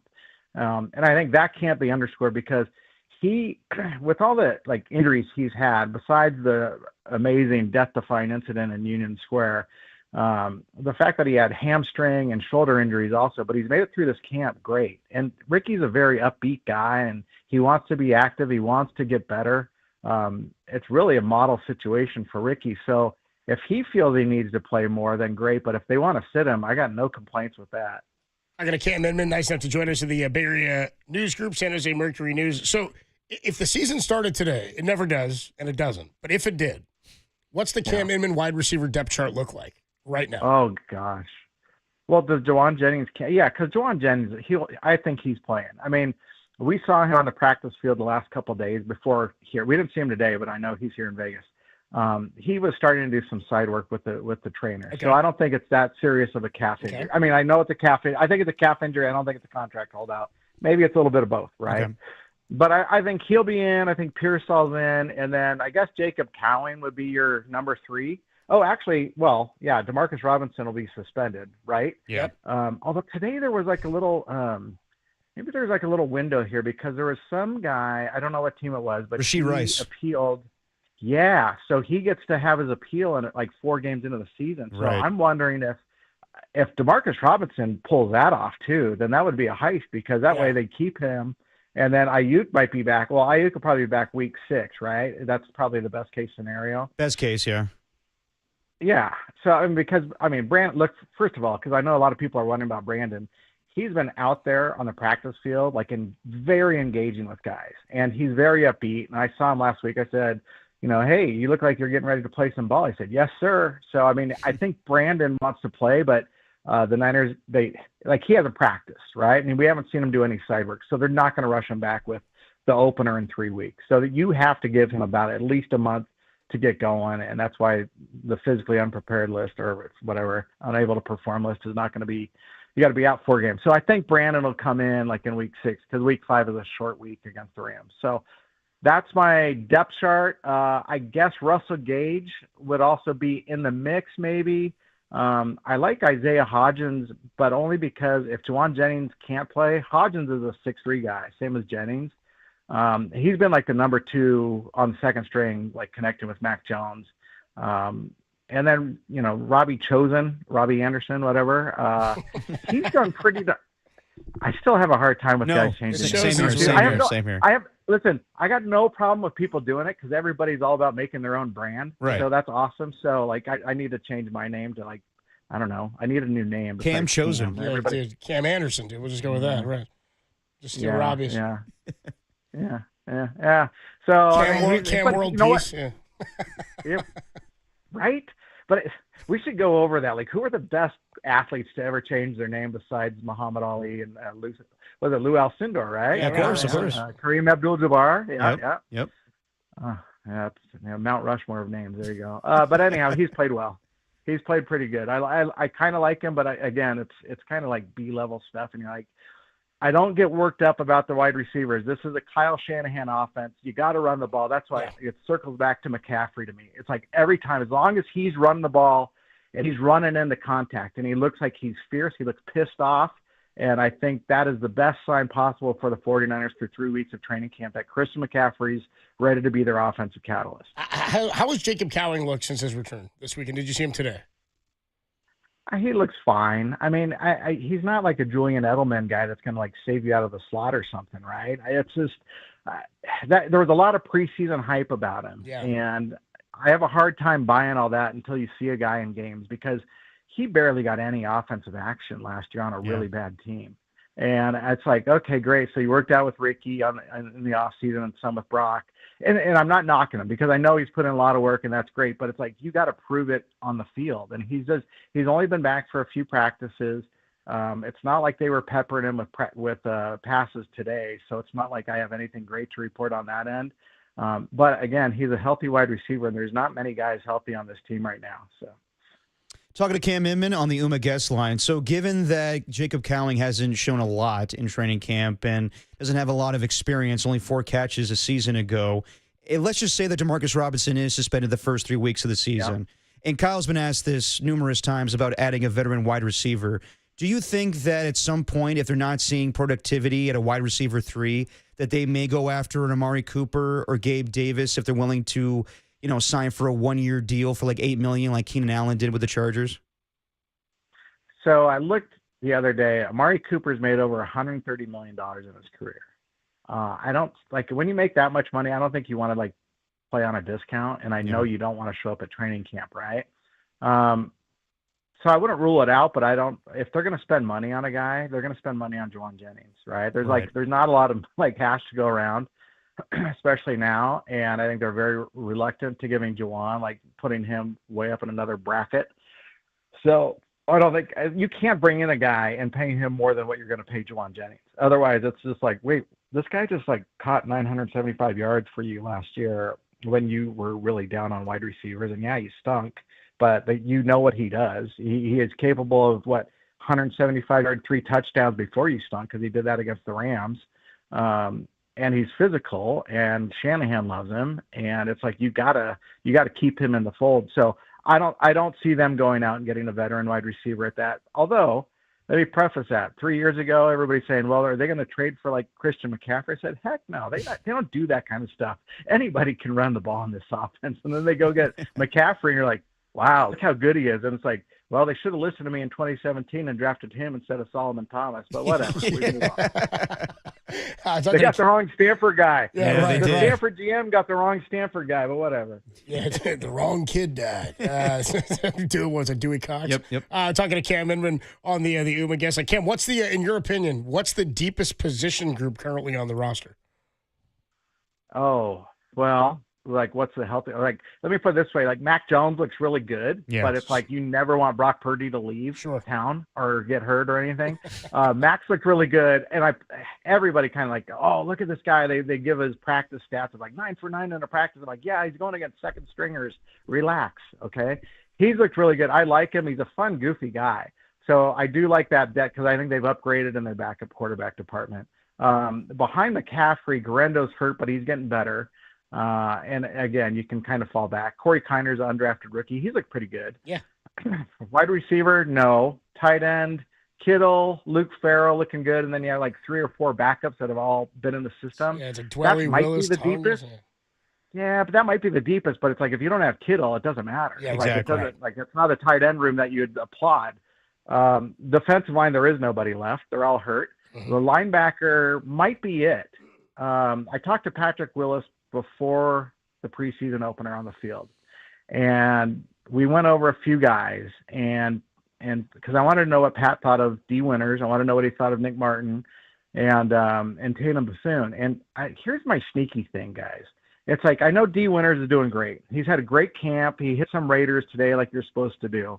And he's probably the front runner. He hasn't lost anything like being the front runner to line up next to Fred at weak side linebacker, right? And then Nick Martin, everybody knows he didn't have a great preseason debut. He's fast. He's a young rookie. He's going to learn. He might have a great career ahead of him, but probably not right away. Tatum Bethune is the backup Mike linebacker behind Fred. And he was the guy that started in place of Fred last game. But if you're playing the Mike linebacker, you got to know where everybody is on the field. You're the quarterback of that defense. And I asked Fred that today, saying, by playing that role, is he able to slide over and play weak side linebacker? In other words, if they don't like D. Winters, could they go to Tatum Bethune as like a surprise? And like, because if you play linebacker, and Fred's like, if you play linebacker, regardless, you have to know how each of those 3 positions plays. Middle linebacker at the Mike, weak side, and the Sam, the strong side linebacker. But it made me just wonder, like, I wouldn't like just say all of a sudden it's D Winter's job. I mean, I think there's still some competition going, and if Tatum Bethune plays really well these next 2 preseason games, I'd just be curious to see what they would do, because he's only a second-year guy, and D Winters is a third-year guy, and there's some flaws in his game, but he's obviously gotten a lot better. So I think linebackers, the deepest unit. I guess I talked my way through that. Everybody's bored in their cars right now looking to change lanes. I'm sorry, but I had to talk that through. And because it's like cornerback, no, safety, no. All right. So I guess it's linebacker. There you go. It's like linebacker you again, but it's not Fred Warner, Dre Greenlaw, Aziz Al-Shire. It's Fred Warner and fill in the blank. Yeah, exactly. As far as today, Cam, with the joint practice with the Las Vegas Raiders, what stood out the most to you? That you just said Las Vegas Raiders. Yeah, right. I know. It still hurts. It's so freaking weird. We were down here for the joint practices in 2023, so I kind of like understood it. I mean, it's a darn glorious facility they have. They have 3 fields. They have an indoor field also. It's great. And the Raiders, there's a couple guys that were a little tempered. They tried to antagonize the Niners, but they didn't retaliate. No, they wouldn't do that, Cam. Well, it was funny because somebody asked Shanahan that, and he goes, "Look, we know what we were getting into." And I'm like, "Oh gosh, that's so funny." It's like these aren't the Raiders of the 70s or 60s or 80s. It's like, relax. This is like the NFL rules are so different. Like if anybody gets touched, it's like, oh, send that to the union. You can't touch a guy like that. And so, like a couple times, there was pass rushers getting on Brock. One guy rolled into Brock. This was the best thing about Purdy. This is how you put it in perspective. One of the defensive ends of the Raiders rolled into Brock like towards the end of practice, and Brock's like, "Look, that happens. It's football. Like guys are going to get thrown to the ground. They'll roll into ankles. I'm fine." The guy came up to me and apologized. I said, "No, dude, don't apologize. We're here to make each other better in this situation." And it's like, and that's what it is. Like Max Crosby's he's tackling McCaffrey or thudding him up, and he tries to punch the ball, and then he gives him a hug. Okay, this is a different world that we're living in compared to the old days. And then Shanahan's message to these guys is, look, we're so hurt right now. We don't need other guys getting hurt in fights. So if a Raider takes a swing at you, don't swing back. And there was a play right towards the end of practice. I'm going to get the guy's name wrong, but he's a defensive end named Allen. Okay, there's too many defensive ends coming in and out of town. Yeah. But like one of the Raiders took a swing at this guy like right in his torso, which is like, you got shoulder pads on. It's like you're not going to hurt a guy. It's so stupid in football. But he didn't retaliate. And I'm like, okay, that's good. It was like there were no fights. Like if there were some special teams dust-ups, and which is kind of, it's good to see it. Special teams, you got to show some fire. Jalen Graham was getting into it with some Raiders, but there was never any fights. And one reason why was as guys start talking after getting chippy, Pete Carroll would run in there, and guess who else would saunter in? Trent Williams. Yeah. Anybody sees Trent Williams, every fight breaks up. And so that was kind of cool to see. So there was that's like, I'm reporting from Las Vegas where there was a fight-free practice between the Niners and the Raiders. There was no Battle of the Bay, Nevada side. It was like, it was rather dull, to be honest, but it wasn't too hot. The temps were in the 90s, and the pools are full here in Vegas with people that are happy to be here. So you were able to roam around the field, Cam? Because I know how the Raiders are when, former Raiders come back to cover for the Niners. Yeah. It was way different than 2023 where they sequestered us on one side. Yep. Yeah. We pretty much, we had room to roam around the outskirts of all 3 fields. And the security guys were great as long as you weren't standing in front of paying customers, because they had a lot of fans in, like, say the stands went about 10, 15 rows deep all the way around all 3 fields. And it was very controlled. It was a really, really nice environment actually to watch training camp because they were all shaded. And so we were allowed, I think we were allowed to roam everywhere because nobody told me to get lost because I was behind end zones where I usually am not. And which is the way it should be, because listen, when I started covering this team like 25 years ago, Mariucci let us out of practice. We could watch the whole practice. So we understood what was going on, what they were coaching guys up on, which backup players were getting better or worse. And I hate the way the NFL is, where like the training camp's eventually going to be over at the end of preseason. And we may be able to trickle in a couple more days, but then we get shut off for practice. So this is reporters' time to watch as close as we can to see what's going on with guys. And it's not just like, I can't tell you if a quarterback flips his hips right, but I can tell body language. I can tell just how they communicate with guys. Because if a guy messes up, does he like hang his head, or does he want to talk to his like teammate to find out how to get better? And that's really important for reporters to be on the field to do that. So yes, they allowed us greater access. Yeah, everything was really nice out there, actually. Nice. Cam Inman, the voice you hear, the Bay Area News Group, San Jose Mercury News, a man who's looking for a new name so he can rebrand himself for his own, his own brand. Dude, some people have checked in on our text line, Cam. Oh, yeah. This one's a little, I don't know if I like this one. This one is Cambodian. I don't know if I'm into that one. But hey, maybe if you started some like, some body health thing, it could be Cambodian. That'd be good. And then that's not gonna. I'm over 50. That's not happening. Yeah, see, it's a different brand. Okay, so here's what I like. Cam Shaft is what somebody came with. That's not original. That's not original. That's not good. No, okay. My Instagram is 49ers.cam, but that's just a play on what I do. .cam. Yeah, okay. We'll come up with some better ideas. Yeah, everybody can see me. They can just call me Dot. There you go. Yeah, Cam Dot.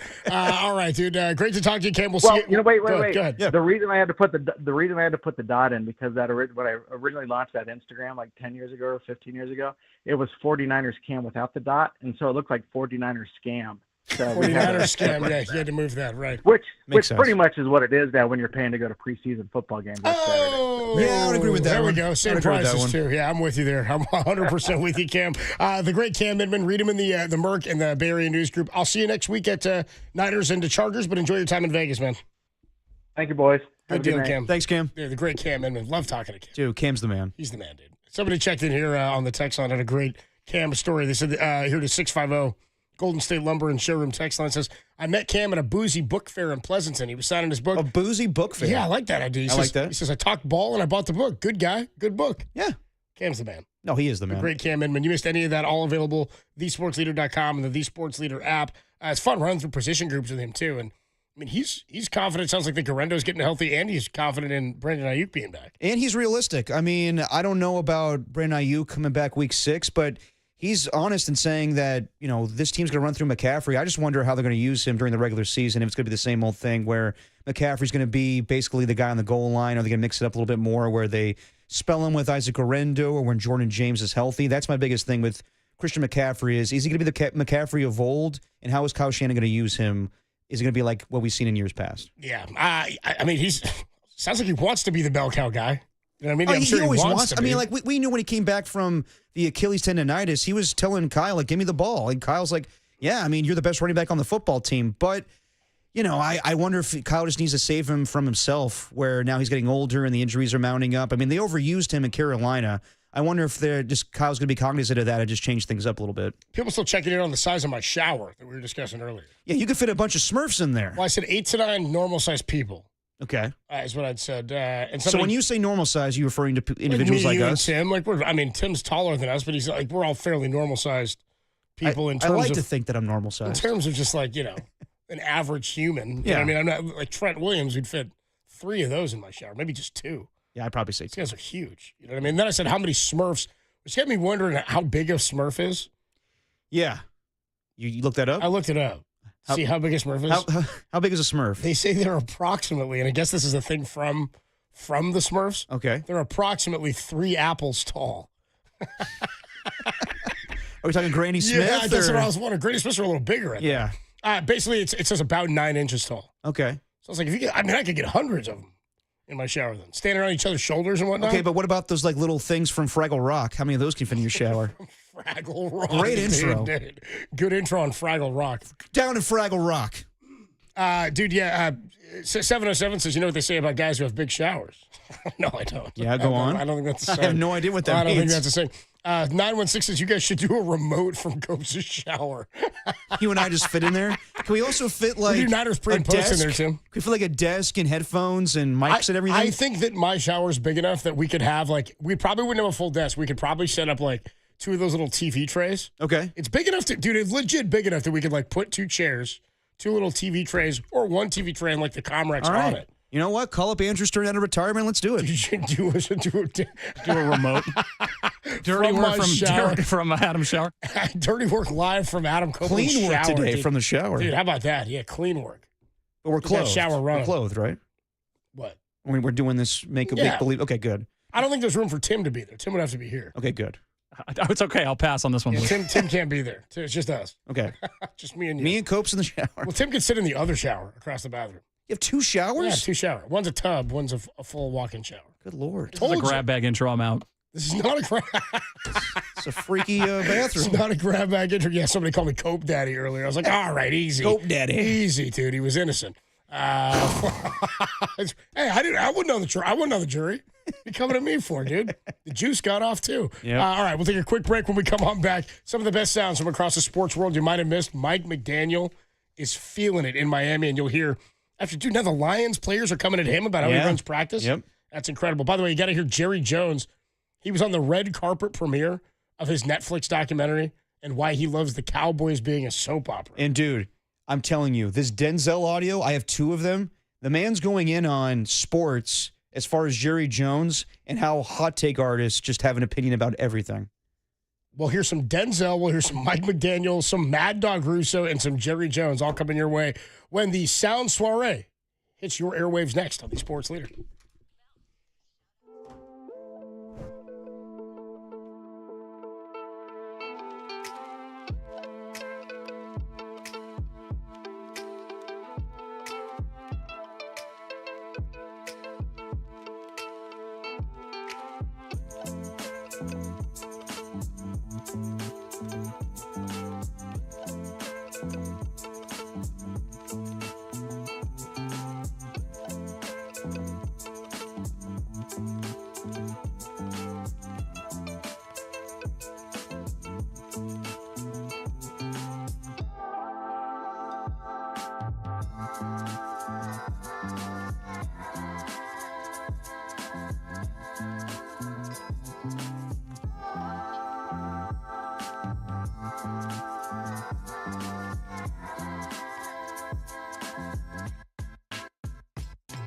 The Warriors' schedule was released today. Of note, Golden State will play 15 back-to-backs and will be nationally televised 34 times, tied for the most in the NBA. For everything hoop, keep it locked right here to the Sports Leader, unless it's about Jonathan Kuminga, because we've got Bupkis.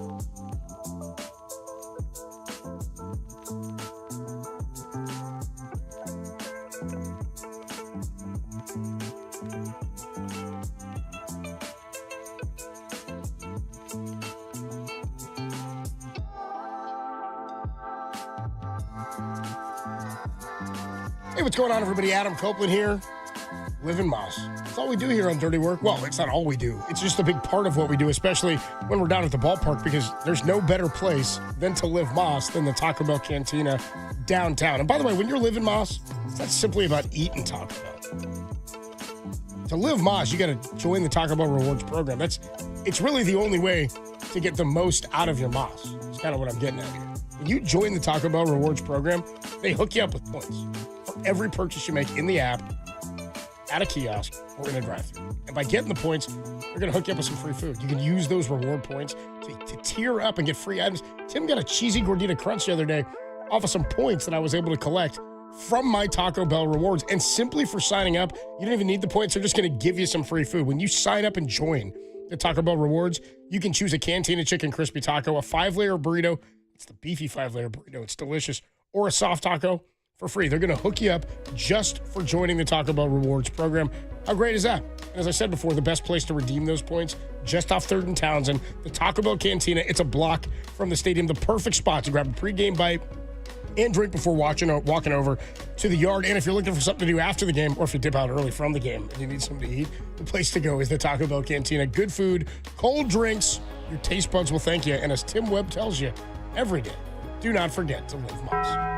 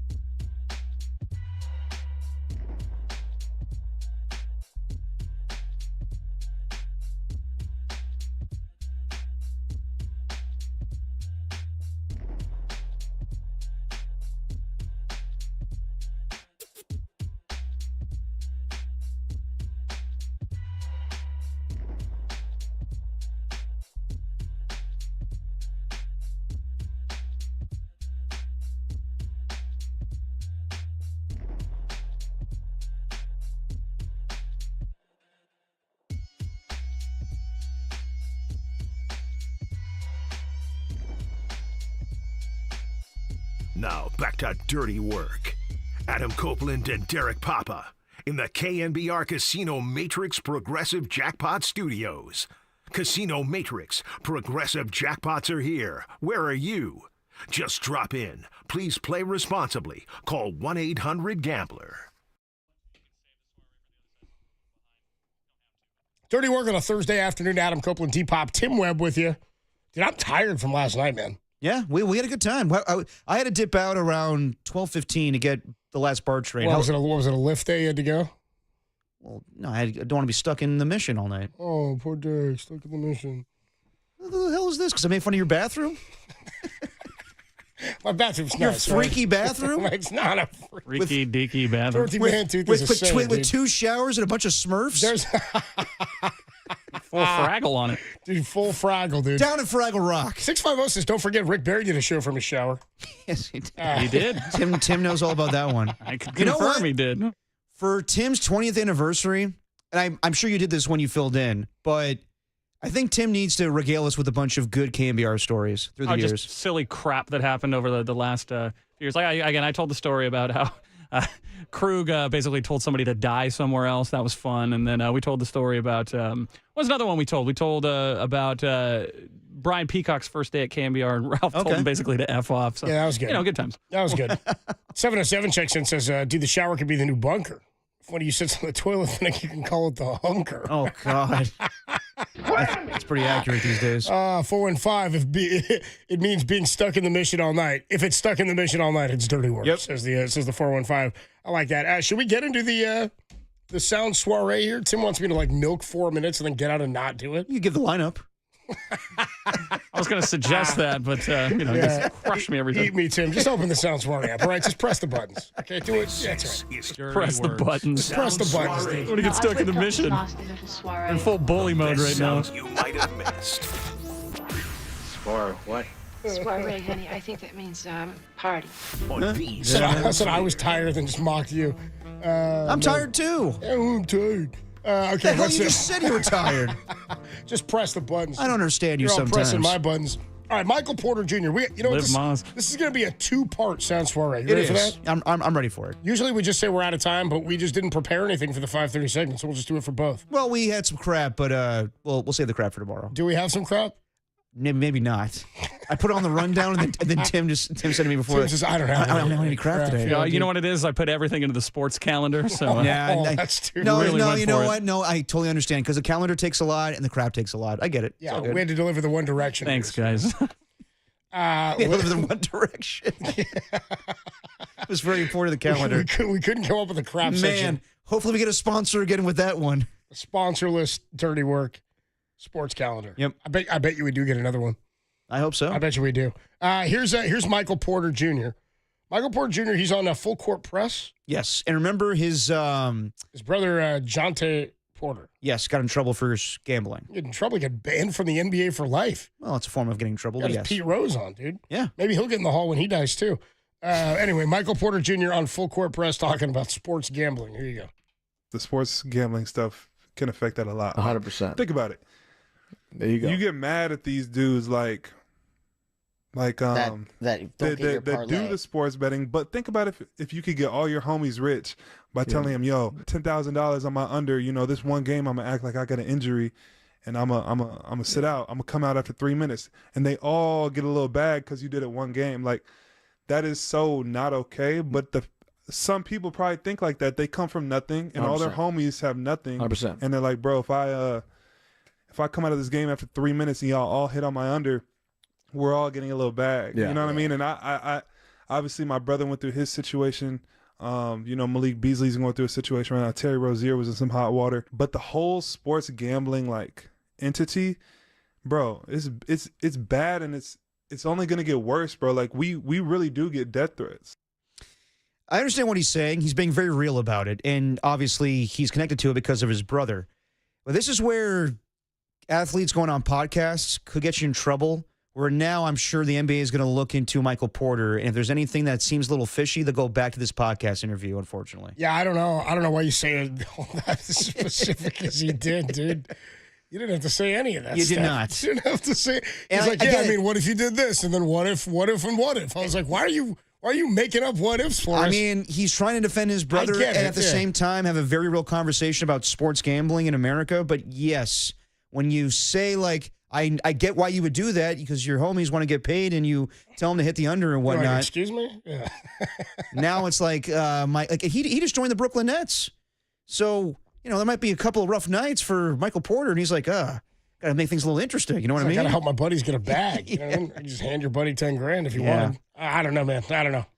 Yeah, probably should have said anything on that one. We shouldn't have done the sports gambling podcast. Yeah, probably not. Here's Denzel Washington. Hell yeah. Love Denzel. Yeah, Coach Herman Boone out here. Yep. He's on, what was he on, First Take? He's on First Take. He's on First Take, and they're asking him, is he a Cowboy fan? He's a Cowboy fan. So Denzel, a Cowboy fan. They're asking him his thoughts on Jerry Jones and the Cowboys, and I guess just the general state of the Cowboys under Jerry. Here's Denzel.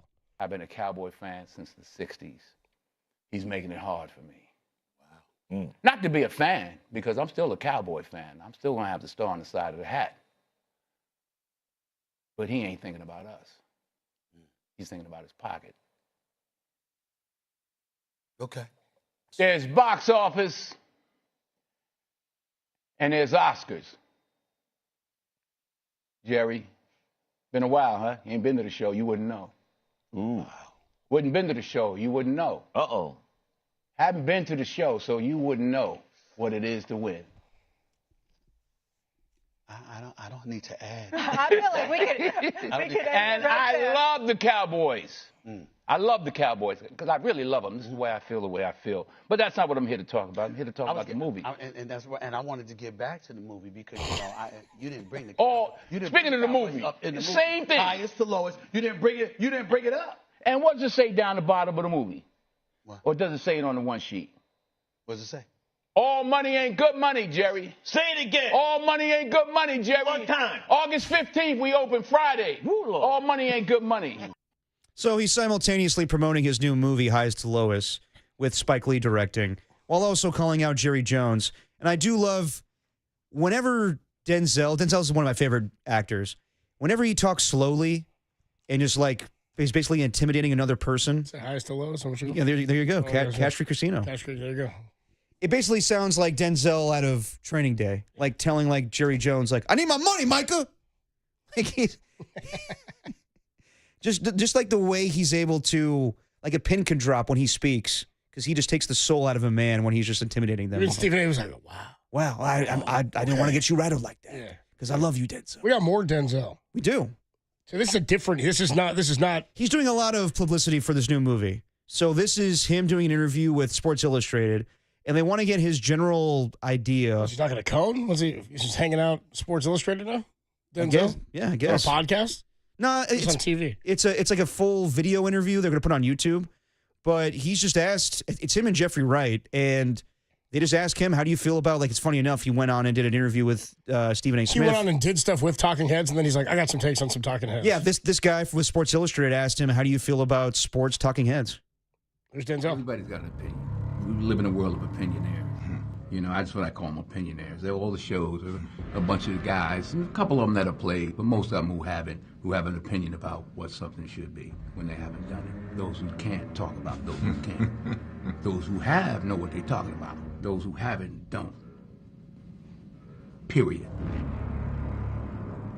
Too much talking. Too much talking. Everybody got an opinion. Everybody's sitting around getting fat, you know, thinking they know how to do it. Just because you can sit behind a desk and chit-chat doesn't mean you can do a damn thing. Those are bars. Come get up here with me. Let's find out. Come get in the gym with me. Let's find out. I don't know you. We saw you. But, you know, I know I can throw my hands. I can do it. saw you I can sure do it. In the Rolls Royce. I can do it for real. I don't talk about it. Well, let me leave you I'm not on some this. skinny kid, you know, who never played a day in his life, and now he can get back at everybody because he got a mic in his face and show. People need to shut up. People need to shut up. Learn how to do something. Be actually good at something. Try that. I mean, the music's ridiculous. Like, it... My friend's also pissed off. Was he so mad? Sports Illustrated adding that music to it just made my day, because that feels like a Denzel movie. But yeah, opinionaires. That's what he calls Talking Heads, opinionaires. Yeah, that's so unnecessary. Yeah, Denzel seems to be upset about some things. I think he's in the stage of his life now where he's angry about most things. You know what? Denzel's entitled to be angry. because that man intimidates the hell out of me. Yeah, I just don't know why. So what his gripe is with everybody thinks I can talk about something. Get up there with me. Get in the gym with me. I was like, what are we talking? No, he sounds like Coach talking about Boone. throwing hands, dude. Yeah. I mean, his son. You drop a pass, you run a mile. You miss a blocking assignment, you run a mile. You fumble my football, and I will break my foot off in your John Brown hind parts, and then you will run a mile. Yeah. I mean, his son, I forget his name. I think it's Isaiah Washington. He was a wide receiver with the L.A. Rams, got cut. Not the guy, but then there's the other one, too, who's in Ballers, and there's another side who's an actor. He was in, like, Tenet. He was in the show Ballers. Yeah, John David Washington. That's John David Washington, yeah. He's a good actor now, but back in the day, he was a wide receiver for the St. Louis Rams. And I don't know if, like, he just has this, anger because people talk bad about his son or whatever, but he's got some strong opinions about sports. Does he? I mean, he didn't really have an opinion about sports there. I guess he's talking sports at that point. Yeah, pretty much. Kinda. He's just talking heads. Anyway, all right, moving on here in the Sound Soiree. Why don't we take a quick break and come on back? We'll do part 2 of the Sound Soiree featuring your boy Jerry Jones, Mike McDaniel, and Chris Mad Dog Russo on a rant on Pete Alonso becoming the home run king. This is fantastic. He hated this. He's so pissed that they're making a big deal of him becoming the home run king for the Mets. We'll do it next. Dirty Work rolls on the Sports Leader.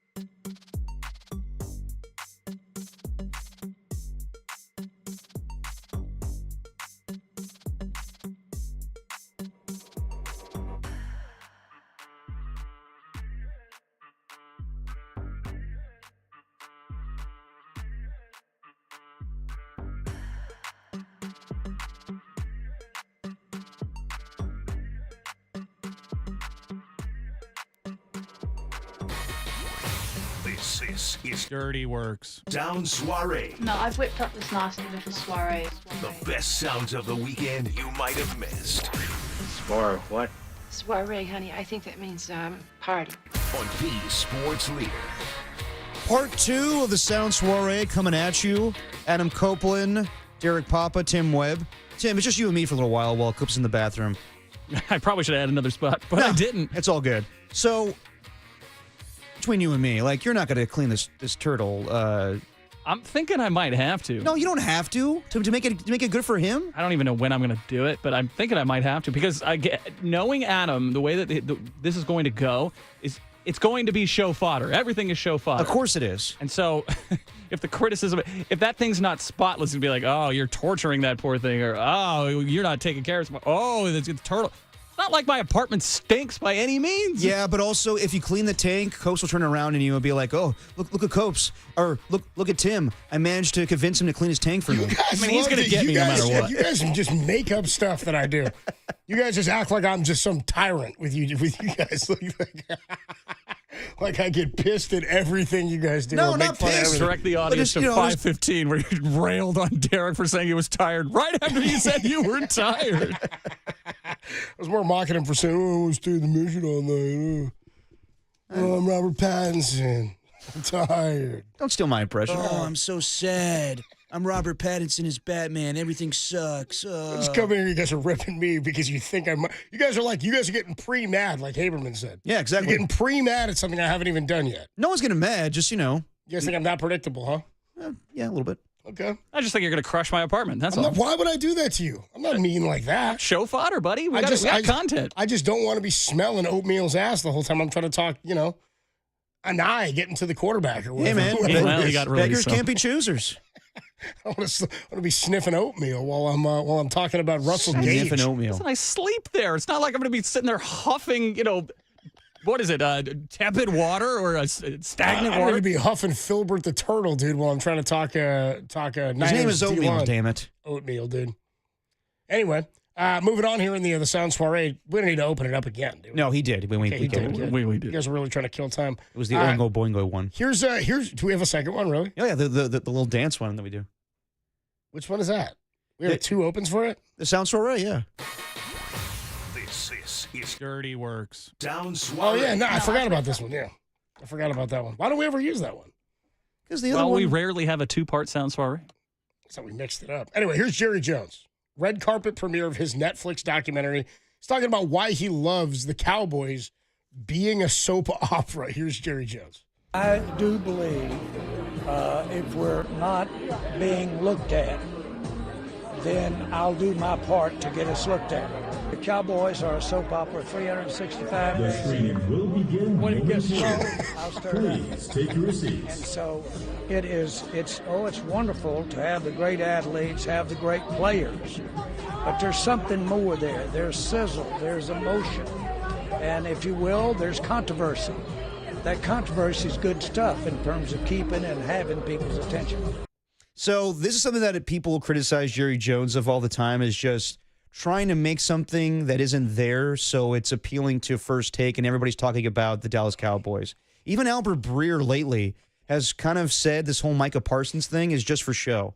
Like, on Micah Parsons' side, it's real. He's pissed off, wants a contract. Jerry is totally being disrespectful to his agent. Right. But Jerry could just pick up the phone and call the agent, and the contract's done just like that. He likes the idea of everyone talking about the Cowboys. And this new documentary that's coming out is just Cowboys propaganda of how good they are and how revolutionary Jerry Jones is. And yeah, he's a good businessman and whatnot, but God, I've seen too many football lives. I've seen too many documentaries on the Cowboys. I don't need to see another one. He's going all press is good press, is basically what he's saying. Yeah, absolutely. Yeah, but even the overhead guy was tired of hearing from him. Did you hear that? That was amazing. Begin momentarily.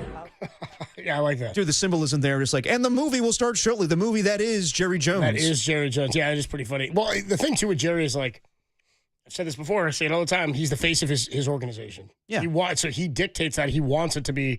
Also, I think that's it's certainly egotistical and narcissistic of him to believe that, well, I just want us to be talked about, and so I'm going to start fanning flames on things. You're telling me that doing things that paints your organization in a bad light is positive for you? I mean, the narcissism behind it is palpable in most of that statement. Yeah, but wouldn't you rather, make headlines with winning football games and not being a joke? Agreed. People will talk about you if your team's just good and you win. And again, I'm all for not caring what the media thinks about you. Just go on, power through. But at the same time, I can't justify anything that organization does. It just, ugh. Yeah, I'm with you. I just, again, if they won, they have the superstar players, you have the fan base, you have the talent to get it done. If you win, but Jerry wants to win and be the guy. He wants to win and be the face and the reason why they won. That's the narcissism behind it. Exactly. And the ego of a Jerry Jones. All right, here's Mike McDaniel. So you were saying earlier, things are really... I couldn't get free coffee. Things are going bad for McDaniel in Miami. If you remember earlier this offseason, there was the whole thing with Jalen Ramsey, and I think one day Mike McDaniel just lost it and said, you know what? I really don't give an S what goes on with Jalen Ramsey. If he's here, if he's not, I don't care. Then Jalen Ramsey gets traded to the Steelers. And then Tyreek Hill criticizes Mike McDaniel in a red zone drill where they have Devon Achane in there, and Mike McDaniel pretty much says, hey, Tyreek Hill can mind his own business. And then we played a couple weeks ago, or just last week, where Mike McDaniel says, oh, we're talking about a good day of practice? Nah, change that. It's a great day of practice. You know why? Because we're 2 days closer to death. This man, he still wants to be an NFL coach. I think he's over it. And now, this is where we're talking about the benefits of joint practices and also the cons of joint practice where a Lions linebacker, obviously we're scrimmaging against the Dolphins. Okay. Grant Stewart, basically a special teamer for the Lions, when asked about how the Dolphins practice, he basically said, "I don't know if they practice as hard as we do." And that, if Aiden Hutchinson says that, if Amon-Ra St. Brown says that, even if Jared Goff says that, you're like, all right, well, whatever. They're established players. The fact that some guy, a special teamer, is calling out the way that Mike McDaniel runs his team, that's insulting. So this is Mike McDaniel's rebuttal to Grant Stewart of the Lions. Grant calls him out about how he runs his practice, then McDaniel responds. Here you go. Have any reaction to Grant Stewart essentially putting into question the practice habits of this team? No, I don't. I mean, literally does not affect me whatsoever. I hope we get the absolute best practice from Grant and everybody else between the whistles, like that, and that makes us better. So, I think there's a lot of noise, and I've filed that into the noise category. The noise. I like he said Grant. Very dismissive, like Dwayne. Yeah, Grant. That's pretty good. I mean, it shouldn't affect him. It is. It's more noise. I'll file that under more noise. Yeah, man, he's get the absolute best practice from Grant and almost like he wanted not to remember his name, but he did. And he wasn't going to be disrespectful. I feel for Mike McDaniel, and I do wonder if he's going to be the scapegoat because it looks like the Dolphins are just a dumpster fire right now. I think they'll make him a scapegoat. That's kind of where I'm at. One more here. This one I sent to you the other day. So yeah, this has been a thing. The Mets are in a free fall right now. I mean, they're holding on to that third wild card spot in the National League, but they've given way to the Phillies in the National League East, and have been really bad over the last 2 weeks or so. Giants were a part of that, actually, going out to New York and winning 2 or 3, but they haven't really done much since they swept the Giants here. That's been kind of it. Yeah. So the Mets are in a free fall, and this sort of surprised me, I think, when I saw the note a couple of weeks ago that Pete Alonso was getting close to passing Darryl Strawberry for most home runs in Mets history. Then you see how many career home runs it is, and you're like, it's a lot of home runs, but it's not that many home runs. You know what I mean? It's not like a Hall of Fame amount of home runs, which is why Strawberry's not in the Hall of Fame. You know what I'm saying? It's not like that. And the dude was a very good player. Darryl Strawberry, an elite player, one of the best power hitters in the game in the time that he played, right? Of course. Pete Alonso, same can be said about him. Don't forget, Pete Alonso hit 50-something his rookie year. And he's only at 250 now. Anyway, Mets are in a free fall. Alonso passes Darryl Strawberry for the most homers in Mets history. And then on First Take the other day, Chris Russo went on a rant where he's infuriated that this is even a story, that this is even a thing. He also makes note of Gary Cohen's call, which is pretty over the top for what the achievement is. But here's Mad Dog Russo with just a classic Mad Dog rant. I cannot believe the big deal people are making about Pete Alonso being the franchise record holder now for home runs. He passed Darryl Strawberry last night. Nobody in Metville that I know, and I know a lot of Met fans, after a stretch where they've lost 11 of 12 and have allowed the Phillies to bury them in the NL East. Now we're going to make big deal about Alonso's home run, and I love Gary Cohen. Did you hear this call? This is a little over the top. Can we play it, please? Can we play it?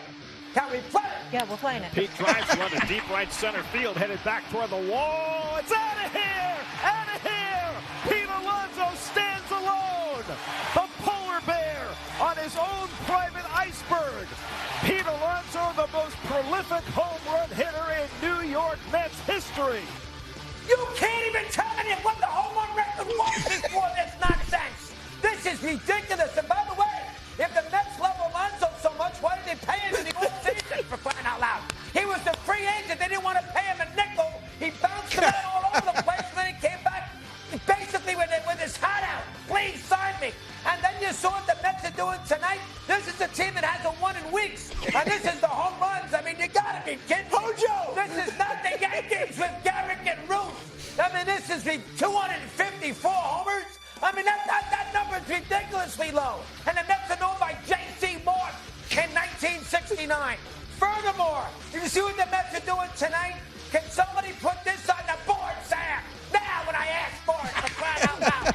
Put this on the board. Look at what we don't have it. You know what they're doing tonight? He's wearing the dog. You know what they're doing tonight? Yeah, he wanted a He graphic. wanted the press release. He wanted the press release graphic that the Mets put out on the board. He just kept yelling it. And they didn't have it, so they Can put we it have up. it? Yeah. Can we play it, please? Can we play it? Can we play it? Molly Carroll was like, we're gonna play it. We're Dude. playing. Relax. Can we get to it? Just Can we scream. play it, please? Can we play it? Can we play it? Yeah, we're playing it. The press release said, "Get in your seats early for a Dude. Pete Alonso's presentation." How many times have we been have been Molly in that situation where one of our hosts has been like, "Can I get that, please?" Can we play it, please? Yeah, okay, we're getting it. We're getting it, Greg. Calm down. Can we play it, please? Yeah, we're playing it, dude. Yeah, that was hysterical because he just gets hotter and hotter and hotter because he keeps saying, "Can we play it?" And he's standing next to a TV monitor, like waiting for it to play. Can we play it? And they haven't played it.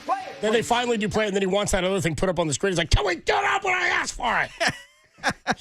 He's so pissed. All right, we don't have it. So pissed about the Mets. As somebody who's been on the other side of that, it's very annoying. Oh yeah, no, we've all been there.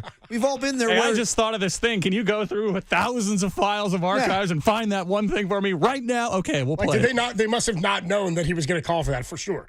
Can we play it, please? Can we play it? Can we play it? Yeah, we're playing it. Well, we all know Thank you, how Molly. we all know how certain hosts are when it comes to prep, where they're like they mention something, they don't go into great detail about what it is. Sometimes hosts will say stuff like that. Yeah.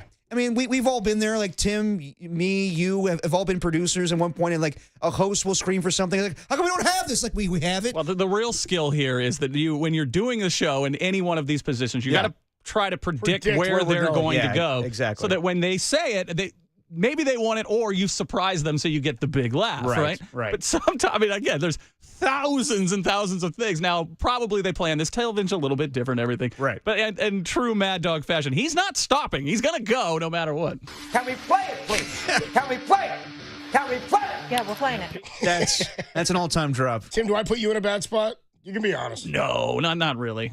I don't call for stuff. I mean, I sometimes will ask you to dig stuff up, but usually not like I'm demanding it. I would say that you guys have been very gracious given the move and the fact that we basically have to relearn this entire system. It's backwards from what it was before, and, the show dynamics changed a little bit. For sure. Yeah, I'm in no place to call out Tim. Like we don't have this. I mean, Derek's the worst at trying to dig stuff up in the system. Oh, come on now. I mean, you don't know how to run a board. It's been quite some time. Tim, I mean, we don't trust him on the board, do we? It's been 10 years since I ran a board. That's kind of my point. We don't trust you. It's funny because this job is viewed as the inferior one. Yeah, I know. I was like, you got to be able to do that, dude. No, it's a skill. Just press the buttons, Tim. All right. Do you trust me more than John Curley to run a board? Oof.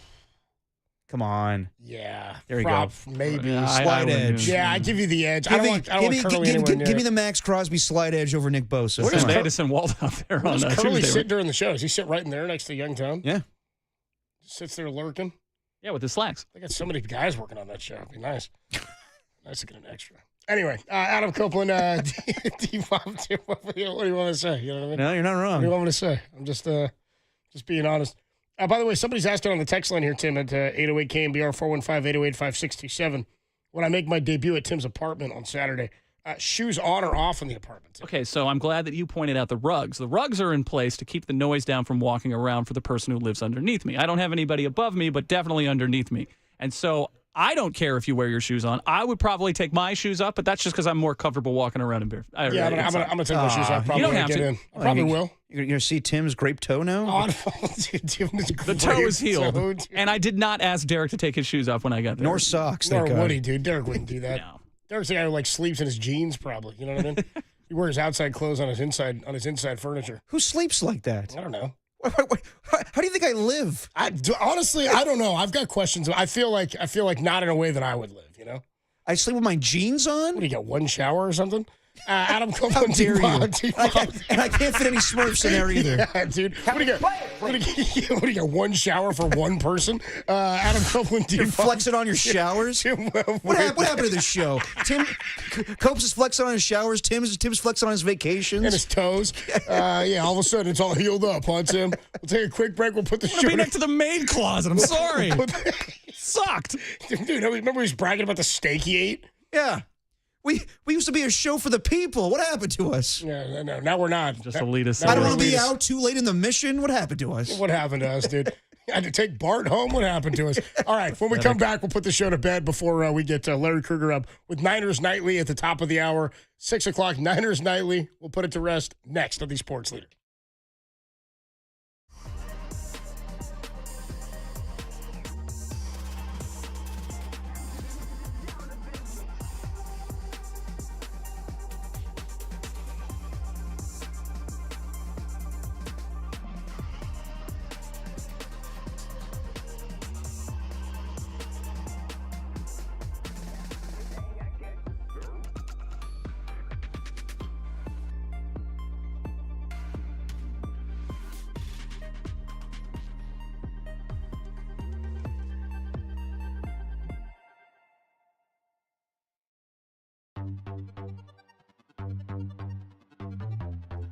According to insider Matt Mayoko, 49ers rookie defensive tackle C.J. West suffered a hyperextended knee in today's joint practice with the Raiders, similar to the injury sustained by Mykel Williams last week. Matt also noted the initial diagnosis showed no structural damage. For everything's 49ers, keep it locked right here to the Enough with the Injuries Already leader.